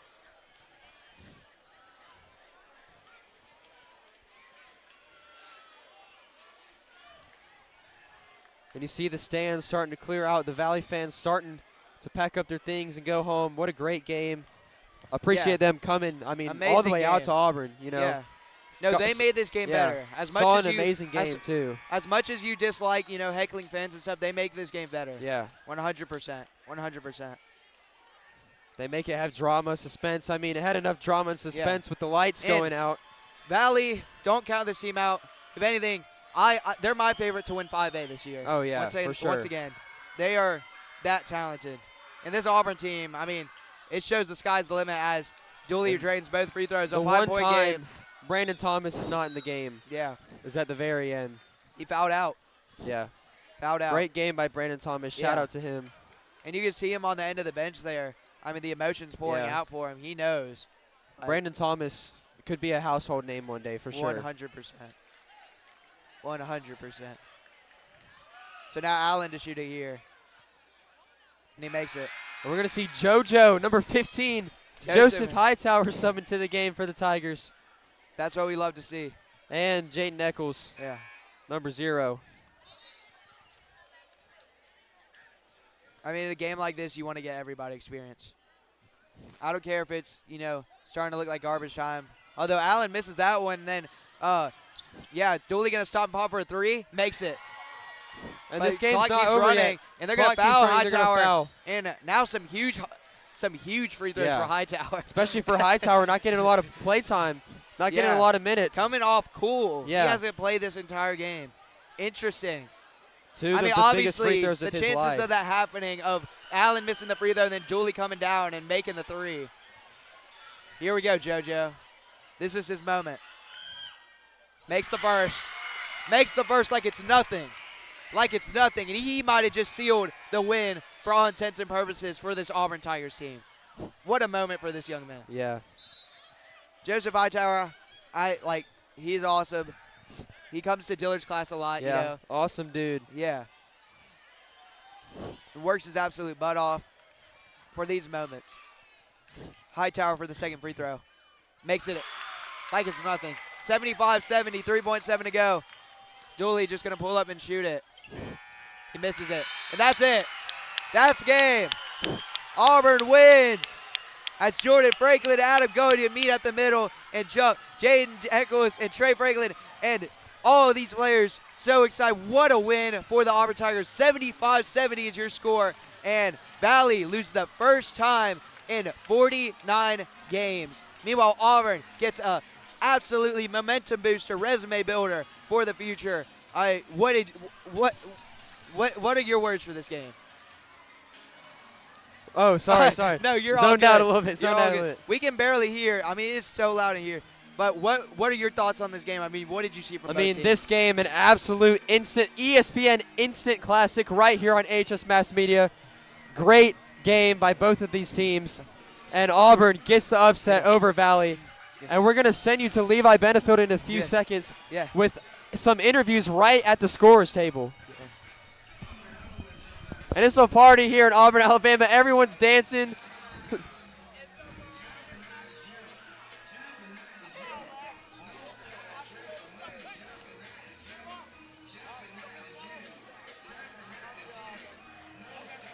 And I don't know if the listeners can hear the music right now. It is bumping in here. It sounds like homecoming and prom in the high school gym. This game was an absolute classic. The students starting to congratulate the players. The team huddling up in the center, going through what they just did. We have everyone in the crowd dancing, everyone on the court dancing. Just absolute madness here in Auburn, Alabama. And it's because your Auburn Tigers just beat the 5A reigning champions, the classification 5A state champions. And we're going to send you to Levi Benefield, who's with Antoine Daniels right here in front of us. Thanks, Max. I'm here with Antoine Daniels. What did you think when you went into overtime? All this is just a competition, just a game. All we got to do is finish it. That's what we did tonight. Y'all played hard. Did you have a lot of fun tonight? Of course. I love a challenge. It ain't nothing new. Was there any smack talking while y'all was playing against each other? Oh, yeah, it's always smack talk. All of this is love at the end of the day. All right, thank you. No problem.